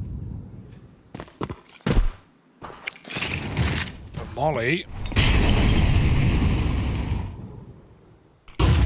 Oh, good flash. Vitality punished the close position. Simple's dropping in to assist. Vitality aren't going to jump on that opening kill. They're going to regroup back on B. Lurk smoke for Rops puts a lot of pressure on this site. Crazy again has to hold on. Flames just spam Simple on his rotate through middle. Rops in no hurry. 5v3. Let the round breathe. Simple and Electronic have to now just look on as the Portuguese three-man component try and wrestle with the grim scenario of this 3v5. Going back up Cats. Right into the double setup, but the flash is good. Still, Aragorn provides one. Drop down for Mutiris. But not a good fight for him. And with Rops opening up the back door, a new route has emerged in this round. Mutiris throwing caution to the wind, but shut down by the aggressive Rops. And Simple's last time to don that AWP has just ended to a smoke spam down in middle. Yeah, it's, you know, this is what JL was saying about Robs coming into this game. It's like he's always where he needs to be at the right time, at the perfect second. He pushes in through B early in the smoke. He doesn't commit as they find the kill. This Simple pulls back, and he just allows an insurance policy for the round. They try and fight Cat. They see another player. They just pull back into Robs. Here we are, head-to-head duel. Simple bought the AWP glass cannon. That's what it takes to bring it out. And so with that, his goal is to try and open strong for BC Game. Neither Simple or ZywOo have taken over this map. It's never too late. Simple misses that timing, looking to break the smoke. They are all here. Nade's good. Attention up in the top mid, and Electronic's going to pounce on the close player. Damage exchange. Simple trying to watch his back. In the end, it ends in a stalemate, and they get out with that 5v4. Vitality reacting quickly, moving fast here up through Catwalk, trying to get ahead of this, trying to outposition Simple on the AWP. They might end up playing right into his hands. Oh, that's a crazy swing. Mutiris, big punish, going wide on that position. Simple's got to make up for it. Blind shot. Apex out. Simple back in. Double dipping with the AWP. ZywOo holds the line. Simple doesn't overcommit. They wait for the lurk. Mezzi's not out long. He's in no hurry. The bomb's been planted. Vitality, maybe a man down. They could still be favored to win this round and take Dust 2 with it. It's the creeping fear as well of playing against Rops in these moments, right? You hit tab, you see you're still alive, you're constantly looking over your shoulder. In this round, it's actually Mezzi in that late lurk position. And Simple might just die, shot in the back. Closing in is Mezzi, trying to play the trigger discipline because he doesn't just want the one, he wants the round. And there's the claps on the long hole. BC Game, their hopes rest on the shoulders of Crazy, and there simply isn't time. Vitality pull us through to the natural conclusion. And Apex with some choice words as Vitality keep their strong Dust 2 intact. BC Game can't meet them for the challenge. There were questions, but we get answers. A great T-side for BC Game, but Team Vitality strap their boots back on their feet and run away with the second half, taking the map. A game not without its fair share of highlights, and when you have the likes of ZywOo and Simple going head-to-head, that perfectly makes sense. But when we got into that second half, the stats truly don't lie. We knew that Vitality had a formidable T-side on this map, and Yanko, I feel like BC Game got to feel the full wrath of that. Yeah, absolutely. And we said, you know, BC Game doesn't have the ability to punish in this veto. They have to go for what they feel good on, and Dust 2, unfortunately, it's also one of Vitality's better maps. It feels like, but they had their opportunities, you know, when you think about a couple of rounds where they messed up, you know, in the first half, that Flamesy ace, that was just a couple of saved guns and a half buy, and you know, but it's just where they are at now as a team. Those mistakes are going to happen. It's not going to be super clean, and against a team like Vitality, you're going to be punished. Sliver of hope on the first half, I believe, from the PC game. I think they did manage to make it at least a bit as exciting, but then when they turned to the other side, Vitality just did what they're good at, you know, just played out the defaults, played out the situation. Yeah, there was mistakes here and there, but they were obviously doing good enough to just not really fumble the situation and just even it out in the end. Well, you mentioned the Flamesy Ace already, Yanko. Dupree, should we roll this one and break down just why this was so beautiful? Yeah, why not? I mean, like that kind of what turned the momentum a little bit in the favor of Vitality after this one, and you know, Flamesy sometimes gets like to the part where he's overlooked, but the way he just dodges that flash and then actually just managed to get like a 4K with an MP9 in one mag, that is that's quite impressive. You know, he likes that weapon. Then intentionally he actually get boosted by Apex here to find the ace, and it's good to get your, I wouldn't say you're obviously not your star player, but like your very aggressive player in the likes of Flames to get a good start to the tournament, a lot of confidence, and he definitely managed to just win this round by himself and make sure that Vitality didn't lose too many of the situations. I think it's totally fair to say that, yeah, very close first half. We definitely saw flares of hope from BC game. What was your takeaway, though, when we flipped the script from that first half into the second? What do you think BC game were doing in that halftime? I mean, just they wanted to continue playing well, but I think at the first half, it was more of a brawl. It was a fight for who's going to come out on top in the first half. And at the halftime, I was just thinking about the game. I'm like, this is not a favorite or an underdog game. It looks like two equal teams fighting. But then once Vitality won the first pierce round, I realized this is...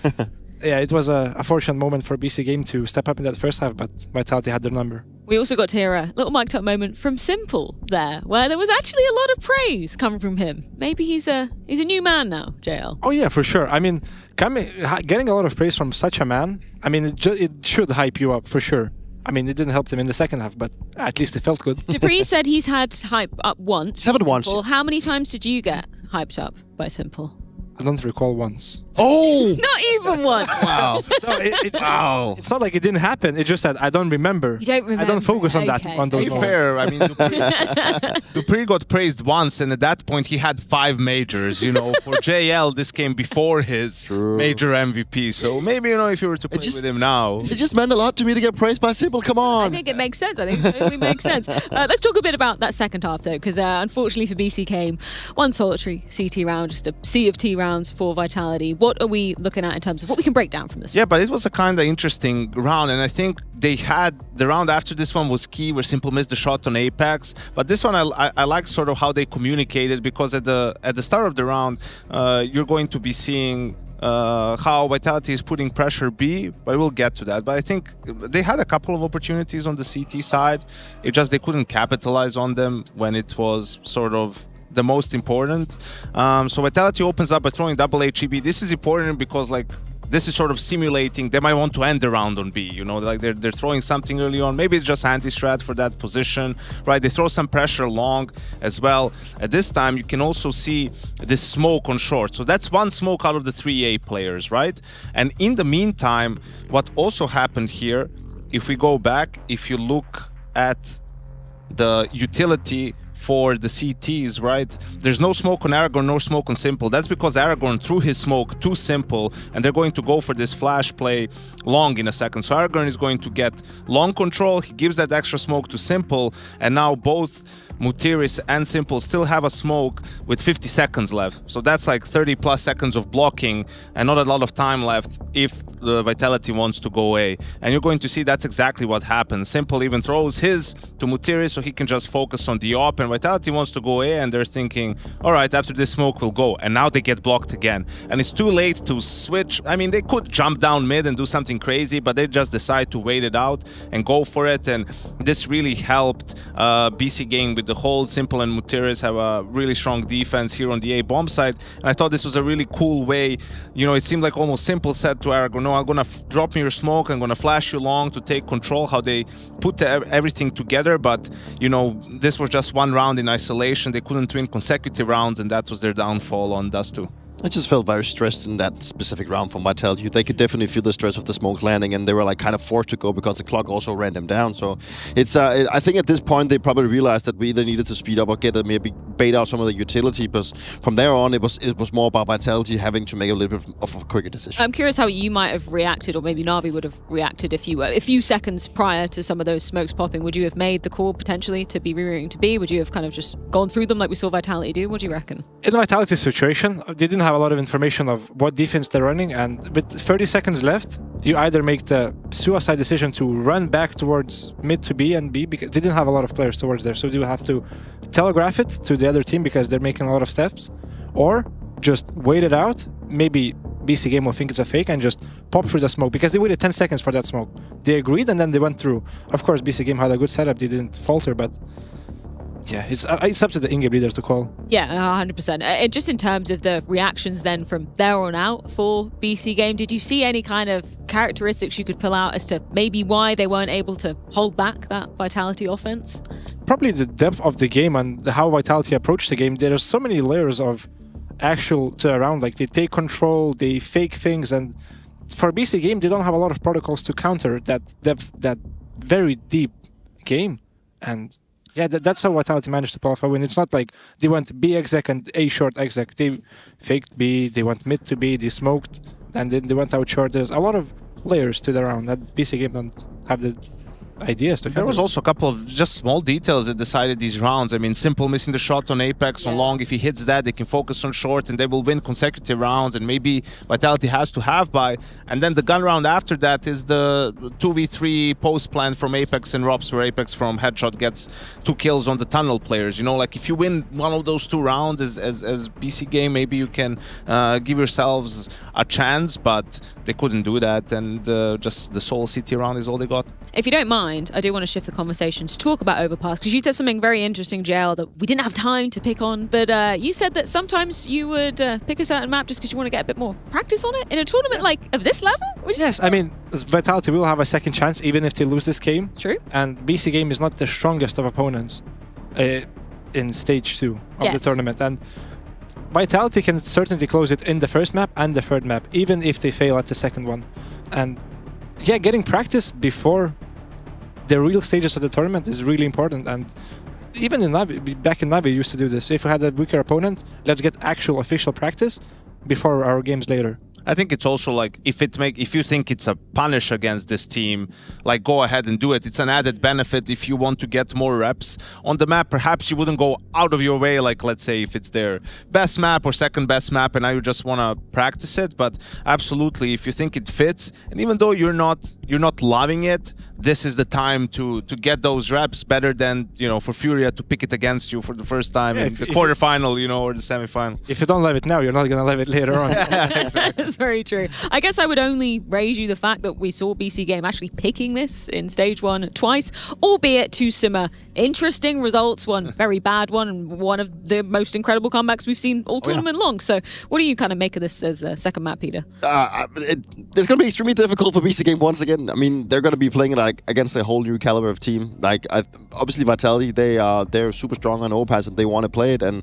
whether it's for practice reasons or punishment, then they're the clear fit once again coming into this one. And I mean, for the PC Game side, it's probably more about still trying to figure out what went wrong in those games they played previously, but they've only had 24 hours since they played the last one. So there's probably still a lot of things that need to be fixed. There's one big difference though. This time they get to start on the CT side. Thank the Lord. Yeah, but that's not always that's necessarily a good way, because let's imagine they go that like they just start losing from the get-go, then they will eventually just lose even more faith in them winning. You need to look at it glass half full, Peter. What if they are up 5-0 and they get that momentum and they just see the Legacy logo everywhere again and they're getting hyped up? We had a personality switch here. Like, what's happening? You're the positive guy. You're the negative guy today, Dupree. What side would you rather be starting on? Gel, when we're coming into Overpass, you would rather that CT start, sure. Yeah, of course. You get the confidence going. Even if it's a 9-3 half and you have the worst T side in the whole of CS, it's a 9-3. You get confidence. Well, let's see exactly how this one is going to be falling. For the first time, we actually do get to see BC Game starting CT side of Overpass. We saw a monumental comeback versus Legacy on this very half. Can they do it to Vitality, though?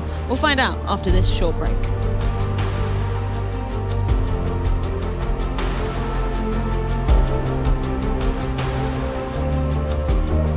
Hi, this is Basement Dweller's first advertisement. And our second drop is, it's up, actually. If you're seeing this, it's up. It's available on the ESL shop. We had our first go at a jacket, and I'm really proud of it. I've always had an interest in clothes, but, you know, seeing behind the scenes how the sausage is made has been a lot of fun. And if you like the clothes, tell me. If you hate the clothes, tell me, but try them before you slag them off. I think they're really comfy. So yeah, that's my advert. I'm gonna try again. I'm gonna record another one. It starts with a dream, with a team you barely know, in an amateur official that feels like the grand final, where practice becomes progress, and every loss feels like a lesson. When will your journey begin? Not pushing! I got short, side. Long, left side. Long one. Long as well, Dead long, maybe more long. I think both. Short. I flash long. Flash long. Side. Half HP last. Towards short. He's dinked. Nice! Oh my god, what the fuck is happening? Careful. Left behind. Dead long. Yes. Long, dead 3. Dead 3 long. Nice, last. We don't know. Oh, sure. Under you. Wait. That's nice. I took the up. AK. Thank you. Nice, we're sick, boys. Oh, boy, I wanted to help you. I got so blind. New year. I was actually just reading your interview you gave with HLTV, and there was a lot of insights in there about, you know, coming into the new year, about reflections of your last year. Sucking dick actually was as Flamesy highlights. Yeah. Yeah, but I mean, let's start there, because, you know, you were saying, I'm not gonna keep talking about how good my coach is, it doesn't mean he's not a good coach. Is that the translation of that? Is that what that means? No, but yeah, because so nowadays the problem is, I understand what people mean is that it's tough to judge like the level of a coach because you have no insight, etc. So the only way I can say my coach is good is to praise him and say what he does. Like he's a bit weird. So if I don't say what he does, he's bad. That's actually like the really shortcut that people did. So no, I mean, yeah, of course I had to mention him and say all the work he does for the team, and yeah. But there's such a big support staff as well. You've got assistant coach, you've got your manager as well, who kind of makes sure you're where you need to be and doing the right things as well. So it's a whole team, and it feels like Vitality. Coach as well, don't forget. Performance coach, yeah. No, the manager and the performance coach is the same person. But that was. But I mean, that whole unit, you know, inside and outside the server. I'm sure that's a big contributing factor to you being able to kind of stay in form for such a long and busy year. Yeah, I mean, they make sure, like all of them make sure that we are in the best condition to only think about CS and do the best in the game for the coach and the assistant coach, and for the outside for the others, to make sure that we are in the best condition and we can be mentally ready for anything happening. Now, I saw a quote as well where you said, you know, I've got such a good team, so let's not waste it, kind of vibe, right? And I'm curious, did you find yourself like just, you know, when you're lying awake at night or wherever when your mind starts to wander, just do you feel additional pressure when you're the one calling the shots with such a talented roster? In a way, yeah, of course. I mean, people say like people say always they have the shortcut to say, yeah, it makes sense they win because they have a great team.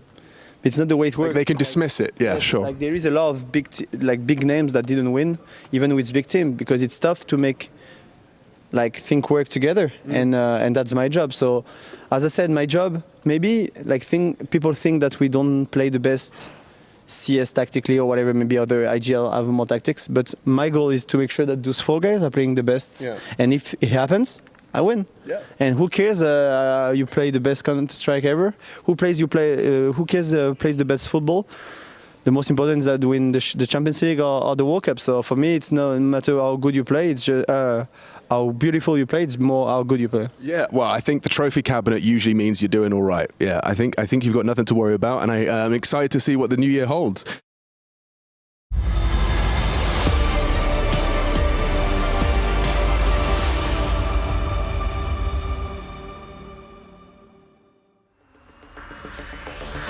Goal for Vitality, keep building on that cabinet of trophies into 2026. This series, one that's hotly anticipated, the return of a familiar head-to-head in Simple versus ZywOo, but it's looking further afield that there's more unexpected twists and turns in this one. BC game grinded for this view through stage 1. but meeting a very tough opponent, #1 in the world, to open things up. Might have had a couple of chances on Dust 2. Map ended up being far closer than I think you were ready for.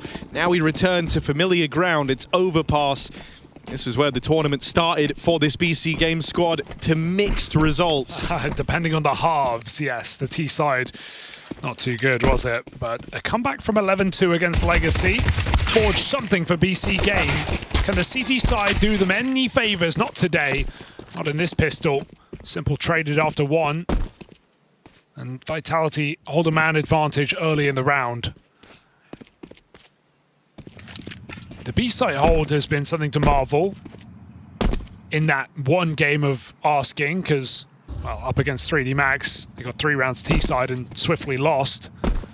BC Game would need to play their best half yet, and that's saying something, against a Team Vitality who are on a 5-win streak here on Overpass. A litany of teams left behind them, back in the dust. Perhaps a gamble worth making in a pistol like this. You don't want to be saving, so Aragon shifts away. Info about to come in. Once it does, Vitality erupt, rushing this A site. They've hit the perfect timing. Crazy still hasn't seen them. He's They're missed this close on every jump. Oh dear. Moving forward now with a bit of an aggressive stance on Crazy, at least gets him out of the firing line of this long control. Smoke down at the 30-second mark. They're going to come right through it. Burning. While he burns out Electronic at the car, Aragorn forced forward on the dual Berettas, can't find a thing. And so Vitality, after that double entry out towards long, we'll see that pistol round through to the very end. A stack may be there, but the utility is perfect. Molly smoke, burning out Electronic, full blind. Very little anyone can do to stop that. So Vitality start things off strong on the harder half as well. Lots to prove here, but not just in this match, more so in this tournament if we zoom out for Vitality, because coming off the back of falling to Falcons with a stand-in back last week at Bounty, definitely got their eyes on this trophy, looking to pick it up back-to-back years. It eluded Apex for oh so long.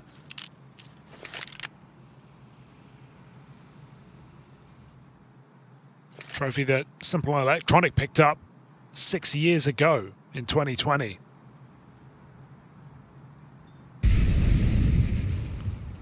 In an empty arena. And even the idea that we would be seeing these guys in the playoff feels far-fetched.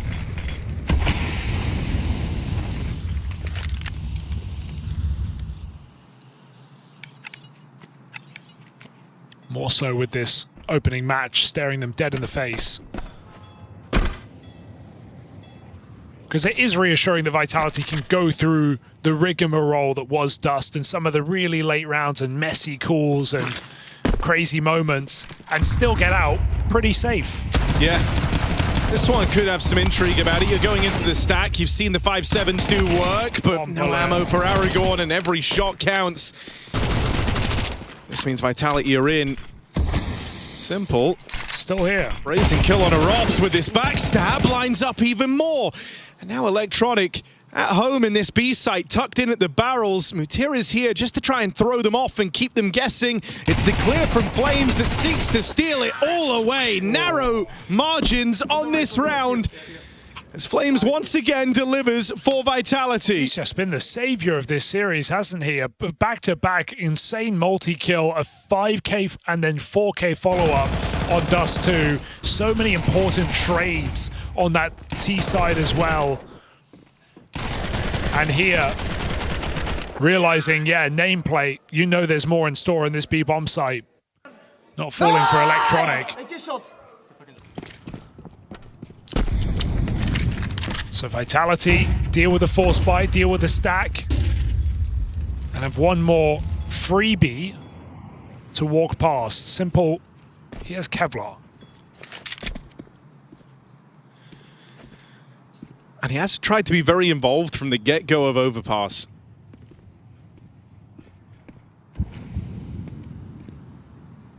I'll say this as well, even in the lost games, Electronic able to kind of seamlessly slip back into his spots down here on B on both halves. In that 3D Max one especially, the only player that showed up to play in that head-to-head. Oh, you've been waiting so long for that, and he just sprays body tags. Extra second to line that up could have been a man advantage BC game. Now it feels like a very unlikely round win. Rob's passive as ever, holding the short push. Caught jumping, that's something, but Galil dead as well. 2 kills. Bomb's gonna run it in A. Yeah, you know, in all this downtime, you're losing control of the other side of the map. ZywOo will be aggressive here. No reason to play it too cautiously, no reason to play it too slow. Messi low makes it interesting, perhaps.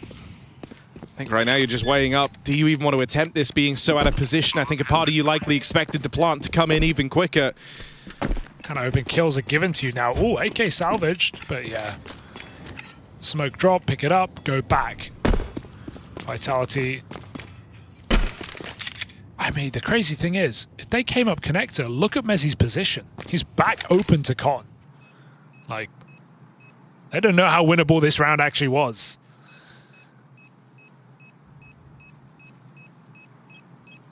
That's wild. I mean, still, you're going to take these first 2. These have been high damage partial buys from BC game. 1 player surviving in the second round, 2 players surviving here. And so a chance to find a powerful position early on if you can find success in this rifle round.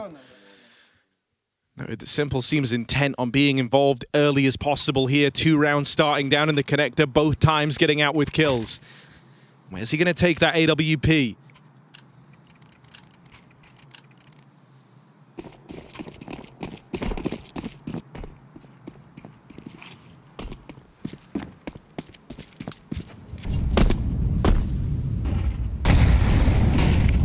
Fast con control here. Oof.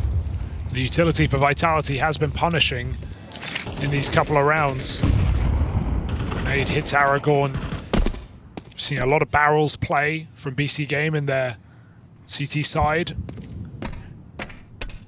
I mean, Electronic, who made a name for himself, you know, playing B-side on Overpass, likely says to him, that's why you don't go barrels straight away. Where can you go?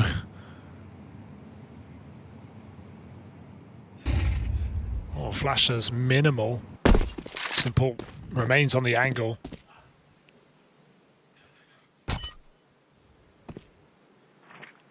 Vitality just gets to walk up. Crazy playing safe. If he died for nothing, Simple would be locked out of the round, so needs to stay alive on this jump spot. Even this, though, can prove kind of tricky with the play coming in through short. He's very, very open on these jumps. Uh-oh. Util now starts to roll out. Crazy tries to play it forward. It's Simple blinded off the angle. Chance to dip in on that AWP. Flashes are fantastic, making life hard for Simple. Crazy's bailed him out. Gonna get 1 more shot from Simple. There's the long kill out of Rops as they clamp down upon this A-hit. Perfect positioning to deal with that AWP. Oh, Rops is so annoying. He's not even close where you can maybe get a shot off. He is far away, holding the line. We just hate to play against it. Fantastic entries. Felt like Crazy. Maybe he was blind, but left it quite a long time to kill that front sight player after Simple found the first pick. So lots of damage and capitalized upon well. As Vitality just storm away with this T-side. 4-0 lead. We know BC Games T-side has had nothing to show us. Winning 5 out of 24 rounds in regulation.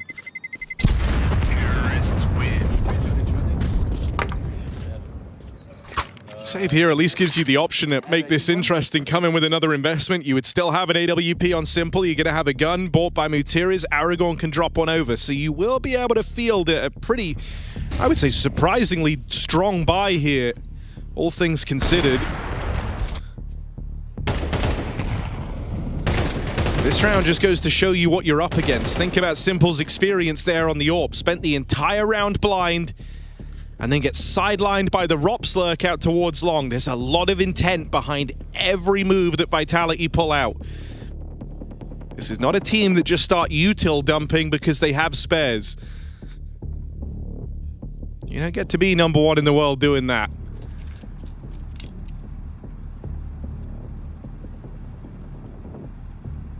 Yeah, it's a perfect start. Still more money. So BC Game try and keep the pressure on.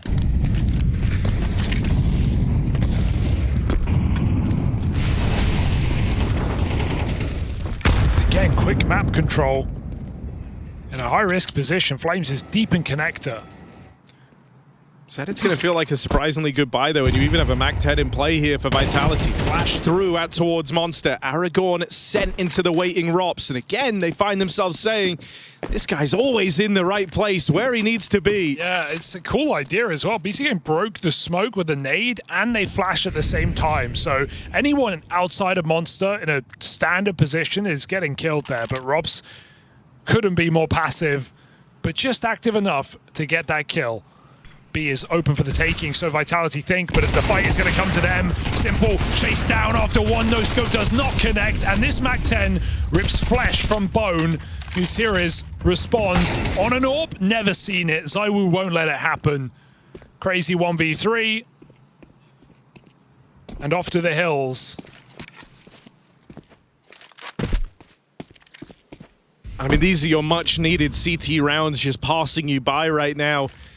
Already starting to build a very, very strong case for Vitality because they really should be on their way to sweetening the deal. There's no early signs that this is going to slow down. You've got an Eco looming next. Yeah, this one saved gun. What are you even meant to do to stop Vitality already being in a position where they're feeling very comfortable on the half? How good can it get is the question at this point for Team Vitality.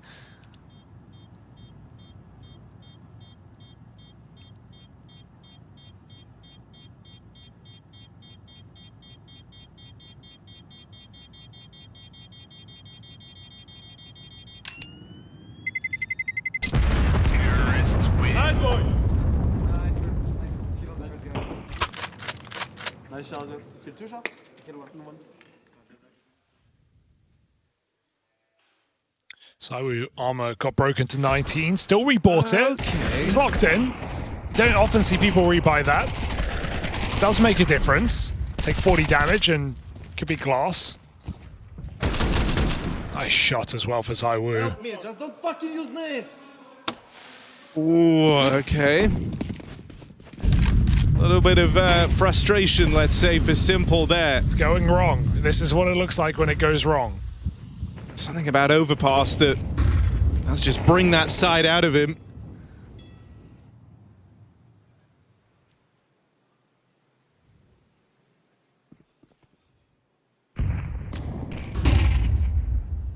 And, you know, we were impressed with the Dust 2 performance, looking pretty cohesive, like everyone was on the same page. Yeah. Moments like that, they're what kind of cut through that atmosphere, not what you need in a comeback. CT sides, you know, can be obviously favored, but at the same time require almost more cohesion. Those little details matter more.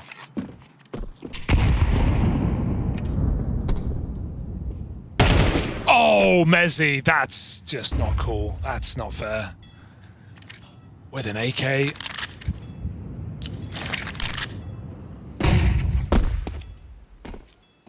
And you go from getting yelled at by Simple to annihilated on a jump check in the follow-up round. Vincere is certainly not riding a high right now.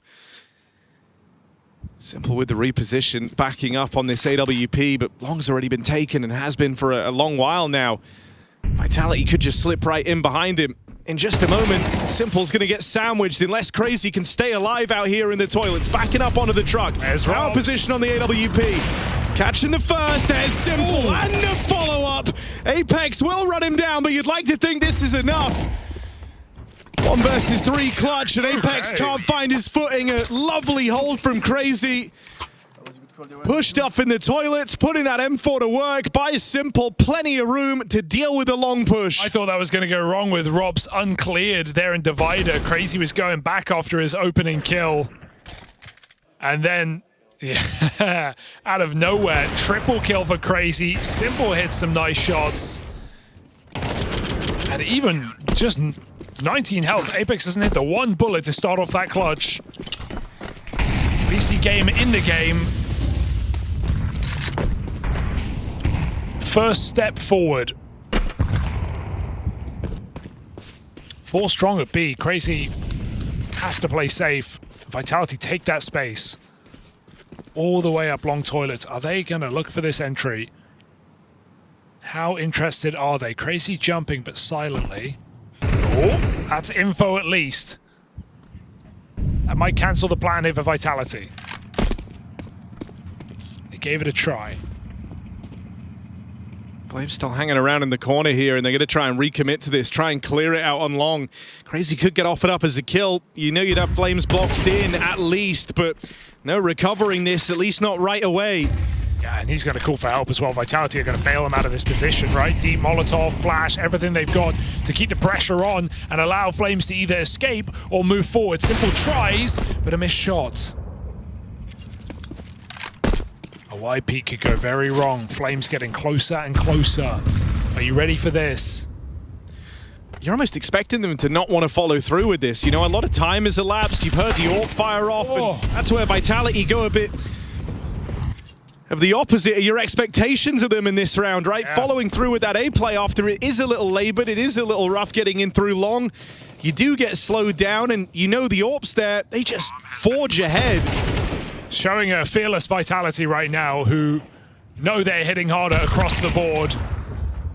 Fine to recommit. They were given the chance to escape, and they don't even take it. Simple's insta-rotate leaves the site up to Materius, and yeah, these are the moments where you see the Materius struggles to put up kills in his positions. Whiffs the spray on Flames, and you only get a second. What's Apex shouting? I hope we can grab that. He's saying a lot right now. Terrorists win.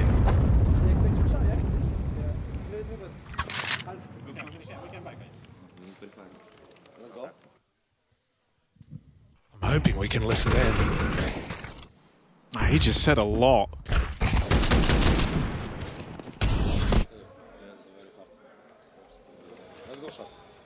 Fucking sick of sitting and having MVP in 40 fucking rounds. Fuck's sake, mate. Okay. Trying to tilt Simple, trying to tilt BC Game. Oh, the train! Choo-choo! The train gets in the way! Back again! Oh, yeah, that doesn't work, unfortunately. Oh, Rob's got him anyway. They called it off the boost. He knew he was there. Rob's just pre-aims. What are you hoping for? The track wallbang? That ain't even... Oh, it goes through 1, not 2, I guess. There are 4 there. Rob's still got that entry, by the way. The info was passed along. Messi and Con. Crazy comes with a swing, and he does survive, barely. I mean, Crazy's playing ballsy right now. Might have to consider the rebrand. Simple. Here's the drop down out towards mid, but a second player ready to peek him from Party. And oh, that's a rough miss, but Simple, what do you do? They're closing in. Both sides, he leaves it to chance. No scope. And that's a very simple maneuver. Boxed into a corner now. But with eyes on Flames out of the long side, BC Game have the info. Oh, Simple with the catch. And all right then, comes down to this, does it? Clash of the Titans out here on short. Simple versus ZywOo. ZywOo's only got 20 seconds left to work with, and so just doesn't have the time to rise to this challenge. Simple sends him packing. Look who's saving now, huh, Apex? But yeah, I mean, look, he doesn't hit them all, Simple. He's definitely had a lot of important misses in this series, but dude, you could take the name off, you'd still know who's firing that AWP. Counter-terrorists win. Second round for BC Game, but these are scraps we're talking about. Vitality have a 6-round T-side.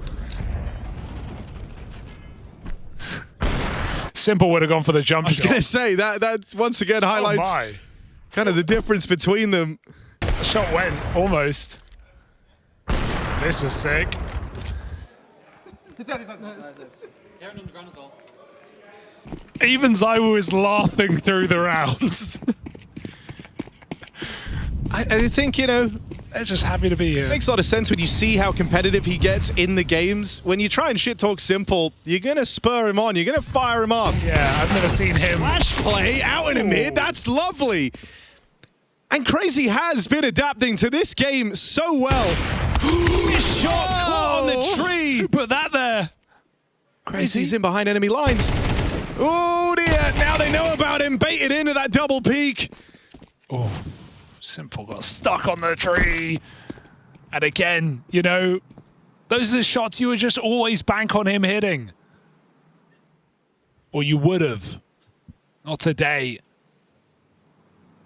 Team Vitality wounded, but huge advantage, 4v2. I mean, the one thing you won't expect here is seeing Electronic all the way out towards A. The bomb is going back B, though. Yeah, sooner he goes, the better. I mean, can Aragorn get down to this lower site in time? Still paranoid about the A play, and justifiably so. It's just too long. They're walking it in right now. This is the round getting decided. It might just be that AWP save for Electronic. Simple asks, do you say no?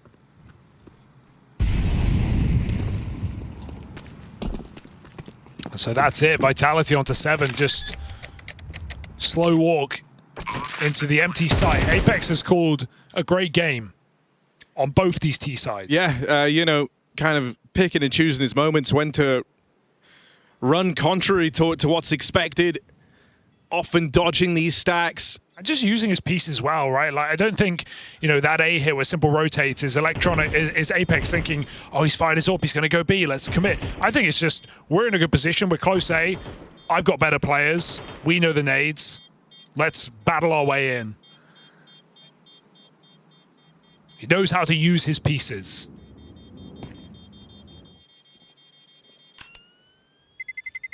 Terrorists win. So a couple more guns, and they can buy full.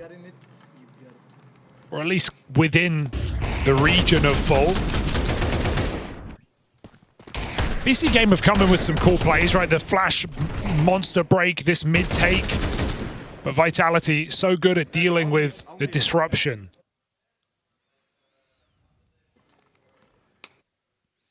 And so patient on these T sides as well.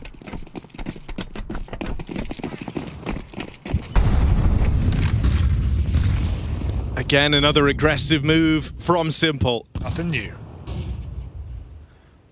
This is a position that's largely fallen out of favor in the current meta.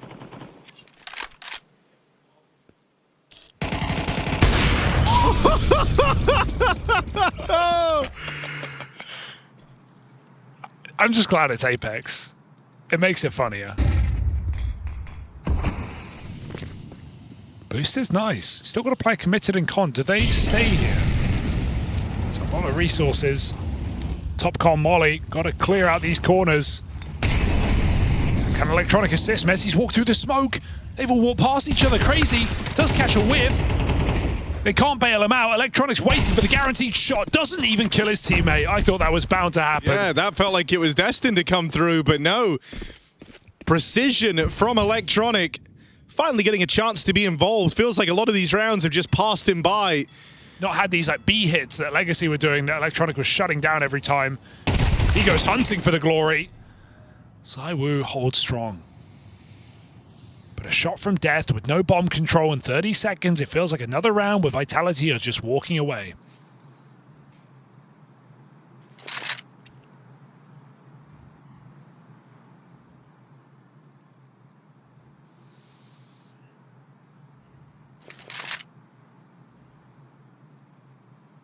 Well, no weird trees in party. Only them benches, and Simple spent long enough sitting there. A third round secured. Still, you know, the big worry, the inescapable worry, is even if you go on a streak every round together at this point in time, it is the T sides that have let you down. Vitality are already in a picture-perfect position. Yeah.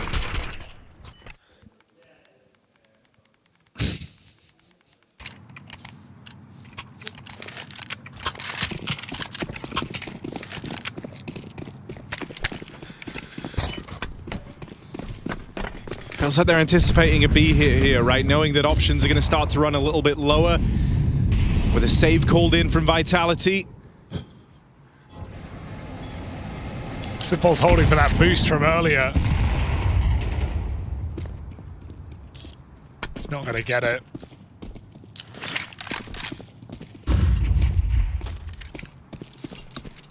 They can try and hunt down Robs. He's not going out easily. Better to just smoke him off and leave him for later. Long to be taken. No one here. I think sometimes that's a bit of the trick with Rops. You know, he kind of leaves you in that position where you feel like the best way to deal with him is later in the round. However, that's when Rops does his best work. You know he's going to be low and slow, and he has patience in abundance. Yeah, he's keeping this B site open for business. They can go back to it. And I don't think this will go well for BC Game. It depends on the timing. A gun's out here for Vitality on the smoke fade. 2 players walking in. A massacre, but 2 for 2 favors Vitality. It means they have the site. Smoke goes down for Robs. His close position pays off yet again. Bomb can go down here. 2 rounds left of the half. You have to give it a go. Can Crazy's nade change the game? And playing a very, very solid map. Breaks that smoke on open, but no kill found through it. Plant now secured. Vincere is closing in. That's a keen double kill. And with Flames shut down, BC Game able to recover on that B hit.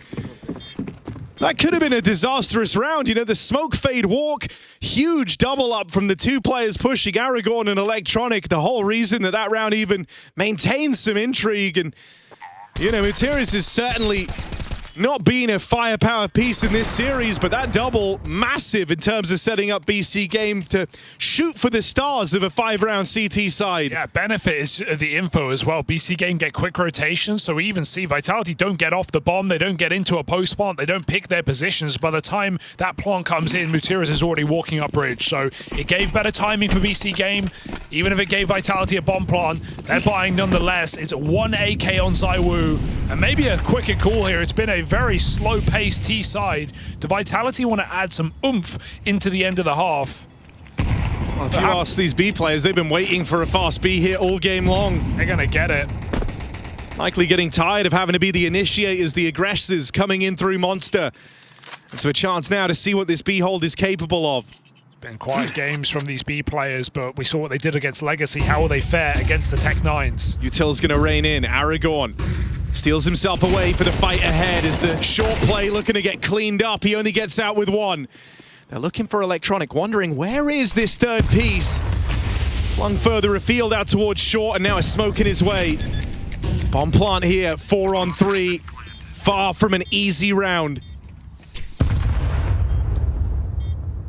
Nades only do so much. You need multi-kills on this retake. I don't think Simple Zorp is the gun for the job right now. Scope reveals. Crazy gets closer. These pistols ready to pounce. Flashes in to try and tee this up. Crazy and Electronic come through with openers. Simple wrestles 1 back, and it's going to come down to this. Apex versus Electronic. Dancing around this smoke. Spot on for Apex as he closes out this half in style. 8-4 Vitality, a winning T-side. This is where BC Game have faced all their problems. Time might be running out for Simple and his crew.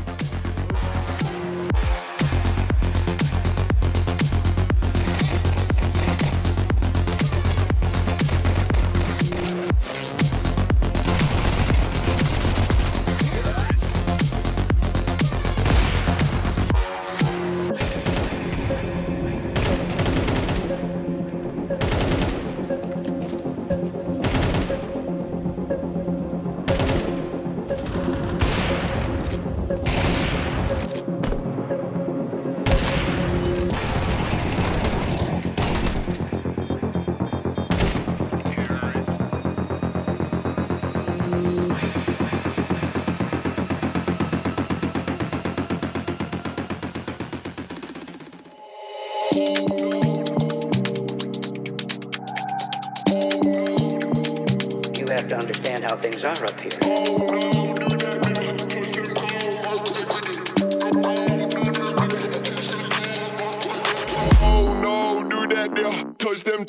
earthquake with it.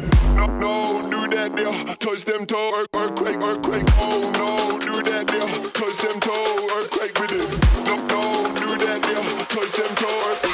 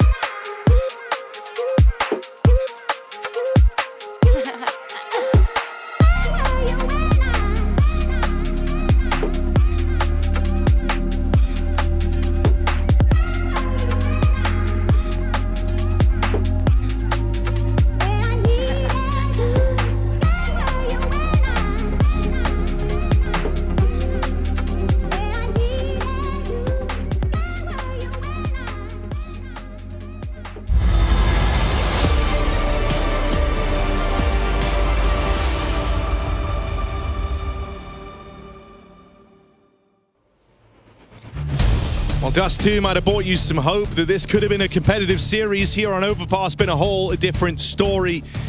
8-4 T-side leveled against BC Game, and now Vitality swap onto the favored half.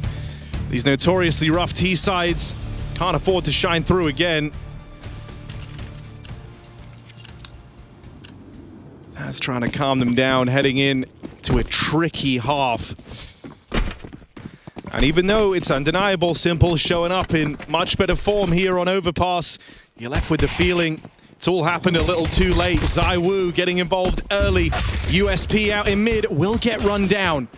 The pick Clash continues, and the USPs arrive on long to offer assistance. How's Apex gotten here? Tell me that. He's right behind them. They don't even know. And so BC Game check their back, but Apex good for the task. Headshot and closes. Simply done by the captain of Team Vitality. And they've had a lot of fun in this game. Simple, of course, back of the pack there. Headshot by ZywOo. I would say you couldn't write it, but you can.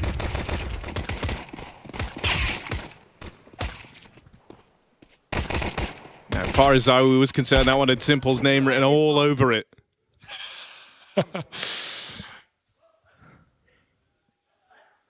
Some choice words in the text chat.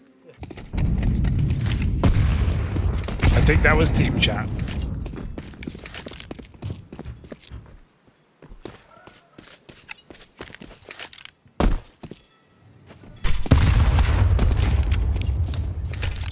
So no rest for the wicked. Full eco. Simple deagle. ZywOo yet again bests him. And hope is wearing thin.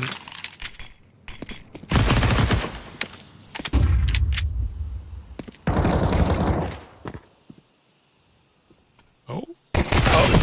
Okay, he still gets it. It's felt like a bit of a team diff in this matchup, especially across Overpass. Rops punishing. Great utility on the T half. Flamesy, so many entries. And, I think if you're Electronic here, we were saying on Overpass how well he's kind of slotted into playing his old spots, how he can be this aggressive piece. I can't think of a better counter to him than Robs. Someone who likes to go for his aggressive moves. On T-side, you're going to see these contact monster walkouts, potentially, if we get enough T-side rounds. And I think there's just kind of a very, very strong counter to that on both ends of the spectrum for Vitality.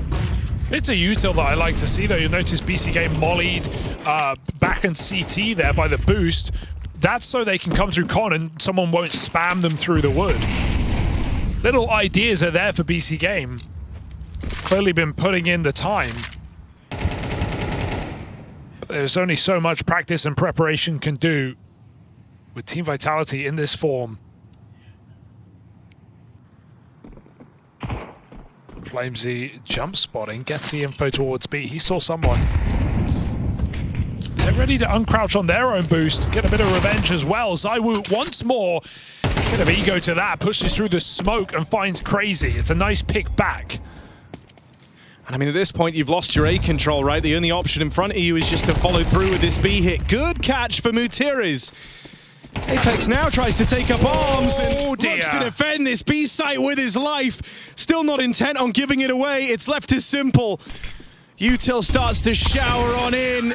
And not long for this round, not long for this series. Vitality take that first rifle round. Seeing ZywOo get super keen in this game as well. Really aggressive. Pistol pick on the playground. Pushing smokes on the buy round. And great combo at the end there for Vitality. They throw everything at Simple and swing him together. Clinical dismantling from Team Vitality on their map pick in this series. After a Dust 2 that made you wonder. No questions here for the series.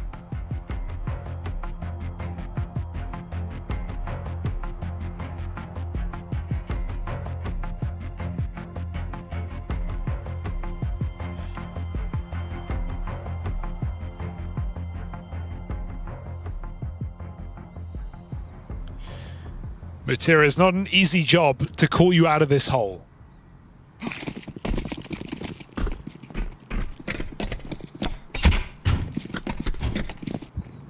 No, with the track record, with just kind of how this one's gone, don't really know if the faith is there across the roster.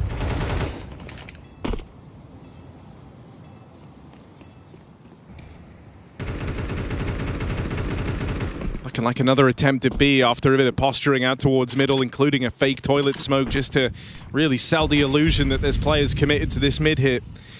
Looks like it might serve its purpose. Apex thinking about rotating away, but this hit's going to come through long before he leaves this B site. TK in there. Electronic helping hand lent to Vitality. And looking for a clean sweep finish. They don't know he's made it here. Shot. The footsteps give it all away. He shot at Flames. He just didn't realize. It was A4. And Vitality have just laughed their way through this second map. We're seeing ZywOo smiling in live rounds. We're seeing Apex talk smack. You're just having polar opposite experiences, you know, and if you're a team that want to tilt, if you're a team that are prone to it, Apex is maybe the worst guy to play against. And he's fragging, holding it up as well. 13 and 7 on the captain. Robs, this is very cheeky. Pushed up deep. He's got waves of support here. Apex ready to play off of him. ZywOo meant to be shoring up the connector fight. Robs is even dinked there in this clash out towards middle. Simple comes hunting for the kill. An awkward timing. He quick switched off the AWP, so didn't get that shot off in time. They still know the Robs is low. Oh dear, what a... Might have been a 5v3 now. Vitality have a second chance at the With round. Robs making noise on long, them knowing he's dinked, I wonder if you would just entirely overlook Apex. I think you're going to be so tunnel visioned, thinking you've read the Robs reposition, that you end up playing right into Apex's hands. Axe turned. Mutiris gives chase. They learn about him now. They've got him boxed in this corner. Aragorn, are you up for the job? Low health on Apex. Don't get too twitchy. Don't get too nervous. That kills right there. 3-kill round for Aragon. Crazy gets the orb. He's low.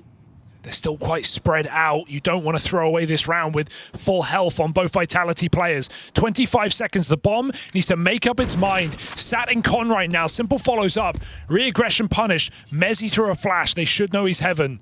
Bomb still needs to make it in, and so it runs. And Mezzi looks like he's just saving, or at least trying to. Electronic lurked out the B-bomb site. Bomb has been planted. And safety is nowhere for Mezzi. So why not just fight your way out of this position?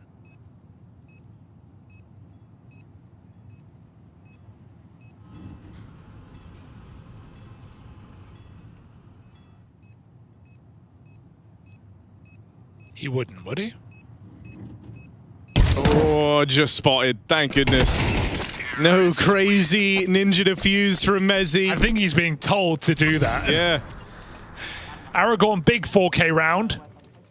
And hey, I tell you what, you know, Taz, someone who, as a coach, whenever we heard snippets, it got him dubbed as the vibe coach, right? Always coming through with, I think on a service level, it feels like very simplistic advice, but the advice he gave them heading into this half of watch their backs has nearly saved them multiple times, and it did there with the clear on Apex from Mutiris.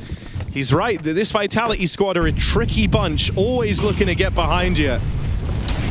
Oh, tricky indeed. Oh, full blind. Oh, no way. Through the fire and flames. Sparks Electronic. One way to kick off the round. Rob's immune to both grenades. Still sits at 100 health in Connector. 4 kills away from a damning defeat against the world's best. Rob strikes and lives to survive. There is no punish from Aragon. He looks on. There's 2 players right there. He couldn't even connect a shot. Well, they're getting chased down here in Con. Had to battle forward. That was really the only option. And Robs just keeps on providing more and more options to Vitality. Closes it there, and then him and Flames side by side to walk this one home. They don't break a sweat on Overpass. There was that brief moment where you thought something could be cooking on Dust 2.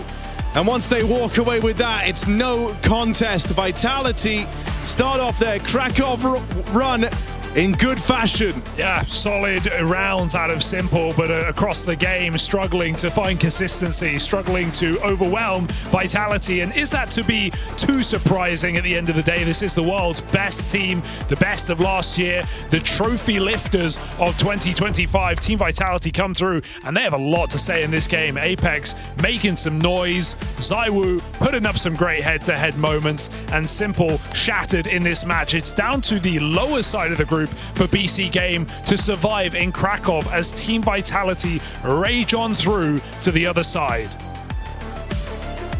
How to tie your laces accordingly. Yes. What are the most important strats here? 2 loops. 2 loops? 2 loops, yes. 2 loops is staying for a while, and then you put those 2 inside the shoes. Right. Yeah. Fashionable and nice. Harder to tie your shoes or harder to beat BC Game? On Overpass, tie shoes. On Dust 2, BC Game. Okay. You guys were playing versus Simple, of course. There was a lot to say. So did you feel it in the server? Was there a bit more action? I heard your IGL definitely shout across the way a lot. Well, I think before the game we were excited for that because it's always like playing against Donk and these kind of players that you're kind of excited to see Zyro against Simple mashup. But I don't think for us we were that like it's our first official like in 4 or 5 days. It's not that much, but it's you know we need to get back into the event feeling, and I don't think we started as that with those emotions, with the excitement and everything. But during the second half of Dust 2, I think we got into the rhythm a bit, and we were a bit more excited, more energetic, more giving more info to each other, and that was good. Awesome. I'll let you guess. Do you know who won between FaZe and 3D Max on the other stream? What do you think? 3D Max? Yeah, exactly. The French always? How much they won? Very hard. Like the last one, yeah, 2-0, but the last map was a blowout. So they're ready for you again. The French again. Yes, actually last year the second game in Katowice was FaZe. Do you want to say something? Because you keep yapping. No, nothing to say.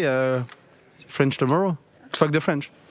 Okay. Fuck the French. All right. I did have an interview with Gravity earlier, and I asked him, I said, you're not screaming that much anymore. Of course, we remember, you take the mouse, you click. So do you have anything to say to him so that tomorrow we see that again? Actually, I hope tomorrow is going to come with this energy again, because it's always fun to play them, and Apex is going crazy on them and back and forth. And if tomorrow is going to whiff on me, I'm going to scream that to him. Yes. And I assume he'll do the same to me Saturday. Yes, I love to hear it. Thank you, Flamesy. Congratulations. Vitality with a W.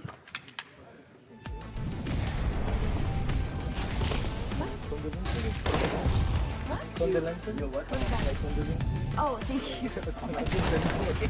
Okay. You gotta laugh. Nice, boys.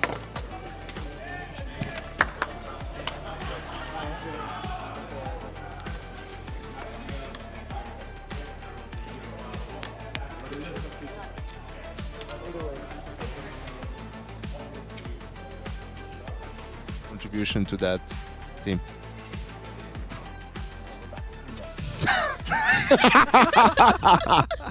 Say it all over again. Okay, yeah. Janko, what were you just saying? It was so interesting. Yeah, Flame, you were telling me how Flamesy had a great game. I just feel bad for him because at the HLTV Awards, all of his teammates won an award. The team was the team of the year, and I told him, mate, you have a better chance of winning IGL of the year than opener of the year. Oh, God. Well, Donk is active, but obviously an invaluable piece, and every now and then he pops off and lights up the scoreboard. Yeah, hell yeah. It feels so unfair when you pit it up against Donk in that category, right, Dupree? Yeah, I mean, like, at some point, that's at least one of the reasons why I feel happy about retiring. I don't have to compete with this guy to being an entry anymore, so I'll leave that to Flames. It's going to be difficult. I don't think he's going to make it, right? Because Dunk is he's still young and he has plenty of years to go. But that was the Vitality that we can kind of remember from 2025, right, JL? Maybe there were a couple of questions on that first map of Dust 2, but Overpass, there was clearly a reason why they picked it into BC game, and yeah, they felt the full wrath of that. Yeah, even like Flamesy said, they had 4 or 5 days after taking a little break. They needed some time to get some rest off, and I didn't even doubt not a single time that Vitality is not going to close the game out. Yeah, I mean, it just didn't look like there was really any question. Vibes incredibly high in the Vitality camp. We obviously get the pleasure of saying inside the Hall of Heroes, so we can hear some of the team comms that were going down. More so kind of check in on the vibes. Vibes didn't seem great in the BC game. Booth, didn't No, not at all, Freya. But I think it's problematic because you're playing Vitality. You should manage your expectations, and it's exactly in those sorts of games and in those sorts of moments when you want to hear people be optimistic and uplift each other. Wasn't necessarily the case, but I think also, in this sort of an environment, I think the team that has less players who smoke is going to come out on top every single time, because bro, it feels like -20 outside. If you go in between maps outside, like teams usually do, right? You want to catch some air, forget about air. Like, there's no way your hands are warming back up. Sounds like an excuse. It's like an excuse. I don't know. I think it's just facts, like the weather. Like, Bro, it is so cold. It is actually. I actually can't deal with it. So I think that might have played a role. Yeah? You agree with that, JL? You think cold hands? I can really tilt you off this badly? I mean, you go out there, outside is real field, -20 degrees, you come back, then your body uses all the energy to warm back up. That's not good for you. Okay, so that's why Simple fell off the face of the earth coming in. And if you go and you have, God forbid, like a little bit of cake or something, your performance coach is on your ass, like, you just can't catch a break. You can't do that, JL. Not at all. I did that once, I'm gonna be honest.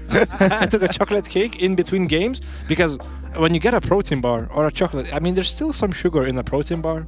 Same with the chocolate cake. The chocolate cake tastes better.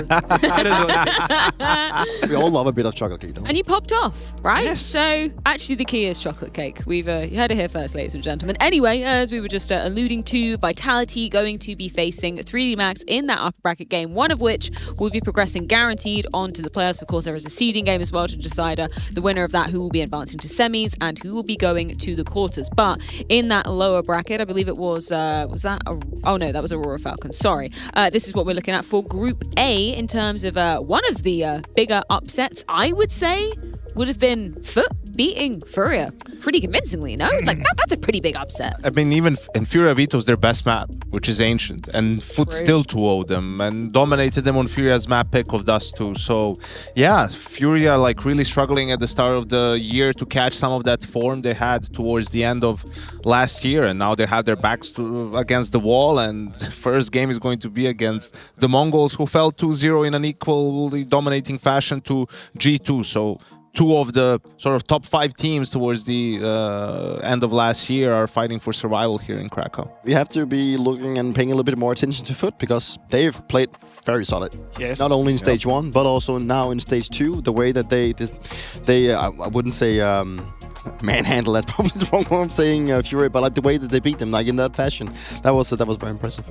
Have you been sleeping on Foot, or do you know a little bit about them? I know a lot about them, and this is probably the #1 team I'd look out for in 2026, besides PARIVISION, because of course they won their tournament first, but I feel like Foot is going to follow the path of PARIVISION and even overtake him as the dark horse of 2026. Well, now they are quite literally 1 win away from making it inside the Tour Arena for the playoffs of IEM Krakow 2026. Gentlemen, thank you so much. JL, it's been an absolute pleasure to welcome you to your first day on the desk. I hope we haven't scared you off, and you will be returning tomorrow.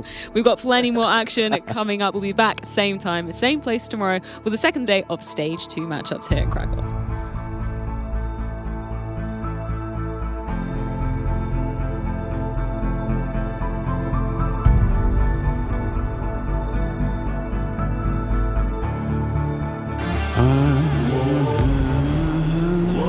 Talk about Counter-Strike. I hope so. Okay, I just want to making sure everyone's on the same page. That's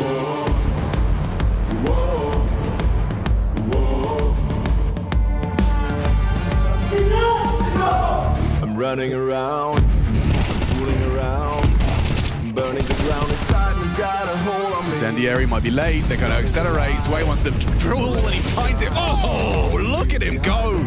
I mean, that's a save.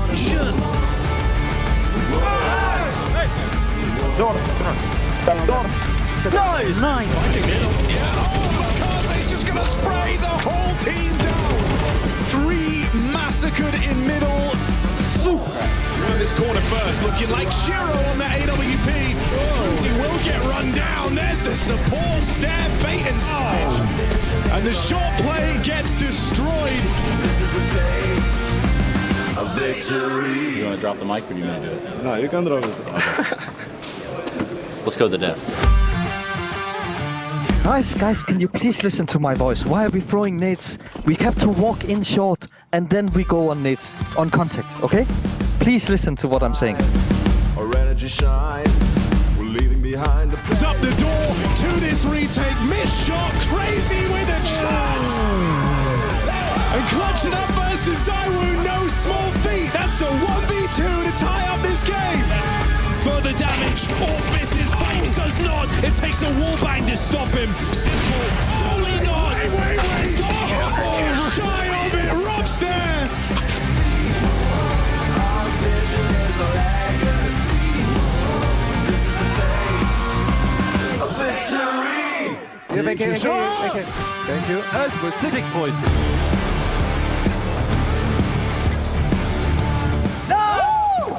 I learned from the best, Vincere.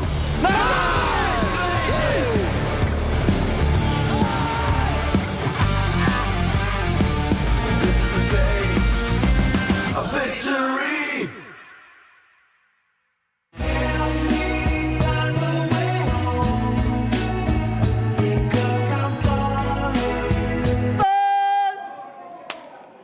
Extreme Masters Krakow 2026, brought to you by ESL in partnership with Intel, Acer Predator, DHL, Zowie, Chex, and the City of Krakow.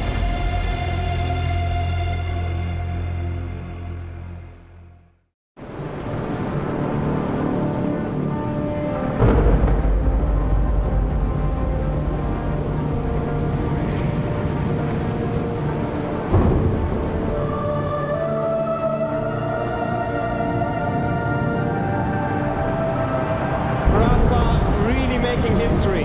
Absolutely phenomenal. And Ace is the champion of the Intel Extreme Masters World Finals. Storm's still not quite done. IMC is going to take this fight, though. 3 seconds left. Last 2 rounds of matches got to start it well for ESC. And this is a massive move for Zest, but he's not content with just a Nexus kill. He wants to win out. And it's all done. Astralis win it. Unbelievable Rogue with a 4-0 victory over Classic. And they did it again in the grand finals. It's Navi! Give it up for your Intel Extreme Masters World Champion!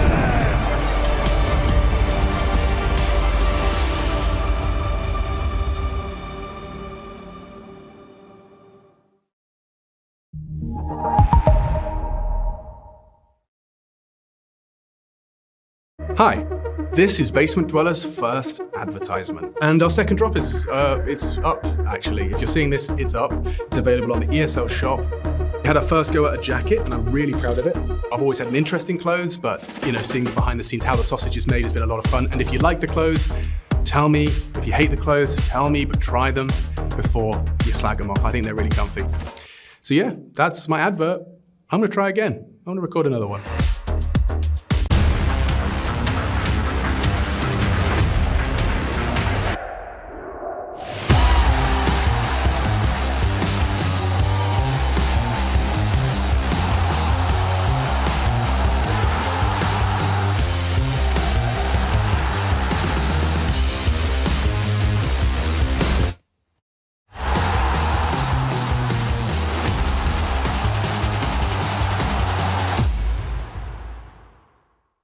It starts with a dream, with a team you barely know, in an amateur official that feels like the grand final, where practice becomes progress, and every loss feels like a lesson.